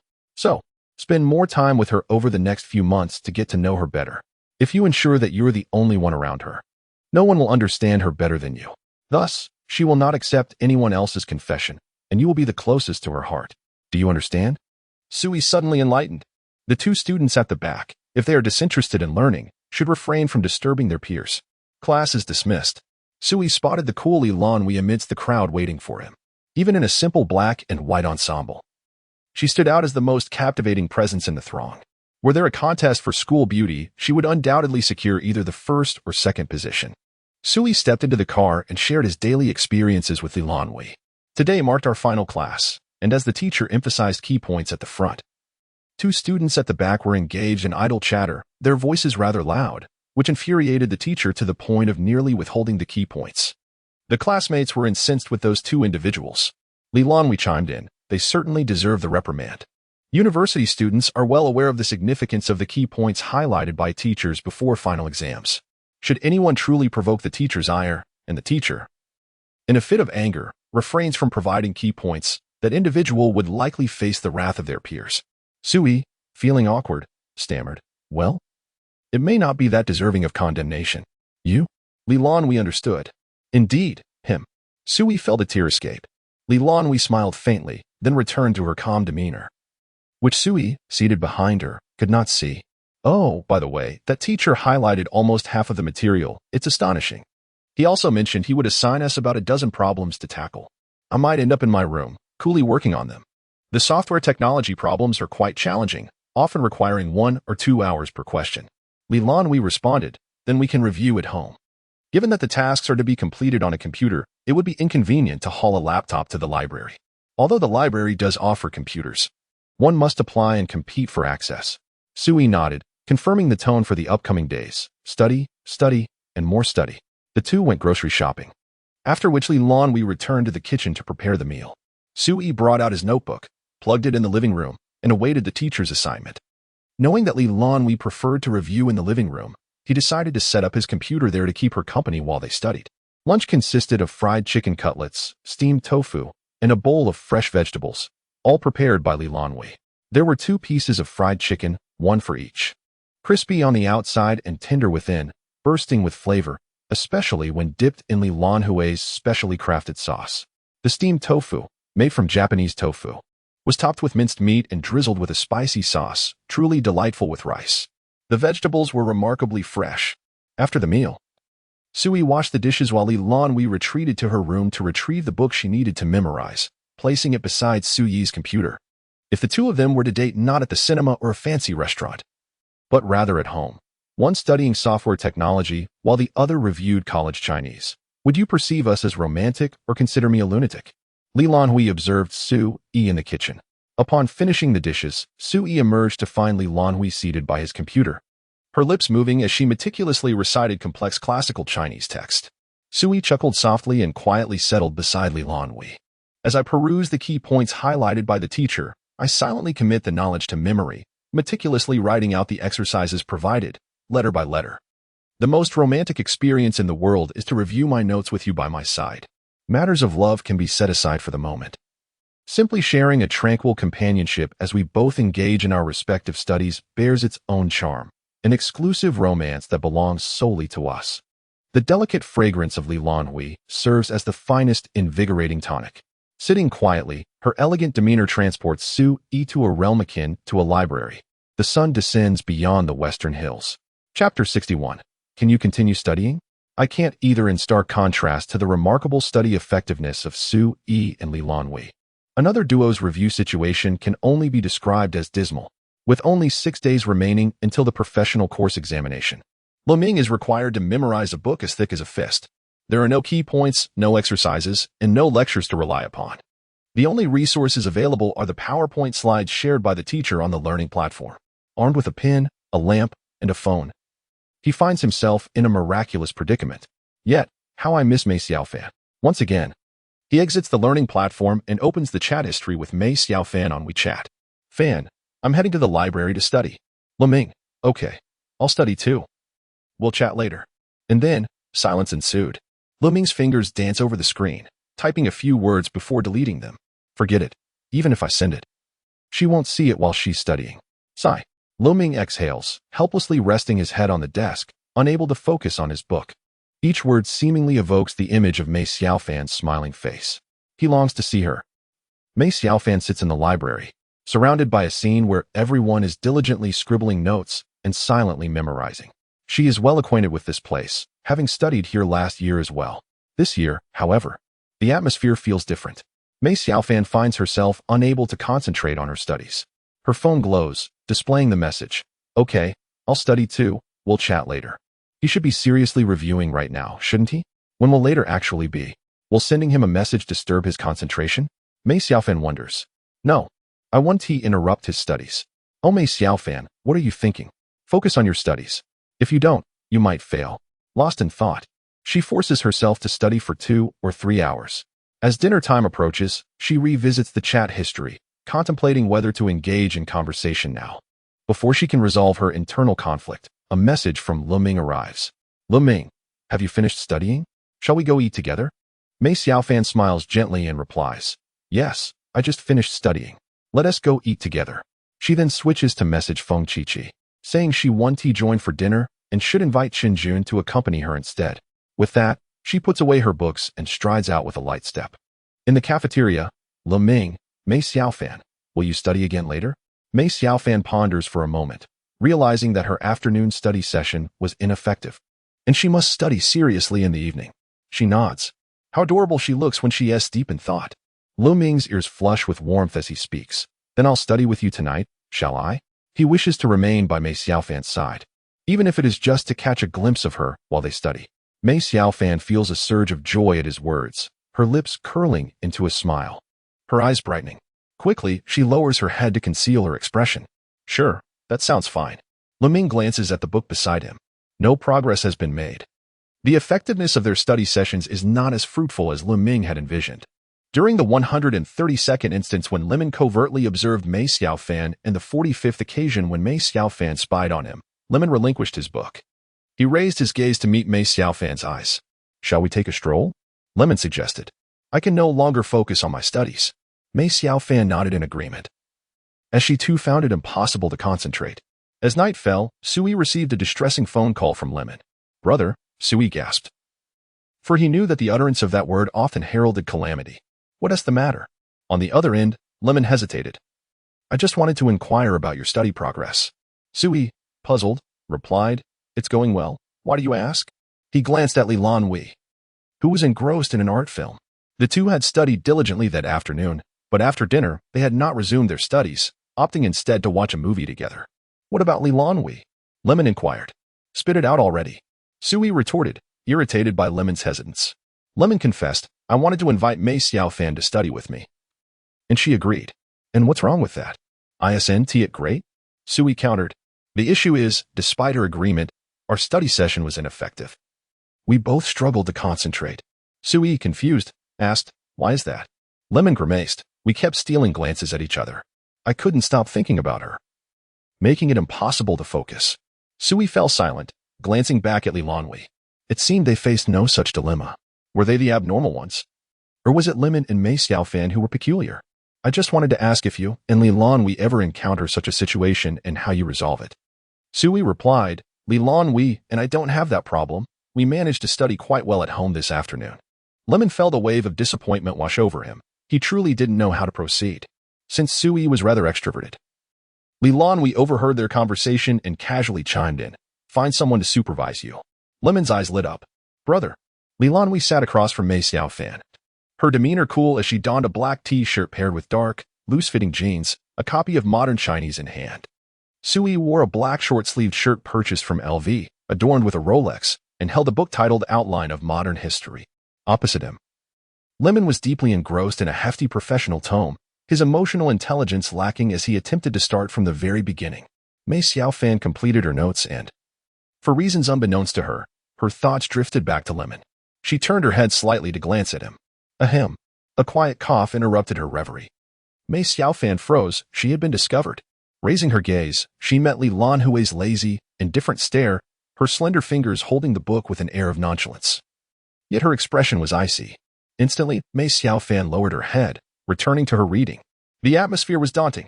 While she had not felt intimidated by Lan Hui's cold demeanor during their gatherings, sitting across from her now, the frosty expression bore down on her like that of a stern teacher or an impartial judge. Clearly, she is the senior. Sui did not employ the same subtle intimidation tactics of light coughing as Lan Hui did with Lu Ming. The moment Lu Ming cast a glance at Mei Xiaofan, Sui promptly confiscated Lu Ming's book. Do you not wish to read? If you have no desire to read, then do not. The effect was remarkably effective. Whenever Leming intended to read, before her gaze could even reach the book, it had already departed alongside Mei Xiaofan. The book is about to escape. Hurry and pursue it. It was mealtime. The group tidied up and left the library. Lan Hui proclaimed, "Reward time. You two can take a look." With the announcement of liberation by the formidable Li, Mei Xiaofan swiftly moved to stand behind Leming. Terrifying juniorly. Leming turned to glance, feeling an empathetic connection. Sui was indeed quite mischievous. During mealtime, it was their only opportunity for mutual glances. Consequently, even while dining, they exchanged looks and engaged in playful banter. Lan Hui could hardly endure it. It was all her fault for carelessly suggesting that someone supervise. Now, she felt even less inclined to speak. Chapter 62. Parting is inevitable under the oppressive influence of Lan Hui. The steady progress of Lu Ming and Mei Xiaofan soared, as did their mutual affection. The adage absence makes the heart grow fonder held true. After being forcibly separated by Lan Hui, the two became increasingly attached and intimate once the restraints were lifted. However, this was a burden for Lan Hui, who found herself exchanging one book for another. A model student, she had ranked second in the comprehensive assessment last year. For her, the knowledge acquired during class required merely a cursory review to ensure clarity and accuracy during exams. As a literature major, she found the final exams quite manageable, often relying on the leniency of her instructors. As the days slipped by, a week passed, and Lu Ming completed his specialized course, alleviating his worries about other subjects. The mission of Su Yi and Lan Hui came to an end, allowing Lu Ming and Mei Xiaofan to finally sit together, exchanging glances and indulging in each other's company at the expense of their studies. At the end of a long day of review, Lan Hui reclined on the sofa, pondering deeply before exclaiming, "I shall speak no more." Sui, perplexed, responded, "Huh? What nonsense are you uttering?" Lan Hui continued, "I am simply too exhausted." "Huh?" Sui said, his expression one of confusion.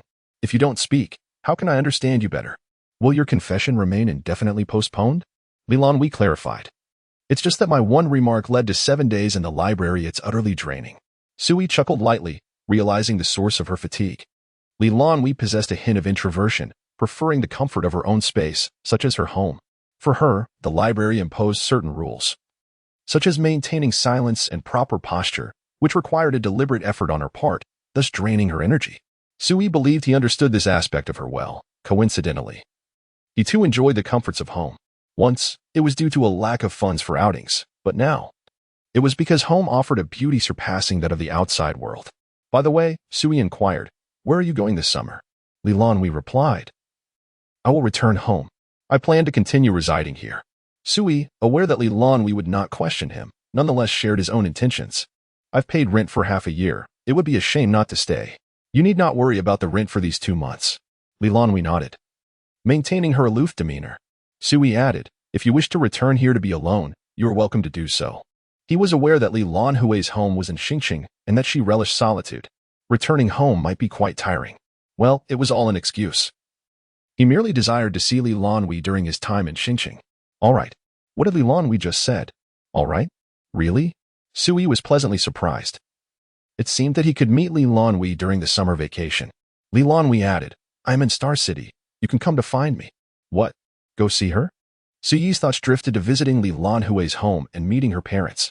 His mind momentarily soared to the skies. Lan Hui glanced at Sui, who was lost in thought in the kitchen, furrowing her brow, feeling reluctant to speak.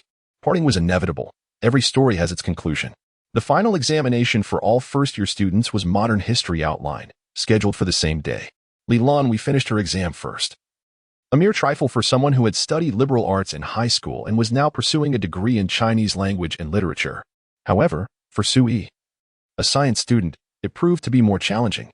After Lan Hui completed her exam, she waited on her small white bike for over 10 minutes before Sui finally descended.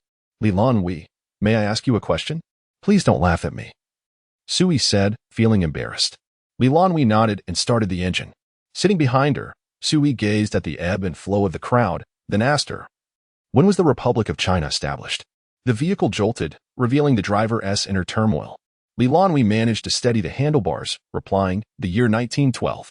Then, unable to contain herself, she inquired, "Are you from the flower-growing family?"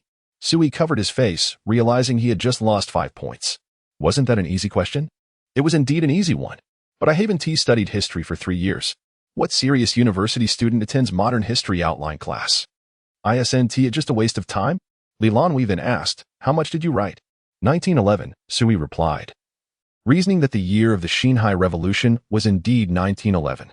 Lan Hui, unusually verbose, aimed to correct his historical misconceptions. The revolution did erupt in 1911. But after achieving success, it took a year to establish a provisional government. Only in the following year was the national title decided and the country formally established. Do you understand? Sui suddenly grasped the concept, exclaiming, Oh, I see. The last topic they discussed before parting was, surprisingly, the establishment date of the Republic. Once home, Lan Hui hurriedly packed her belongings, leaving no lunch for Sui, and rushed out. I told my mom I needed to hurry home for lunch. I'm leaving now. Bye-bye. And just like that, she departed in haste. Sui, who had no need to pack, sat on the sofa and managed only to say goodbye. In the empty room, the once vibrant hum of the extractor fan fell silent at 11 o'clock.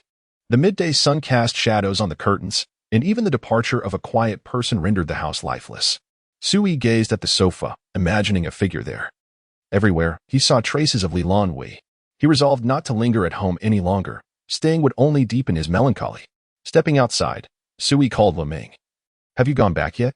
On that side, Lu Ming remarked, Mei Xiaofan has yet to complete one of her exams. I intend to wait for her to finish before we venture out to enjoy ourselves. A single statement shattered a friendship. Sui gazed at his phone, thinking, Lu Ming, you will inevitably regret this day. What is the matter? Lu Ming sensed an unsettling chill. Nothing, Sui replied coldly, ending the call.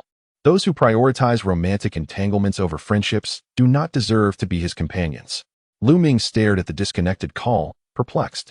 Yet, he chose to disregard it. He set his brotherly concerns aside, for there were more pressing matters at hand. Lu Ming stood before the entrance of the girls' dormitory, awaiting Mei Xiaofan's descent. They had arranged to celebrate Lu Ming's completion of his exam with a meal. Perhaps they would catch a film as well.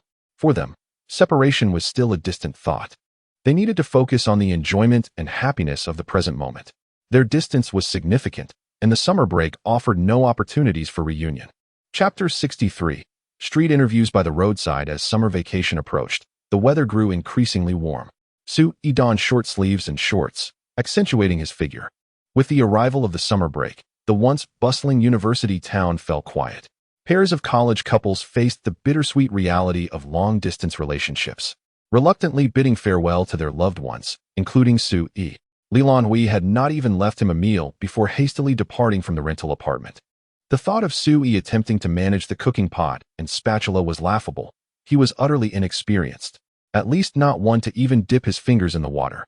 Before igniting the stove, he would need to consult the landlord about the possibility of purchasing the property, an endeavor fraught with risks. The last thing he wanted was to damage the landlord's abode. In light of prioritizing both his own safety and the integrity of the landlord's property, Sui opted for dining out. Star City boasted a plethora of culinary delights, with an abundance of online guides suggesting various eateries. One declared that not visiting a particular restaurant meant one had wasted their trip to Star City, while another insisted that a different establishment epitomized the local cuisine. Sui scoffed at such assertions, but recognized the wisdom in experiential learning. He resolved to sample each recommendation. One by one, having already explored most of the restaurants near the school, he could only conclude that none rivaled Lan Hui's cooking. Thus, he decided to venture further afield to Wui Square and Huangxing Pedestrian Street, the most frequented spot by internet celebrities. Countless local influencers promoted must-try delicacies for visitors, and Sui was eager to discover the truth behind their acclaim. The roar of the black-and-white RR660 engine echoed, capturing the attention of passers-by with its striking design. While some recognized the model and quickly lost interest, the street was alive with numerous stars, influencers, and luxury vehicles. A motorbike costing around 40 to 50,000 was hardly enough to draw attention in such company. Sui had no desire to be the center of attention. He was inherently a modest individual. He parked his bike simply in front of the restaurant, though inevitably, some were drawn to him. Among them was the internet celebrity Xiao Jia, a burgeoning figure with 300,000 followers on Douyin. His specialty lay in street interviews, where he randomly engaged pedestrians in conversation and sometimes took on challenges suggested by fans. Xiao Jia often traversed various cities, conducting spontaneous interviews, with the train carriages being his most frequent abode. On this, his second day in Changsha, he was ready to film his first street interview. Initially burdened with thoughts of whom to interview, He found his gaze fixated on Su Yi. A young, handsome man riding a motorcycle was indeed a captivating sight, albeit not overly extraordinary. Just as he was about to shift his attention elsewhere, Xiao Jie noticed the watch adorning Su Yi's wrist. The prominent Hublet logo on the watch face caught his eye, and he was taken aback. A Hublet watch? As someone who had traveled extensively, Xiao Jie was well acquainted with the brand. Intrigued, he approached Su Yi, ready to capture the moment with his camera. Recognizing the watch as part of Hublet's Big Bang collection, he pondered the price, at least 200,000. This price is indeed common in Shanghai or Beijing, yet it stands apart in Star City. The affluent second generation is scarce here. The entire city exudes a leisurely and comfortable atmosphere, offering myriad entertainments but few opportunities.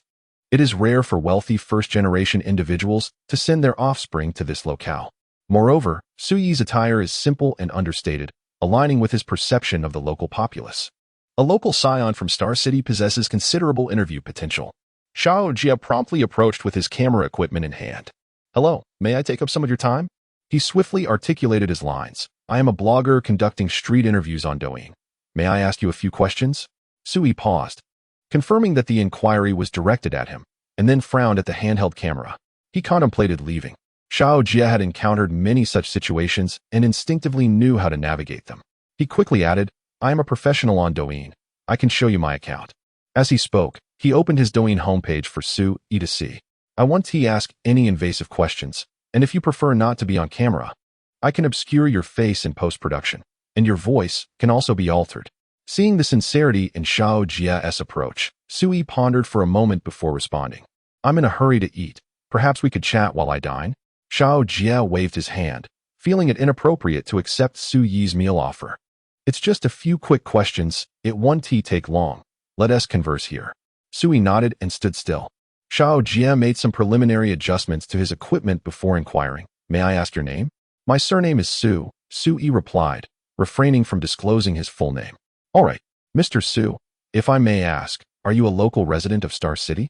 Su Yi shook his head. "I am merely studying here." "Oh, understood, Mr. Su.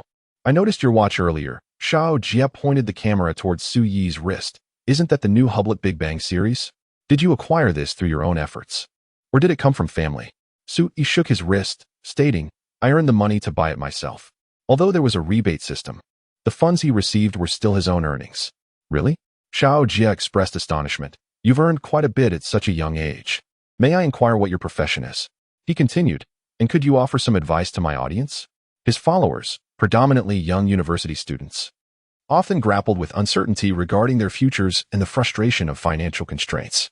Su Yi, however, refrained from providing a straightforward answer, instead fabricating a rationale. In this era, the internet is immensely developed. One must navigate the online realm to earn. He articulated no more, and then an unexpected curiosity about Xiao Jie arose within him. "By the way, may I pose a question?" Su Yi asked. Xiao Jie, accustomed to inquiries from passers-by, replied, "Certainly, go ahead. How far have you traveled during your filming? What places have you visited?" This reminded him of a moment when he watched an art film with Lan Hui, where a character remarked that one must explore the world. Only by witnessing the grandeur of mountains can one truly appreciate their own insignificance. Once constrained by financial limitations, he found himself unable to venture far. Yet now he yearns to explore the world. Lan Hui, an exceptionally talented individual, certainly would not be drawn to him had he not broadened his horizons.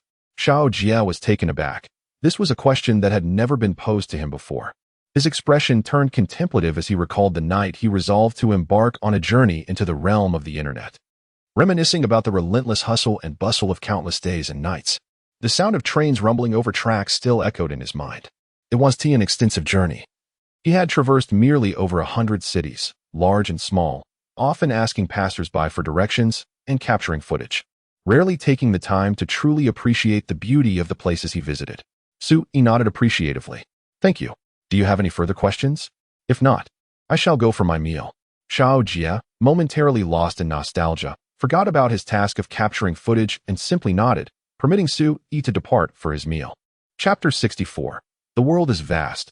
I yearn to explore. Su Yi entered the restaurant and scanned the code to order several dishes that were typically hard to come by, such as goat meat and bullfrog. They were too troublesome to prepare, and Lan Hui rarely cooked them at home. Once the dishes arrived, Su Yi first snapped a photograph before indulging.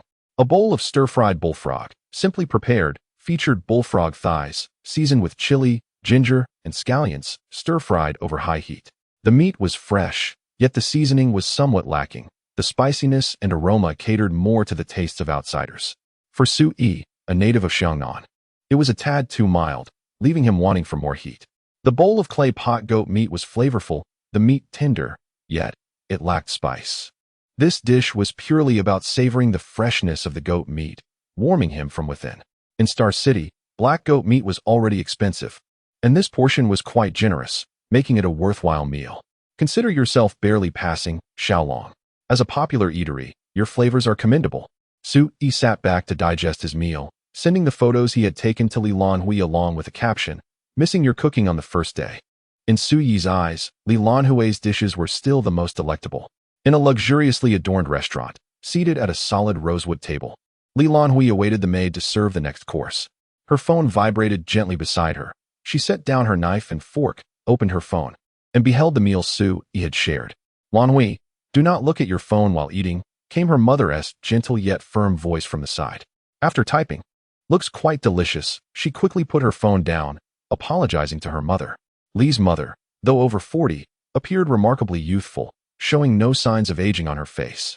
Her eyes were soft and kind, yet she exuded an air of authority. "Our family rarely gathers for a meal. Let us refrain from phones, shall we?" After saying this, she observed the main course brought in by the maid and remarked, "Try this. Your father specially ordered this wagyu from Australia for today's meal. Freshly slaughtered and sent directly after freezing." Lan Hui gazed at the plate, marveling at the snowflake-like marbling of the perfectly grilled wagyu, cooked to medium. The chef had sliced the wagyu into bite-sized pieces. Picking up a piece with her fork, she tasted it and responded to her mother, "It's delicious." However, it seemed less appetizing compared to the ordinary meals Su Yi had sent her. The tranquil lunch concluded. Her father hurriedly left the house, and her mother urged Lan Hui to sit on the silk sofa in the living room to reminisce. After an hour or two, her mother took her leave. In the spacious house, only Lan Hui remained, accompanied by a steward and 2 maids. Nestling into the expansive sofa, which could easily serve as a bed, she took out her phone to read the messages from Su Yi. "Su Yi, I plan to travel during the summer vacation." Lan Hui did not inquire about Su Yi's destination or when he would return. He merely replied with a simple "go," for she understood that Su Yi would inform her. Su Yi disclosed his intended destination. "The transportation in Star City is convenient. I plan to explore the surrounding cities first." Lan Hui assumed Su Yi was only going out for leisure, not realizing he intended to traverse the entire vicinity. This would likely take a considerable amount of time, enough for her to return to the rental and find him absent. Su Yi added, "I will take my time over the next 2 months. When I return to Star City, I will stay in the rental." Lan Hui's brow relaxed. That was reassuring. Su Yi's venture into the world held significance beyond mere exploration. He was searching for the perfect location to confess his feelings to Lan Hui. He had devised this strategy, knowing she preferred not to confess in public settings. Unfortunately, Star City offered no suitable venue for such a declaration. The city's romantic spots were invariably crowded with onlookers, who relished the spectacle. To propose to Lan Hui in Star City would undoubtedly attract an audience, contradicting her desires. Thus, he resolved to seek a serene, secluded, and picturesque place to formally express his affection. As for whether Lan Hui would agree to meet him, that was a matter for the future. If she were willing to accompany him, it would signify that the moment for confession had arrived. Thus, an outing would likely lead to success. Conversely, if she declined, it would indicate that the time was not right, allowing them to nurture their relationship further before attempting again. The crucial condition, however, was the availability of an appropriate venue. "Farewell, Mother, I am setting sail for distant horizons." This was a genuine goodbye. "Hello, Mom, I have some work-related matters here. I won't be returning home for the summer break." "Work during the summer?" Su Yi endeavored to fabricate a plausible excuse. "Indeed, this job requires my presence at all times. And my boss mentioned a significant assignment for this summer that could lead to a pay raise." "All right then, take care out there and be cautious," his mother replied. "Yes, of course." Su Yi ended the call. Next, he turned to 12306, considering the most romantic nearby destination, Daunting Lake, a place that rivals the seaside, conveniently close enough to visit even during school days. Although it may attract a fair number of visitors, it should still be manageable post-tourist season. Sui marked Bailing with a check. He promptly purchased a ticket. The journey from Star City to Bailing was remarkably brief, only half an hour by high-speed train. The fare was reasonable. A high-speed ticket cost merely 68 yuan, and many opted for the train, which took an hour and a half, saving them half the cost. In his past, Sui would have undoubtedly chosen the train. However, the present Sui was transformed. Time was of the essence. Money? What was money in comparison? He selected a high-speed ticket in business class. The fare was just 200, a straightforward expenditure. The ticket was for the following day, and Sui needed to pack his belongings today. Although it was not long before his departure, he still needed to pack a set of clean clothes and toiletries. And he ought to consult some travel guides, he thought to himself. It was somewhat amusing. This was his first venture into an unfamiliar place. Aside from attending school in Star City, his heart was a whirlwind of excitement, anxiety, and a hint of confusion. No one could predict what experiences awaited him during his travels. He found it challenging to articulate what he needed to prepare for the journey ahead. Perhaps this uncertainty was the essence of embarking on a journey, to embrace challenges never faced before, to witness sights never seen, and to plan adventures yet uncharted. The intricacies of how to explore, where to eat, and where to stay all weighed on his mind. This presented itself as the finest opportunity for personal growth. Chapter 65. Service for the sake of money. Early the next morning, Sui awoke before the alarm clock rang at 8:13. His biological clock had indeed been adjusted by Lan Hui. 2 messages awaited him, both from her. Good morning. Remember to have breakfast once you're awake. Sui responded with a simple good morning, lamenting the end of his lazy morning dream. He quickly tidied up, grabbed the suitcase he had packed the night before, and made his way to the living room, settling onto the sofa. The high-speed train station, not far away, would take a 40-minute taxi ride. He had booked a train for 10 o'clock, and even factoring in time to buy breakfast, it was still too early to leave. He could linger at home a little longer. However, Sui furrowed his brow as he gazed at the suitcase. A question plagued his mind. Did he truly need to haul a suitcase around? Boarding the train with it, searching for a hotel while encumbered, was it really necessary? Whatever he lacked, could he not simply procure upon arrival? The clothes he packed were not particularly favored, and the towels and toothbrushes were merely standard supermarket fare. Why carry them at all? He could purchase what he needed in Bailing, and it would also allow him to utilize his spending balance. Not to mention the convenience of shopping. After all, he was bound to explore. Resolute in his contemplation, Sui made a decision. He would go empty-handed. He didn't even consider bringing his charger. He could buy one upon arrival. With wealth, one could relish all the conveniences the internet affords. At 9 o'clock, he hailed a taxi. By 9:40, he arrived at the high-speed train station. Within, a multitude of students awaited their journeys home, alongside university students and tourists visiting Changsha. Having purchased a business class ticket, Sui followed the signs to the business lounge. Thankfully, without luggage, he moved with ease, taking only 7 or 8 minutes to reach the lounge. The receptionist, clad in a red uniform, noted his 10 o'clock train and promptly inquired if he wished to enter the platform early. The Star City Business Lounge permitted entry 15 to 20 minutes prior. Sui, intrigued by the business lounge, realized he had never entered one in his lifetime. Nevertheless, he reassured himself that there would be future opportunities. He replied to the receptionist, "Please take me to the platform now." The receptionist nodded respectfully, "Certainly, please hold on a moment." Before long, a young man in a matching uniform escorted Sui to the platform. Such is the nature of this world. Convenience and service revolve around wealth. With money, one could access services beyond the imagination of the average person. Sui acknowledged that even this simple act of early entry, bypassing the queue, allowed him to experience the advantages of affluence. It was a sensation more palpable than wearing an LV bag or carrying a Rolex, a feeling of the world revolving around him.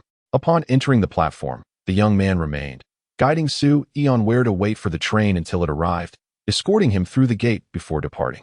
The Harmony high-speed train's business compartment offered a total of 5 seats, featuring exceptionally spacious surroundings with black carpeting underfoot. Sui settled into his seat, examining the differences between the business and standard classes. The business seat was upholstered in genuine leather, providing an exceptionally comfortable experience. Beside him, there were buttons to adjust the seat.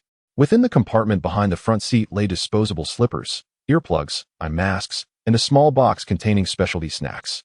Sui refrained from taking any and began to examine the armrest beside him. The armrest was quite ordinary, yet a small bookshelf had been built in front of it, with a pocket beneath holding several books. Above, 2 grooves were designed for placing beverages. Sui reclined against the sofa. This is the decadence of capitalism, he mused, relishing the experience. This is what it means to travel by high-speed train. The second-class seats are merely for transporting prisoners. He had heard of a complimentary lunch valued at 30 yuan, but since it was still early, he declined. Suddenly, he found himself indifferent to such trifles. In the entire business carriage, apart from Sui, there was only an elderly gentleman, sitting upright with a book in hand, engrossed in reading. Instinctively, Sui mimicked the gentleman's posture, sitting up straight. The elderly man donned a black-striped short-sleeved shirt, embodying a serene calm born of a life well lived. Perhaps such individuals truly deserved to occupy business class. Sui, on the other hand, was merely a fortune seeker who had stumbled into wealth. While the elder continued to read, Sui chose not to disturb him, instead sitting quietly and contemplating. Upon exiting the high-speed train station, a group of taxi drivers shouted their calls, Yayang Tower, South Lake. Some called out in local dialects. Sui disregarded them, recognizing the elderly man calling out for Yayang Tower. Ignoring those who approached him, he walked directly to the elder, to Yayang Tower, please. This tactic I learned from Lan Hui, he thought. Lan Hui advised to simply ignore those who shout at you to buy something or do something. This approach proved exceptionally effective.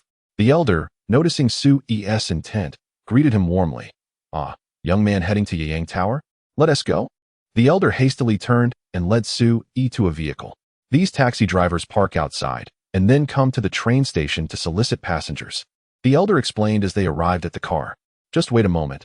I'll pick up a couple more before we depart. Sui frowned and interjected. Just take me alone. How much to leave now? The elder understood Sui was not lacking in funds, and his smile broadened. Yayang Tower isn't far, just 20. Sui frowned again, certain the elder was attempting to overcharge him. Although he was not short on money, he refused to be taken for a fool. It should only cost about 10 yuan to get there. You're charging a bit much. The elder, realizing his miscalculation, waved his hand dismissively. All right, then 15. Sui nodded, feeling too lazy to seek another taxi. 15 it is. However, he felt a slight decline in his appreciation for the city after being overcharged so soon after arrival. Upon reaching Yayang Tower, Sui discovered that the scenic area encompassed much more than the tower itself. It sprawled for several miles, with the entrance featuring a pavilion and a small booth selling tickets nearby. An adult ticket cost 70 yuan, but Sui, being a student, paid half price, 35 yuan. It was then that he realized that embarking on a little adventure did not necessitate a substantial sum of money. The second-class high-speed train ticket cost merely 41 yuan, and with a student discount, the fare was even more economical. Coupled with the entrance fee of 35 yuan, one could easily enjoy a round trip for under 100 yuan. I should have ventured out earlier, Sui mused. Nearby the ticket counter stood a recitation booth, reciting the memorial of Yayang Tower grants free admission. Perhaps Lan Hui could manage it, but Sui felt otherwise. He had no intention of subjecting himself to such embarrassment.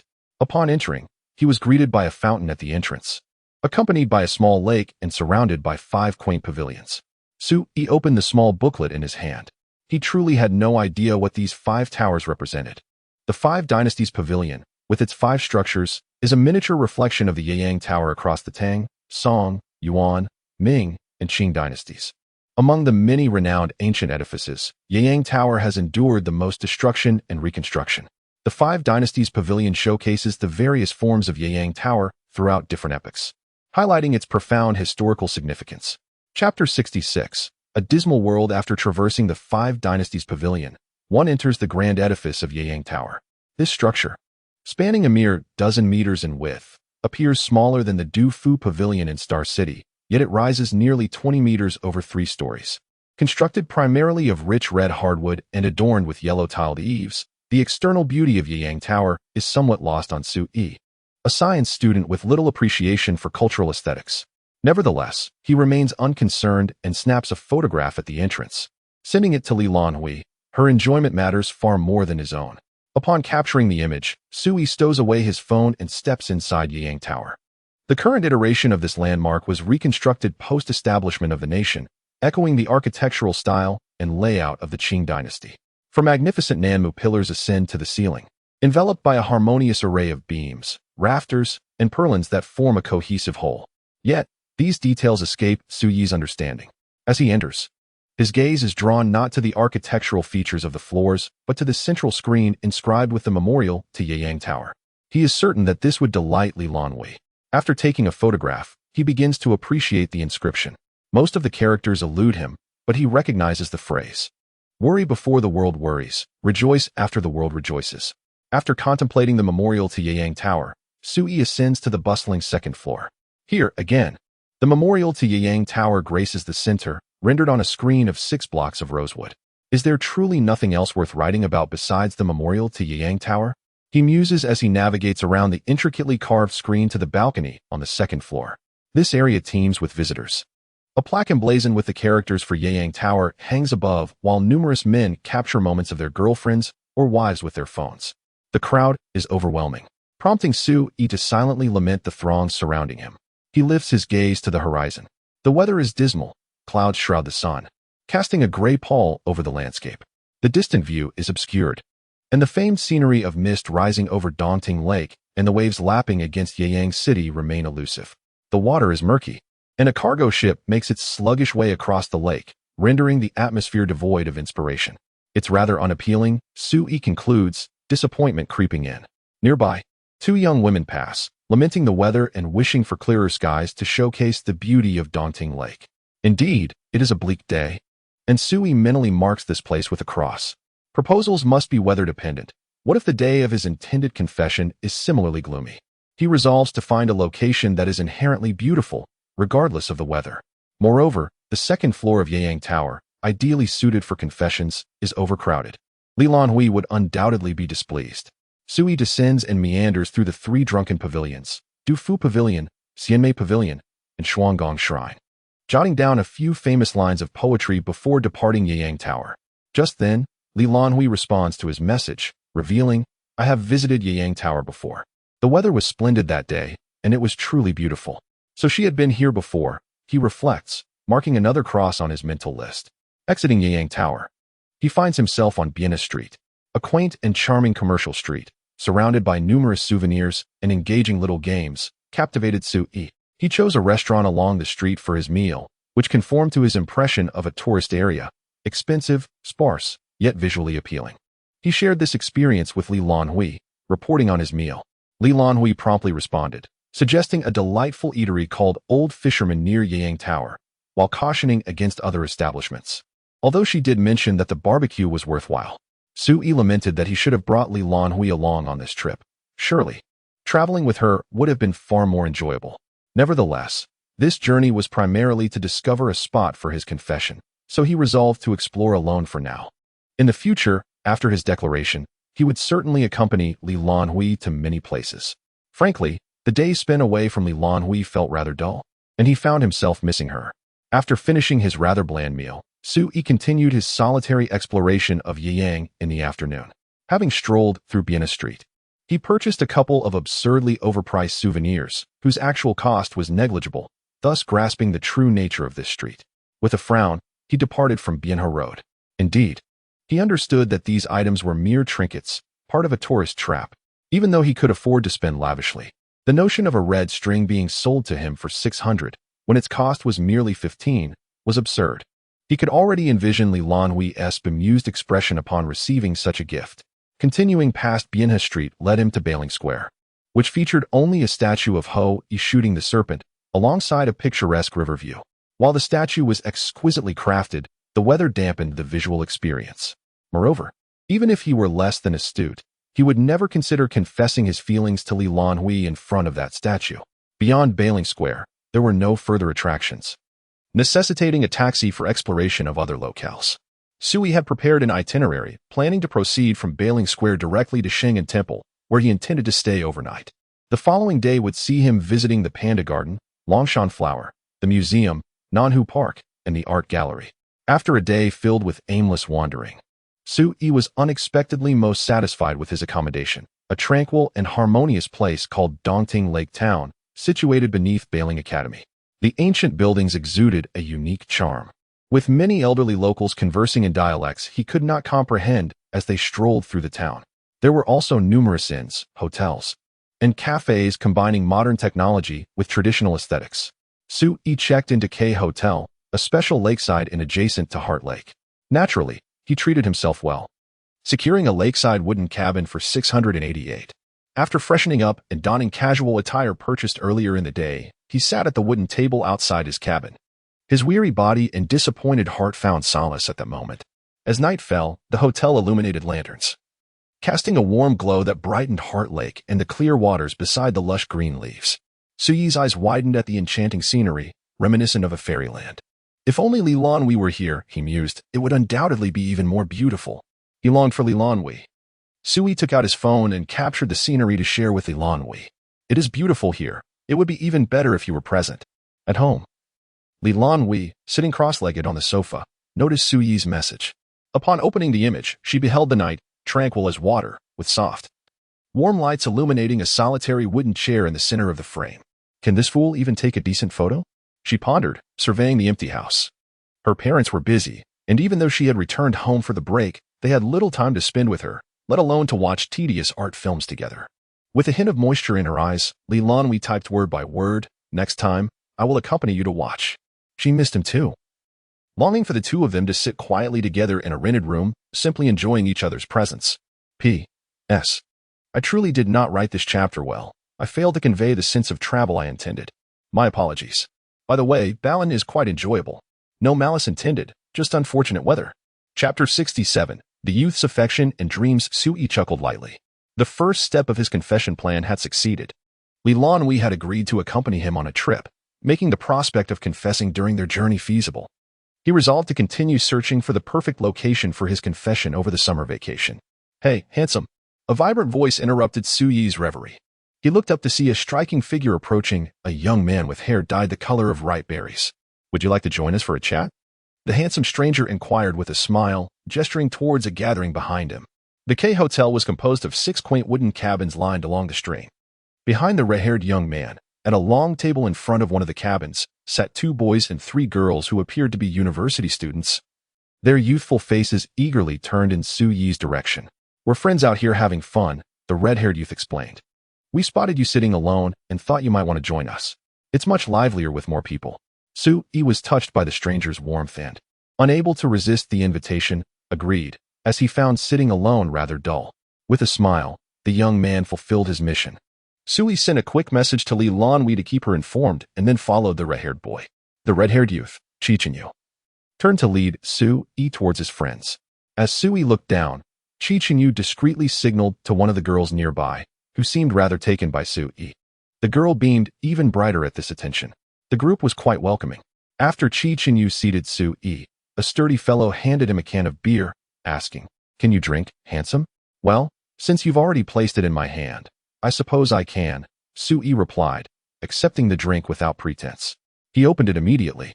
Meanwhile, a young man in a green cap approached from the grill, offering Su Yi some barbecue. "Zhou Yutong, don't just stand there, grab some utensils." He called to a girl named Zhou Yutong, who was seated nearby. She turned to fetch the disposable utensils but instead handed them to another girl, who was gazing at Su Yi with interest. Zhou Yutong giggled, causing both the girl and Su Yi to blush with embarrassment. Su Yi had never encountered such a scene before. The only girl he had interacted with was notably aloof.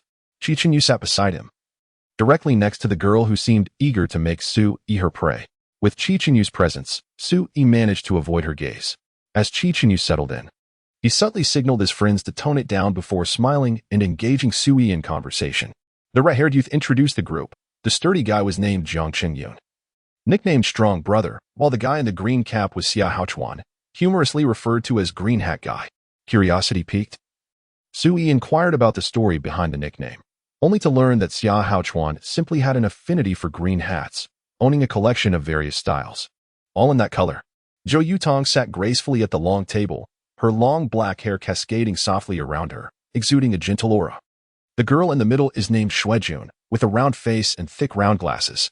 The last girl, without waiting for Chichenyu to introduce her, boldly stepped forward and introduced herself. "I am Huang Jessen, with Jia meaning beautiful and Xian meaning warm. Family's home?" Su Yi did not comprehend which Jia she referred to. Chichenyu raised his glass, smiling. "To celebrate our encounter, let us toast." Su Yi was also pulled into the toast. "We haven't even finished a bottle, just had a sip." After taking a sip of wine, the atmosphere became lively. Brother Zhuang got up and tended to the skewers on the grill, while the green hat guy retrieved a camera from under the long table, capturing the stunning river view and the sizzling meat. He called out to Zhou Yutong to strike a pose for a couple of photos. Su Yi then noticed that the three opposite him were enjoying the barbecue without removing their makeup. Huang Jiasen exclaimed, "Oh, we heard the night view here is spectacular, so we specially put on makeup to take pictures." She was particularly enthusiastic, undoubtedly drawn to Su Yi's handsome appearance. Although Su Yi's looks could not quite rival those of Lu Ming, his height of 183 centimeters perfectly compensated for it. As a solitary charming young man, he naturally caught Huang Jiesen's interest. Sipping wine and enjoying skewers, Qi Chenyu had also brought along 6 sets of dice. But Brother Zhuang was focused on grilling and did not participate, making it just enough for Su Yi to join the game. As the moon rose above the branches and the drinks flowed, Brother Zhuang stopped grilling and the green hat guy set aside his camera to join the conversation. Qi Chenyu mentioned that they often traveled together during winter and summer vacations, exploring various places. Having known each other for 3 or 4 years, they had visited 7 or 8 locations together. Su Yi suddenly felt curious and asked the question that had been on his mind after wandering around Bailing all day. Why do you enjoy traveling? He had seen many tourists during his day in Bailing. Before embarking on his journey, he had heard numerous people speak of the benefits of travel. Yet once he truly stepped out, he realized he didn't know what he was there for. Was it to appreciate the scenery? However, Dongting Lake looked no different from the Xiangjiang River at the entrance. The same vastness. Was it to broaden horizons and gain knowledge? Yet he had already read about the culture and history of Yeyang Tower in his high school textbooks. Fan Zhongyan never visited Yeyang Tower in his lifetime. Yet he depicted its grandeur. Su Yi fell into a state of confusion, unsure of his purpose for being there or what he had gained. Thus, he resolved to inquire from his peers. Qi Chenyu paused, pondering the question, but after a moment, he took a sip of wine and smiled, saying, "Now that we're out, who needs so many reasons?" Brother Zhuang chimed in. "For me, I simply enjoy barbecuing. How it's grilled doesn't really matter. When they invited me to hang out, my only question was whether there would be barbecue. They said yes, with shared costs for ingredients, so I came along." Zhou Yutong added, "It was Qi Chenyu who suggested the trip. I just did some planning. Since we're out, we ought to take some beautiful photos to bring back. I aspire to capture stunning photographs." The green hat guy interjected. "He possesses a pure spirit. Even when alone, he ventures out to take beautiful pictures. Accompanying friends adds an element of fun to the experience." Shuijun pointed to the face of Zhou Yutong, mentioning that she does not know how to apply makeup. "So I offered to assist her." Qi Chenyu lamented to his companions, "Am I the only one who wants to have fun? Isn't it usually you who is the most enthusiastic?" Huang Jiasen retorted. She then explained to Su Yi, "He is a wealthy young man, often bored and neglecting his classes. He enjoys dragging us along on trips, even offering to lend us money as long as we accompany him."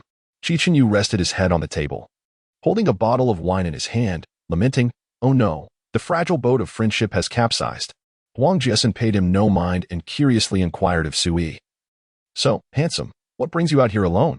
Her curiosity about this attractive gentleman was palpable. After pondering for a moment, Su Yi replied, "Initially, I merely sought a picturesque location to confess my feelings to someone I admire." Snap! It seemed Qi Chenyu heard the sound of a heart breaking and laughed aloud. Chapter 68. Pursuing one's passions is paramount. Huang Jiasen felt a pang of heartbreak, yet she remained undeterred. The world is replete with handsome men, and she was not new to the realization that the charming ones often have partners. She quickly adapted to the situation, shifting her mindset from mere admiration to enthusiastic support for a couple. "Oh, are you planning to confess during your travels? Have you found the perfect spot?" Sui shook his head. "Bailing is the first place I've arrived at. I haven't located a suitable place for a confession. Do you have any recommendations? Having traveled to numerous destinations, they should surely know of some ideal spots." Believing Sui wished to confess in Bailing, Huang Jiasen pondered, "In Bailing, Longshan Garden and the Art Museum should be quite fitting, don't you think?" Qi Chenyu, understanding that Sui sought various locations for his confession, suddenly turned to the green hat guy and said, "Hey, Hao Chuan, don't you have photos from the places we've visited over the years?" The green hat guy nodded. Rising to retrieve his belongings from his room, Qi Chenyu explained, "Hao Chuan has taken pictures of the places we've explored. You can take a look for yourself." Sui expressed his gratitude. "Thanks, buddy. With a reference, I can at least avoid unnecessary wandering and save a lot of time." Qi Chenyu shrugged. "It's no trouble at all. But is your trip merely a simple endeavor?" Sui sipped his drink and replied, his tone laced with uncertainty, I really don't know. He was oblivious to what he truly wanted to pursue or what he should do next. Huan Justin queried, why are you unsure? Just do whatever interests you. Zhou Yutong nodded in agreement. Exactly. At our age, isn't it all about pursuing what we desire? Zhuang Ge, munching on a skewer, recounted, when I was a child. My family was poor, and I rarely had meat. Each time I passed by a barbecue stall, I would salivate, begging my mother for a couple of skewers. But she often declined, only indulging me on good days or when finances allowed. Eventually, barbecue became my obsession. Now that my family's situation has improved and I've taken on some odd jobs, I purchased my own grill and occasionally set up a stall to sell barbecued food. Zhuang Ji's life experiences were intricate and mature, akin to that of an older brother guiding Sui. Deep down, you must have something you yearn to do since childhood but have yet to fulfill, right? As Zhuang Ge spoke, the others listened intently, granting Sui ample time for contemplation. Under the influence of alcohol, Sui felt remarkably relaxed, murmuring, in my childhood, there were indeed countless aspirations and pursuits. However, due to financial constraints, many remained unfulfilled. Even the solitary badminton I played was only possible after I pleaded with my family persistently. Chichenyu chuckled, pointing at Suyi's watch. Given your circumstances, shouldn't you be able to pursue what you wish to do? As a scion of wealth, he had naturally encountered hublet watches. The affluent indulge in timepieces while the less fortunate gravitate towards automobiles. Judging by the realm of leisure pursuits, he found himself trailing behind Sui. Sui chuckled lightly. He was now in a position to realize his aspirations. Yet, dreams abound. Where to commence their realization? Traveling had once been among his dreams. He had envisioned traversing the world with sword in hand, exploring mountains and rivers, scaling Everest, diving into oceanic abysses, and witnessing the aurora borealis. Now that he possessed the means to fulfill these dreams, it was time to embark on a journey and bring those aspirations to fruition.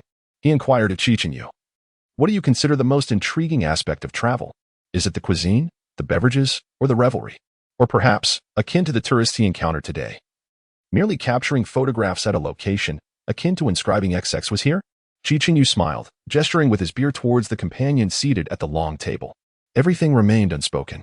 Green had found his box for storing photographs in the room, cradling it like a precious treasure. He cleared the pile of signatures in front of Sui, wiped the table with a piece of paper, and then placed the box down to open it.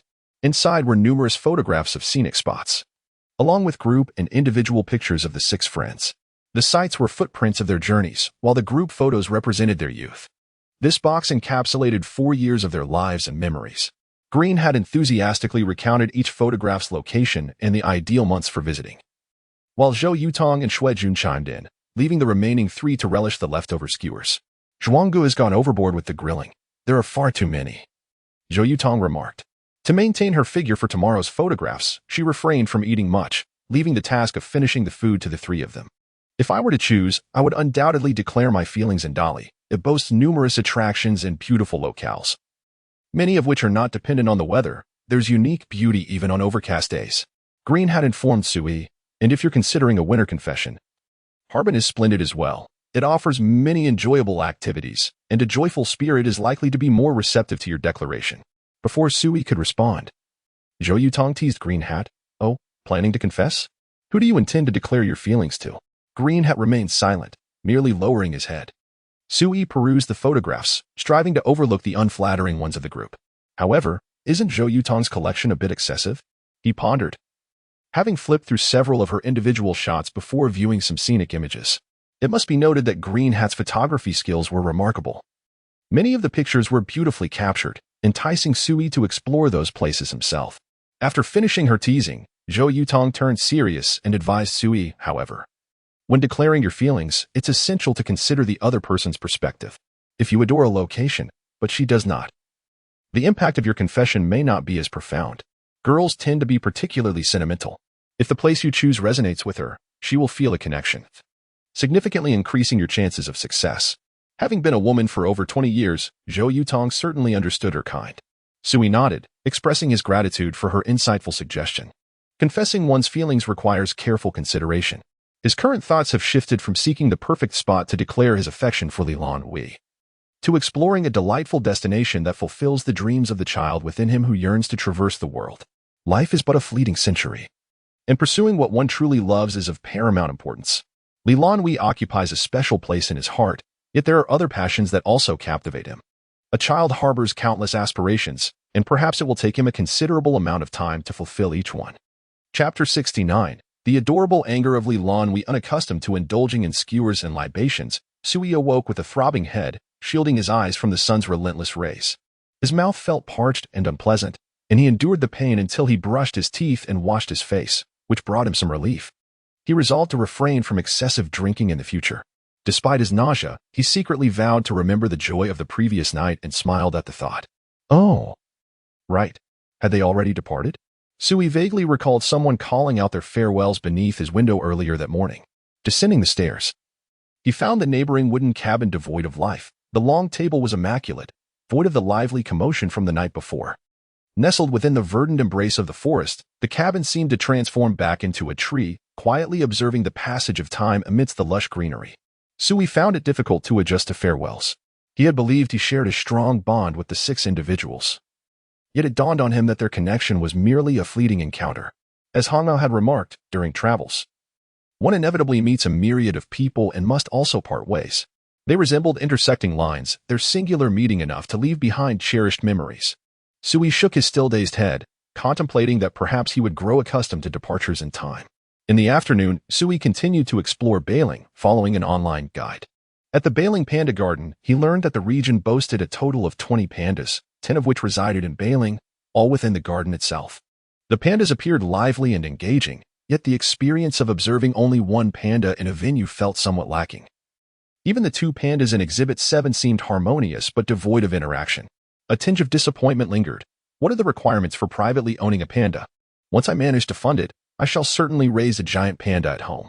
Reluctantly departing the panda garden, Sui ventured to Longshan Flower Garden.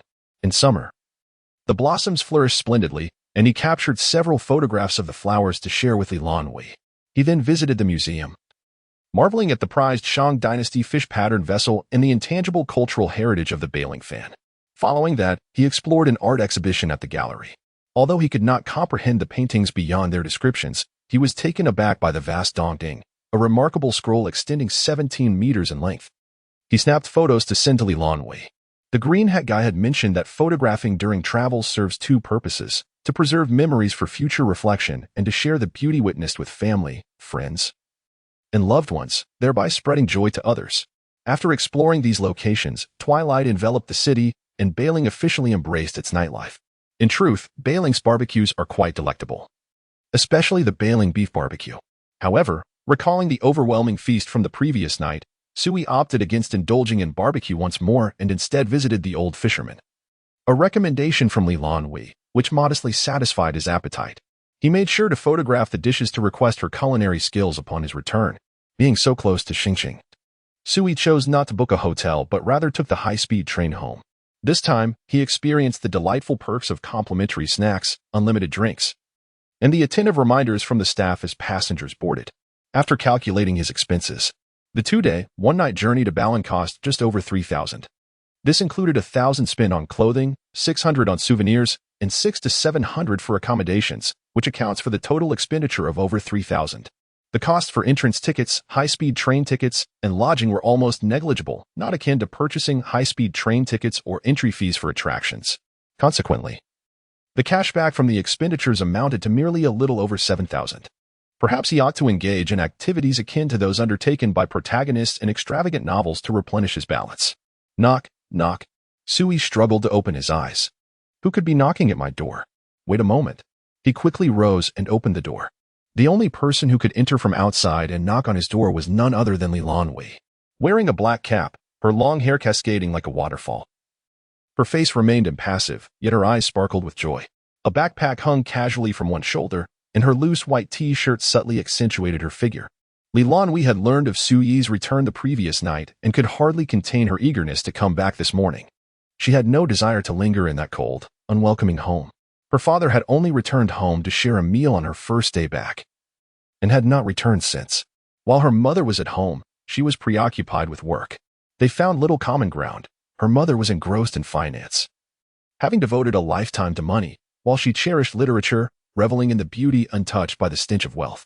Additionally, the household was strictly managed, with a cautious maid and in that stifling environment, even the sense of freedom was elusive. Each day spent at home was a monotonous and solitary existence. Thus, she returned.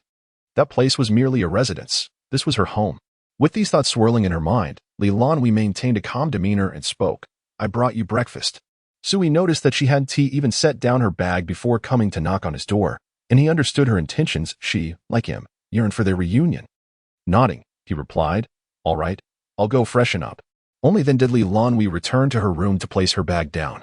Inside were merely a charger, a tablet, a book, and several bottles of limited edition skincare products from her mother. Surveying the room she had decorated for herself, Lan Hui smiled with satisfaction. This space was exponentially cozier than her lavishly decorated house.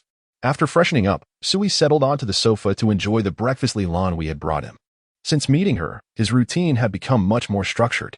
Lan Hui emerged with her book and tablet, sitting beside Sui and handing him the book. Here. A gift for you. Intimate Relationships. Sui glanced at the title, then lifted his gaze to Lan Hui, but she was not inclined to reveal her current expression. Instead, she lowered her head to her tablet, her long black hair obscuring Sui's view of her face. Sui placed the book on the coffee table, reached out, and gently brushed aside her hair to meet her gaze directly. Lan Hui did not anticipate that Sui would dare to directly touch her hair, and for a moment, her cheeks flushed, caught by Sui's gaze. What are you doing? Lan Hui glared at Sui. He chuckled softly. I merely wish to express my gratitude to you. Lan Hui's breath hitched, a wave of remorse washing over her for Sui. However, could she entirely blame him for being a bit irked by his sudden action? Regaining her composure, she adopted a detached expression, reminding herself that it was merely a trivial matter. The angry Lan Hui, surprisingly, appeared quite endearing. Sui spoke in a gentle tone, yet loud enough for her to hear. Lan Hui turned her head, frowning at Sui. She noticed the newfound confidence and flamboyance in his brow, along with the determination gleaming in his eyes. It dawned on Lan Hui that Sui had undergone a transformation, one imbued with a striking assertiveness. Chapter 70. Exchanging gifts. Lan Hui set down her tablet, her curiosity piqued more by Sui's transformation than the device itself. Yet, rather than stating it outright, she inquired, Could you share with me the experiences you had during your travels? Sui glanced at Lan Hui. The question was so overt that it was clear he understood her intent. Nevertheless, he did not shy away and candidly recounted his travel experiences and the emotional journey he had undertaken. Each of the 6 of them harbored their own dreams. Sui noted, Oh, wait, it seems Huang Jiasen hasn't mentioned her dream. I suppose I should also cultivate my own aspirations. As he spoke, Sui straightened his posture. Exuding confidence, I now possess wealth, time, and the capability to realize my dreams. Thus, I should take action to achieve them. Lan Hui relaxed her furrowed brow. This change was indeed a positive one. Compared to the Sui of a few days prior, she couldn't help but acknowledge that a confident man was undeniably more attractive. She found herself preferring the current version of Sui. So, what is the dream you most wish to achieve now? She asked, curiosity sparking in her eyes. Buying a house. Sui replied. The desire to own a home, a place that is entirely one's own, was an instinctive yearning ingrained deep within him. Who wouldn't aspire to possess a space they could personalize? Owning a car and a house had been childhood dreams of his. While a car required a driver's license to purchase, a house was simply attainable through wealth. Really? Lan Hui exclaimed, surprised. So soon after just renting a place? What about her?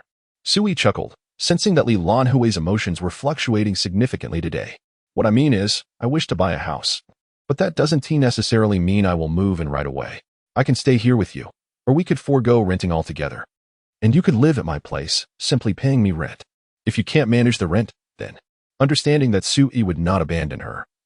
Lan Hui pondered whether her own temperament had pushed him to the brink, contemplating if she should treat him with greater kindness moving forward. She exhaled in relief. Have you decided where you want to buy a house? She inquired. Sui shook his head. I had planned to search for properties today, but since you returned home, I felt it best to stay by your side. After all, it wouldn't be right to leave a girl alone at home while she is on break.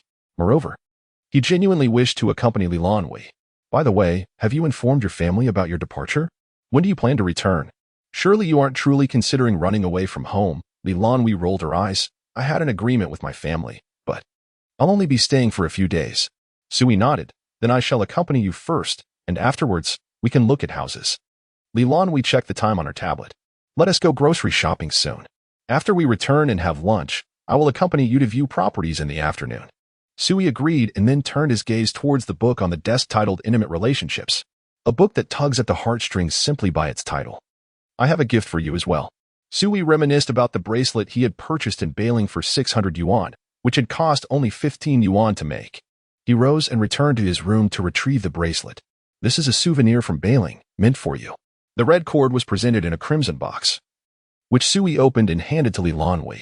As she gazed at the red string, she noticed it was merely an ordinary piece, adorned with a silver character for fortune at its center. Thank you, she said, accepting it and adjusting the bracelet to fit her wrist. The vibrant red stood out against Lan Hui's fair arm, enhancing her complexion beautifully. It's lovely. I truly adore it, she exclaimed, barely able to contain her delight. Sui remarked, I feel this red string is somewhat unworthy of you. It only cost 15 yuan. Miss Li, you shouldn't be so moved by it. Sui, of course, did not comprehend the significance. For Lan Hui, this was the first gift he had ever bestowed upon her. They had exchanged gifts for the first time today, marking yet another special occasion. In the afternoon, after a simple meal and a brief respite, the two set out together. They chose not to take the small white car, uncertain of how long they might wander and whether it could endure the journey. Instead, they rode on a motorcycle. Fortunate that the shop owner had previously gifted them 2 helmets. Which area do you plan to explore? Lan Hui inquired. Sui replied promptly. Let us start searching near the school. After all, as students, it would be more convenient to live close to their place of study. Lan Hui contemplated briefly. I believe there are a few neighborhoods nearby with available units. Do you have a particular neighborhood in mind? Sui, while driving, responded, No. Let us not focus on neighborhoods. I would prefer to buy a villa. A villa, Lan Hui noted, that might require a larger budget. Sui chuckled, his laughter fading into the wind, reaching Lan Hui's ears. Don't worry about the financial aspect. Lan Hui instructed, continue driving south towards the Nanchao Park. There are some riverside apartments nearby that are closest to our school. The Green City riverside apartments were adjacent to the Xiang River, merely 3 kilometers from their school. A 10-minute journey. Although it was a villa area, the spacious units with river views were quite alluring. The security at Green City was quite stringent. Sui's motorcycle could not be driven inside, necessitating a stop outside. However, they were fortunate that the guards permitted them entry into the sales hall. The sales hall, which also served as the property management center, was a luxurious and impeccably designed structure. Its exterior was entirely glass, complemented by exquisite landscaping and garden aesthetics. Staff were on duty, though the sales personnel lacked the eloquence and emotional intelligence of high-end retail associates. Upon noticing the 2 university students, a sales representative approached, greeted them warmly, and informed them that viewing properties at Green City required a financial verification process. Financial verification is a means for sellers to ascertain buyers' purchasing capabilities. Green City necessitated a minimum fund of no less than 1.5 million yuan. To speak bluntly about capital verification is an act of discourtesy and disrespect. Such behavior, which openly demands proof of financial capability upon meeting, implies a judgment that one does not possess the means to acquire our property. For any individual of stature and standing, this is a grave affront. However, Sui remains oblivious to this nuance. He mistakenly believes that capital verification is a requisite step upon entry. He turns, casting a glance towards Lan Hui. What is the purpose of capital verification? Lan Hui, initially furrowed in thought, suddenly deflates upon meeting Sui's gaze. What is the highest form of response to an insult? It is to be entirely unaware of the offense being directed at oneself. Lan Hui then explains to Sui the necessity of presenting her bank card balance. Sui responds with a simple, oh. Chapter 71, if she dislikes it. So be it. The average age of those purchasing properties in Green City is 26. Therefore, when Sui presented his bank card balance of 4 million to the salesperson, she was not particularly astonished. She had encountered numerous affluent young individuals in Green City, perhaps 100 or more. Silently, she removed the label of poor from Sui in her mind and, adopting a formulaic tone, replied, I apologize, but this is our company's policy. May I ask your surname, sir? Lan Hui, having met many salespeople, naturally discerned the disdain in the salesperson's tone. She frowned slightly but chose to remain silent. Internally, she had already sentenced the interaction to an inevitable conclusion. However, Sui was oblivious to this. My surname is Su. Could you kindly show us the properties in this area? The salesperson nodded, turned, and began the introduction. Hello, Mr. Su. My name is Zhang. Have you previously familiarized yourself with our floor plans at Green City? Is there a particular type you prefer? Sui shook his head, entirely ignorant of the subject. Understanding his confusion, Miss Zhang replied, "Very well, please allow me a moment to provide you with some information." She led Sui and Lan Hui into the entrance hall. The entrance hall featured a water curtain, and the opulent decor was highlighted by a starry ceiling illuminated with colorful lights. This hall was infinitely more photogenic than the previous check-in spots Sui had visited in Bailing. After showcasing Green City's strengths, the salesperson guided Sui to the elevator. "Our most sought-after model in Green City is the 245 layout," she stated as they reached the 16th floor. Arriving at a model apartment, the entrance was a sleek, black fingerprint password door. Miss Zhang explained, the entrance door is constructed of cast aluminum, providing sound and thermal insulation, fire resistance, and durability against deformation. Upon entering, to the right was a cloakroom. Directly facing the entrance was a storage room, adorned with garments for stylistic effect. To the left was a spacious area of nearly 70 square meters comprising the living room and kitchen, separated by a Western-style kitchen island. Sui noted the kitchen's ample size, thinking, Lan Hui would surely look splendid cooking here. The living room featured a full wall of floor-to-ceiling windows, leading out to a large balcony adorned with greenery and equipped with a long table and leisure chairs. Adjacent to this was the bathroom connected to the master and secondary bedrooms. After a brief overview of the apartment, Miss Zhang led them to the leisure chairs on the balcony, where the lighting was finest, accompanied by a panoramic river view. Seated opposite Sui, Miss Zhang addressed him while Lan Hui settled beside him. "At Green City, we pride ourselves on our prime river views and product quality. Our premium properties feature a finishing standard that reaches 3,500 per square meter, coupled with exceptional facilities and property services. We strive to deliver unparalleled product quality to our clients. Furthermore, our property prices range from 20,000 to 30,000 per square meter, essentially selling at cost price." Sui absent-mindedly nodded, hardly registering Miss Zhang's words, as he turned to gaze at Lan Hui. Upon entering the room, he sensed that Lan Hui's spirits were notably low. Initially, he had been too preoccupied with admiring the surroundings to notice her mood. However, once seated, it became apparent that her demeanor was persistently melancholic. "Miss Zhang, I apologize, but we still need to inspect the room," he stated. Miss Zhang smiled and gestured for Sui to feel at liberty. He rose and gently took Lan Hui's hand. She looked up at him, allowing him to pull her up. Had they just held hands? Was she truly not resisting his touch? Who would contemplate such matters at this moment? What weighed more heavily on Suyi's mind was the reason behind Lan Hui's sudden sadness. As they entered the living room, he looked directly into her eyes. This was the only place where her emotions could be discerned. "What troubles you? Do you dislike this house?" It was only upon crossing the threshold that her discontent had manifested. Lan Hui noticed the concern and confusion in Suyi's gaze. An inexplicable tremor surged within her, prompting her to fabricate an excuse to mask her vulnerability. Yet, she hesitated to deceive someone she cherished. Ultimately, she confessed, "I do not like this house." She had brought Sui here based on the reputation that this property was the finest riverside mansion closest to their school. She believed that when purchasing a home, one ought to choose the best, and she assumed Sui shared this sentiment. However, while the house was indeed splendid, its quality comparable to her own home, it was precisely this similarity that evoked memories of her cold, unwelcoming household. Vast and desolate, it felt devoid of warmth. She feared that her future with Sui might mirror that same emotional barrenness. Thus, her spirits had remained low throughout their visit. She had thought she concealed her feelings well enough to not disturb Suyi's interest in buying a house. Yet, to her surprise, even the typically oblivious Sui quickly picked up on her emotional state. Without probing for an explanation, he decisively nodded and said, "All right, then we shall not purchase it." Who would acquire a home that their beloved detested?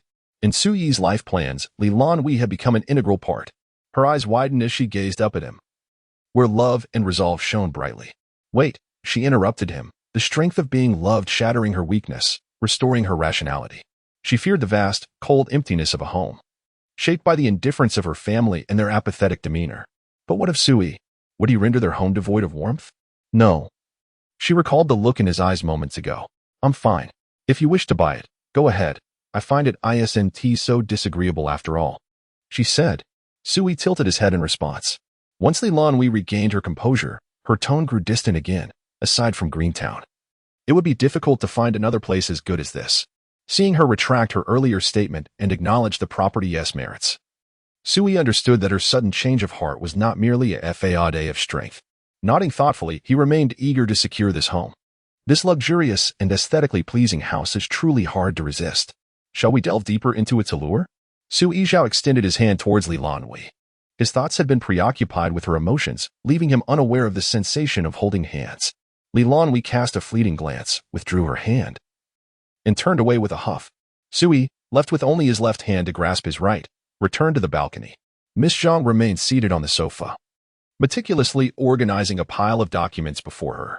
Sui settled back onto the sofa and inquired, "May I ask, Miss Zhang, what is the approximate total price for this 245-unit house if paid in full?"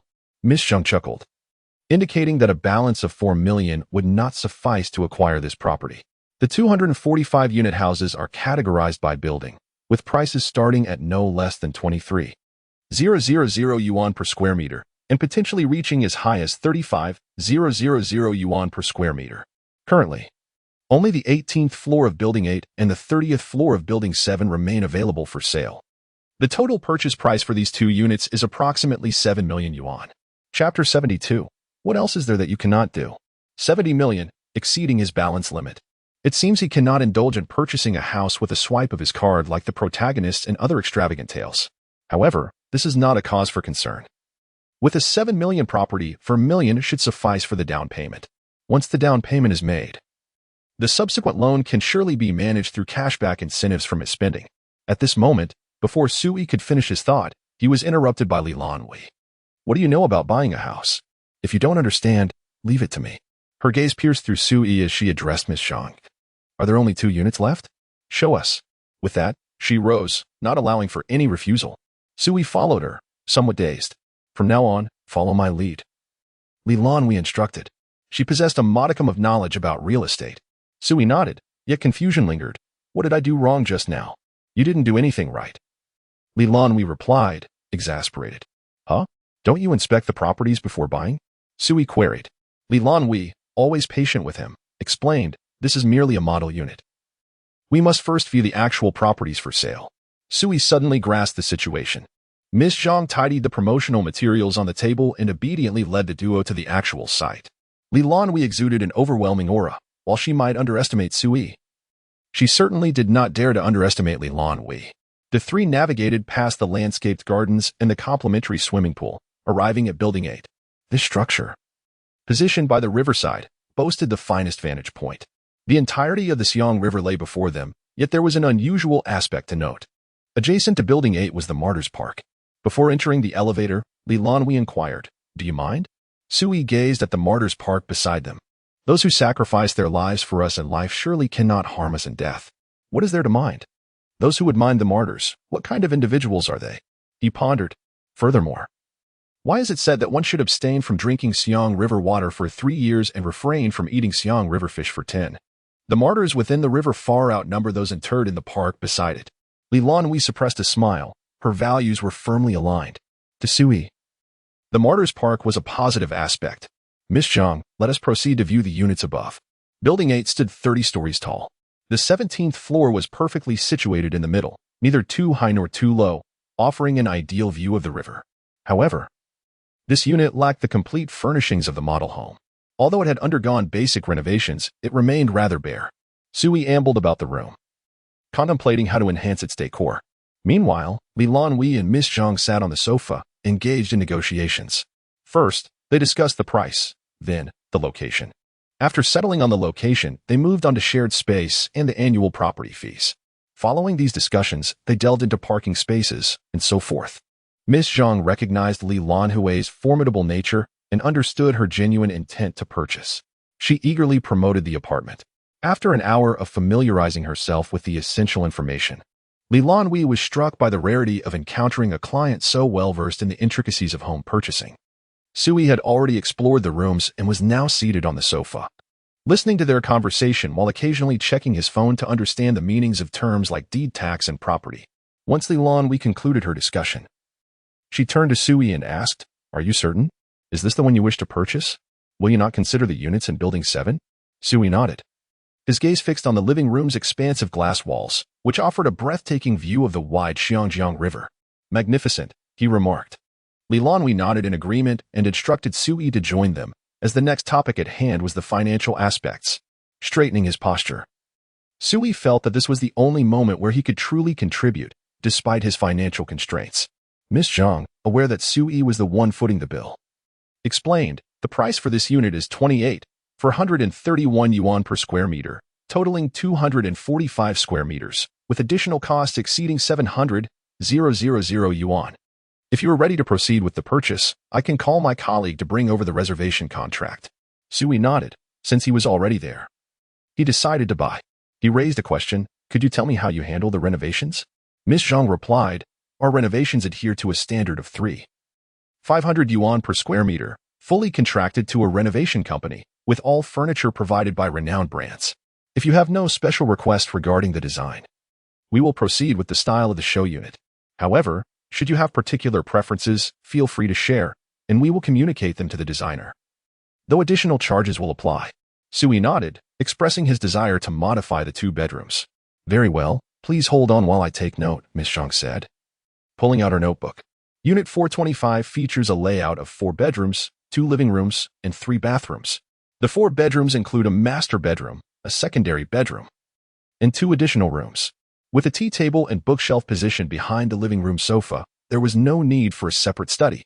Sui planned to repurpose the 2 rooms not designated as bedrooms. One would become an esports room, while the other would serve as a storage space.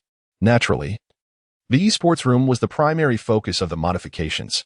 Beyond that, he had a plethora of minor requests. After Sui articulated his desires, Miss Zhang's colleague arrived with the reservation contract. Now it was time for Lan Hui to take the lead. Do you recall the scene where Sui struggled to comprehend the contract while signing it previously? A savior had arrived. Lan Hui first took the contract and requested the developer's information, meticulously reviewing each clause. Once she confirmed that everything was in order, she gestured for Sui to sign the contract. After signing, a deposit was required. Miss Zhang glanced at Sui's renovation requests and stated, Mr. Su, since your renovation requirements will necessitate further discussions about pricing, the total number of rooms has yet to be finalized. As for the deposit, let us consider a total amount of 7 million, with a 20 deposit. Sui nodded, scanned the QR code Miss Zhang provided, and paid a deposit of 1 million yuan. Upon receiving the deposit, Miss Zhang promptly issued a receipt and handed it to Sui. However, Sui seemed oblivious to her presence. His focus entirely captured by the subtitles in the lower right corner of his vision. Successful expenditure, 1 million yuan. Refundable expenditure, 1 million yuan. Product cost, 249.03 yuan. Socially recognized value, 105 million yuan. Personally recognized value, 10 million yuan. Total refund, 505 million yuan. Sui numbly accepted the deposit receipt from Miss Zhang. Logically, a transaction without the purchase of goods would not warrant any rebate. He had learned this during previous transfers to friends and while obtaining his driver's license. Yet, with a product cost of merely 0.03 yuan, it strongly suggested that he was acquiring both this deposit receipt and the reservation contract held by Lan Hui, thus merely securing the property. Did it truly equate to the entire value of the house being recognized socially? Furthermore, the personal acknowledgement of 10 million yuan. Chapter 73. The system isn't particularly astute. Sui absent-mindedly accepted the deposit receipt. Miss Zhang instructed the two to activate a high-value transfer at the bank within 7 days. Once they calculated the complete cost of the house, they could prepare to sign the purchase agreement. Sui responded with a perfunctory acknowledgement and returned home with Lan Hui. Compared to the matter of purchasing a property, he had far more pressing issues to contemplate. Upon returning home, Lan Hui sought a place to store the deposit receipt and noticed Sui hurriedly dashing to the room, placing his notebook on the coffee table. What are you up to? She inquired. Sui looked up, sensing a hint of subtext in her words, an ambiguous pun. However, the majority of his thoughts were consumed by his own speculations. I have something I wish to investigate. Oh, Lan Hui replied, refraining from interrupting him. Sui opened the securities app and sold the stocks he had purchased the previous day. He then searched for a tutorial on stock trading. I genuinely require your guidance on stock trading now. Sui earnestly focused on the post.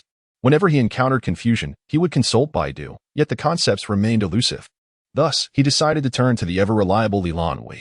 With a furrowed brow, she succinctly addressed Sui's inquiries and then cautioned. Investing in stocks often yields no profit. Just from a few simple terms, she grasped that Su Yi was delving into the realm of stocks. She continued, "If you're short on funds for the house, I can lend you some." She recalled that Su Yi's balance was merely 4 million, while the property cost 7 million. He was undoubtedly in need of additional funds.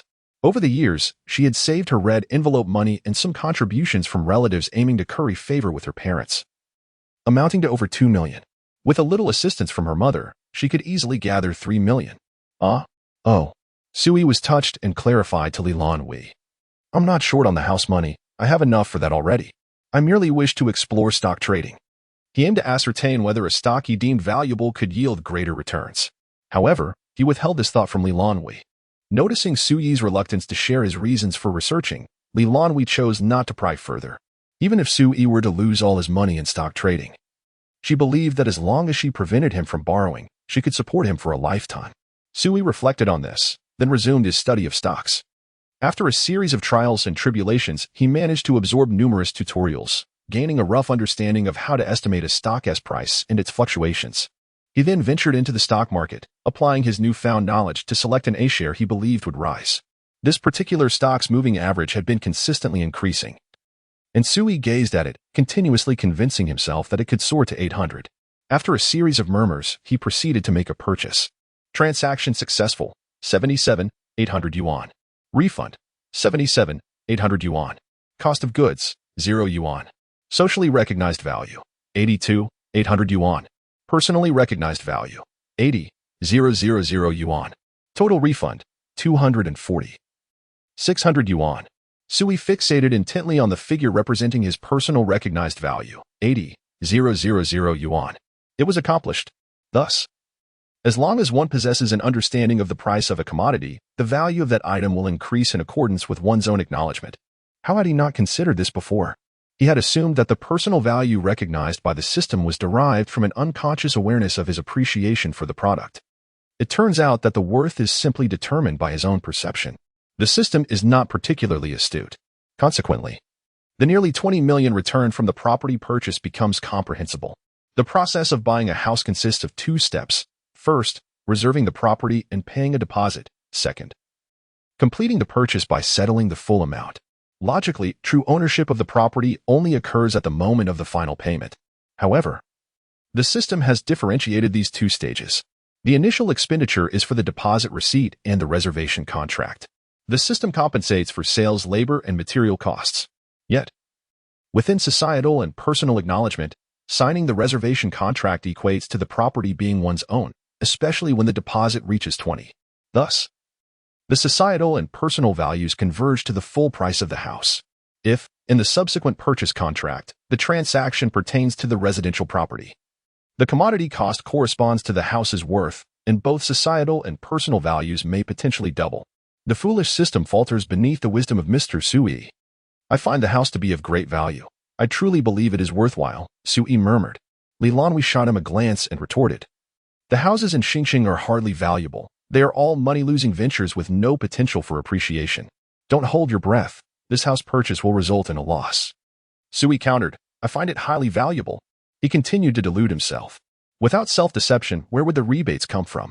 20 million, 20 million. This is to be a future home, he muttered in conclusion. Upon hearing this, Lan Hui fell silent. A future home? Would she be a part of it? Su Yi resumed his study of stock trading, dismissing the peculiar lines and graphs representing market fluctuations. "Do I still need you to teach me stock trading? If I believe it will rise, then it shall rise." He proceeded to purchase several stocks. Su Yi then closed the stock trading platform and turned to OpenSteam. He believed that AAA games were undeniably valuable, and purchasing them would be profitable. Regrettably, he had already bought numerous AAA titles, each of which could only be purchased once. Lan Hui, do you have a Steam account? No. Oh no. One account allows for a single purchase. Then I shall create another account. I can help you register one. Why? Su Yi casually fabricated a reason. If we have free time later, we can play games together.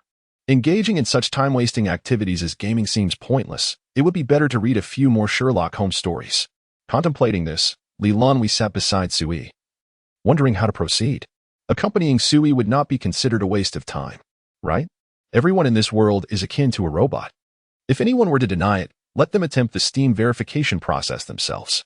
After half an hour of clicking on traffic lights, Sui finally completed the registration of Lan Hui's Steam account. The first thing he did was to add her as a friend. Wait, do you have a computer? Lan Hui silently regarded Sui. I certainly have one. Some assignments require it. Sui nodded, relieved. Then why haven't I seen you use it? Lan Hui remained silent, simply rising to return to her room. From her suitcase, she retrieved her laptop and placed it before Sui. He scratched his head, laughing. Ah, so you do have one. He had been considering purchasing a computer for Lan Hui, believing it would be a worthwhile investment. Chapter 74. Please Don't Kill Me. Sui opened the game library, eager to enhance the performance of domestic gaming with his purchase of Black Monkey Rush. This game had a development cost of 300 million, and regardless of the price he paid, it would yield profit. No, that is not right. He mused that this game was indeed worth 300 million. He hypnotized himself with this thought, then clicked to purchase and scanned the payment code. Transaction successful, 328 yuan. Refund amount, 328 yuan. Product cost, 0 yuan. Socially recognized value, 500 yuan. Personally recognized value, 3,000 yuan. Total refund, 3,828 yuan. Once again, he found it impossible to convince himself that a game could be valued at 300 million. As a student of computer science, he understood all too well that purchasing a game on Steam was simply acquiring a string of code, an infinitely replicable code with no material cost. 3,000 was the upper limit, unless he were to rush to the game developers and proclaim his desire to acquire Black Myth, Wukong, which might indeed justify a 300 million valuation.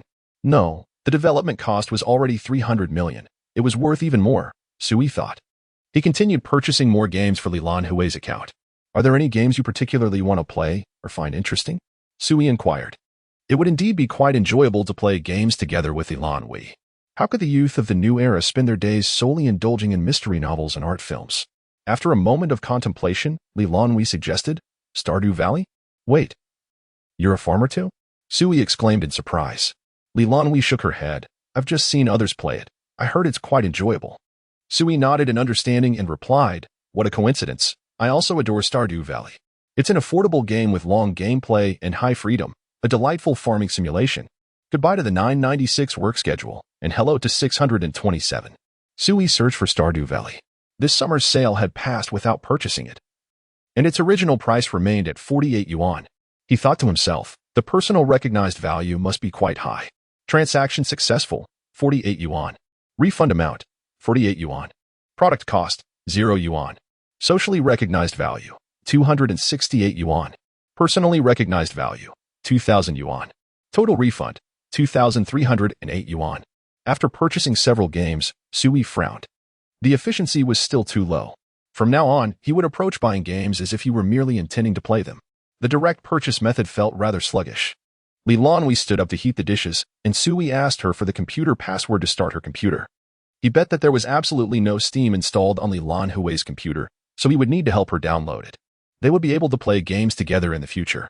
After dinner, Sui emerged from the kitchen after washing the dishes. Lan Hui was nestled in the corner of the L-shaped sofa, engrossed in a book. The sight of Lan Hui, so earnestly reading, was utterly charming. Her black cargo pants were excessively loose, the cuffs trailing over her feet. Only half of a small foot, obscured by white socks, was visible.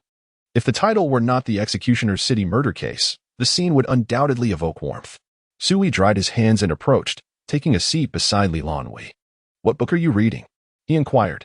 A detective novel by Beishan Mangbang, she replied. It has received mixed reviews. Some deem it nonsensical, while others praise its innovative spirit. Fantastical concepts and astonishing settings. The story transcends the mundane yet remains plausible. As someone well-versed in detective novels, Lan Hui had heard of Beishan's reputation. She was aware that his novels lacked strong logical coherence, unlike other detective stories. Thus, she had never delved into Beishan's works. However, since cohabiting with Sui, she realized that certain matters defied logical explanation. Some actions arose naturally from emotion. Once she comprehended this notion, she picked up Beishan's book, eager to discover how life could diverge from logic.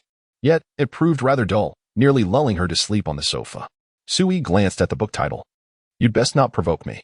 I've watched over 800 episodes of Detective Conan and know more than 700 methods of murder, along with over 300 techniques for locked room mysteries and more than 100 alibis. Trust me, if you irritate me, you won't even know how you met your demise. A woman to be reckoned with. Sui shuddered, recalling the Valentine Este murder case from episode 6 and the June Bride murder case from episode 19. Stop her. Don't let her read those murder cases. He quickly seized the book from Lan Hui's hands. Let us stop reading and go for a walk. Lan Hui silently observed Suyi's hand resting on the book. He was increasingly disregarding personal boundaries, now brazenly taking her book away. It made her wonder what else he might do in the future. But never mind, she conceded, allowing him to extract the book. In her heart, she had already accepted Sui as her beloved. At least he had sought her consent, had he not? He had not forcefully taken it away. All right, Lan Hui agreed. I'll put on my shoes. After all, she found the book unengaging. Sui returned to his room to change his watch, now donning his Rolex. This watch would deter certain domineering individuals from approaching Lan Hui as they walked. Lan Hui finished preparing. Shall we head towards the new house? Sui replied nonchalantly, merely wishing to accompany her for a quiet stroll. Just refrain from reading murder novels, he added. Lan Hui led Sui towards Green City, partly to familiarize herself with the route and partly to observe the surroundings of their new home. The Polytechnic University was approximately 3 kilometers from Green City, and further down lay the South Suburban Park. After exploring the vicinity of Green City without encountering any issues, the couple made their way to South Suburban Park for a leisurely walk. Nanjia Park, often referred to as the Green Gym, boasts an impressive collection of over 200 species of trees, which have been transplanted from various locations to allow for their natural growth, thus creating a breathtaking botanical landscape. The park features numerous pavilions for visitors to enjoy the scenery. It is a place of serene beauty and tranquility, favored by many for leisurely outings. With a plethora of recreational facilities, the park also has an adventure area carved into the mountains. One can frolic freely among the lush greenery of the cool, comfortable woods, providing a delightful experience. Additionally, the park frequently hosts circus performances. At the entrance, vibrant flowers are displayed, and the interior is adorned with verdant trees, making it a truly ecological and green sanctuary. Lan Hui introduced Sui, fully aware that he was likely unaware of what Nanjia Park truly represented, presuming it to be an ordinary little park. However, Sui gazed at the resplendent lights of Nanjia Park and pointed towards the bustling crowd below. Are you certain this environment is quiet? Chapter 75, The First Photograph, Additional Update. Lan Hui felt a bit bewildered. This is the botanical garden, right? Why is it so bright? Sui squinted his somewhat nearsighted eyes and tried to see. The place was aglow with lights. Many trees and recreational facilities adorned with luminous strips. It seemed there were also some delightful little stalls set up inside. Shall we take a stroll? Sui inquired. Lan Hui put down her phone. She had just been searching for recent events at the South Suburban Park. Since we are here, why not? Lan Hui retorted. Indeed. Since we are here. All right. Lan Hui followed Sui inside. At the entrance, an elderly gentleman was making his way out. Sui approached him with a question. Excuse me, sir, why is the South Suburban Park like this today? Sui gestured towards the park. Though the old man was quite aged, his speech remained clear. Ah. They are holding an event, a national tide lantern festival, quite interesting indeed. Sui nodded in understanding. All right, goodbye, sir, we shall go in and take a look. The elderly man noticed Lan Hui behind Sui. Ah, you brought a young lady to see the lantern festival. Sui smiled, neither confirming nor denying. Lan Hui did not smile either, but she did not deny it. When she sent out the intimate relationship message, she had already ceased to consider denying her connection with Sui. It was simply a matter of not having reached that stage yet. The lights cast a flickering glow across Suyi's face, and Lan Hui gazed at him. Her emotions were subtle and dim, yearning for someone to illuminate them. She had left a message at the end of intimate relationship, waiting for Sui to discover it. Sui noticed the girl's gaze. Is there something on my face? It felt somewhat eerie to be scrutinized by a girl with an expressionless face who enjoyed crime dramas. No, let us go. Oh. The South Suburban Park spans 520 acres, an intriguingly ambiguous number. This event seemed to have spared no expense. Almost every pavilion was adorned with luminous strips, and trees and bridges were similarly wrapped in lights. Various whimsical lanterns were placed throughout the open wooded areas, rendering the entire park dreamlike and enchanting.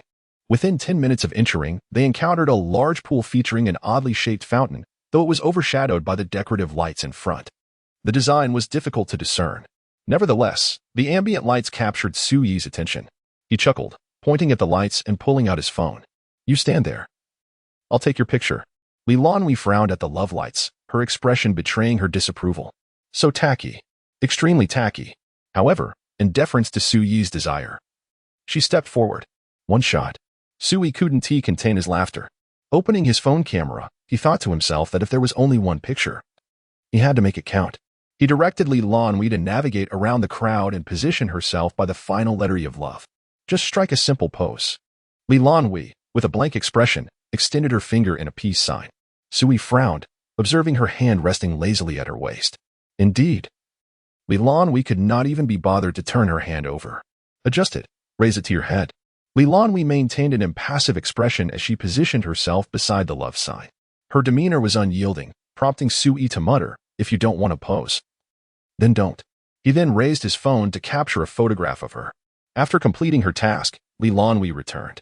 Sui, holding the phone aloft, showcased his recent artistic endeavor to her. "I intend to establish a photography gallery, and this will be its crowning treasure." Lan Hui scrutinized the photo. The chaotic lighting rendered her features indistinct. Although the subject was beautiful, the glaring illumination obscured her high nose and brilliant eyes. The background was a haphazard jumble, with passers-by inadvertently included in the frame. The composition was utterly disjointed, with Lan Hui relegated to the lower right corner, alongside the elongated love. Terrible, Lan Hui assessed. She seldom took photographs and held no fondness for them. It was only at Sui's insistence that she acquiesced, but this dismal image left her unsettled. Sui chuckled sheepishly. "What if I were to take up photography?" Lan Hui grasped his hand and led him in front of the love sign, saying, "Suit yourself." She then retrieved her own phone, declaring, "Now, there is a more pressing matter. Let's take a group photo." "Ah?" Sui exclaimed in surprise. Lan Hui remained silent, simply elevating her phone and dragging Sui into position for a pose. "You stand here and hold the phone." She handed her device to him and bent slightly, nestling against his chest. "Lift your phone a bit higher." Sui obediently complied. "All right. Now snap the picture." Click. Sui lowered the phone, gazing at the captured image. He stood to the left, casting a shadow over the love sign, allowing only the glow of the nearby street lamp to illuminate Lan Hui's face. She turned slightly, facing Sui's chest, resulting in a profile view. Her long black hair cascaded over her shoulders, her gaze fixed on the person beside her. The tall Sui occupied the majority of the image, yet the petite Lan Hui firmly held a place in his heart. This should truly be the crowning treasure. Sui mused. Lan Hui reclaimed her phone, dismissing any further thoughts. She then turned and ventured deeper into the park, prompting Sui to hastily follow. It seemed imperative to accelerate his confession. Such a girl, if not pursued as a girlfriend, would be a significant loss, he contemplated. Passing the fountain, they encountered a long, dragon-shaped lantern, quite a magnificent sight. "I must acquire one of those in the future, something even more splendid," Sui mused. As they moved past the lantern, they arrived at the amusement plaza, featuring a Ferris wheel, a carousel, and various stalls for fishing for goldfish and ring toss games. Initially, Lan Hui intended to walk straight through to the garden beyond, a notion shared by Sui. However, he gazed at the Ferris wheel and asked, "Lan Hui, would you like to ride it?" She turned to him, bemused. The Ferris wheel was quite small, designed for children, and hardly worth the experience. Yet, as she looked into Sui's eyes, she wondered, why? Sui gazed at the Ferris wheel, pondering its diminutive stature and meager height, rendering it seemingly unworthy of a ride. He could easily experience the grandeur of the Disney Ferris wheel or ascend the tallest one in Asia at the Star City Sports Center. He could even rent the entire ride for himself, if he wished. Yet, standing before this modest Ferris wheel, an irresistible urge to ride it surged within him. It was the embodiment of a childhood dream, a longing not for the present Sui, but for the 6-year-old version of himself. Lan Hui quietly observed his eyes. "Have you never ridden one?" she inquired. Sui nodded affirmatively. "Let us go then. Tickets can be purchased over there." One must indulge in the wishes of their childhood when they have the means, should they not? Love is about accompanying one another in the pursuits of their desires. Is it not? Chapter 76. Secured the black card. It is often said that confessing one's feelings on a Ferris wheel boasts an exceptionally high success rate. However, Sui had no intention of hastily professing his affections within the confines of such a small space. His assent was merely to fulfill a childhood desire. Nevertheless, there was a silver lining to their ride. From the lofty heights of the Ferris wheel, they beheld the breathtaking vistas of the entire park and located the venue for the intangible cultural heritage feast. Upon disembarking, Sui's attention was drawn to the ring toss and sand table games nearby. Engaging in such activities would be rather childish, Lan Hui remarked. Sui turned away from the toys, noting that if he desired them, he could simply purchase them outright, rather than waste money on a game. Yet, he quipped, A man remains youthful until death. Youthful individuals would not indulge in such pastimes, Lan Hui retorted sharply, adding that only toddlers engage in such pursuits. You seem rather talkative today, Lan Hui. Perhaps you should maintain your aloof persona, Sui jested. They continued along the Lantern Festival route until they reached the Cultural Heritage Hub, where they encountered paper cutting, sugar figurines, and a captivating vocal performance surrounded by a throng of spectators. It was mentioned that on the official day of the event, there would be lion dances and fire pot displays, but unfortunately, Sui did not witness any of these today. After spending over an hour exploring the Lantern Festival, the time had crept past 9 o'clock. Observing Lan Hui's fatigued expression, Sui suggested, "Let us take a taxi home. Walking back would be too exhausting." Lan Hui nodded in agreement, indeed feeling weary. They hailed a taxi home, and upon arrival, Lan Hui retreated to her room, promptly washing up and preparing for bed.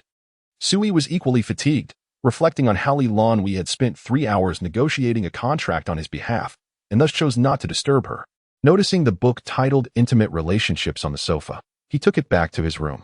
Contrary to his expectations, Intimate Relationships was not a romance novel, but rather a scholarly work penned by a psychology professor, delving into the intricacies of interpersonal relationships. Essentially, it resembles a thesis. He mused, well aware that reading educational material before sleep often induces drowsiness. He succumbed to slumber before completing even 10 pages of the book. Upon waking, he found himself unable to recall the myriad details he had read. Seated on the sofa, he enjoyed the breakfast Lan Hui had procured for him. Lan Hui sat nearby. Engrossed in the guillotine murder case, she believed that regardless of how tedious a book might be, it deserved to be finished out of respect. The initial chapters may seem dull, yet the latter ones could hold unexpected twists and climaxes. Once Sui finished his breakfast, he recalled, "Didn't someone mention yesterday that we needed to go to the bank for something?" Lan Hui, not inclined to engage in conversation, responded tersely, "A large transfer." "Oh, right," Sui replied, coming to the realization. "Shall we go this afternoon? I'd like to hit the gym in the morning." Upon reflection, he realized he had not visited the gym even once since the holiday began. Lan Hui simply nodded, having spoken too much the previous day and preferring silence today. Sui, puzzled yet compliant, left the house, aware he couldn't press Lan Hui for conversation. After all, one could never know when she might unleash a murder case upon him. In the afternoon, Lan Hui found herself alone at home while Sui rode his bicycle to the bank. Upon arrival, he remembered that he was a Platinum Card VIP. So he decided against approaching the counter and instead retrieved his phone to contact Manager Zhang. "Hello, Mr. Su," Manager Zhang answered promptly. "Are you at the bank?" Sui inquired. "Yes, is there something I can assist you with?" Zhang replied. "I'm in the bank lobby. Let's discuss matters in person," Sui suggested. "Of course," Zhang responded, still holding his phone as he exited his office. He quickly located Sui, who stood tallest among the crowd, and approached him. Upon seeing Zhang, Sui ended the call. "Welcome, Mr. Su. This way, please," Zhang directed, putting away his phone as he led Sui. They bypassed the office and headed to the VIP lounge, where 2 adjacent sofas were separated by a coffee table. After inviting Sui to sit, Zhang took a seat beside him and inquired, "May I ask what brings you here today?" Sui explained his intention to purchase a property and facilitate a significant money transfer. Zhang listened attentively and assured him that it would be resolved swiftly. However, curiosity piqued. Zhang asked about the location of the property. "Green City," Sui replied. At this, Zhang's expression shifted dramatically. The properties in Green City came with considerable implications. Such a large transfer would entail more complexities. Sui nodded in acknowledgement. Zhang then requested Sui's bank card to check the transaction history and soon discovered nearly 20 million in deposits within a week. This caliber of VIP was beyond Zhang's usual clientele. He returned the bank card and called the branch manager, then re-entered the lounge. "Mr. Su, please hold on. Your large transfer will require the branch manager's signature to process." "I've already called him over," Zhang apologized to Sui. Young individuals with deposits of 20 million were notable figures, and in Star City, only a handful of powerful families could boast such wealth. Yet, it was evident that Sui did not belong to that elite circle, suggesting he was an unrefined, ordinary individual. Hence, such clients were precisely the ones the bank needed to court. The branch manager, well aware of this significance, arrived expeditiously. Upon entering the lounge, he introduced himself. "Hello, Mr. Su, my name is Zhuang Xian." "Greetings, Manager Zhuang," Sui replied. unaware of the considerable impact of a 20 million deposit and why a manager would treat him with such deference. Zhuang explained, Mr. Su, regarding the large transfer. Our bank requires clarification on the intended use of the funds. To purchase a property, Sui answered. Very well, as long as the purpose is legitimate. You need only sign the acknowledgement form, Zhuang stated, gesturing for Manager Zhang to retrieve the document. He continued, in fact, large transfers are quite straightforward. Contracts. Alas. Had I known earlier, I would have summoned Lan Hui. Fortunately, Zhuang Xin exhibited commendable eloquence, elucidating the essence of private banking in a manner that was both accessible and comprehensible. In essence, it entails the bank specifically allocating one's funds into a dedicated account, complete with personalized interest rates and asset management. The distinction lies primarily in the array of services and benefits afforded by private banking, aimed at attracting and retaining clientele. Sui consented to engage in private banking, subsequently delving into a myriad of convoluted contracts. Zhuang Xin endeavored to clarify most inquiries with straightforward language. Indeed, private banking appears devoid of any substantial pitfalls. The construction bank has been undertaking such endeavors for nearly 2 decades, and a sum of 20 million would hardly tempt them to jeopardize their reputation through malfeasance. With a simple agreement to a 7.9 annual interest rate, alongside various supplementary services, Sui ultimately acquired the coveted black card, a symbol frequently encountered in numerous novels. P.S. Today is a day of rest, so I shall provide 2 additional updates. Do not chide me for my slow pace of updates. Chapter 77. Exceeding spending limits for rebates. Are you suggesting that the black card has a credit limit of 10 million? Lan Hui nodded in affirmation. Sui glanced at the balance of over 20 million, pondering. So, does this mean I can purchase items worth up to 30 million directly? Lan Hui nodded once more. Sui set down his phone and raised the black card in his left hand. This is incredible. Lan Hui remained silent. Under normal circumstances, black cards are subject to rigorous scrutiny. Banks do not extend invitations without first verifying a client's creditworthiness. The sudden appearance of Su Yi's 20 million balance, though substantial, would not compel the branch manager to bypass protocol and invite Su Yi to become a black card VIP. Lan Hui speculated that perhaps the branch manager had mistaken Su Yi for someone with significant backing, intending to curry favor with the powers behind him.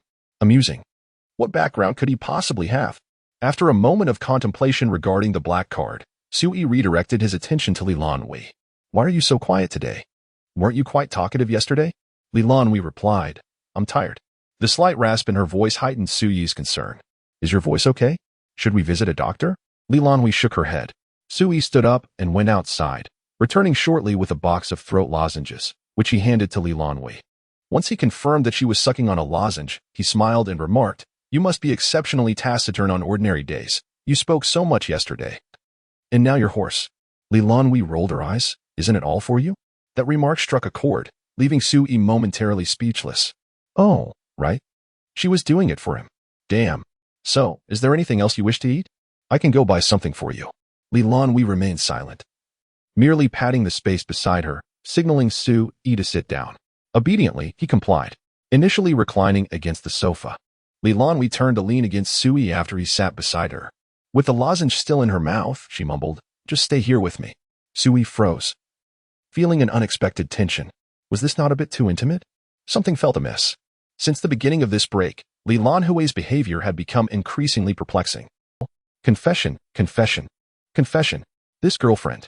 He had already made up his mind. After what felt like half an hour, Lan Hui adjusted her position, granting Su Yi a moment of respite. Is there anything else you'd like to do? She inquired. Su Yi responded, No, I wish to buy a guitar. Perhaps thanks to the lozenge. Lan Hui's voice was no longer hoarse. Practicing guitar, are you? The guillotine murder case is rather tedious. I would prefer to converse with you.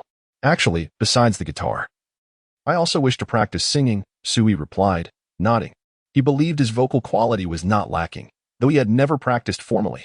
Now, I wish to practice. Lan Hui tossed aside the book she had been holding. Are you looking for a teacher to practice with? Or do you prefer to practice on your own? I shall practice on my own for now, refraining from seeking a teacher, for I might find it bothersome and abandon my efforts altogether. Su Yi gestured to the phone in his hand, searching for suitable guitars for beginners and what to consider when purchasing one. Lan Hui glanced at Su Yi's phone. I know of a guitar shop in Xingqing, renowned for its handcrafted instruments. Would you care to visit?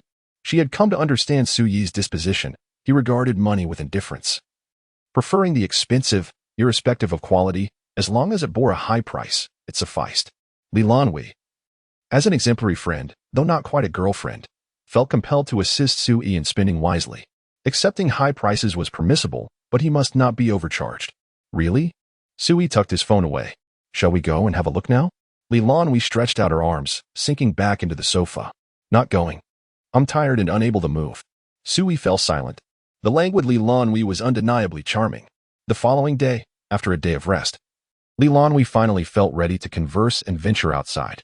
Sui rode his motorcycle, bringing Lan Hui to a secluded area adjacent to a vast forest park on the western side of Xingqing. It was quite remote, with no subway access. Lan Hui pointed the way, and they eventually arrived at a quaint little house. Though small, it was not insignificant, approximately a 200-square-meter, 3-story standalone villa. Neatly trimmed trees adorned the entrance, and green moss climbed the walls of the villa, nestled within the ancient charm of the forest park. Sui gestured to Lan Hui, expressing his desire to purchase a villa just like this one. We already have a house, Lan Hui replied. Sui's thoughts momentarily drifted. Without waiting for Sui, Lan Hui stepped inside, having made an appointment via phone the previous day. They entered the shop where an elderly man with white hair awaited them on the sofa by the door.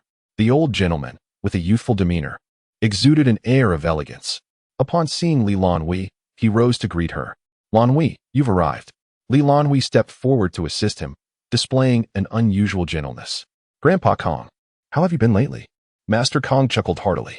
After exchanging a few pleasantries, Lan Hui introduced Sui. This is my friend, Sui, who wishes to purchase a guitar today. Sui, this is Master Kong, one of the few esteemed luthiers in the country, whose guitars are favored by many renowned musicians. Sui approached respectfully, greeting him. Hello, Master Kong. Setting aside achievements, respect was certainly warranted given his age. Master Kong waved his hand dismissively. Oh, what master, just call me Grandpa. Sui promptly adjusted his address. Grandpa Kong. Good, haha. Master Kong laughed before leading the two towards the back of the shop. He then quietly asked Lan Hui, have you made friends? Lan Hui shyly shook her head, truly quite endearing. Master Kong merely smiled. Sui followed behind. Captivated by the guitars hanging on the walls, purely handcrafted wooden guitars, each exuding a unique charm. Crafted from the finest natural wood, meticulously treated by skilled artisans. The solid wood splicing appears as if it has emerged organically from nature itself. When hung upon the wall, it transcends its function as a mere musical instrument, transforming instead into a masterpiece of nature. The few pieces showcased are remnants of a master's earlier endeavors, crafted to hone his skills. Lan Hui turned to introduce Sui. Is this merely a semi-finished product? Sui was profoundly astonished. Master Kong also paused, casting a glance at the two, his eyes filled with nostalgia. He inquired, what guitar did the child play earlier? Sui shook his head. I have not played before. I merely wish to practice guitar, which is why I asked Lan Hui to accompany me in purchasing one. Ah, I see. Master Kong nodded knowingly. If a complete novice is to practice on an acoustic guitar, he may face considerable challenges. However, I can see through the intentions of that girl Lan Hui. P.S. Written during work hours, there should be 2 more updates this evening. Chapter 78, The Wooden Guitar, suited for solitary play. A handcrafted wooden guitar, devoid of an electric box or pickups, generates its sound primarily through the vibrations of the body and the air within it. Consequently, the volume produced by a wooden guitar is rather subdued. Coupled with the thick and rigid strings, playing it can be quite taxing. Thus, a wooden guitar, particularly one that is entirely handmade, often exists as a work of art or for private gatherings. In this era, few still engage with the pure wooden guitar for musical expression. If one seeks to play for the sake of music, this is not the place for them. Therefore, Lan Hui's intentions are unmistakable. As a seasoned craftsman with over 60 years of experience, Master Kong comprehends the reason for bringing Sui here. He alone can appreciate the music played on this instrument. Master Kong led the two to the back of the shop, a guitar room filled with an array of guitars, each boasting unique shapes and finishes. Some were custom orders awaiting collection, while others were crafted during idle moments to maintain the craftsmanship. Feel free to explore and see if any guitar catches your fancy, Master Kong suggested. Sui hesitated, expressing his ignorance of guitars. Is it truly acceptable to choose at random? Perhaps you could select one for me, grandfather. As long as it suits a beginner. Foolish boy, there is no such thing as a beginner's wooden guitar, Master Kong retorted. Besides, you need not take it out. You can play it at home for Lan Hui. Just look at the way she gazes at you. Even if you play poorly, she wouldn't utter a word of criticism. Lan Hui advised Sui, simply choose the one you like best. Selecting a guitar is all about personal affinity. Sui pointed to the guitar that captivated him most. It was a D-shaped wooden guitar, adorned with minimal paint. Only a simple design beneath the sound hole, leaving the rest in the wood's natural hue. The top was crafted from acacia with vertical flame patterns, while the back and sides were composed of a darker, richer rosewood. The fingerboard, however, was fashioned from the more luxurious and rare Brazilian rosewood, a species now banned from logging. This guitar was not only deep in color and strikingly expensive but also produced a rich, warm tonality, one of the most resonant sounds Master Kong had ever created in his career. Sui did not ponder the details. He simply felt drawn to the guitar's profound color, reminiscent of Lan Hui's essence, rather than the superficial vibrancy often associated with guitars. As Master Kong retrieved the instrument, a wistful expression crossed his face. This guitar, he began, holding it thoughtfully. Its fingerboard is made from Brazilian rosewood, now illegal to harvest. The wood used for this piece was brought to me by a dear friend from Brazil. Sui sensed a story behind it, curiosity piquing as he asked, "Who was this friend?" Master Kang's gaze turned reflective. "He perished amidst the turmoil in Brazil." "Ah?" Sui replied, taken aback. "Otherwise, do you think where that wood came from?" Master Kong handed the guitar to Sui, and that wood was indeed a legacy. "Ah?" Sui hesitated to accept it. "Such a thing? You would give it to me?" Lan Hui seemed to be aware of this story and persuaded Sui, saying, "If you like it, just take it." "It's fine." Upon hearing Lan Hui's words, Sui, albeit uncertain, accepted the guitar. It was undeniably heavy. Whether it was a psychological effect or the guitar itself was indeed heavy, Sui felt that he could barely hold it with one hand. He then switched to embrace it with both arms. Having chosen the guitar, there was no need to stand in the guitar room any longer. Lan Hui helped Master Kong to the sofa in front. Sui, cradling the guitar, took a seat on the sofa as well. If Sui were knowledgeable about guitars, Master Kong might have shared the craftsmanship in the selection of wood used for this instrument. However, Sui was merely a novice, intending to purchase a guitar to impress the ladies. Thus, Master Kong refrained from boasting about the superiority of his guitar. He bought it for Sui purely because Lan Hui had brought him. Consequently, he could only mention the pros and cons of an acoustic guitar. Is it permissible to tease the young? He relished the lively energy of youth. "Have you ever learned about guitars?" Sui nodded and shook his head, stating, "I just thought about buying a guitar yesterday and searched for some information online." Master Kong understood. An acoustic guitar has numerous drawbacks. Firstly, it is quite challenging to play, as the rough strings are hard and could cause pain after prolonged use. Secondly, its sound isn't particularly loud, often adequate only for a small gathering in a confined room. After saying this, Master Kang fell silent, casting a sidelong glance at Lan Hui, who maintained a composed demeanor. She had summoned him with absolutely no ulterior motives. Sui gazed at the guitar, its dark grain becoming increasingly captivating, reminiscent of Lan Hui. He never intended to astonish the entire bar or street with his playing. He merely wished to strum a tune for Lan Hui alone. This flaw seemed insignificant. However, what about its merits? Master Kong pondered deeply, hesitating to speak, then stopping again, finally articulating two words that were both accessible and succinct: sophisticated. Sophisticated, sophisticated, that sufficed. Sui declared, "I'll buy it." "How much is this guitar?" Master Kong glanced at the guitar one last time, particularly at the fretboard, and replied, "About 200,000. You can offer something." The 200,000 represented the price of his life. Should he pass away, or if this guitar were to be acquired by a musical maestro, its value would far exceed this sum. Sui nodded, affirming his purchase, and proceeded with the transfer. Master Kong signaled to his apprentices to fetch the contract and gifts. After signing the contract and wrapping the guitar, they bid him farewell. With the guitar slung over his shoulder, Sui turned his gaze towards the motorcycle. He then quietly handed the guitar to Lan Hui. She secured Sui's guitar and climbed onto the bike. "I heard that story from my father about Master Kong." Sui slowed his speed, allowing the howling wind to soften around him. Turning to inquire, "I am curious." Lan Hui, fulfilling her wish to share, recounted. The individual from Master Kang's circle who passed away in Brazil was a renowned guitarist. Master Kong crafted guitars, while his dear friend played them. The two shared an abundance of discussions regarding the tonal qualities of the guitar, having known each other for nearly 40 years. This dear friend, upon hearing of the recent emergence of Brazilian rosewood, ventured to Brazil. In his youth, Master Kong lacked the skill to utilize such expensive rosewood. Yet by the time he aged, the harvesting of Brazilian rosewood had been prohibited. The absence of Brazilian rosewood in his work remained a lingering regret for Master Kong. To fulfill his dream, his friend bravely journeyed alone to Brazil. After acquiring the Brazilian rosewood, he became embroiled in a conflict and tragically lost his life in Brazil. This guitar, crafted by Master Kong from the finest portion of that Brazilian rosewood, stands as his sole creation. It was only after Lan Hui completed her narrative that the system in the lower right corner finally displayed the text, "Successful expenditure, 200,000 yuan. Refund amount, 200,000 yuan. Cost of goods, 140,000 yuan. Socially recognized value, 200,000 yuan. Personally recognized value, 10,000 yuan. Total rebate, 11,540,000 yuan. Chapter 79, Practicing Guitar for Her. Additional update. Upon returning home, Sui embraced the guitar, which held a special significance for him. Master Kong thoughtfully gifted him a beginner's tutorial, encompassing instructions on holding the instrument, finger positioning, several melodies, and ultimately 3 pieces suitable for novices.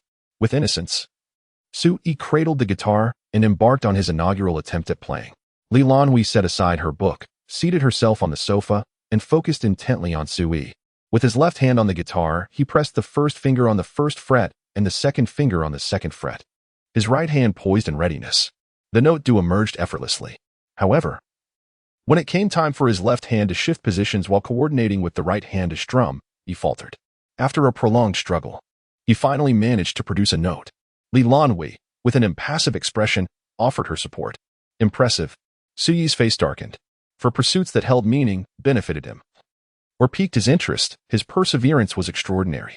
He devoted an entire afternoon to mastering the guitar, only pausing when his left fingertips were sore and raw from pressing against the strings. He carefully set the guitar aside, storing it in the wardrobe of his room, a treasure he deemed invaluable. Exiting his room, he discovered that Lan Hui had prepared a basin of warm water for him, infused with medicinal herbs. "What are you doing?" Sui inquired. "I don't want to take medicine," he protested. "Hand," Lan Hui insisted, leaving no room for refusal. Sui obediently extended his hand. "This remedy alleviates muscle pain in your fingers," she explained, submerging his hand in the water. "It may sting a bit since you've broken the skin, but it will pass quickly." With that, she rose to the kitchen to prepare dinner, assuring him that the discomfort would subside as the water cooled. Gazing into the basin, Sui noticed the herbs bobbing gently. He practiced for her, and she cared for his hands. This bond was difficult to articulate. Sui found it challenging to convey the concern that emanated from Lan Hui. To outsiders, she appeared as an iceberg, her demeanor often perceived as unyielding. Yet, her care was assertive and unequivocal. Fortunately, neither of them cared for external judgments regarding their relationship. Lan Hui remarked, "I disregard what others say." Sui retorted, "If you continue, I'll silence you with money." As night fell, the two refrained from taking a stroll, opting instead to remain indoors. Lan Hui continued to watch a murder mystery, while Sui sat with an empty embrace, mentally recalling finger placements. It must be said that his talent was indeed commendable. He quickly memorized the fundamental finger techniques and, guided by an innate intuition, discerned the patterns of variation among them. However, this was merely the foundation. With empty hands and his phone before him displaying a tutorial video from Bilibili, his fingers moved idly, attempting to grasp the melody presented. Why did he desire to learn the guitar? Firstly, because he found adults playing the guitar remarkably attractive during his childhood. Secondly, he simply adored the beauty of music. However, on one occasion, he learned from a classmate, who played the guitar, that an instrument would cost 1,000 yuan while the monthly tuition for lessons was 2,000. This revelation led him to abandon his aspiration, as his family could not afford it. Now, being able to fulfill his childhood dream naturally called for diligent practice. After all, playing the guitar, coupled with a splendid voice, would indeed be quite impressive even without showing one's face. Yet, at this moment, these reasons seemed trivial.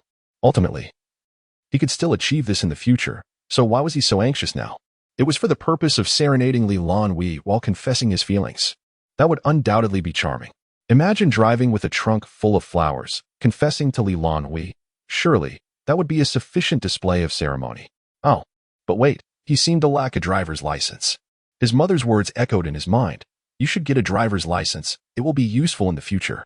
At the time, he had retorted, what's the use of learning to drive when I can't even afford a car? Ignoring the wisdom of the elders had now brought him trouble. It seemed he would have to visit the driving school tomorrow. Suyi's fingers stilled on the guitar. Did this mean he would have to postpone his confession? No. His heart sank like ashes. Lan Hui noticed his demeanor and inquired, what's wrong? Nothing.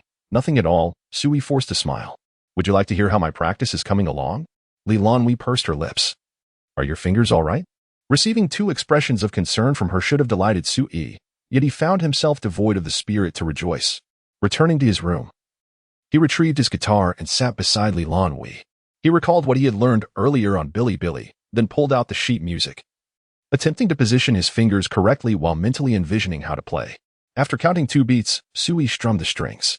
His left hand was busy moving to and fro. Yet his voice remained steady. Twinkle, twinkle, little star, how I wonder what you are. The rosewood and acacia were both warm, substantial types of wood, producing a tone imbued with a comforting resonance.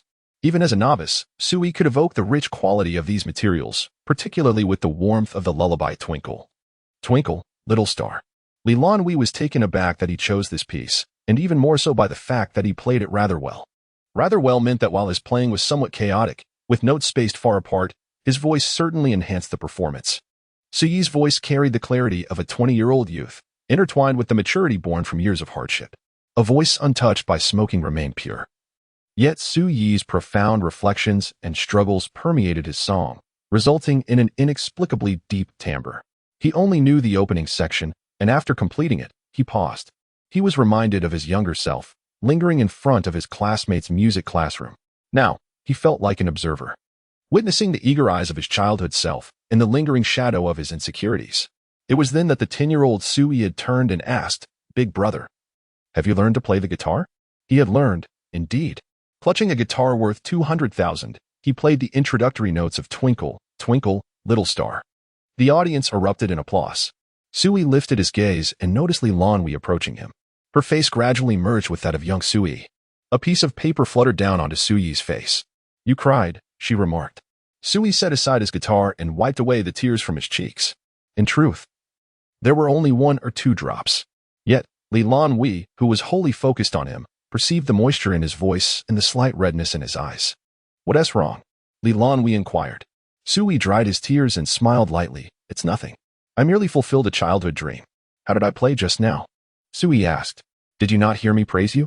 Lan Hui tilted her head, realizing she had indeed drifted off. Wait, did you just compliment me? He exclaimed, astonished. It was a rare occasion for him to receive praise from Lan Hui. You played wonderfully. I truly enjoyed it, she said. Chapter 80. Possessing one's own home. The phone card from Greentown had yet to arrive by the 7th day. Lan Hui had been residing in the rental apartment for a week, and if the developer did not call soon, she would have to return home. If she went back, Suyi would have to confront the developer alone, which was a daunting prospect. Lan Hui could hardly bear to imagine the predicament Suyi might face at the hands of the developer. Although she had provided Suyi with a brief overview of the situation at home, the underhanded tactics of real estate developers were notoriously numerous. After prior arrangements, Suyi's motorcycle could finally enter Greentown without any issues. In the lobby, waiting for Suyi and Lan Hui were not only Zhang, the salesperson, but also a somewhat balding middle-aged man. He was portly and appeared somewhat greasy, a quintessential successful man. The man introduced himself as the manager of Greentown, indicating that there were matters beyond Zhang's purview. Suyi approached him with a polite demeanor, though he was not particularly adept at small talk. The manager, however, did not mind Suyi's social awkwardness. As long as this young man was of sound mind, he felt relieved. The discussion took place in the manager's office, where many details needed to be addressed on the computer, including necessary modifications if there were any grievances. Suyi, unable to comprehend the intricacies, received help from Lan Hui. The manager stated, previously, we conveyed your requests to our designers, and they can all be accommodated. Such minor adjustments pose no challenge for us. With that, he opened an app on his computer, locating and displaying the document. This is the conceptual design crafted by our designers. Feel free to take a look. Suyi gazed with interest at his future abode. The overall color scheme of the house was a creamy hue, with most of the furniture adopting warm tones. The 60-square-meter living room featured a wall-sized projector, a sleek wooden TV cabinet, and display cabinets on either side showcasing various figurines. The off-white Crescent-shaped sofa was complemented by a tea table, with a bookshelf situated behind it. Sui had transformed the study into an esports room, which astonished him the most. The room was predominantly black, outfitted with fiber optic lighting, exuding a distinctly technological ambience that contrasted sharply with the warmth of the rest of the house. Sui inquired impatiently, "How long until this house is ready for renovation?" The manager replied, "Aside from the esports room, the overall renovations will be completed quite swiftly. However, due to the significant alterations in the esports room, it will take at least 3 months before it is ready for occupancy." Upon hearing this, Sui felt a wave of disappointment wash over him. After surveying the esports room and the living area, his interest in the other rooms waned. In contrast, Lan Hui was far more engaged.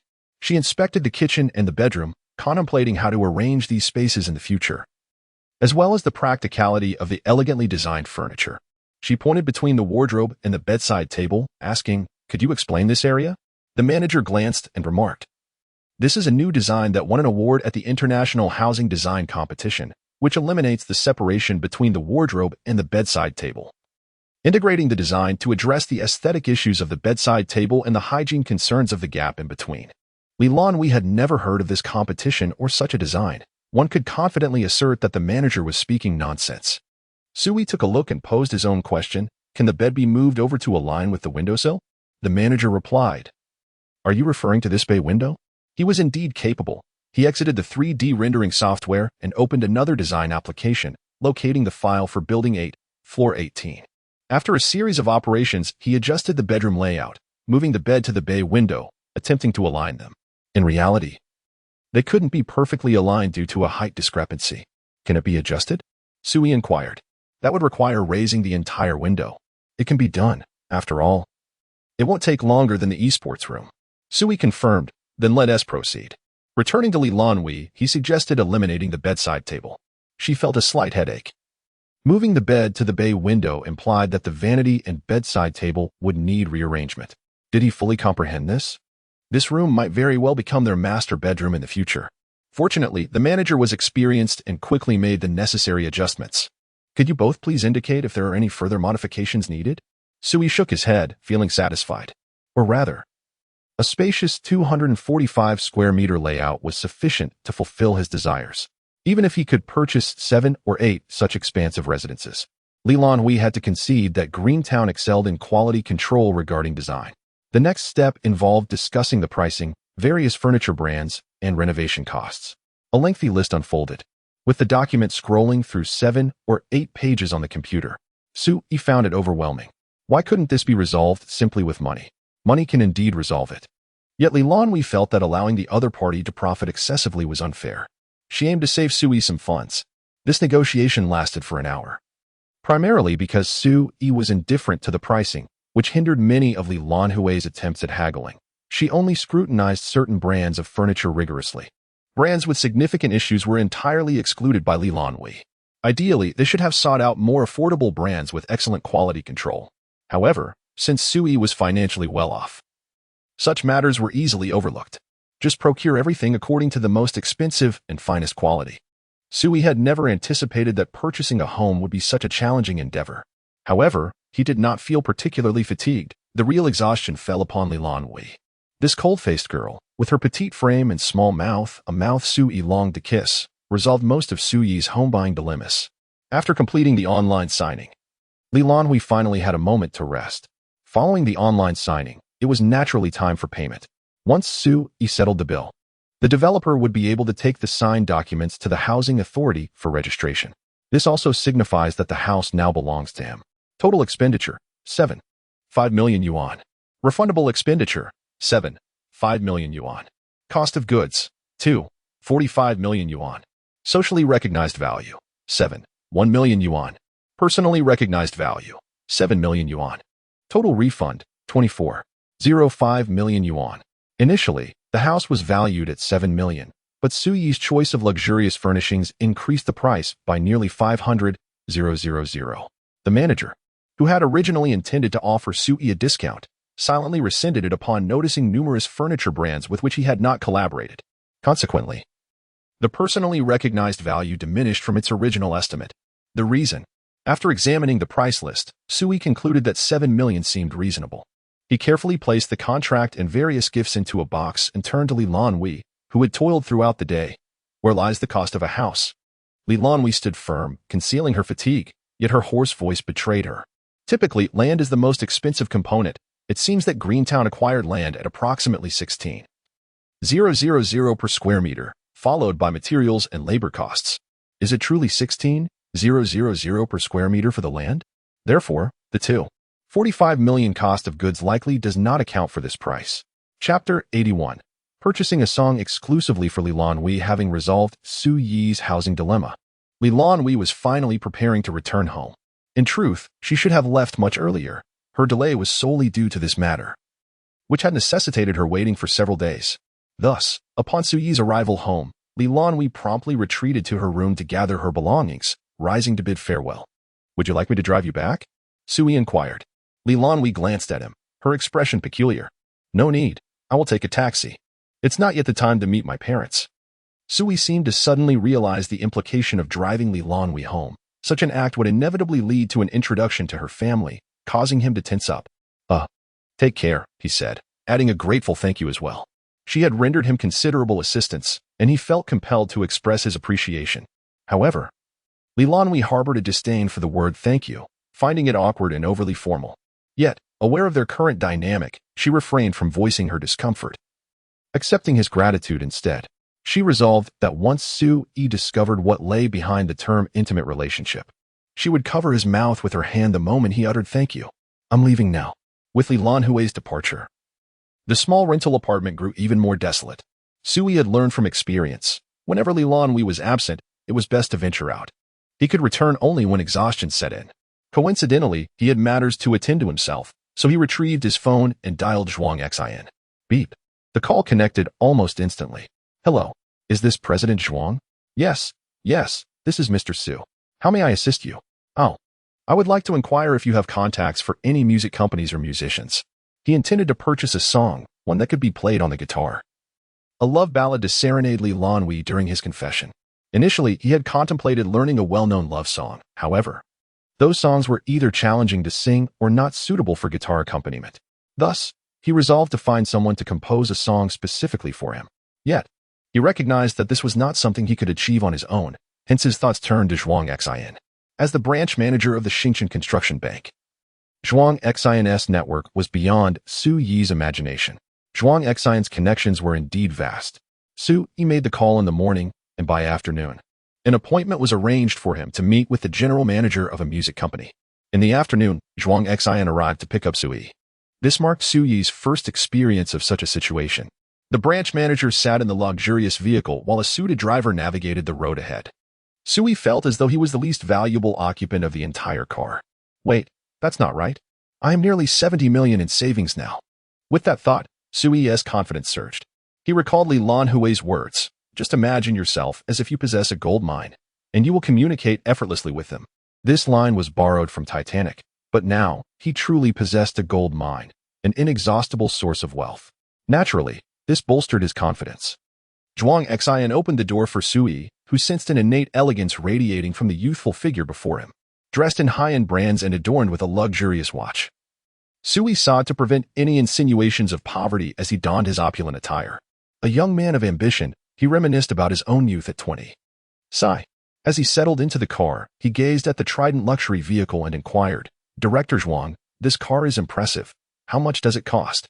The Trident vehicle, indeed, held significant value, a realization Su Yi was keenly aware of, never having imagined he would someday ride in such a car. Zhuang Xin caressed the armrest and replied, "This car is over 1 million, with many bespoke features." The vehicle exuded stability. Su Yi examined the interior, taking note of the 2 side-by-side armchair-like seats in the rear seating area. The interior of Zhuang Xin's car resembled a cozy little room, complete with curtains drawn over the windows. It was splendid. He yearned for it. "I must get my driver's license." Upon arriving at the music company, it was evident that it lacked the grandeur of owning an entire building. Instead, it rented the 7th to 9th floors of a large structure for its operations. Zhuang Xin, having some free time, escorted Su Yi into the building.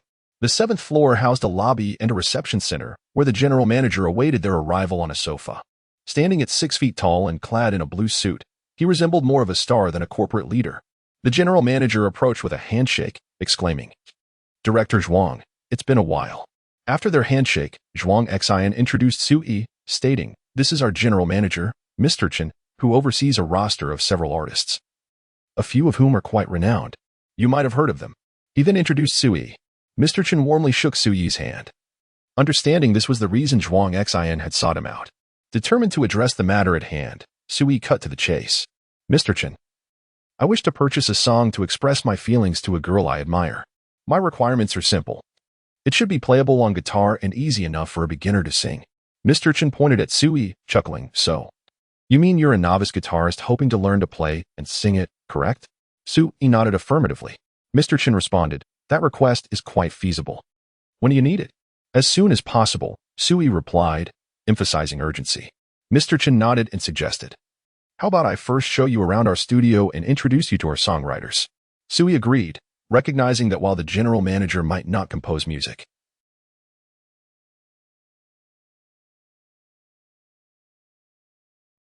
pianos, and more. Upon arriving, a cacophony of disputes erupted. "This place is wrong. The bass won't fit here. If not here, where else can it go? There's so much empty space. Am I the composer, or are you?"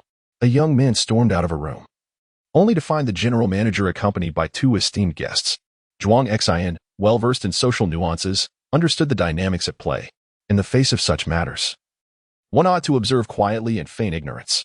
However, Sui, driven by curiosity, occasionally cast furtive glances at Manager Chen.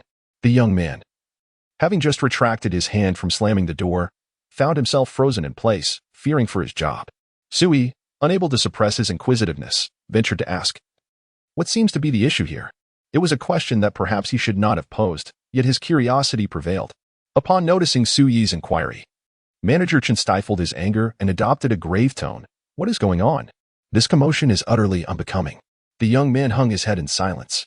"I will update later," crying, "Tomorrow, I shall continue my holiday and will post more." Chapter 82. An innovative composer. The young man named by Shuyu possesses a rather uncommon surname. From a tender age, he was immersed in music, and with the unwavering support of his family coupled with his own diligence, he achieved commendable results in gaining admission to the prestigious Central Conservatory of Music. As a graduate from the nation's foremost music institution, he was expected to flourish as a renowned young music creator in bustling metropolises like Beijing, Shanghai, or Guangzhou. However, his aspirations were decidedly unconventional, bordering on rebellious. His hubris led him to offend several music companies shortly after entering the professional realm. Manager Chen recognized his musical talents and recruited him, securing a position that would suffice to sustain his livelihood. Thus, Bai Shuyu felt a profound gratitude towards Manager Chen. Yet, the youthful arrogance within him had not diminished. Today, he found himself embroiled in a dispute regarding the entry point of the bass in one of his compositions, clashing with a veteran composer in the company. Bai Shuyu asserted, "Manager Chen, listen to me. I acknowledge that his experience surpasses mine, but music cannot solely be dictated by experience. The rhythm he has chosen feels excessively cliché, reminiscent of a textbook from the 1980s, utterly uninspired. Compositions devoid of originality lack a market." Manager Chen furrowed his brow. Ultimately, the commercial viability of a song was his primary concern. Suddenly, he recalled that he had brought a client today. He turned to Sui, asking, "Mr. Su, would you like to come in and take a look?" Naturally intrigued, Sui replied affirmatively. Bai Shuyu regarded this younger individual, who had garnered Manager Chen's personal attention. He surely possessed considerable influence, perhaps even a potential savior. If he could persuade Sui, it might shield him from dismissal. Upon entering the recording studio, they encountered an older gentleman, furrowing his brow in irritation.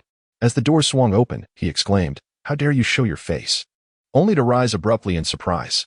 Manager Chen glanced at the elder, who had been his colleague for a decade, typically amiable.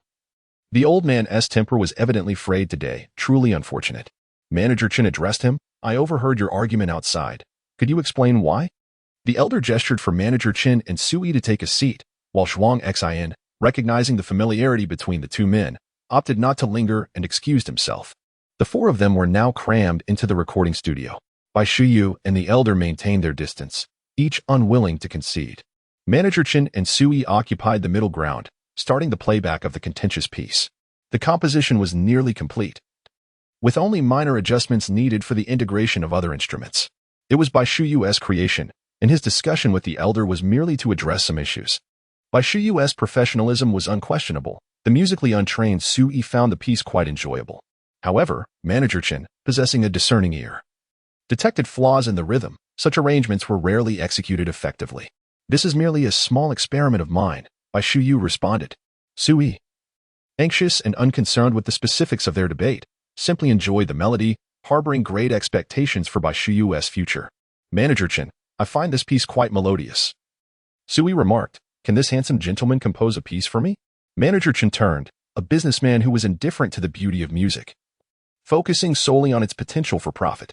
If a composition as unconventional as Bai Shuyu's could find buyers, then perhaps it was not entirely unfeasible. Bai Shuyu turned, his expression fervent as if he had encountered a kindred spirit. To describe his music as pleasing could be seen as innovative, while a harsher critique would label it as unorthodox. It was akin to playing Bad Girl in the 1980s or Secondhand Rose in the 21st century, far ahead of its time. Manager Chen scrutinized the piece before glancing at Sui. Client satisfaction was paramount. Shuyu, let us set this piece aside for now. Come with me, he instructed. Turning to the irate elder, he added, Old Qian, please wait a moment. He then led the two into the 9th floor office, pouring a glass of water for Sui. As they made introductions, he said, this is Sui, who has come to our company seeking to purchase a composition.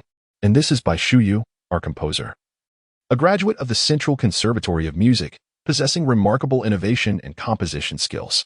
Upon meeting Sui, Bai Shuyu felt as though he had found a soulmate. Nothing brought greater joy than having one's work appreciated. Bai Shuyu asked, Mr. Su, do you genuinely believe that piece was enjoyable? Sui nodded, indeed. But I seek a composition that is perhaps simpler.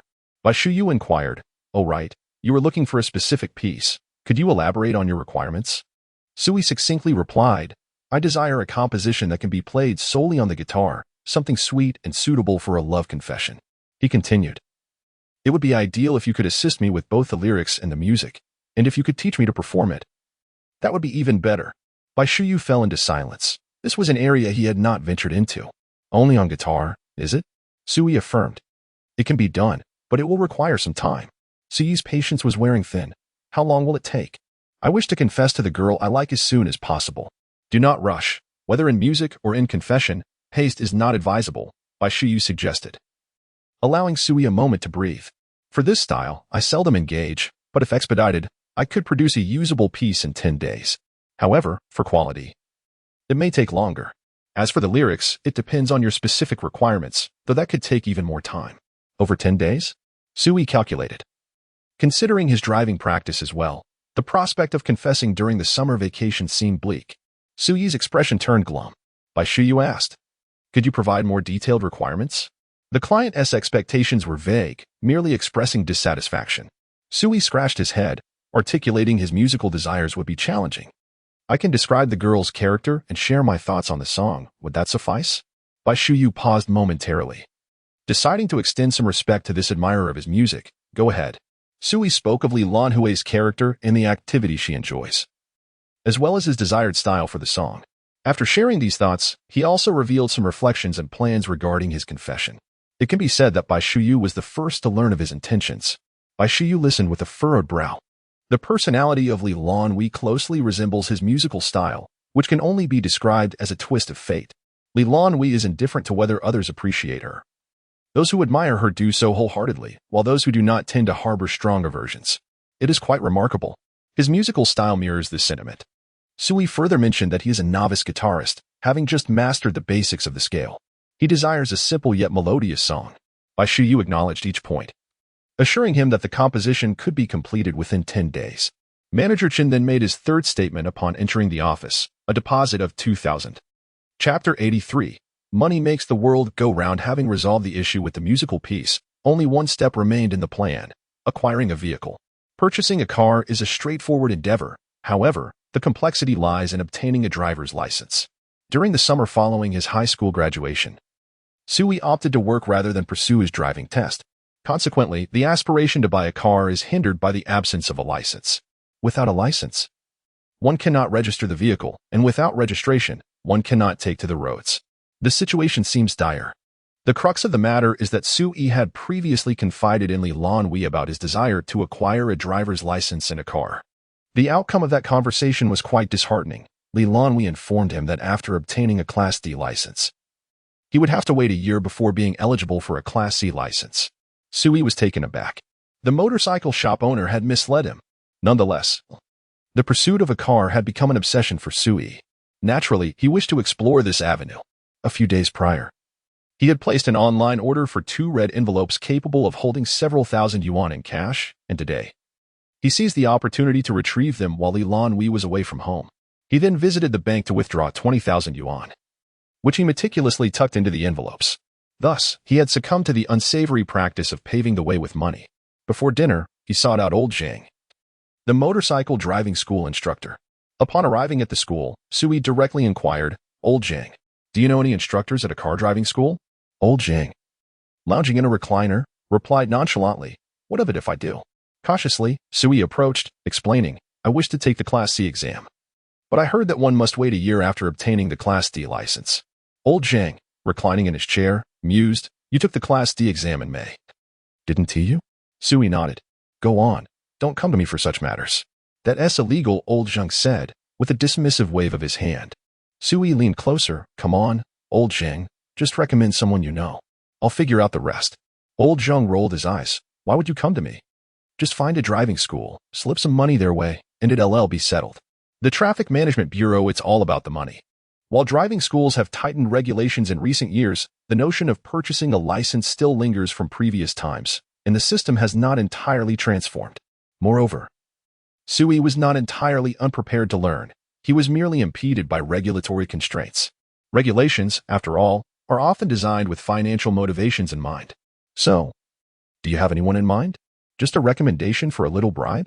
Old Zhang shook his head. "Tomorrow, go to the neighboring Xingqi school and seek out an instructor named Qiu. Explain your situation to him. As for how much he charges, that's up to you." Sui nodded in gratitude, expressing his appreciation to Old Zhang. After their conversation, he presented Old Zhang with an envelope containing 10,000 yuan. Old Zhang stared at the generous offering, momentarily taken aback. This is too much." Frowning at the envelope, he realized that this naive young man appeared to be unusually affluent. Unfortunately, in this day and age, human trafficking is no longer permissible. Old Zhang opened the envelope, extracted 5 bills, and returned the remainder to Sui. "This amount will suffice." Old Zhang reclined back in his chair, saying, "I won't keep you for dinner. Goodbye." Sui accepted the red envelope, replying, "All right, I'll come back to chat with you another time." The following day, Lan Hui had yet to return. Sui rose early and bought breakfast for himself before heading to Xingqi driving school, of course with the red envelope in tow. Fortunately, the envelope was sturdy enough to withstand the weight of 20,000 yuan without damage. Upon arriving at the driving school, he inquired about a coach named Qiu. After locating Coach Qiu, he informed him that he was sent by Old Zhang. Upon hearing this, Coach Qiu's brows furrowed. He led Sui to his office, drawing on his experience from dealing with troublesome youths referred by Old Zhang. As they sat down, Coach Qiu observed that Sui, with his polite demeanor, should not be a problem child, yet he still followed protocol and asked, "Have you been involved in an accident or caused any trouble? Is your license still valid?" Sui responded, Wait, what? Aren't you the one referred by Old Zhang?" "Yes, I am, but I am not here for such issues."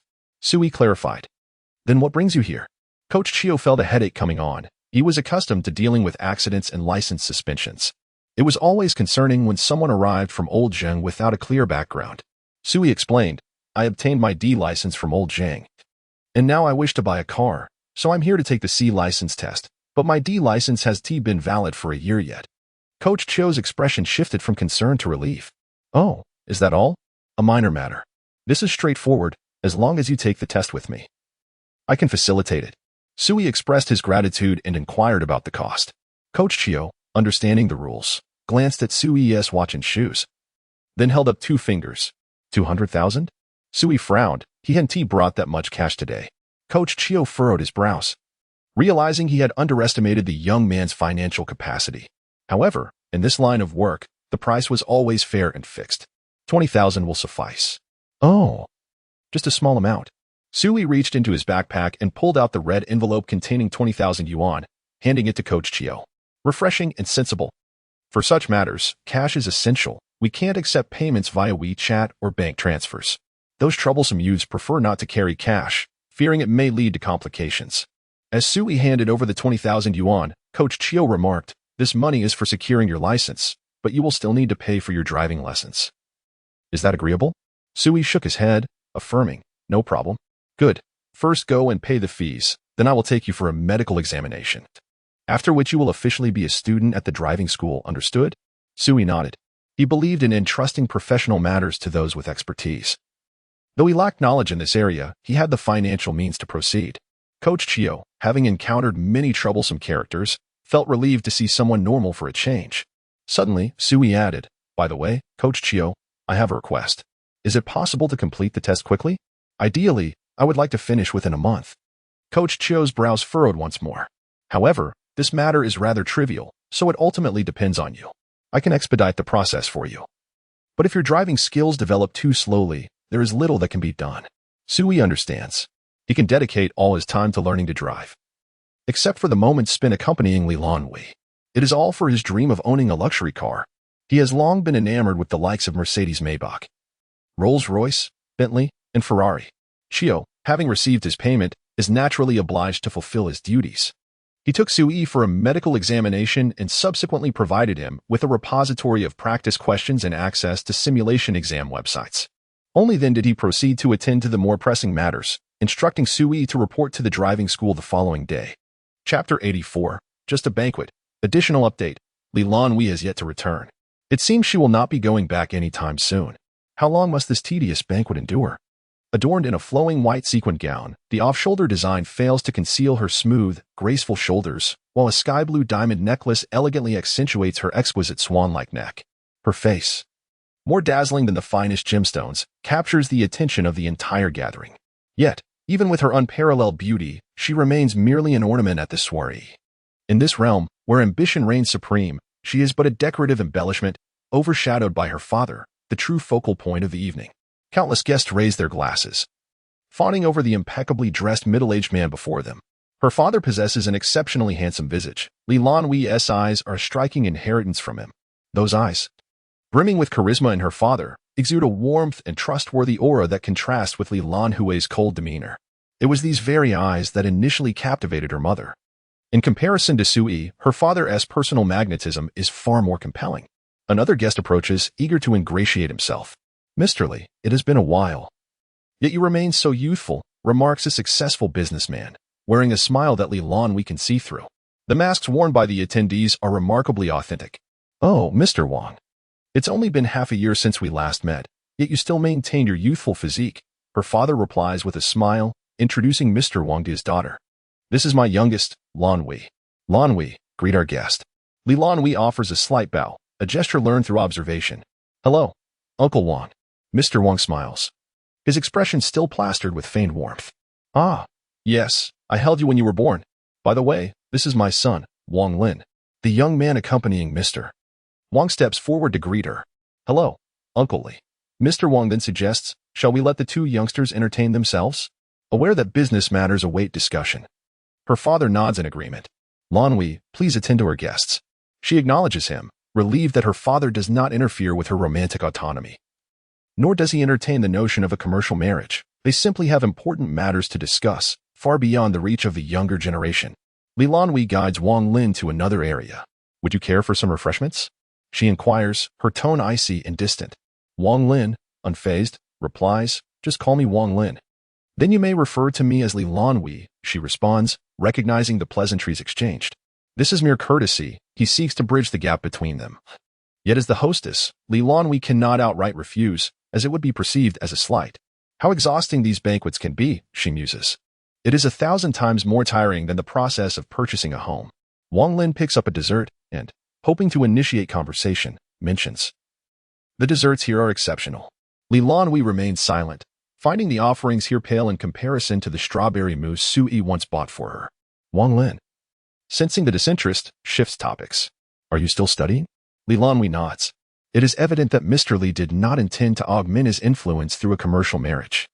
While Mr. Wang harbored such aspirations, he brought Wang Lin along, yet deliberately shielded him from the business discussions, instead directing him to engage with Lan Hui.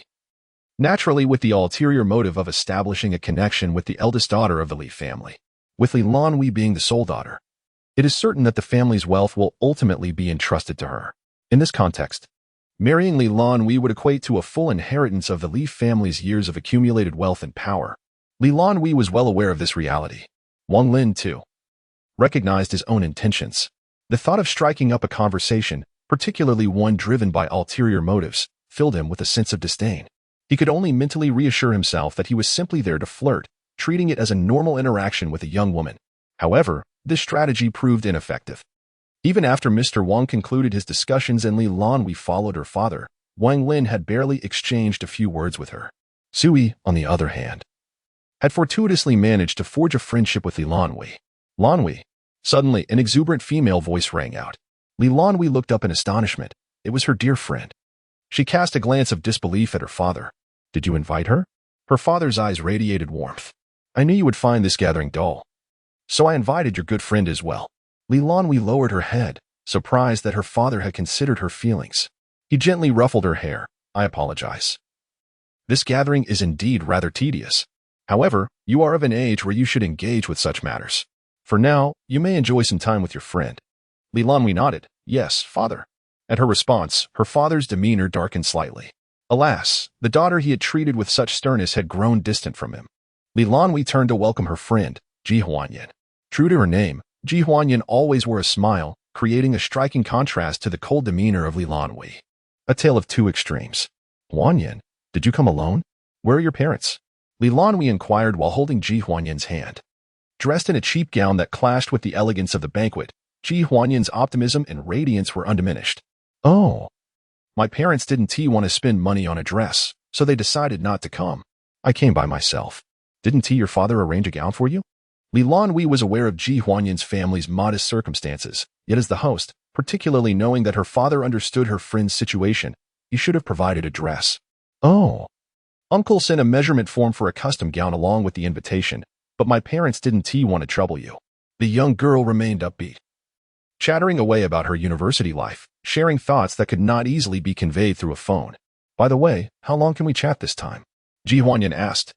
Recalling that the Li family was the focal point of this gathering, with Lan Hui being one of the key figures, Lan Hui glanced towards her father.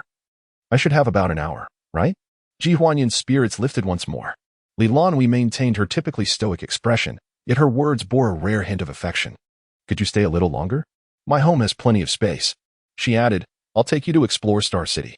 Ji Huanyan pondered for a moment. Shall I call my parents tonight to ask? Lan Hui nodded in agreement. At last, this gathering felt a touch less frigid. The world of fame and fortune welcomed a flicker of warmth meant for her. Chapter 85, The Heart of a Young Girl Night. In the princess's chamber, Ji Huanyan lay on her bed, her arms wrapped around a plush pillow, pressing her face into it. The comfortable temperature of the air conditioning rendered a blanket unnecessary. Her legs were playfully raised, and the sleep dress belonging to Lan Hui was somewhat snug on her frame. She adjusted the shoulder straps. This was, after all, the loosest nightgown in Lan Hui's wardrobe. Fortunately, it was the most relaxed fit, preventing any inadvertent exposure of her fair skin. As she lay on her side, her long black hair cascaded down, and her eyes sparkled with curiosity. Lan Hui leaned against the headboard, her short legs stretched out, a book resting on her lap while she responded to messages from Sui on her phone. Ji Huanyan's gaze drifted to the red string adorning Lan Hui's delicate wrist. Once Lan Hui finished her replies, she put away her phone and cast a frosty glance at her dear friend. With her long legs and fierce demeanor, she seemed almost ready to tear her own nightgown apart. Such was the envy. Lan Hui, Ji Huanyan seized the moment, her voice dripping with sweetness as she inquired. Who just messaged you? Lan Hui, well aware of the ensuing gossip, did not disappoint. It was a boy I like. What? Ji Huanyan exclaimed, springing up from her friend's legs to meet her gaze. The boy you like? You two aren't together yet? How come? Does he not like you? Lan Hui swiftly covered Ji Huanyan's mouth, her tone frosty. Listen to me. She brushed her fair complexion aside, a hint of irritation in her eyes. What an insufferable jealousy. Lan Hui then recounted her experiences of the semester. You simply cannot tolerate such a roommate. Let me tell you about mine. Ji Huanyan interjected with a playful complaint. Lan Hui, however, listened intently before adding, in the end, Sui suggested I move out. Ji Huanyan was taken aback. What? Are you my real sister? You've only just met him. Lan Hui nodded. Not exactly. Ji Huanyan grasped Lan Hui's arm. He just met you and already wants to share a place? Just because he plays badminton? Lan Hui denied it, insisting, "It's not like we just met. We've seen each other before." Ji Huanyan remained silent, her gaze fixed on Lan Hui. The latter glanced downward. It was not only boys who enjoyed admiration. Girls did too. Lan Hui remained silent, pursing her lips. She could not articulate why she had acquiesced to Su Yi's seemingly unreasonable suggestion. Perhaps it was her eagerness to escape the dormitory.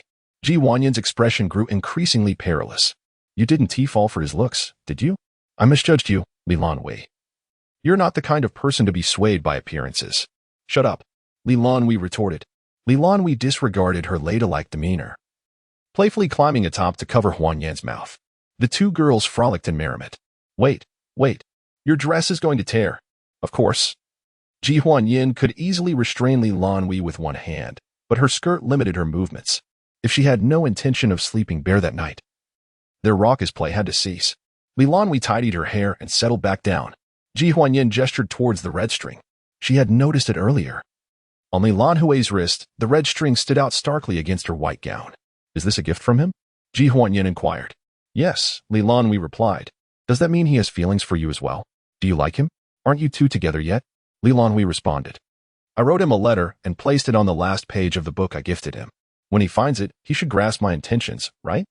Ji Huanyan, in a state of urgency, said, "Sister, why so cryptic? What about him? Has your cold demeanor frightened him away?" Lan Hui pondered briefly. "I don't think so." She was perplexed as to what Su Yi was thinking. Her affections were evident. How could he not express his feelings? She was no fool. Su Yi's feelings for her were unmistakable. If he were not a cad or a fickle-hearted charmer, he should have declared himself by now. Surely he wasn't waiting for her to make the first move? Boys who expect girls to take the initiative are often the ones who lack courage. Furthermore, she had already shown initiative. A book of several 100,000 words could not possibly take that long to read. Ji Huanyan scrutinized her sister, her tone shifting from gossip to seriousness. "Lan Hui, I still find his behavior somewhat frivolous. I hope you can introduce me to him soon, so I can witness his character with my own eyes. If he turns out to be a rogue, I will certainly pull my dear friend away from him and sever all ties." Lan Hui retorted, "Do you not trust my judgment?" Ji Huanyan replied, "Love can cloud one's vision. What if you are mistaken?" Lan Hui fell silent, feeling a twinge of impatience. "All right, I promise you." Meanwhile, what was Su Yi, the one suspected of being a rogue, doing? He was studying the score. Bai Shuyu was remarkably efficient.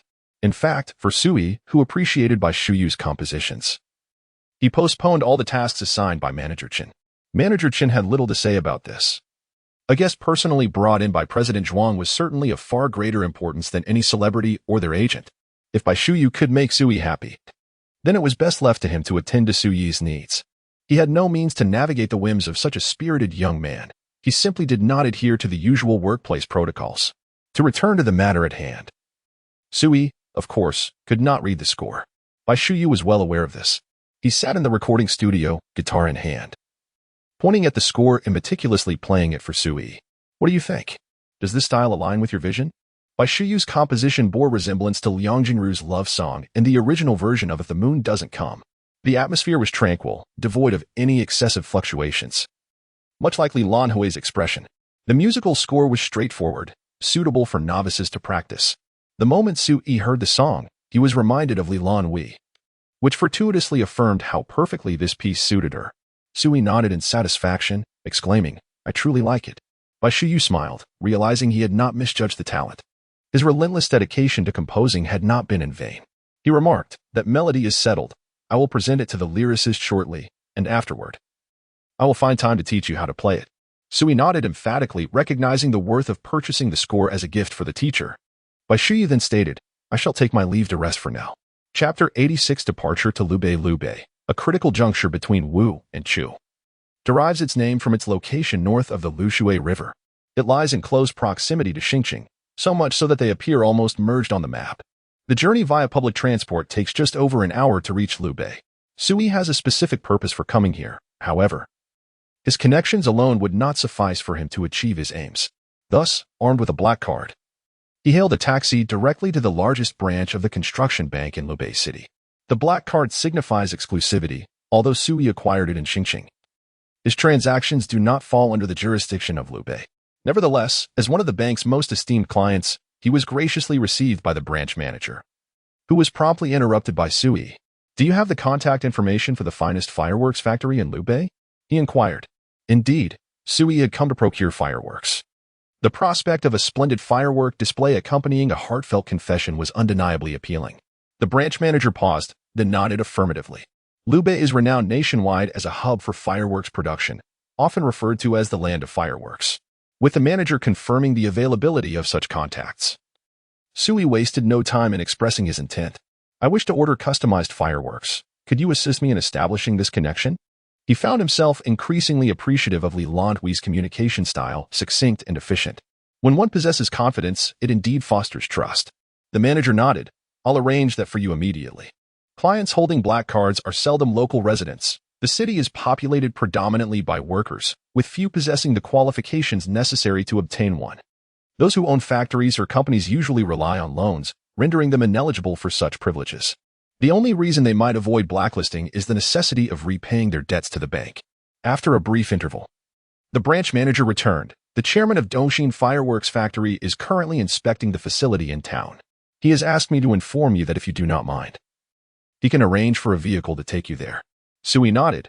Remaining here was not conducive to his purpose, and visiting the factory in person would undoubtedly be advantageous. The manager concurred and instructed him to wait momentarily. The journey from the city to the town took nearly 2 hours.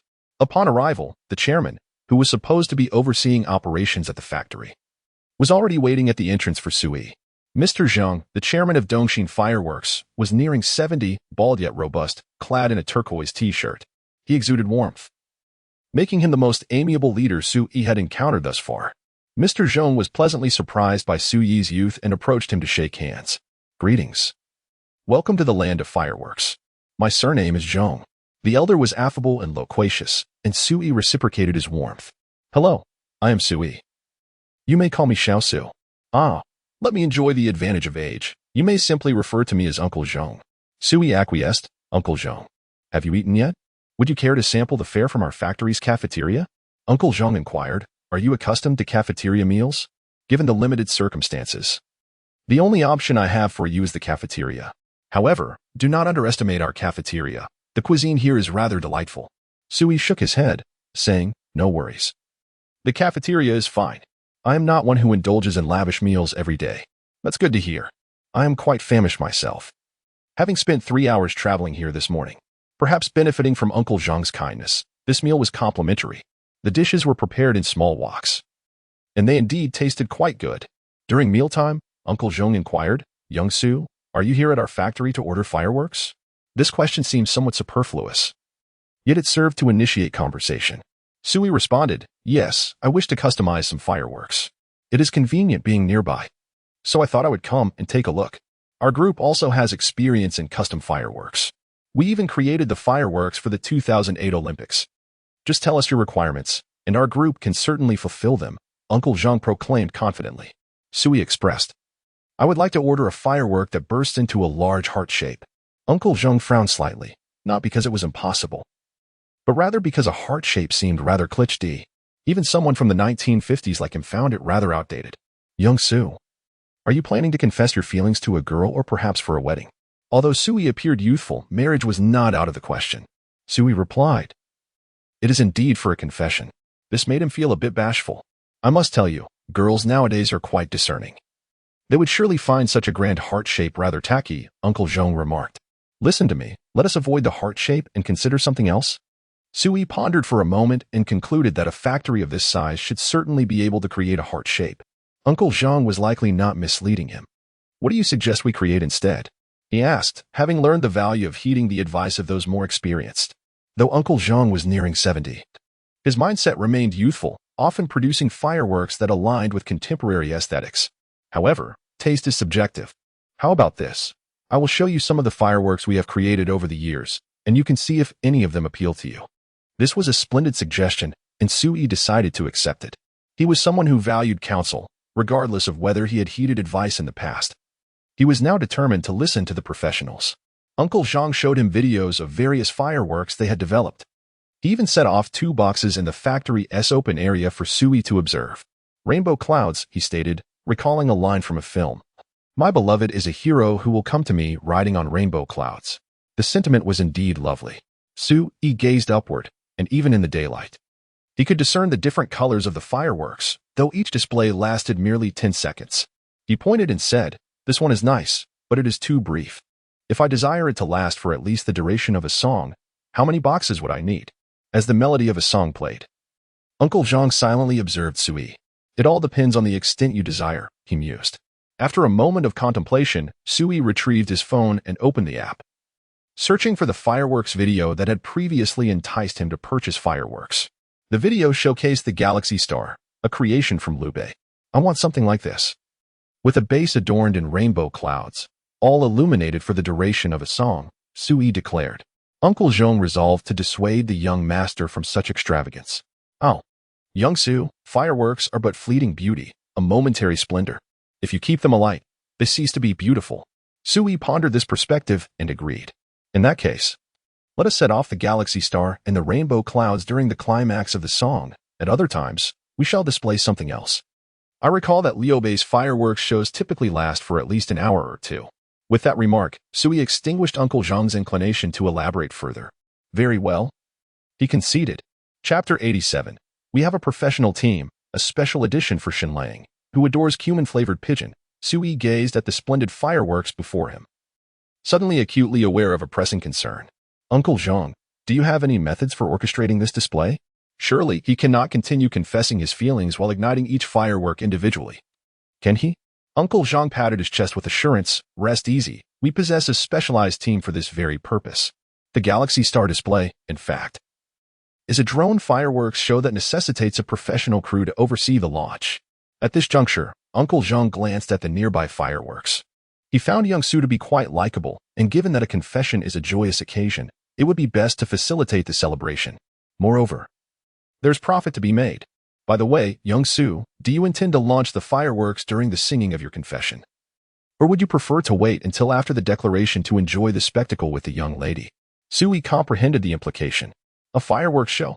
Uncle Zhang's suggestion was clear. Since they were going to set off fireworks anyway, why not organize a full-fledged display? A fireworks show typically lasts no less than 15 minutes and can extend to an hour or more. As the premier fireworks group in Lan Hui, they had hosted such events numerous times, replete with experience. The execution of their fireworks shows was bound to be impeccable. Sui was invigorated by this idea. Uncle Zhang truly was a mastermind. Why hadn't he thought of this? Uncle Zhang chuckled, aware that Sui, as a black card user of the construction bank, was certainly capable of financing a fireworks show. Thus, he proposed this notion, a win-win scenario that would benefit both parties. "Let us proceed to our office to discuss further," he announced, accompanied by the factory director and the planner responsible for multiple fireworks displays. "Come, young Su, share your vision with us. We shall ensure that our planning is crystal clear," Uncle Zhang urged. This was indeed the proper method of operation for the affluent. Sui observed how Uncle Zhang had effortlessly enlisted the factory director and planner to brainstorm ideas for him. It dawned on him that he need not wrestle with the intricacies of planning his confession alone. After all, there are countless wedding planners in this world. He could simply hire someone to handle the details. Sui lightly tapped his forehead. "Forget it. If I think of something, it will be a gesture of my heartfelt intentions." Possessing a mindset cultivated over 19 years of finding joy amid adversity, Sui swiftly calmed his thoughts and communicated his desires to the planner. "Firstly, I wish to find a picturesque location, perhaps a scenic area, to drive her to a beautiful spot where I can serenade her with a guitar while fireworks illuminate the sky during my confession." Upon hearing this, the planner interjected, "Mr. Su, please understand that fireworks are most enchanting when displayed at night. Therefore, your confession should occur after sunset."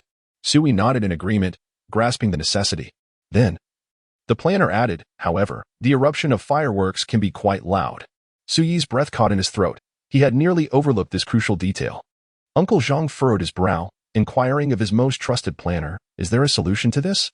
Sui also cast a pleading glance towards the planner. The planner then turned to the factory, expressing a thought that could potentially resolve the issue, albeit dependent on the factory's capabilities. Naturally, one must possess a keen intellect to assume the role of a factory director. "Are you suggesting a type of firework that ignites rapidly and synchronizes with the rhythm of the music?" The planner nodded in affirmation. "This is quite simple." He exhaled with relief, thus addressing the harmony between the sounds of the fireworks and the music. Sui attempted to comprehend this notion. "Essentially, Was it akin to orchestrating fireworks with a rhythm game? Could such a feat indeed be accomplished? The planner patted his chest, urging Sui to trust in the expertise of their team. However, there remained one final concern. Contemporary scenic areas are highly protective of their environments, making it a challenge to locate a venue suitable for fireworks display. Sui initially intended to declare his feelings in Dali, but the planner mercilessly informed him that within the scenic spots of that region, fireworks are strictly prohibited. Uncle Zhang then suggested a location, Jinling, where the Ginkgo Lake had previously hosted a grand fireworks show. During the day, take her to stroll along Wudong Avenue, and in the evening, head straight to Ginkgo Lake. The planner's eyes sparkled, recognizing it as an excellent idea. Wudong Mei, adorned throughout the city of Jinling. The symbolism of both the Wudong and Ginkgo trees was indeed auspicious. Sui marveled at the prowess of effective planning, lamenting his own previous musings. Uncle Zhang turned to Sui. Is this arrangement acceptable? Sui nodded. It is perfect, no issues at all. Subsequently, the planner orchestrated a myriad of details, devising the entire process for the fireworks display during the proposal in merely half an hour, leaving Sui thoroughly informed. He then requested the guitar score from Sui, assuring him of confidentiality, merely aiming to facilitate the factory's preparation for the production of the fireworks and to familiarize their team with the timing of the display. With this, the fundamental planning concerns had been addressed. Now, it was time to contemplate Sui's preferences. What scale of fireworks do you intend to launch? The larger the area of the display, the longer the duration, and consequently, the higher the expenditure.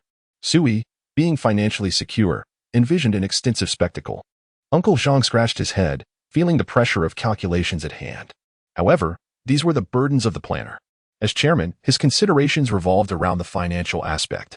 Little Su, although I am an elder and wish to assist you, I must bear the responsibility of providing for my family. Uncle Zhang initiated his delicate approach. The factory director and planner understood that it was time to discuss financial matters and quietly exited the office. Sui found himself in a state of introspection. Acknowledging his flawed principles and lack of admirable traits, he nonetheless recognized his financial stability.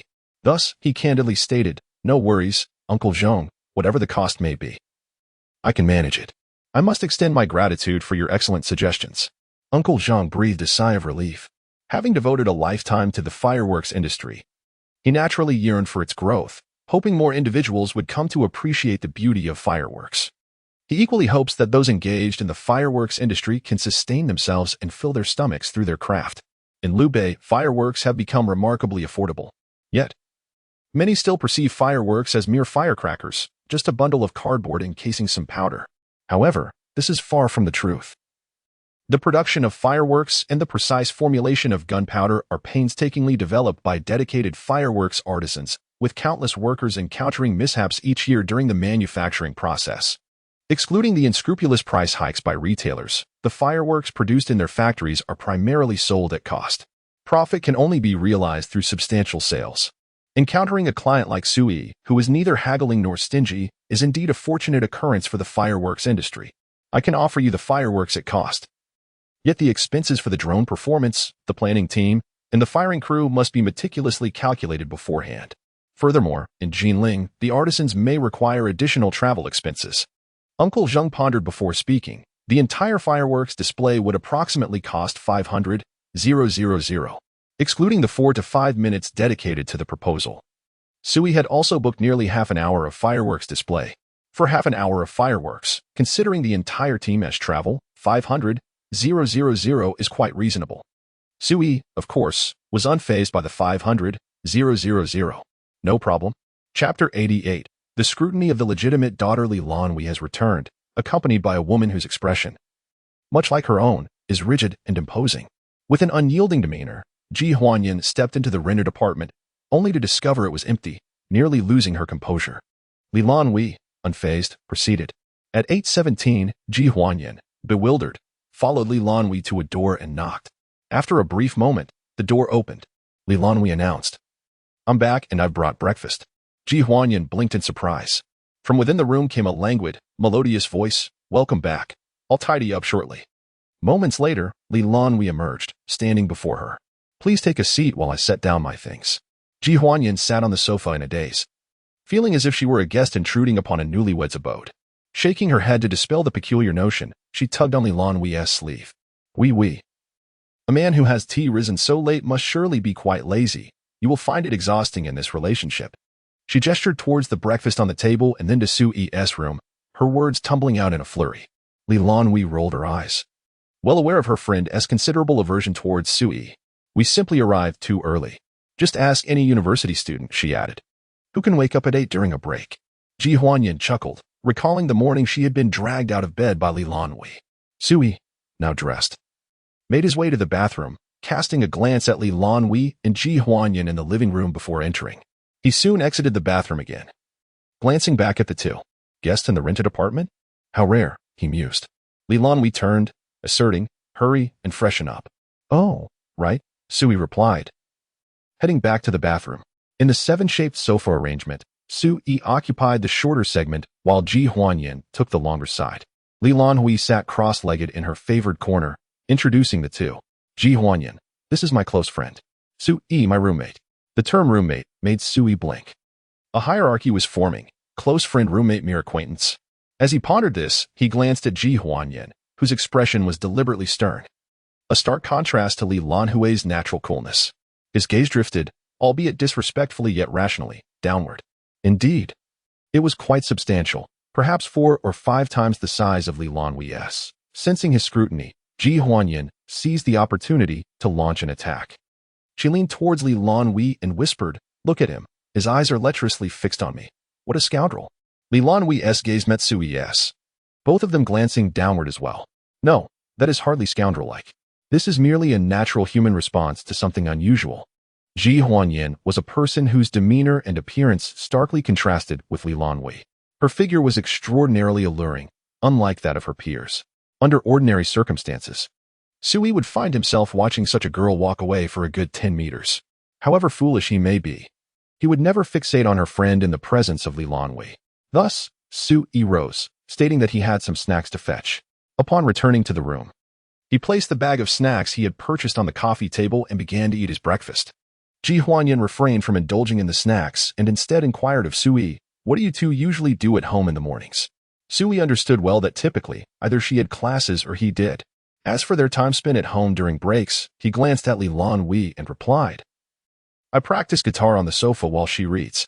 Their lives were quite mundane, each engaged in their own pursuits. Ji Huanyan looked doubtful. Is that all? Lan Hui remained composed, saying nothing. Sui realized he could only rely on himself. Today would determine whether he could earn the approval of the cherished friend. Otherwise, I might go to the gym while she stays home, but there is nothing much to do. Their lives were innocent. What else could they do? Ji Huanyan's expression grew more perplexed, wondering how a scoundrel could sit beside such a pure and lovely girl without any intention to act. Is he impotent? Ji Huanyan mused, her skepticism apparent as her hand subconsciously reached for a snack from the bag in front of her. This is delicious, she exclaimed. Damn, why can't I control my mouth? Stop it, Sui encouraged. If it's tasty, indulge yourself. I bought a little of everything. Observing her friend's inability to maintain a serious facade, Lan Hui finally spoke. Go ahead and eat. It's fine, I still have some left. Sui turned to Lan Hui. I thought you had run out of snacks. Shall we go out and buy some later? Lan Hui returned to her room, placing her snacks on the coffee table. All right, we can check while buying groceries. Sui then asked Ji Huanyan, are we cooking at home, or should we dine out? Ji Huanyan licked her lips, savoring the taste, and replied, no worries, I just love the meals made by Hui. She moved closer, wrapping her arms around Lan Hui. Lan Hui, with a fond smile, allowed Ji Huanyan to embrace her. Sui felt a pang of envy. Ji Huanyan, however, did not forget her purpose for visiting and continually probed Sui with various topics. Sui, aware of Ji Huanyan's intentions, remained sincere. There's nothing to hide. He also took the opportunity to inquire about Lan Hui's past, such as her embarrassing moments and notable experiences during high school. Ji Huanyan remarked, Lan Hui and I attended the same school for both junior high and high school, but my exam results were inferior, leading me to remain at a local school. Sui reciprocated with his own background, sharing that he came from an ordinary family in a small county and could only attend Star City due to his exam scores. Ji Huanyan's curiosity, however, extended beyond mere familial inquiries. She probed into Sui's private life. By the way, have you ever been in a relationship? Sui shook his head. No, I was in a science class in high school and had little interaction with girls. Then how come you're living with Lan Hui? As time grew late, Lan Hui rose to interrupt the exchange of information between the two. If we continue this conversation any longer, my secrets will be completely laid bare. Let us go, it's time to buy groceries. Since there were 3 of them, Sui could no longer sit in the back seat with Lan Hui. Instead, he rode his own motorcycle, while Lan Hui rode the small bike with Ji Huanyan. Their presence attracted numerous gazes along the way. Don't misunderstand. It's not Sui's motorcycle, but Ji Huanyan's. Her long legs almost grazed the ground as she perched on the electric bike. However, upon arriving at the supermarket, it was no longer Ji Huanyan who drew the crowd's attention, accompanied by 2 strikingly different beauties. Sui entered the supermarket amidst the envious stares of many men. Damn, what gives him the right? Isn't he just 1 meter 80 tall? Isn't it just a Rolex? Isn't it? Damn, it seems he really can pull it off. The crowd retracted their envious glances. Once inside the supermarket, the scene shifted to Sui and Lan Hui, where even the eldest daughter Ji Huanyan found it difficult to interject into their conversation. What do you want to eat?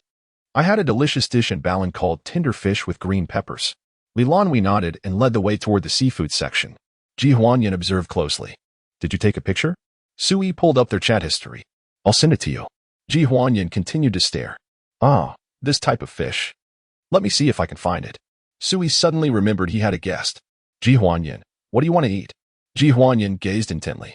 Anything works for me. She felt as though she had unwittingly intruded upon the domestic life of the couple. The atmosphere felt laden with guilt. Ji Huanyan finished her lunch with a mix of complex emotions, realizing that the tacit understanding between the two was at a level where she, as the eldest daughter, could not penetrate. However, she glanced towards Sui in the kitchen, diligently washing dishes, and then at Lan Hui, nestled on the sofa with a book. There are only 4 pairs of chopsticks at home. If Sui doesn't wash them, we won't have enough for dinner. Having washed the chopsticks, he might as well wash the dishes too. Ji Huanyan increasingly sensed something amiss. She leaned towards Lan Hui and asked, Are you sure you 2 aren't together? Lan Hui nodded. Then what else with this? Buying groceries together, cooking together, one cooks while the other washes dishes. Isn't this the very essence of married life? Lan Hui closed her book. How is your inspection going? Ji Huanyan blankly nodded. It was undeniable that after spending just 1 day together, Sui might not seem extraordinarily outstanding, but he had at least adjusted to Lan Hui occupying a part of his life, and vice versa. Before Ji Huanyan could identify any flaws in Sui, it was indisputable that the 2 indeed suited each other well. A slight smile graced Lan Hui's lips. My judgment is sound, isn't it? Ji Huanyan could only nod in agreement. Yet, defying fate, she thought. I refuse to believe that such a pure-hearted man exists in this world. He must reveal a flaw eventually. Sui emerged from the kitchen after washing the dishes and addressed Lan Hui. How many days will you be staying this time? Lan Hui pondered for a moment, estimating 3 to 5 days. Sui nodded, stating that he was currently learning to drive at a driving school and needed to practice in the afternoon. You'll be all right at home alone this afternoon, won't you? Ji Huanyan interjected. I'll keep her company. It'll be perfectly fine. A flaw in their plan. The boy who ventured out alone would soon be under her watch. Sui felt a pang of discomfort. How much longer would this woman linger? All right. I'll head out to practice driving now. After Sui left, Ji Huanyan exchanged mischievous glances with Lan Hui. Let us go out and keep an eye on him. Perhaps he'll be out gallivanting this afternoon. Lan Hui was at a loss for words at Ji Huanyan's choice of phrasing. They weren't even together yet. Even if Sui had someone on the side, it hardly constituted infidelity. She retrieved the keys to her scooter. The fact that he hadn't taken it indicated the destination was far, and the scooter might not be able to reach him. Then we shall take a taxi. Ji Huanyan declared, ever the pragmatist. Lan Hui remained silent. Let us investigate, then. Chapter 89. A cozy rental room is warmer than a grand banquet. Ji Huanyan has departed. No, Ji Huanyan has returned home. After trailing Sui for an entire day, she discovered that he had merely been practicing driving in the afternoon. In fact, due to the sweltering heat around 1 or 2 o'clock, the driving school was nearly deserted. Relying on her physical stamina, Ji Huanyan even scaled the wall of the driving school to catch a glimpse of Sui practicing inside. It was evident that he had no interactions with any females. The sole female presence throughout the ordeal was a lone mosquito, exhausted and disheveled after wasting a considerable sum on taxi fares. Ji Huanyan hurried back to her rental room just before Sui returned home. In the scorching days of August and September, having spent the afternoon outdoors, Ji Huanyan was drenched in sweat. Upon entering the rental room, Lan Hui prevented her from leaning against her, insisting that she head to the bathroom for a shower. Once again, she donned Lan Hui's clothes, The loose-fitting jeans were nearly transformed into form-fitting ones by her. As soon as Sui arrived home, he was met with the sight of both Lan Hui and Ji Huanyan, one large and one small. "I'm back," he mimicked Lan Hui's greeting, before making a beeline for the bathroom. Practicing driving in summer was both sweltering and exhausting. Nightfall descended. Lan Hui occupied a corner of the sofa while Ji Huanyan nestled beside her. The rental room was no longer the peculiar abode of a lone man and woman. It had morphed into a more bizarre dynamic of one man and two women. Sui felt somewhat out of place, yet he had much to learn. He clutched his guitar, knowing that with Lan Hui present, he could not openly engage in live lessons with Bai Shuyu in her presence. It is better to surprise with the song. On the coffee table lay the sheet music provided by Kong Shifu, while his phone displayed Bai Shuyu's guitar sheet. As he practiced the novice sheet music, he interspersed Bai Shuyu's pieces. Sui proceeded with caution. Observing him, Lan Hui put away her tablet, ceasing her movie watching. Perhaps out of concern for disturbing him or fearing his distraction. Instead, she opted to read a book, one that only the discerning would understand. Ji Huanyan, disinterested in such literature, clutched Lan Hui's tablet, pleading for her to unlock it so she could play games. Lan Hui took it, muted the sound, and then handed it to Ji Huanyan, who rolled her eyes in exasperation, her interests evidently overshadowing her friendships. How peculiar, it feels akin to raising a child, Ji Huanyan thought, suddenly losing interest in the game. Turning to Sui, she inquired, "Sui, how many songs do you know?" Sui replied, "Not much. I've just begun learning." "Hey." Ji Huanyan pointed at Sui's guitar. "Could I try it?" Sui, astonished, responded, "You play guitar?" Ji Huanyan answered, "I don't. Do you not also lack experience?" Lan Hui intervened, stopping her oblivious best friend. "That guitar costs 200,000 yuan.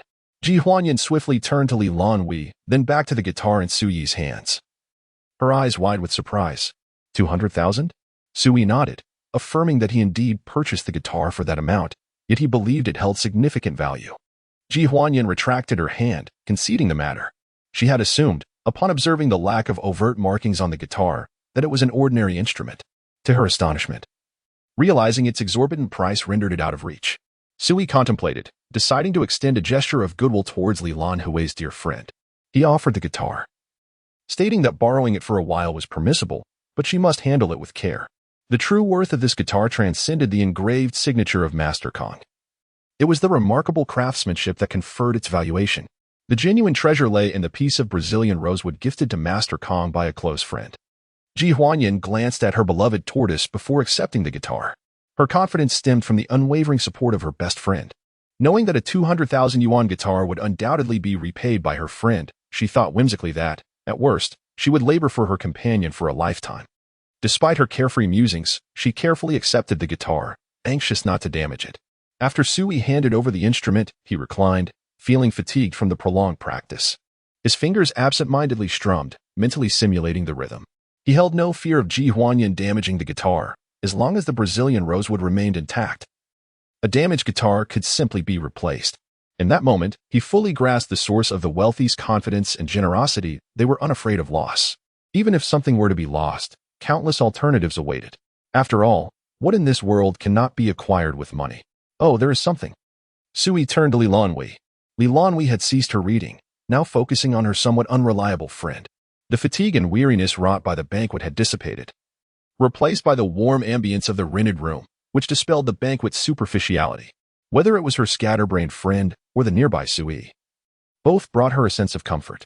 Lan Hui turned back, responding with a soft, Sui, realizing his impulsiveness, corrected himself, saying, "It's nothing, just calling out."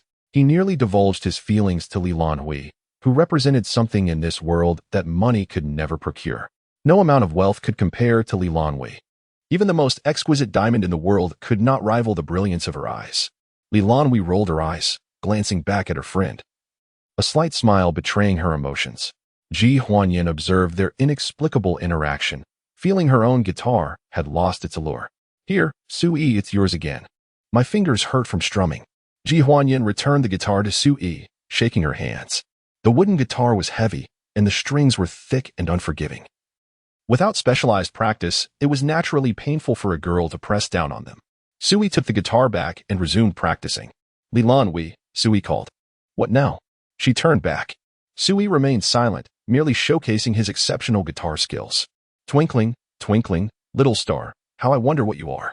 Su-yi deliberately softened his voice, allowing it to blend harmoniously with the rich tones of the guitar. The rendition of Twinkle, Twinkle, Little Star was tender and gentle. High above in the sky, it sparkled like a gem radiating light. Lan Hui was taken aback. Could he really sing the subsequent lines?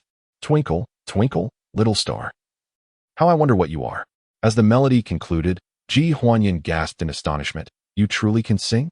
She had observed Su-yi's earlier practice sessions, which were filled with stumbles, leading her to believe he might not possess such skill.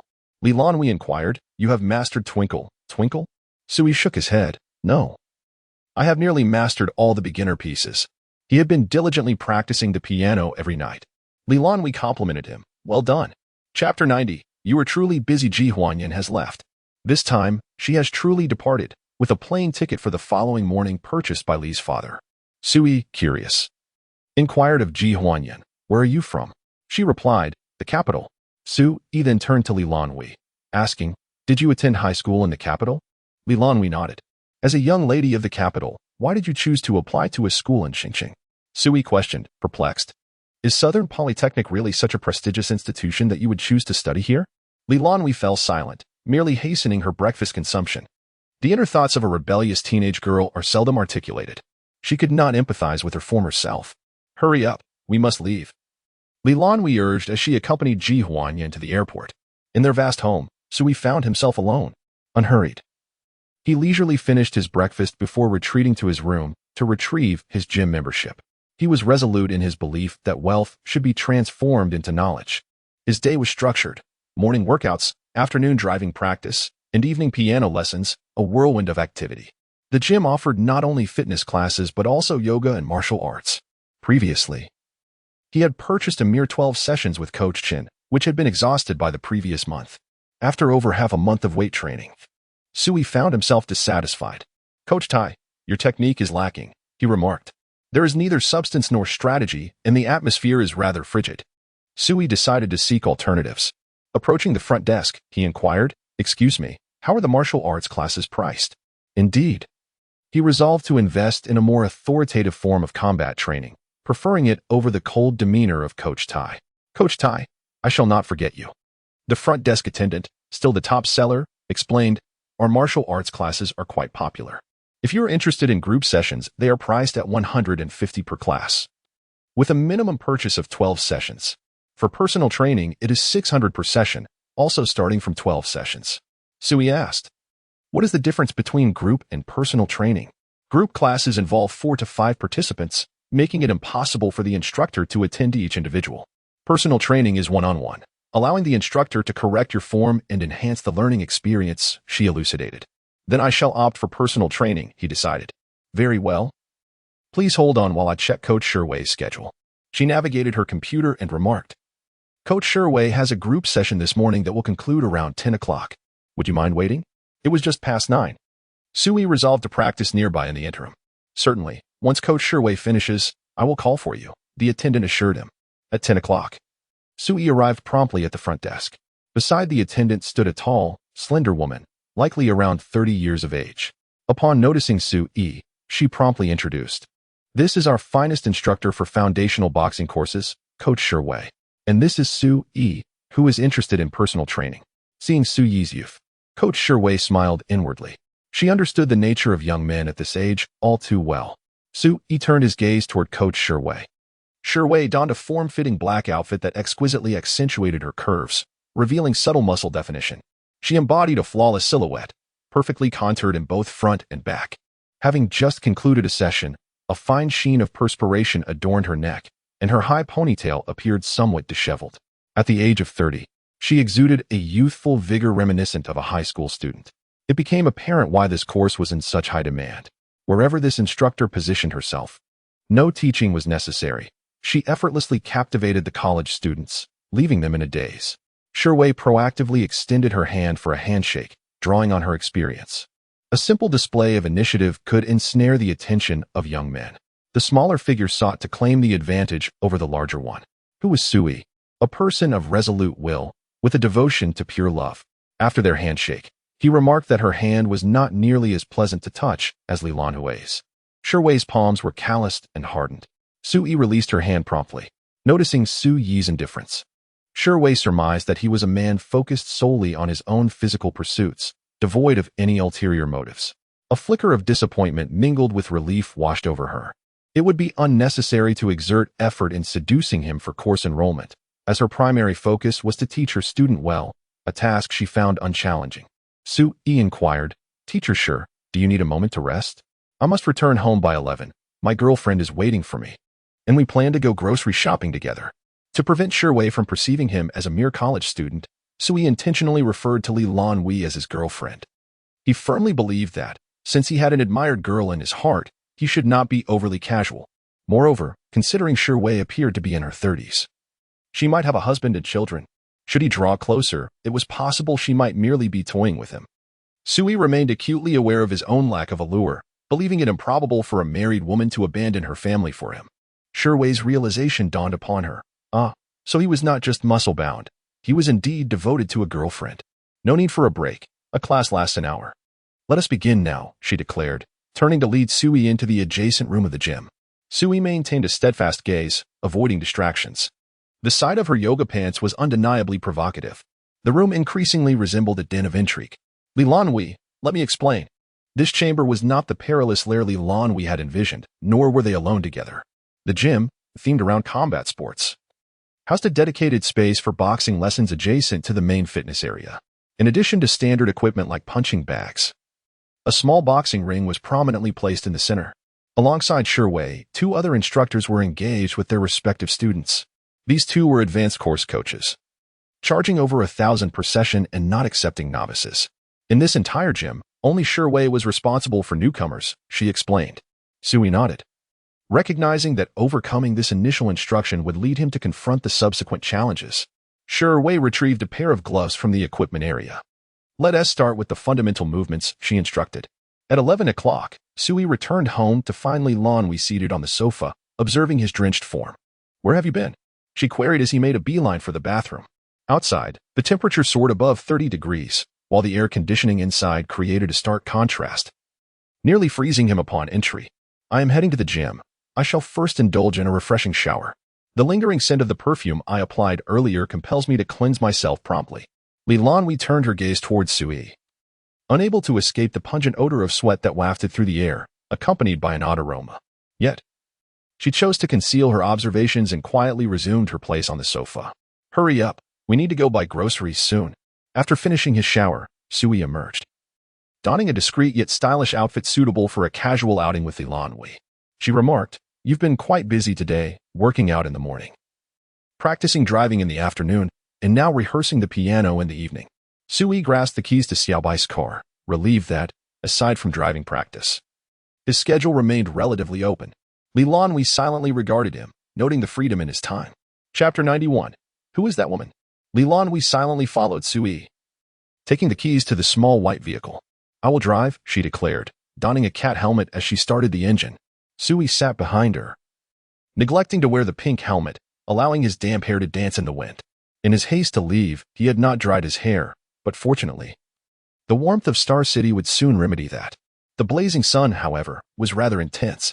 Su-yi squinted, noticing that the young women by the roadside were all shielding themselves with sun umbrellas. He mused that he ought to equip the small white vehicle with an umbrella to shield against both sun and rain.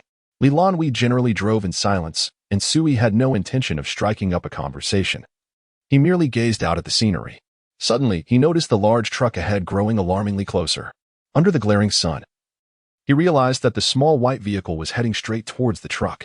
Hey, Lan Hui, we're going to crash." He patted her shoulder urgently. "Sister, please watch the road." Lan Hui pressed down firmly on the accelerator, nonchalantly asking, "Who is that woman?" "What woman?" Su-yi exclaimed in confusion. Lan Hui. "Focus on the road." Panic surged within him. "What woman?" "Slow down, please." The small white vehicle was rapidly approaching the truck, and Su-yi could make out the license plate and the mud splatters on its cargo. Lan Hui spoke calmly, as if announcing a death sentence. "The woman who has left her scent on you." Although they had not officially become a couple, she considered him to be hers. As her man, he ought to maintain distance from other women. A troubling thought flashed through Su-yi's mind. This could spell disaster for him. He hoped that whatever system he had crossed over with was still intact.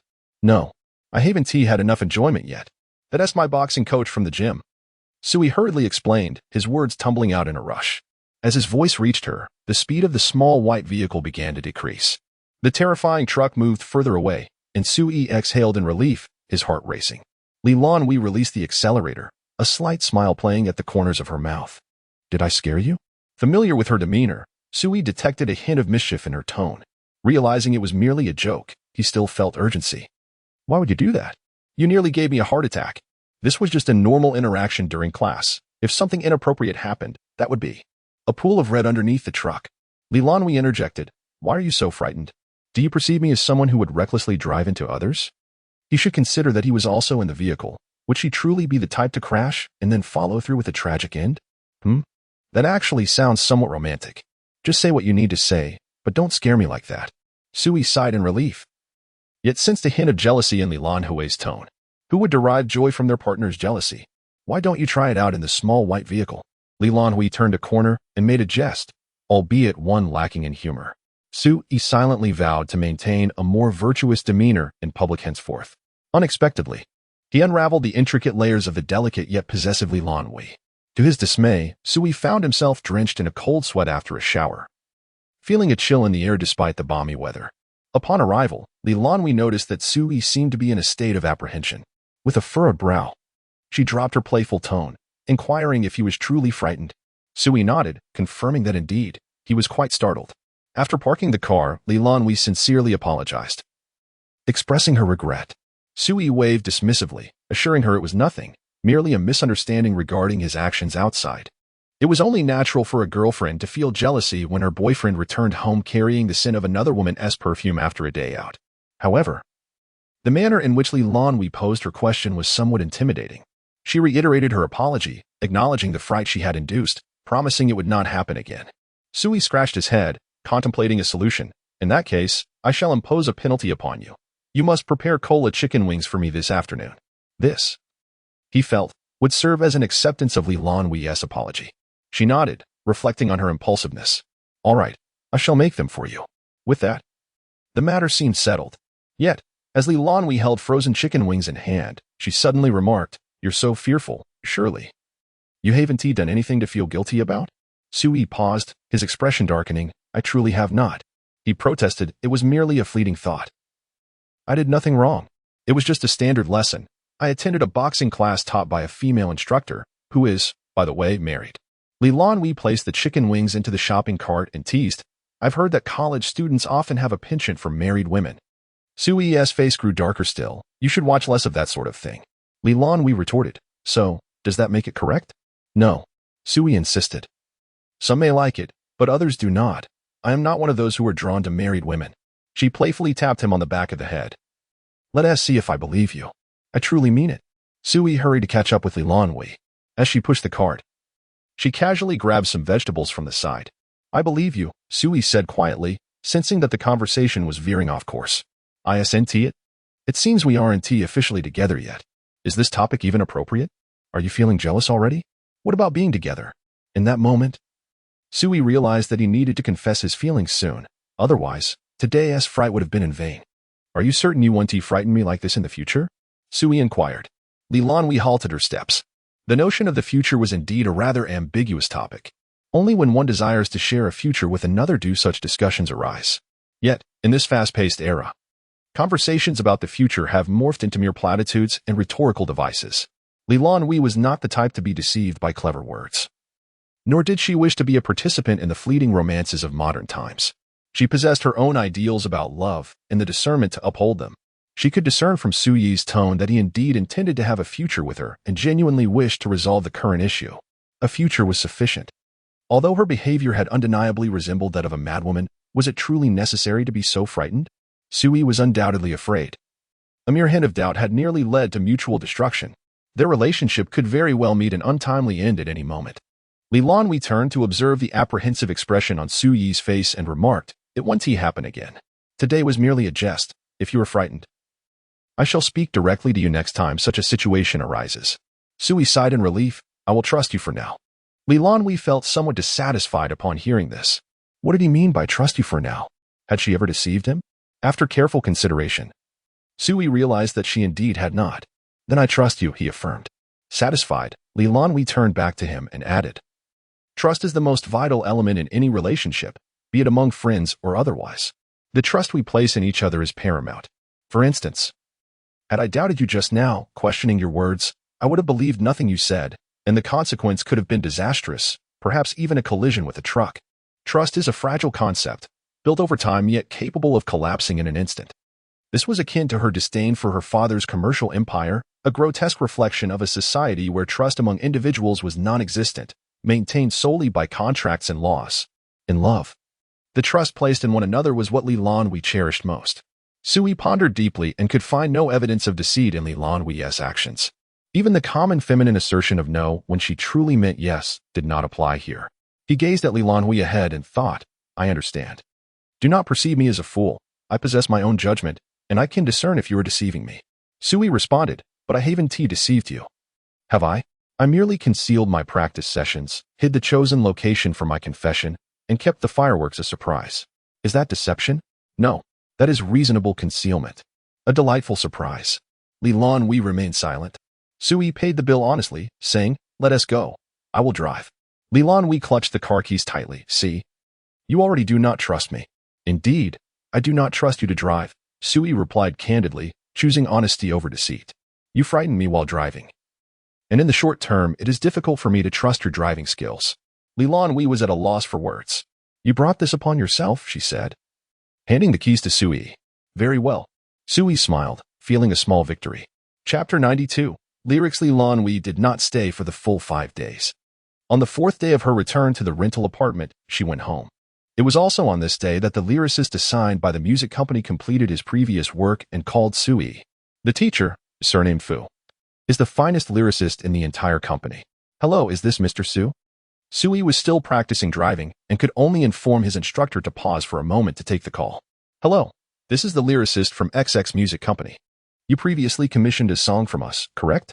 A few days ago, you handed me the melody, and I would like to understand your requirements for the lyrics. It would be best to discuss this in person. When are you available? Sui glanced at the time.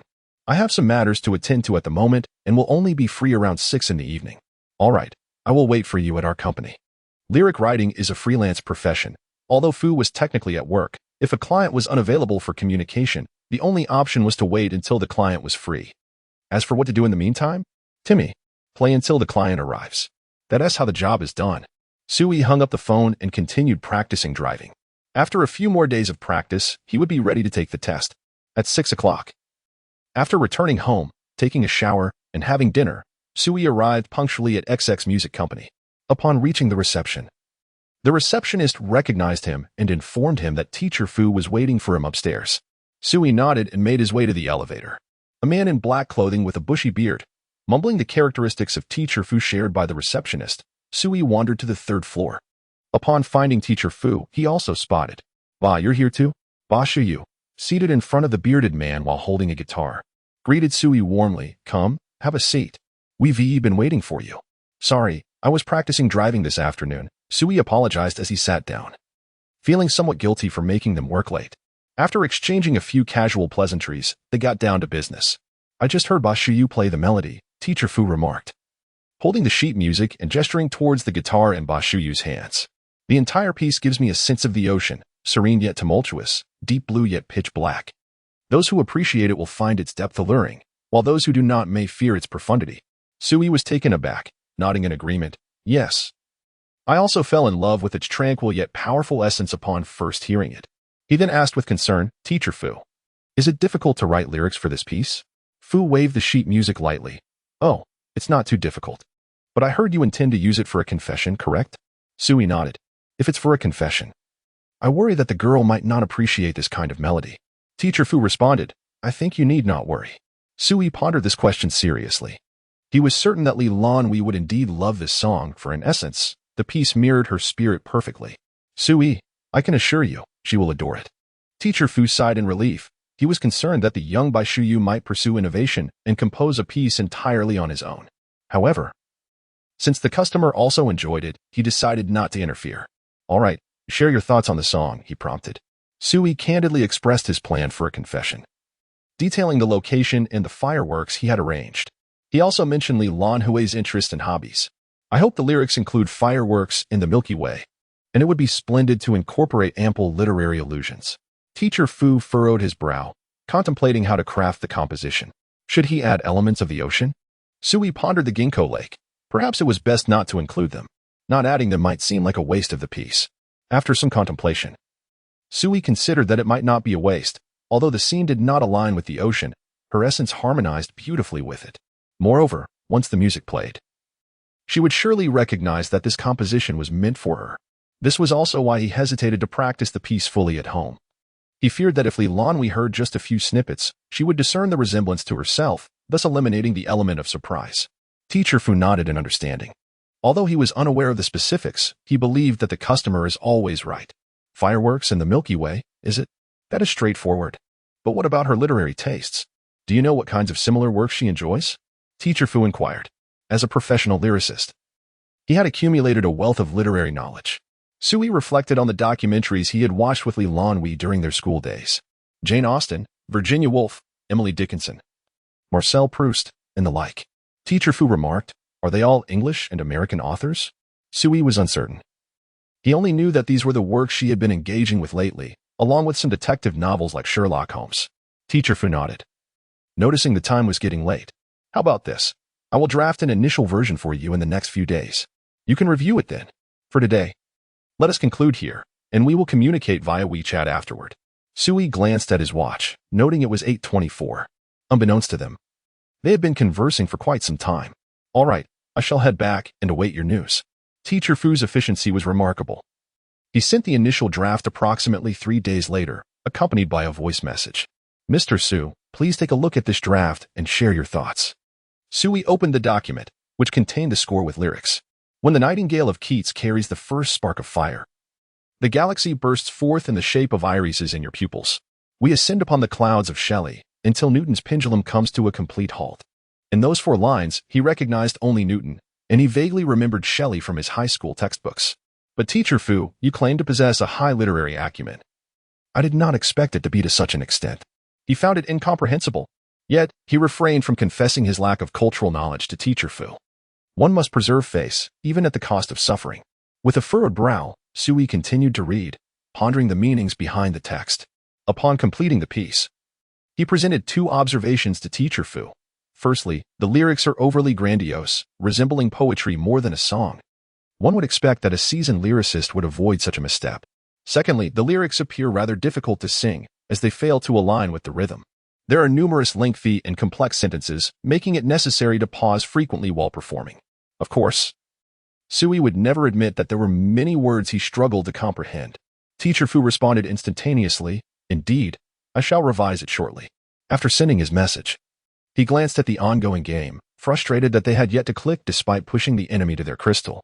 Soon, the grueling match concluded, and Teacher Fu turned his attention to the draft and blank sheets on the table. It was evident that the piece he had composed resembled poetry more than a song. Despite its high literary quality and rhythm, it was ill-suited for vocal performance. He could only conclude that this challenge had been rather daunting. And it had been a long time since he had penned such refined lyrics, he had inadvertently become overly engrossed. Perhaps I should simplify it a bit, after all. This is work. Teacher Fu chuckled at himself. Words had long ceased to be his companion. They had become mere tools for earning a living. 2 days later, the manuscript was revised. The explosive sounds upturned the curtains of the universe. Your pupils bloom like the spring in Eliot's wasteland. The spotlight pierces Kafka's cocoon. My chest swells with the title lines of Baudelaire. Yet, he couldn't help but infuse numerous metaphors into the text.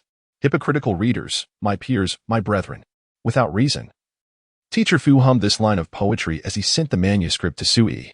Before long, Sui replied, This is it. I think it's wonderful. Ah, wonderful.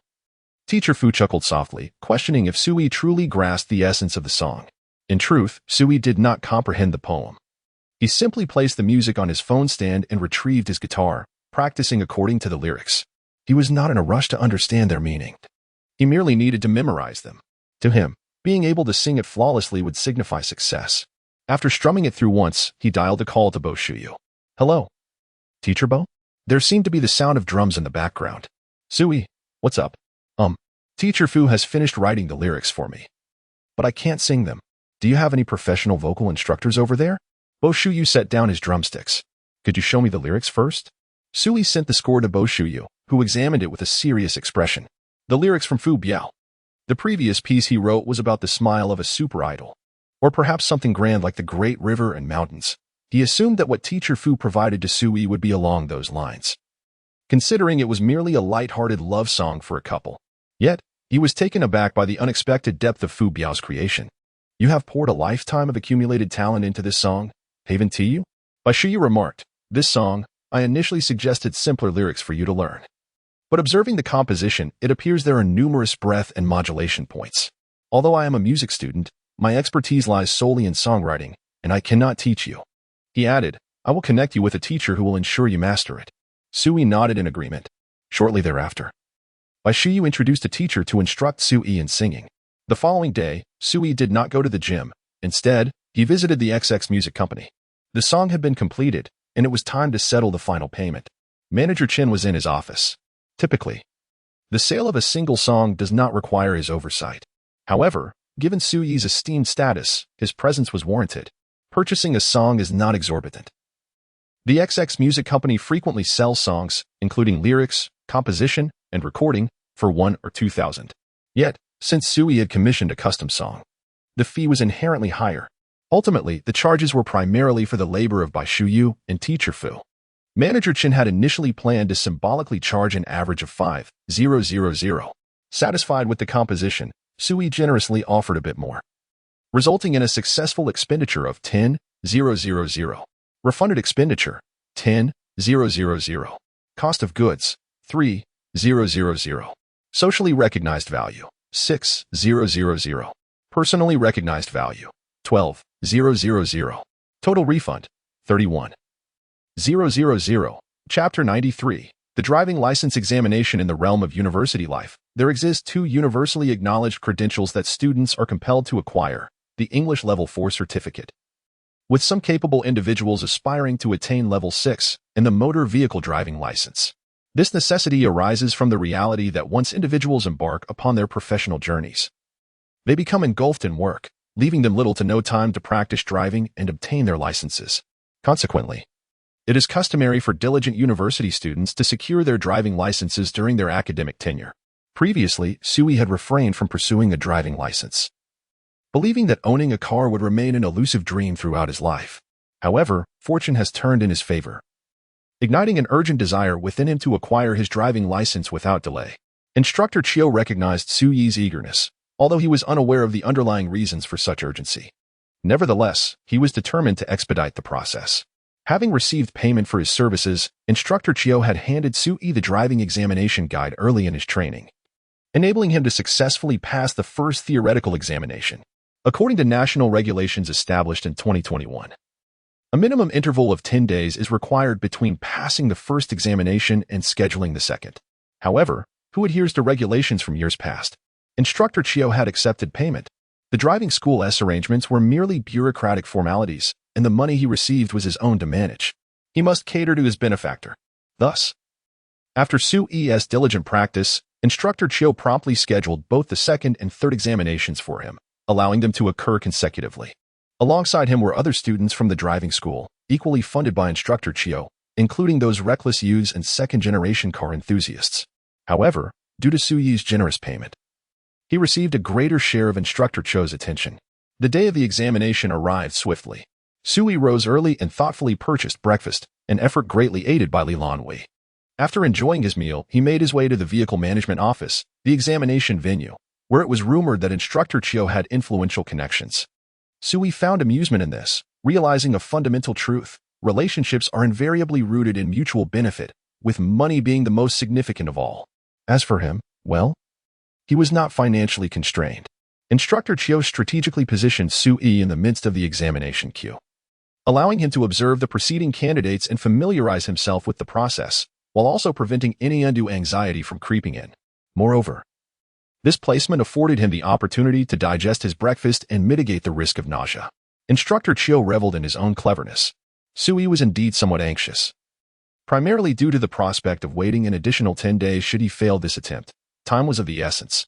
It was imperative that he passed on his first try, securing his license during the summer break, thereby enabling him to purchase a vehicle and acclimatize himself to driving. As he watched the candidates ahead of him, he soon realized that focusing on them was counterproductive. His thoughts became muddled, adversely affecting his mindset. This cohort of candidates had commenced their training concurrently with him, all under instructor Chio's tutelage.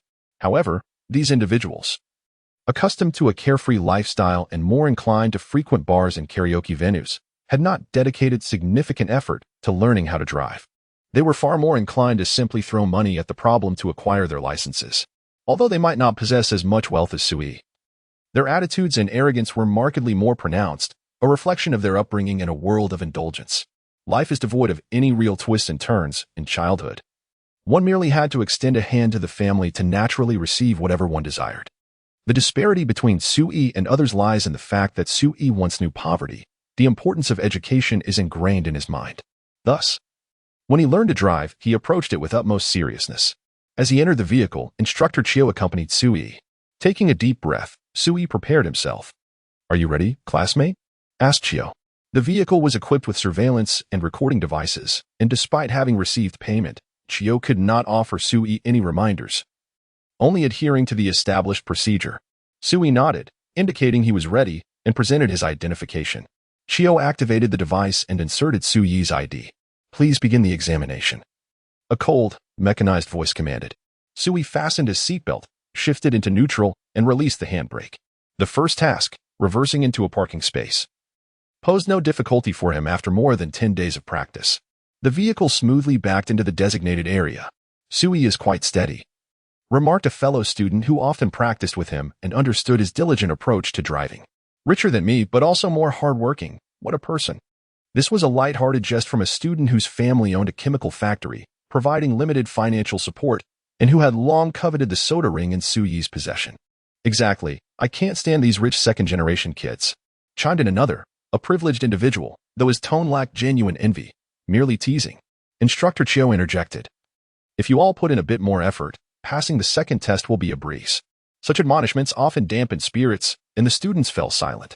Sui executed another reverse parking maneuver before proceeding to the next challenge, parallel parking. Reversing into a parking space was relatively straightforward. Anyone with basic skills could manage it.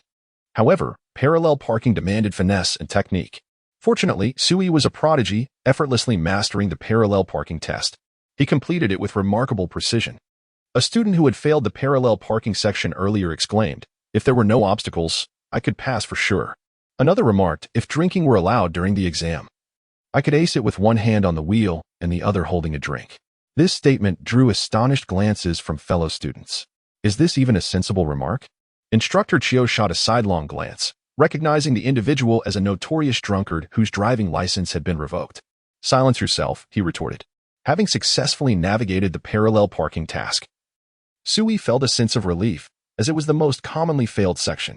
The subsequent S-curve and uphill challenges were straightforward. No matter how many points were deducted, they wouldn't result in failure. It seemed that Sui possessed a commendable aptitude for learning, which brought a smile to his face. He maneuvered through the S-curve effortlessly. Although no one offered praise for this, as it was a task easily accomplished by anyone with basic skills. Sui acknowledged this as well, noting that those who excelled were still behind him. This realization stemmed from his practice sessions, where he discovered a strong spatial awareness regarding vehicles and lines. Perhaps influenced by years of tackling geometry problems and drawing force analysis diagrams as a science student, his performance on the uphill challenge was nearly flawless. I have always found it absurd that he passed the driving test at Bampo. Those who previously claimed Sui was cheating now exclaim. "No wonder my father urged me to attend university. All these institutions are filled with such prodigies." After completing the Bampo test, Sui was instructed to return to the center to print his score report. The cold, mechanical voice seemed to possess warmth. This was truly the most soothing ASMR in the world. Upon exiting the vehicle, familiar acquaintances approached to shake hands. "Let me have a taste. How much did you spend?" "Brother, I'll buy." Sui chuckled lightly. Although they were labeled as rich second-generation individuals, they were merely youths whose life ambitions revolved around pleasure. They enjoyed revelry, indulgence, and playful banter, yet they were not inherently bad people. Of course, they were not exceptionally good either. Being temporary companions was acceptable, but Sui preferred the likes of Lan Hui, or at the very least, Chichenyu. Upon returning to the center, Chio Jiao had to attend to other candidates. so Sui had to manage printing his score report on his own. The third part of the driving test was scheduled for the afternoon. Most students had not booked both subjects simultaneously like Sui, and many had already departed. Naturally, some had not even passed the second part of the test, rendering them incapable of attempting the third. Only Sui, an uncle, and someone who would only drive after drinking remained. The uncle went first, serving as a demonstration arranged specifically for Sui by Chiujiao. Sui did not disappoint, watching the uncle closely as he navigated the entire process. The third part was more intricate than the second, requiring an initial inspection of the vehicle. After the inspection, one must fasten the seatbelt, check the headlights, and activate the hazard lights. The uncle's speed was impressive, his proficiency evident. Driving was as effortless for him as if he were gliding. Sui remained transfixed, unable to comprehend how the uncle maneuvered the vehicle. Is this something a person can truly master? He turned to the individual beside him. The individual seemed to grasp Sui's astonishment, responding, "To achieve this level, I would need to drink half a gin of erguotu." Sui turned back to observe the uncle. The early morning sun was just beginning to rise. In just 10 minutes, the uncle completed the entire process, and Sui took his identification card to step up for his turn. The third part of the test not only required proficiency with the vehicle, but also a modicum of mental acuity. However, most mental tasks can be honed into muscle memory. Sui was, in a sense, a prodigy who had transformed the entire examination process into muscle memory. Chiujiao sat nearby. The third part necessitated driving on the road, with a safety officer accompanying. Taking advantage of the time before the test commenced, Chiujiao said to Sui, "I'll be by your side. If you encounter any issues, I will do my best to provide hints." Is this what they call a relationship advantage? Even though it's facilitated by monetary connections, this is quite exceptional. Sui thought to himself, contemplating preparing several red envelopes for money upon his return. Please begin the examination. Asmar morphed into the presence of the unrefined uncle. Sui exited the vehicle and activated several checkpoints. Then came the lights. The lighting test was straightforward. For many, the most challenging aspects were merging onto the road and parking alongside it. However, for Sui, these tasks posed no difficulty. He had been riding motorcycles for 3 to 4 months, and shifting gears between motorcycles and cars was not significantly different. The act of shifting gears on a motorcycle proves to be even more challenging. After all, operating a motorcycle entails pressing and releasing the clutch beneath one's feet. In addition to twisting the clutch with the left hand, the center is also capable of printing transcripts. Upon completing the third driving test, it is as if the driver's license is already within reach. The application on the mobile phone has also released the results for the first, second, and third tests. First test, 100 points. Second test, 100 points. Third test, 90 points. Sui could not resist taking a screenshot and sending it to Lan Hui. Those familiar with Sui know that he is not one to boast. Even when awarded the Best Sponsor Award by the Badminton Association, he refrained from attending the ceremony. However, he felt compelled to share his driving license achievement with Lan Hui. Isn't it impressive? I passed both the second and third tests on the first attempt. Soon, I too shall possess a driver's license. Lan Hui did not respond immediately. Instead, after 10 minutes, she sent a photograph. In the image, a fair and delicate hand rests upon a dark, glossy driver's license. Sui remained silent, simply admiring Lan Hui's graceful fingers. Chapter 94. It is said that luxury cars are the hallmark of wealthy protagonists in novels. Tomorrow, bring a 1-inch photo to our driving school for the driving test.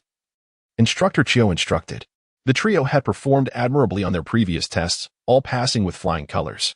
After completing the fourth test, they would finally obtain their driver's licenses. It turns out that one could drive without consuming alcohol. The fourth test proved to be quite manageable. After Sui finished his test, Instructor Chiu requested a photo from him. A mere 10 minutes later, he handed Sui his motor vehicle driver's license. In Qingqing, it typically takes a full workday to collect the license from the driving school or vehicle administration office. However, Instructor Chiu, eager to expedite the process for these esteemed individuals, streamlined the procedure and efficiently printed the licenses for them. Sui accepted the license, its dark leather cover embossed with the words Motor Vehicle Driver's License. The fruits of over 20 days of effort were finally realized, filling Sui with satisfaction. The sense of achievement derived from learning and growth far surpassed any mundane office experience. He then opened his phone to take a picture and send it to Lan Hui. I have one too. Congratulations. Sui smiled gently. I want to buy a car. Do you have any suggestions? He swore to the heavens that he merely wished to know what kind of car Lan Hui would prefer, intending to surprise her with a purchase. However, it seemed that Lan Hui did not quite grasp his intention, as she promptly called him on WeChat, skipping any formalities. Listen closely. When buying a car, head straight to a major dealership, one like Audi or Mercedes, and seek out the largest store. Avoid smaller boutiques that deal in luxury cars. Lan Hui's voice was cool and composed, her steady cadence comforting rather than irritating. Isn't she just giving advice? Sui pondered. I was asking what kind of car you like, not for a lesson on how to buy one. The major dealerships have fewer pitfalls. Steer clear of places like Jiangnan Auto World. I fear you might get swindled or worse. Her words, though laden with concern, bore her characteristic dramatic flair. Which dealership do you think is better? Sui inquired, hoping to glean at least a brand. On the other end of the line, Lan Hui quickly recalled recent incidents involving certain dealerships and the reputations of their managers.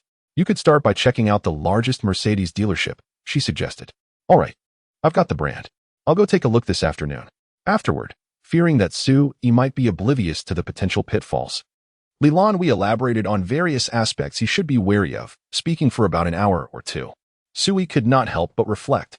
Having a Lan Hui was akin to possessing a treasure.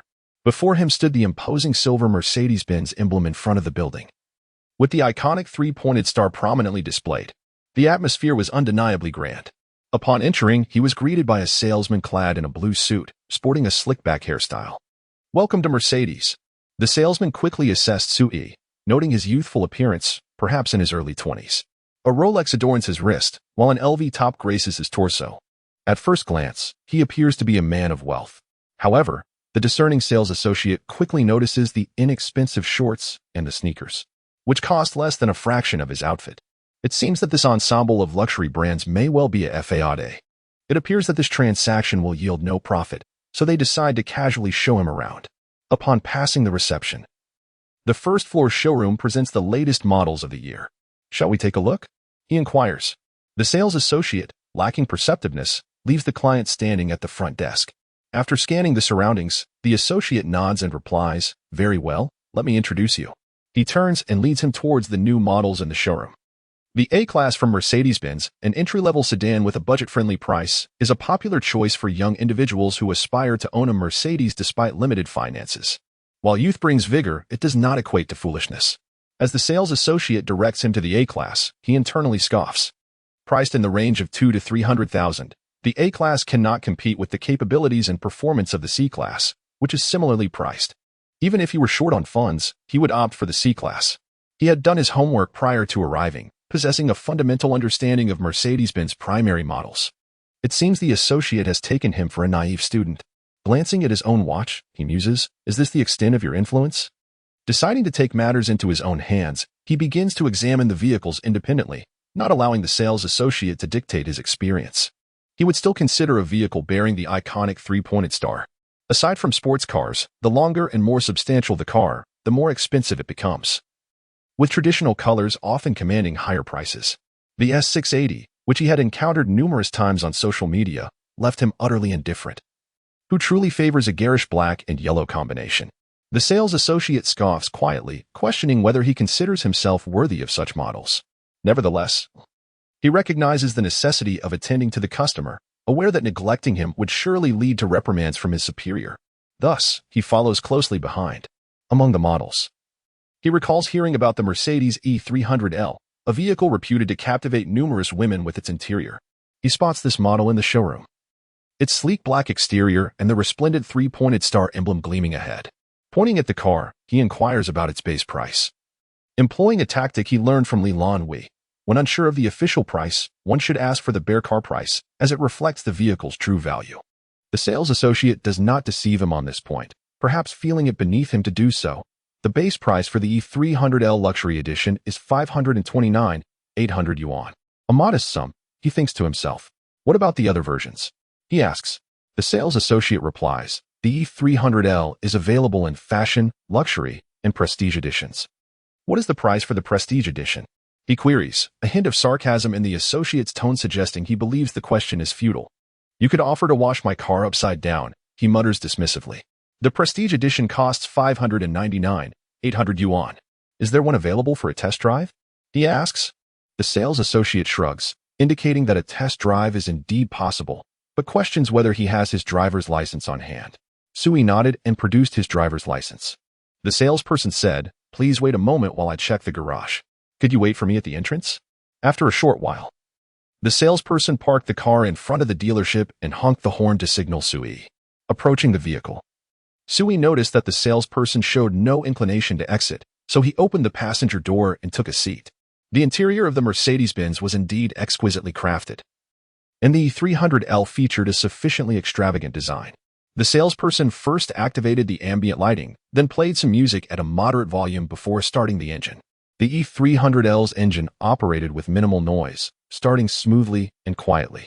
Inside the vehicle, the external clamor was barely perceptible, and there was no sensation of vibration.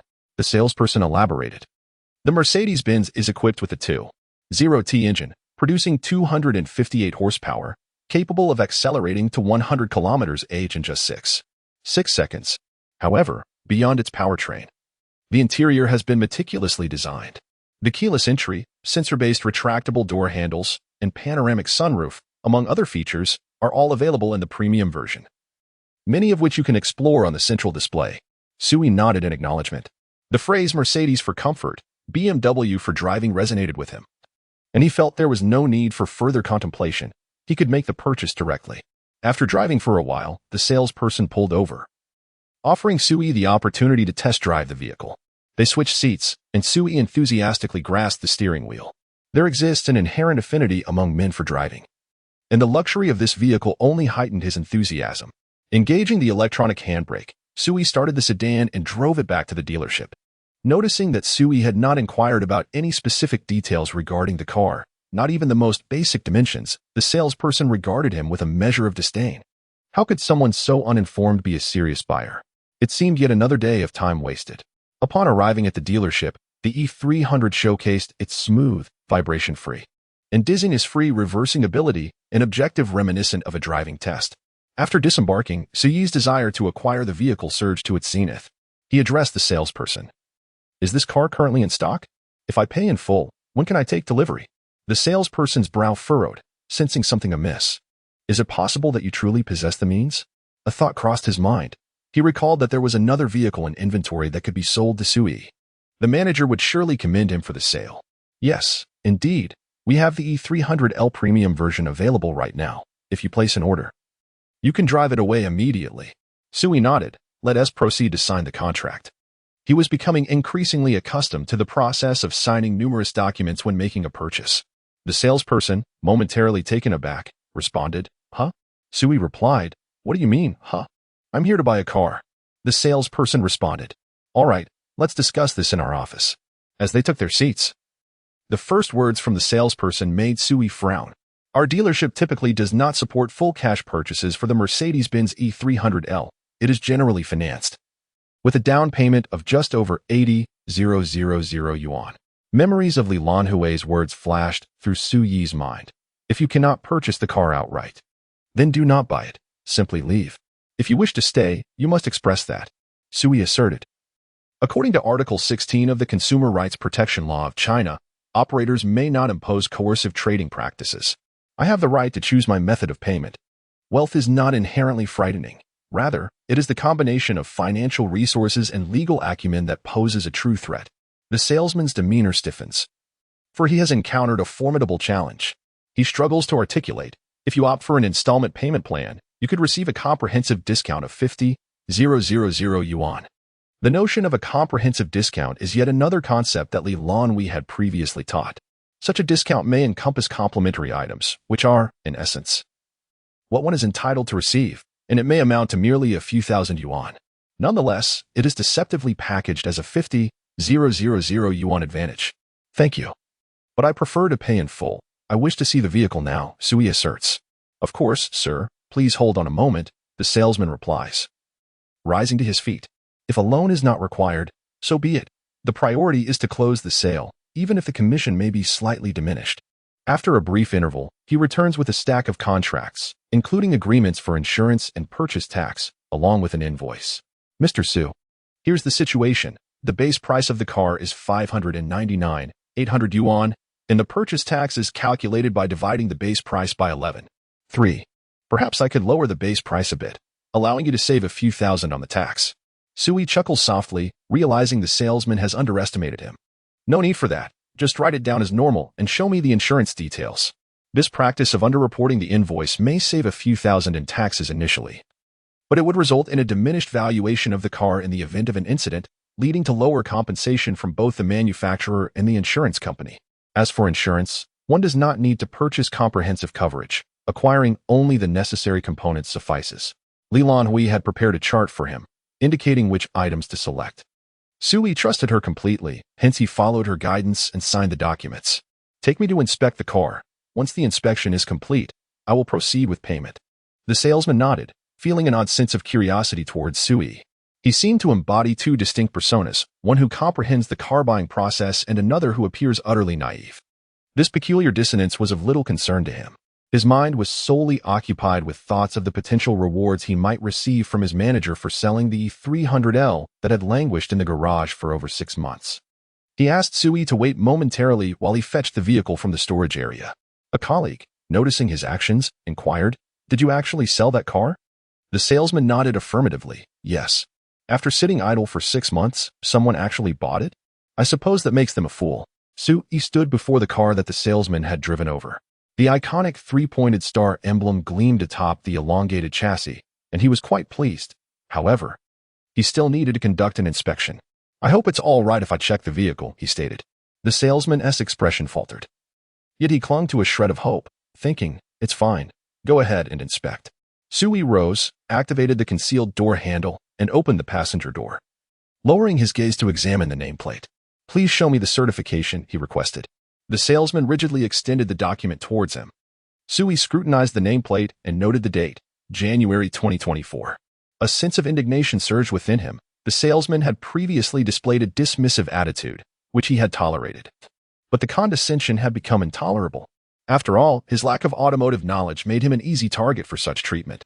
However, presenting him with a vehicle from 6 months ago is a blatant disregard for his dignity.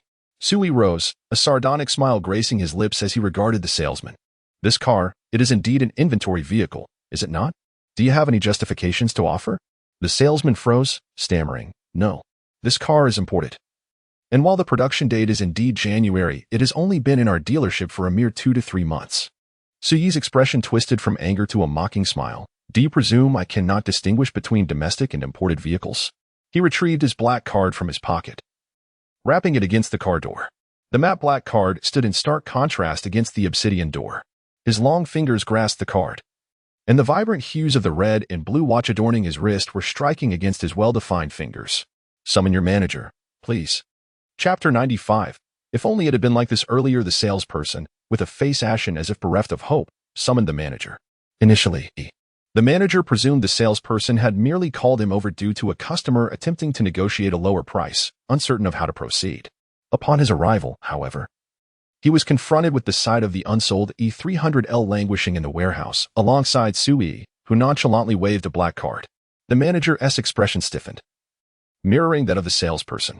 With a fierce glare, he scrutinized the salesperson, silently questioning, "Is this how you conduct business?" The salesperson, through furtive glances, attempted to convey, "I truly did not intend for this to happen." Who could have known he was genuinely affluent? The manager approached Sui, bowing respectfully and extending his hand. "Greetings. I am Mr. Lee. May I inquire your name?" Such is the nature of society, as long as one possesses wealth. Even a manager old enough to be a father must bow in deference. Sui selectively offered a courteous demeanor to Mr. Lee while entirely disregarding the salesperson lingering behind him. "I am Sui. Mr. Lee, let us discuss serious matters." Pointing to the vehicle behind him, he continued, "I purchased a car from your esteemed company. This salesperson initially dismissed me without providing a detailed introduction to the model and, upon signing the contract, urged me to understate the invoice amount, alongside charging unreasonable service and registration fees. How do you intend to rectify this matter?" Cold sweat broke out on Mr. Lee's forehead. Losing a client wielding a black card was a predicament he could ill afford. Should this client possess any connections in Star City, the headquarters might terminate his employment to preserve the dealership's reputation. This issue required meticulous resolution.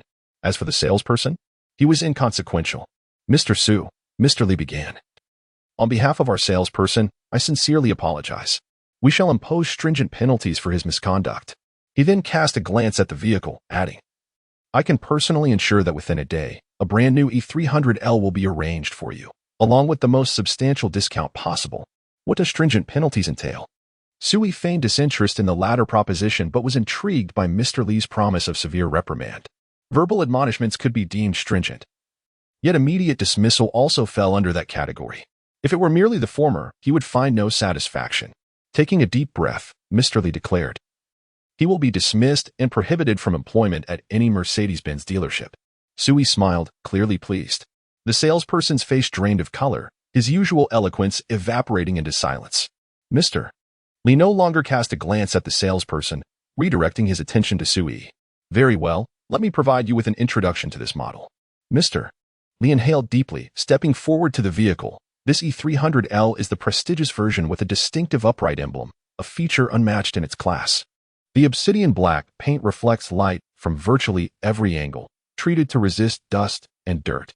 The front of the vehicle boasts a complete air intake, flanked by angular headlights, exuding an air of grandeur and stability. Measuring 5 meters in length, it is a mere 0.2 meters shorter than the S-Class.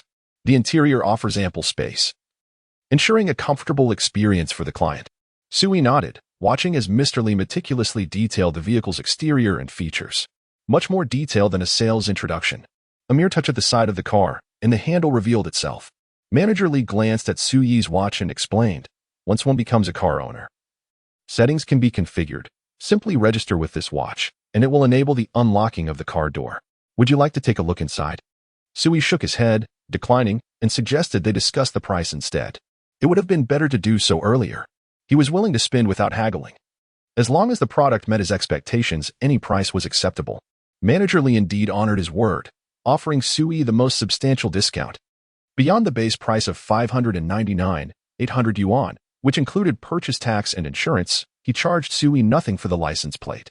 Additionally, he provided nearly 20,000 yuan in cash discounts and a plethora of gifts. Ultimately, the final price settled at 620,000 yuan, and with a grand gesture, Manager Lee waived the additional fees. For 600,000 yuan, a Mercedes-Benz E300L Luxury Edition, almost the bare vehicle price. Manager Lee prepared the invoice and remarked, "I will contact the headquarters and arrange for a luxury edition to be delivered from another company. It will arrive in a day's time. You can come tomorrow to inspect the car and complete the payment." Sui nodded and stood to leave. A deposit? He had not made one. Manager Lee did not dare to stop him. Exiting the Mercedes dealership, he had purchased a sedan. As a young man, he boldly declared what else he needed. A sports car. Which sports car in the automotive realm does not receive criticism? Which sports car on the road can capture the attention of women? Which sports car is both visually stunning and easy to drive, perfect for beginners? A Porsche 911. Since picking up the car from Mercedes would take another day, he decided to explore Porsche instead. The Porsche Center in Hishi, Xinjiang. A grand structure, yet considerably more understated than the Mercedes dealership. The entire building was white, with only a small red Porsche adorning the front as decoration. After some searching, Sui finally located the main entrance. The showroom was sparsely staffed, with only one receptionist at the front desk. Upon noticing a customer, she bowed and greeted, "Welcome. May I ask if you have an appointment?" Sui shook his head. "No. Would you like me to arrange a sales representative for you? That would be appreciated." Sui nodded. "Very well, please hold on a moment." She made a phone call, summoning a sharply dressed salesman. "Hello, may I ask your name?" He did not underestimate Suyi's youth. In fact, anyone who found their way to this place was not to be taken lightly. "Sui, I would like to see the Porsche 911. The salesman nodded, understanding. "The 911, right this way."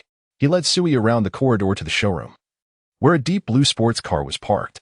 This model is the 2023 911 Carrera, the epitome of Porsche's classic and finely tuned power systems. Sui admired its sleek lines and suddenly realized that he was not purchasing the Porsche for the sake of driving or enjoying the vehicle. Rather, he sought to impress and elevate his social standing. "Show me the most striking and aesthetically pleasing Porsche in the showroom." The salesman began by saying, "Everyone has a different definition of handsomeness and attractiveness. I am uncertain about what you consider the most aesthetically pleasing model. Perhaps I could first show you the one widely regarded as the most beautiful?" Sui nodded in agreement, acknowledging that public consensus sufficed. If others did not find it appealing, what purpose would his purchase serve? It was intended to captivate the attention of all on the road. The salesman led Sui to the innermost showroom, revealing the Porsche 911 Targa 4. Sui gazed at the vehicle, its pristine white exterior gleaming under the lights. With a sleek, curvaceous body and two adorably round headlights, the overall design was both voluptuous and sporty, embodying the grace of a sports car while exuding a unique and gentle charm. With a hardtop convertible and a striking crimson interior, Sui conceded that, although this car did not align with his personal pursuit of performance, he believed Lan Hui would appreciate it.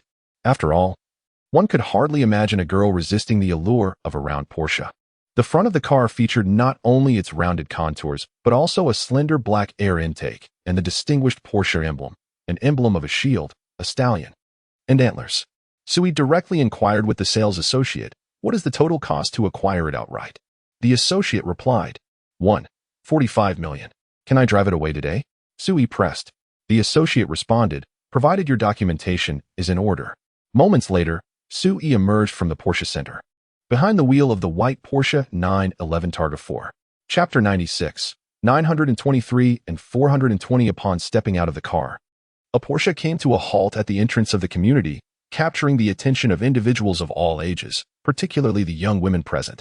Humanity finds it impossible to resist the allure of beauty. The sleek contours of the vehicle struck a chord with the hearts of even the older women, some in their 60s or 70s. Their gazes towards Sui softened, reflecting an expression of admiration akin to that reserved for a charming child. Sui felt a shiver run down his spine. His aim was to attract the attention of 17 or 18-year-old girls, not those in their 70s. But he ought to also appeal to the 20-somethings. Sui exited the car and stepped in front of it to capture a photograph of the entire Porsche, which he promptly sent to Lan Hui. "Isn't it beautiful?" he inquired. Lan Hui replied, "It's stunning." Indeed, this sports car possessed a gentle beauty, reminiscent of a lovely and tender young woman. There is nothing more delightful than receiving compliments for something one cherishes. This sentiment resonated with both Shiyu and Sui alike, especially since Sui had endeavored to gauge Lan Hui's preferences, concluding that she would indeed appreciate this car. "See, I understand her well," he mused. Lan Hui responded, "But weren't you going to buy a Mercedes?" "Yes, I bought a Mercedes as well," Sui replied. "I also encountered a rather unpleasant situation, which I shall recount when you return. I'm heading to get the license plate tomorrow. Will you be back?" "Let us go together," he suggested. Lan Hui bit her lip, and her father, who was nearby, remarked, "This is the birthday banquet for Director Chi, a family gathering, and we have been specifically invited. Please be mindful while we are there." He then turned to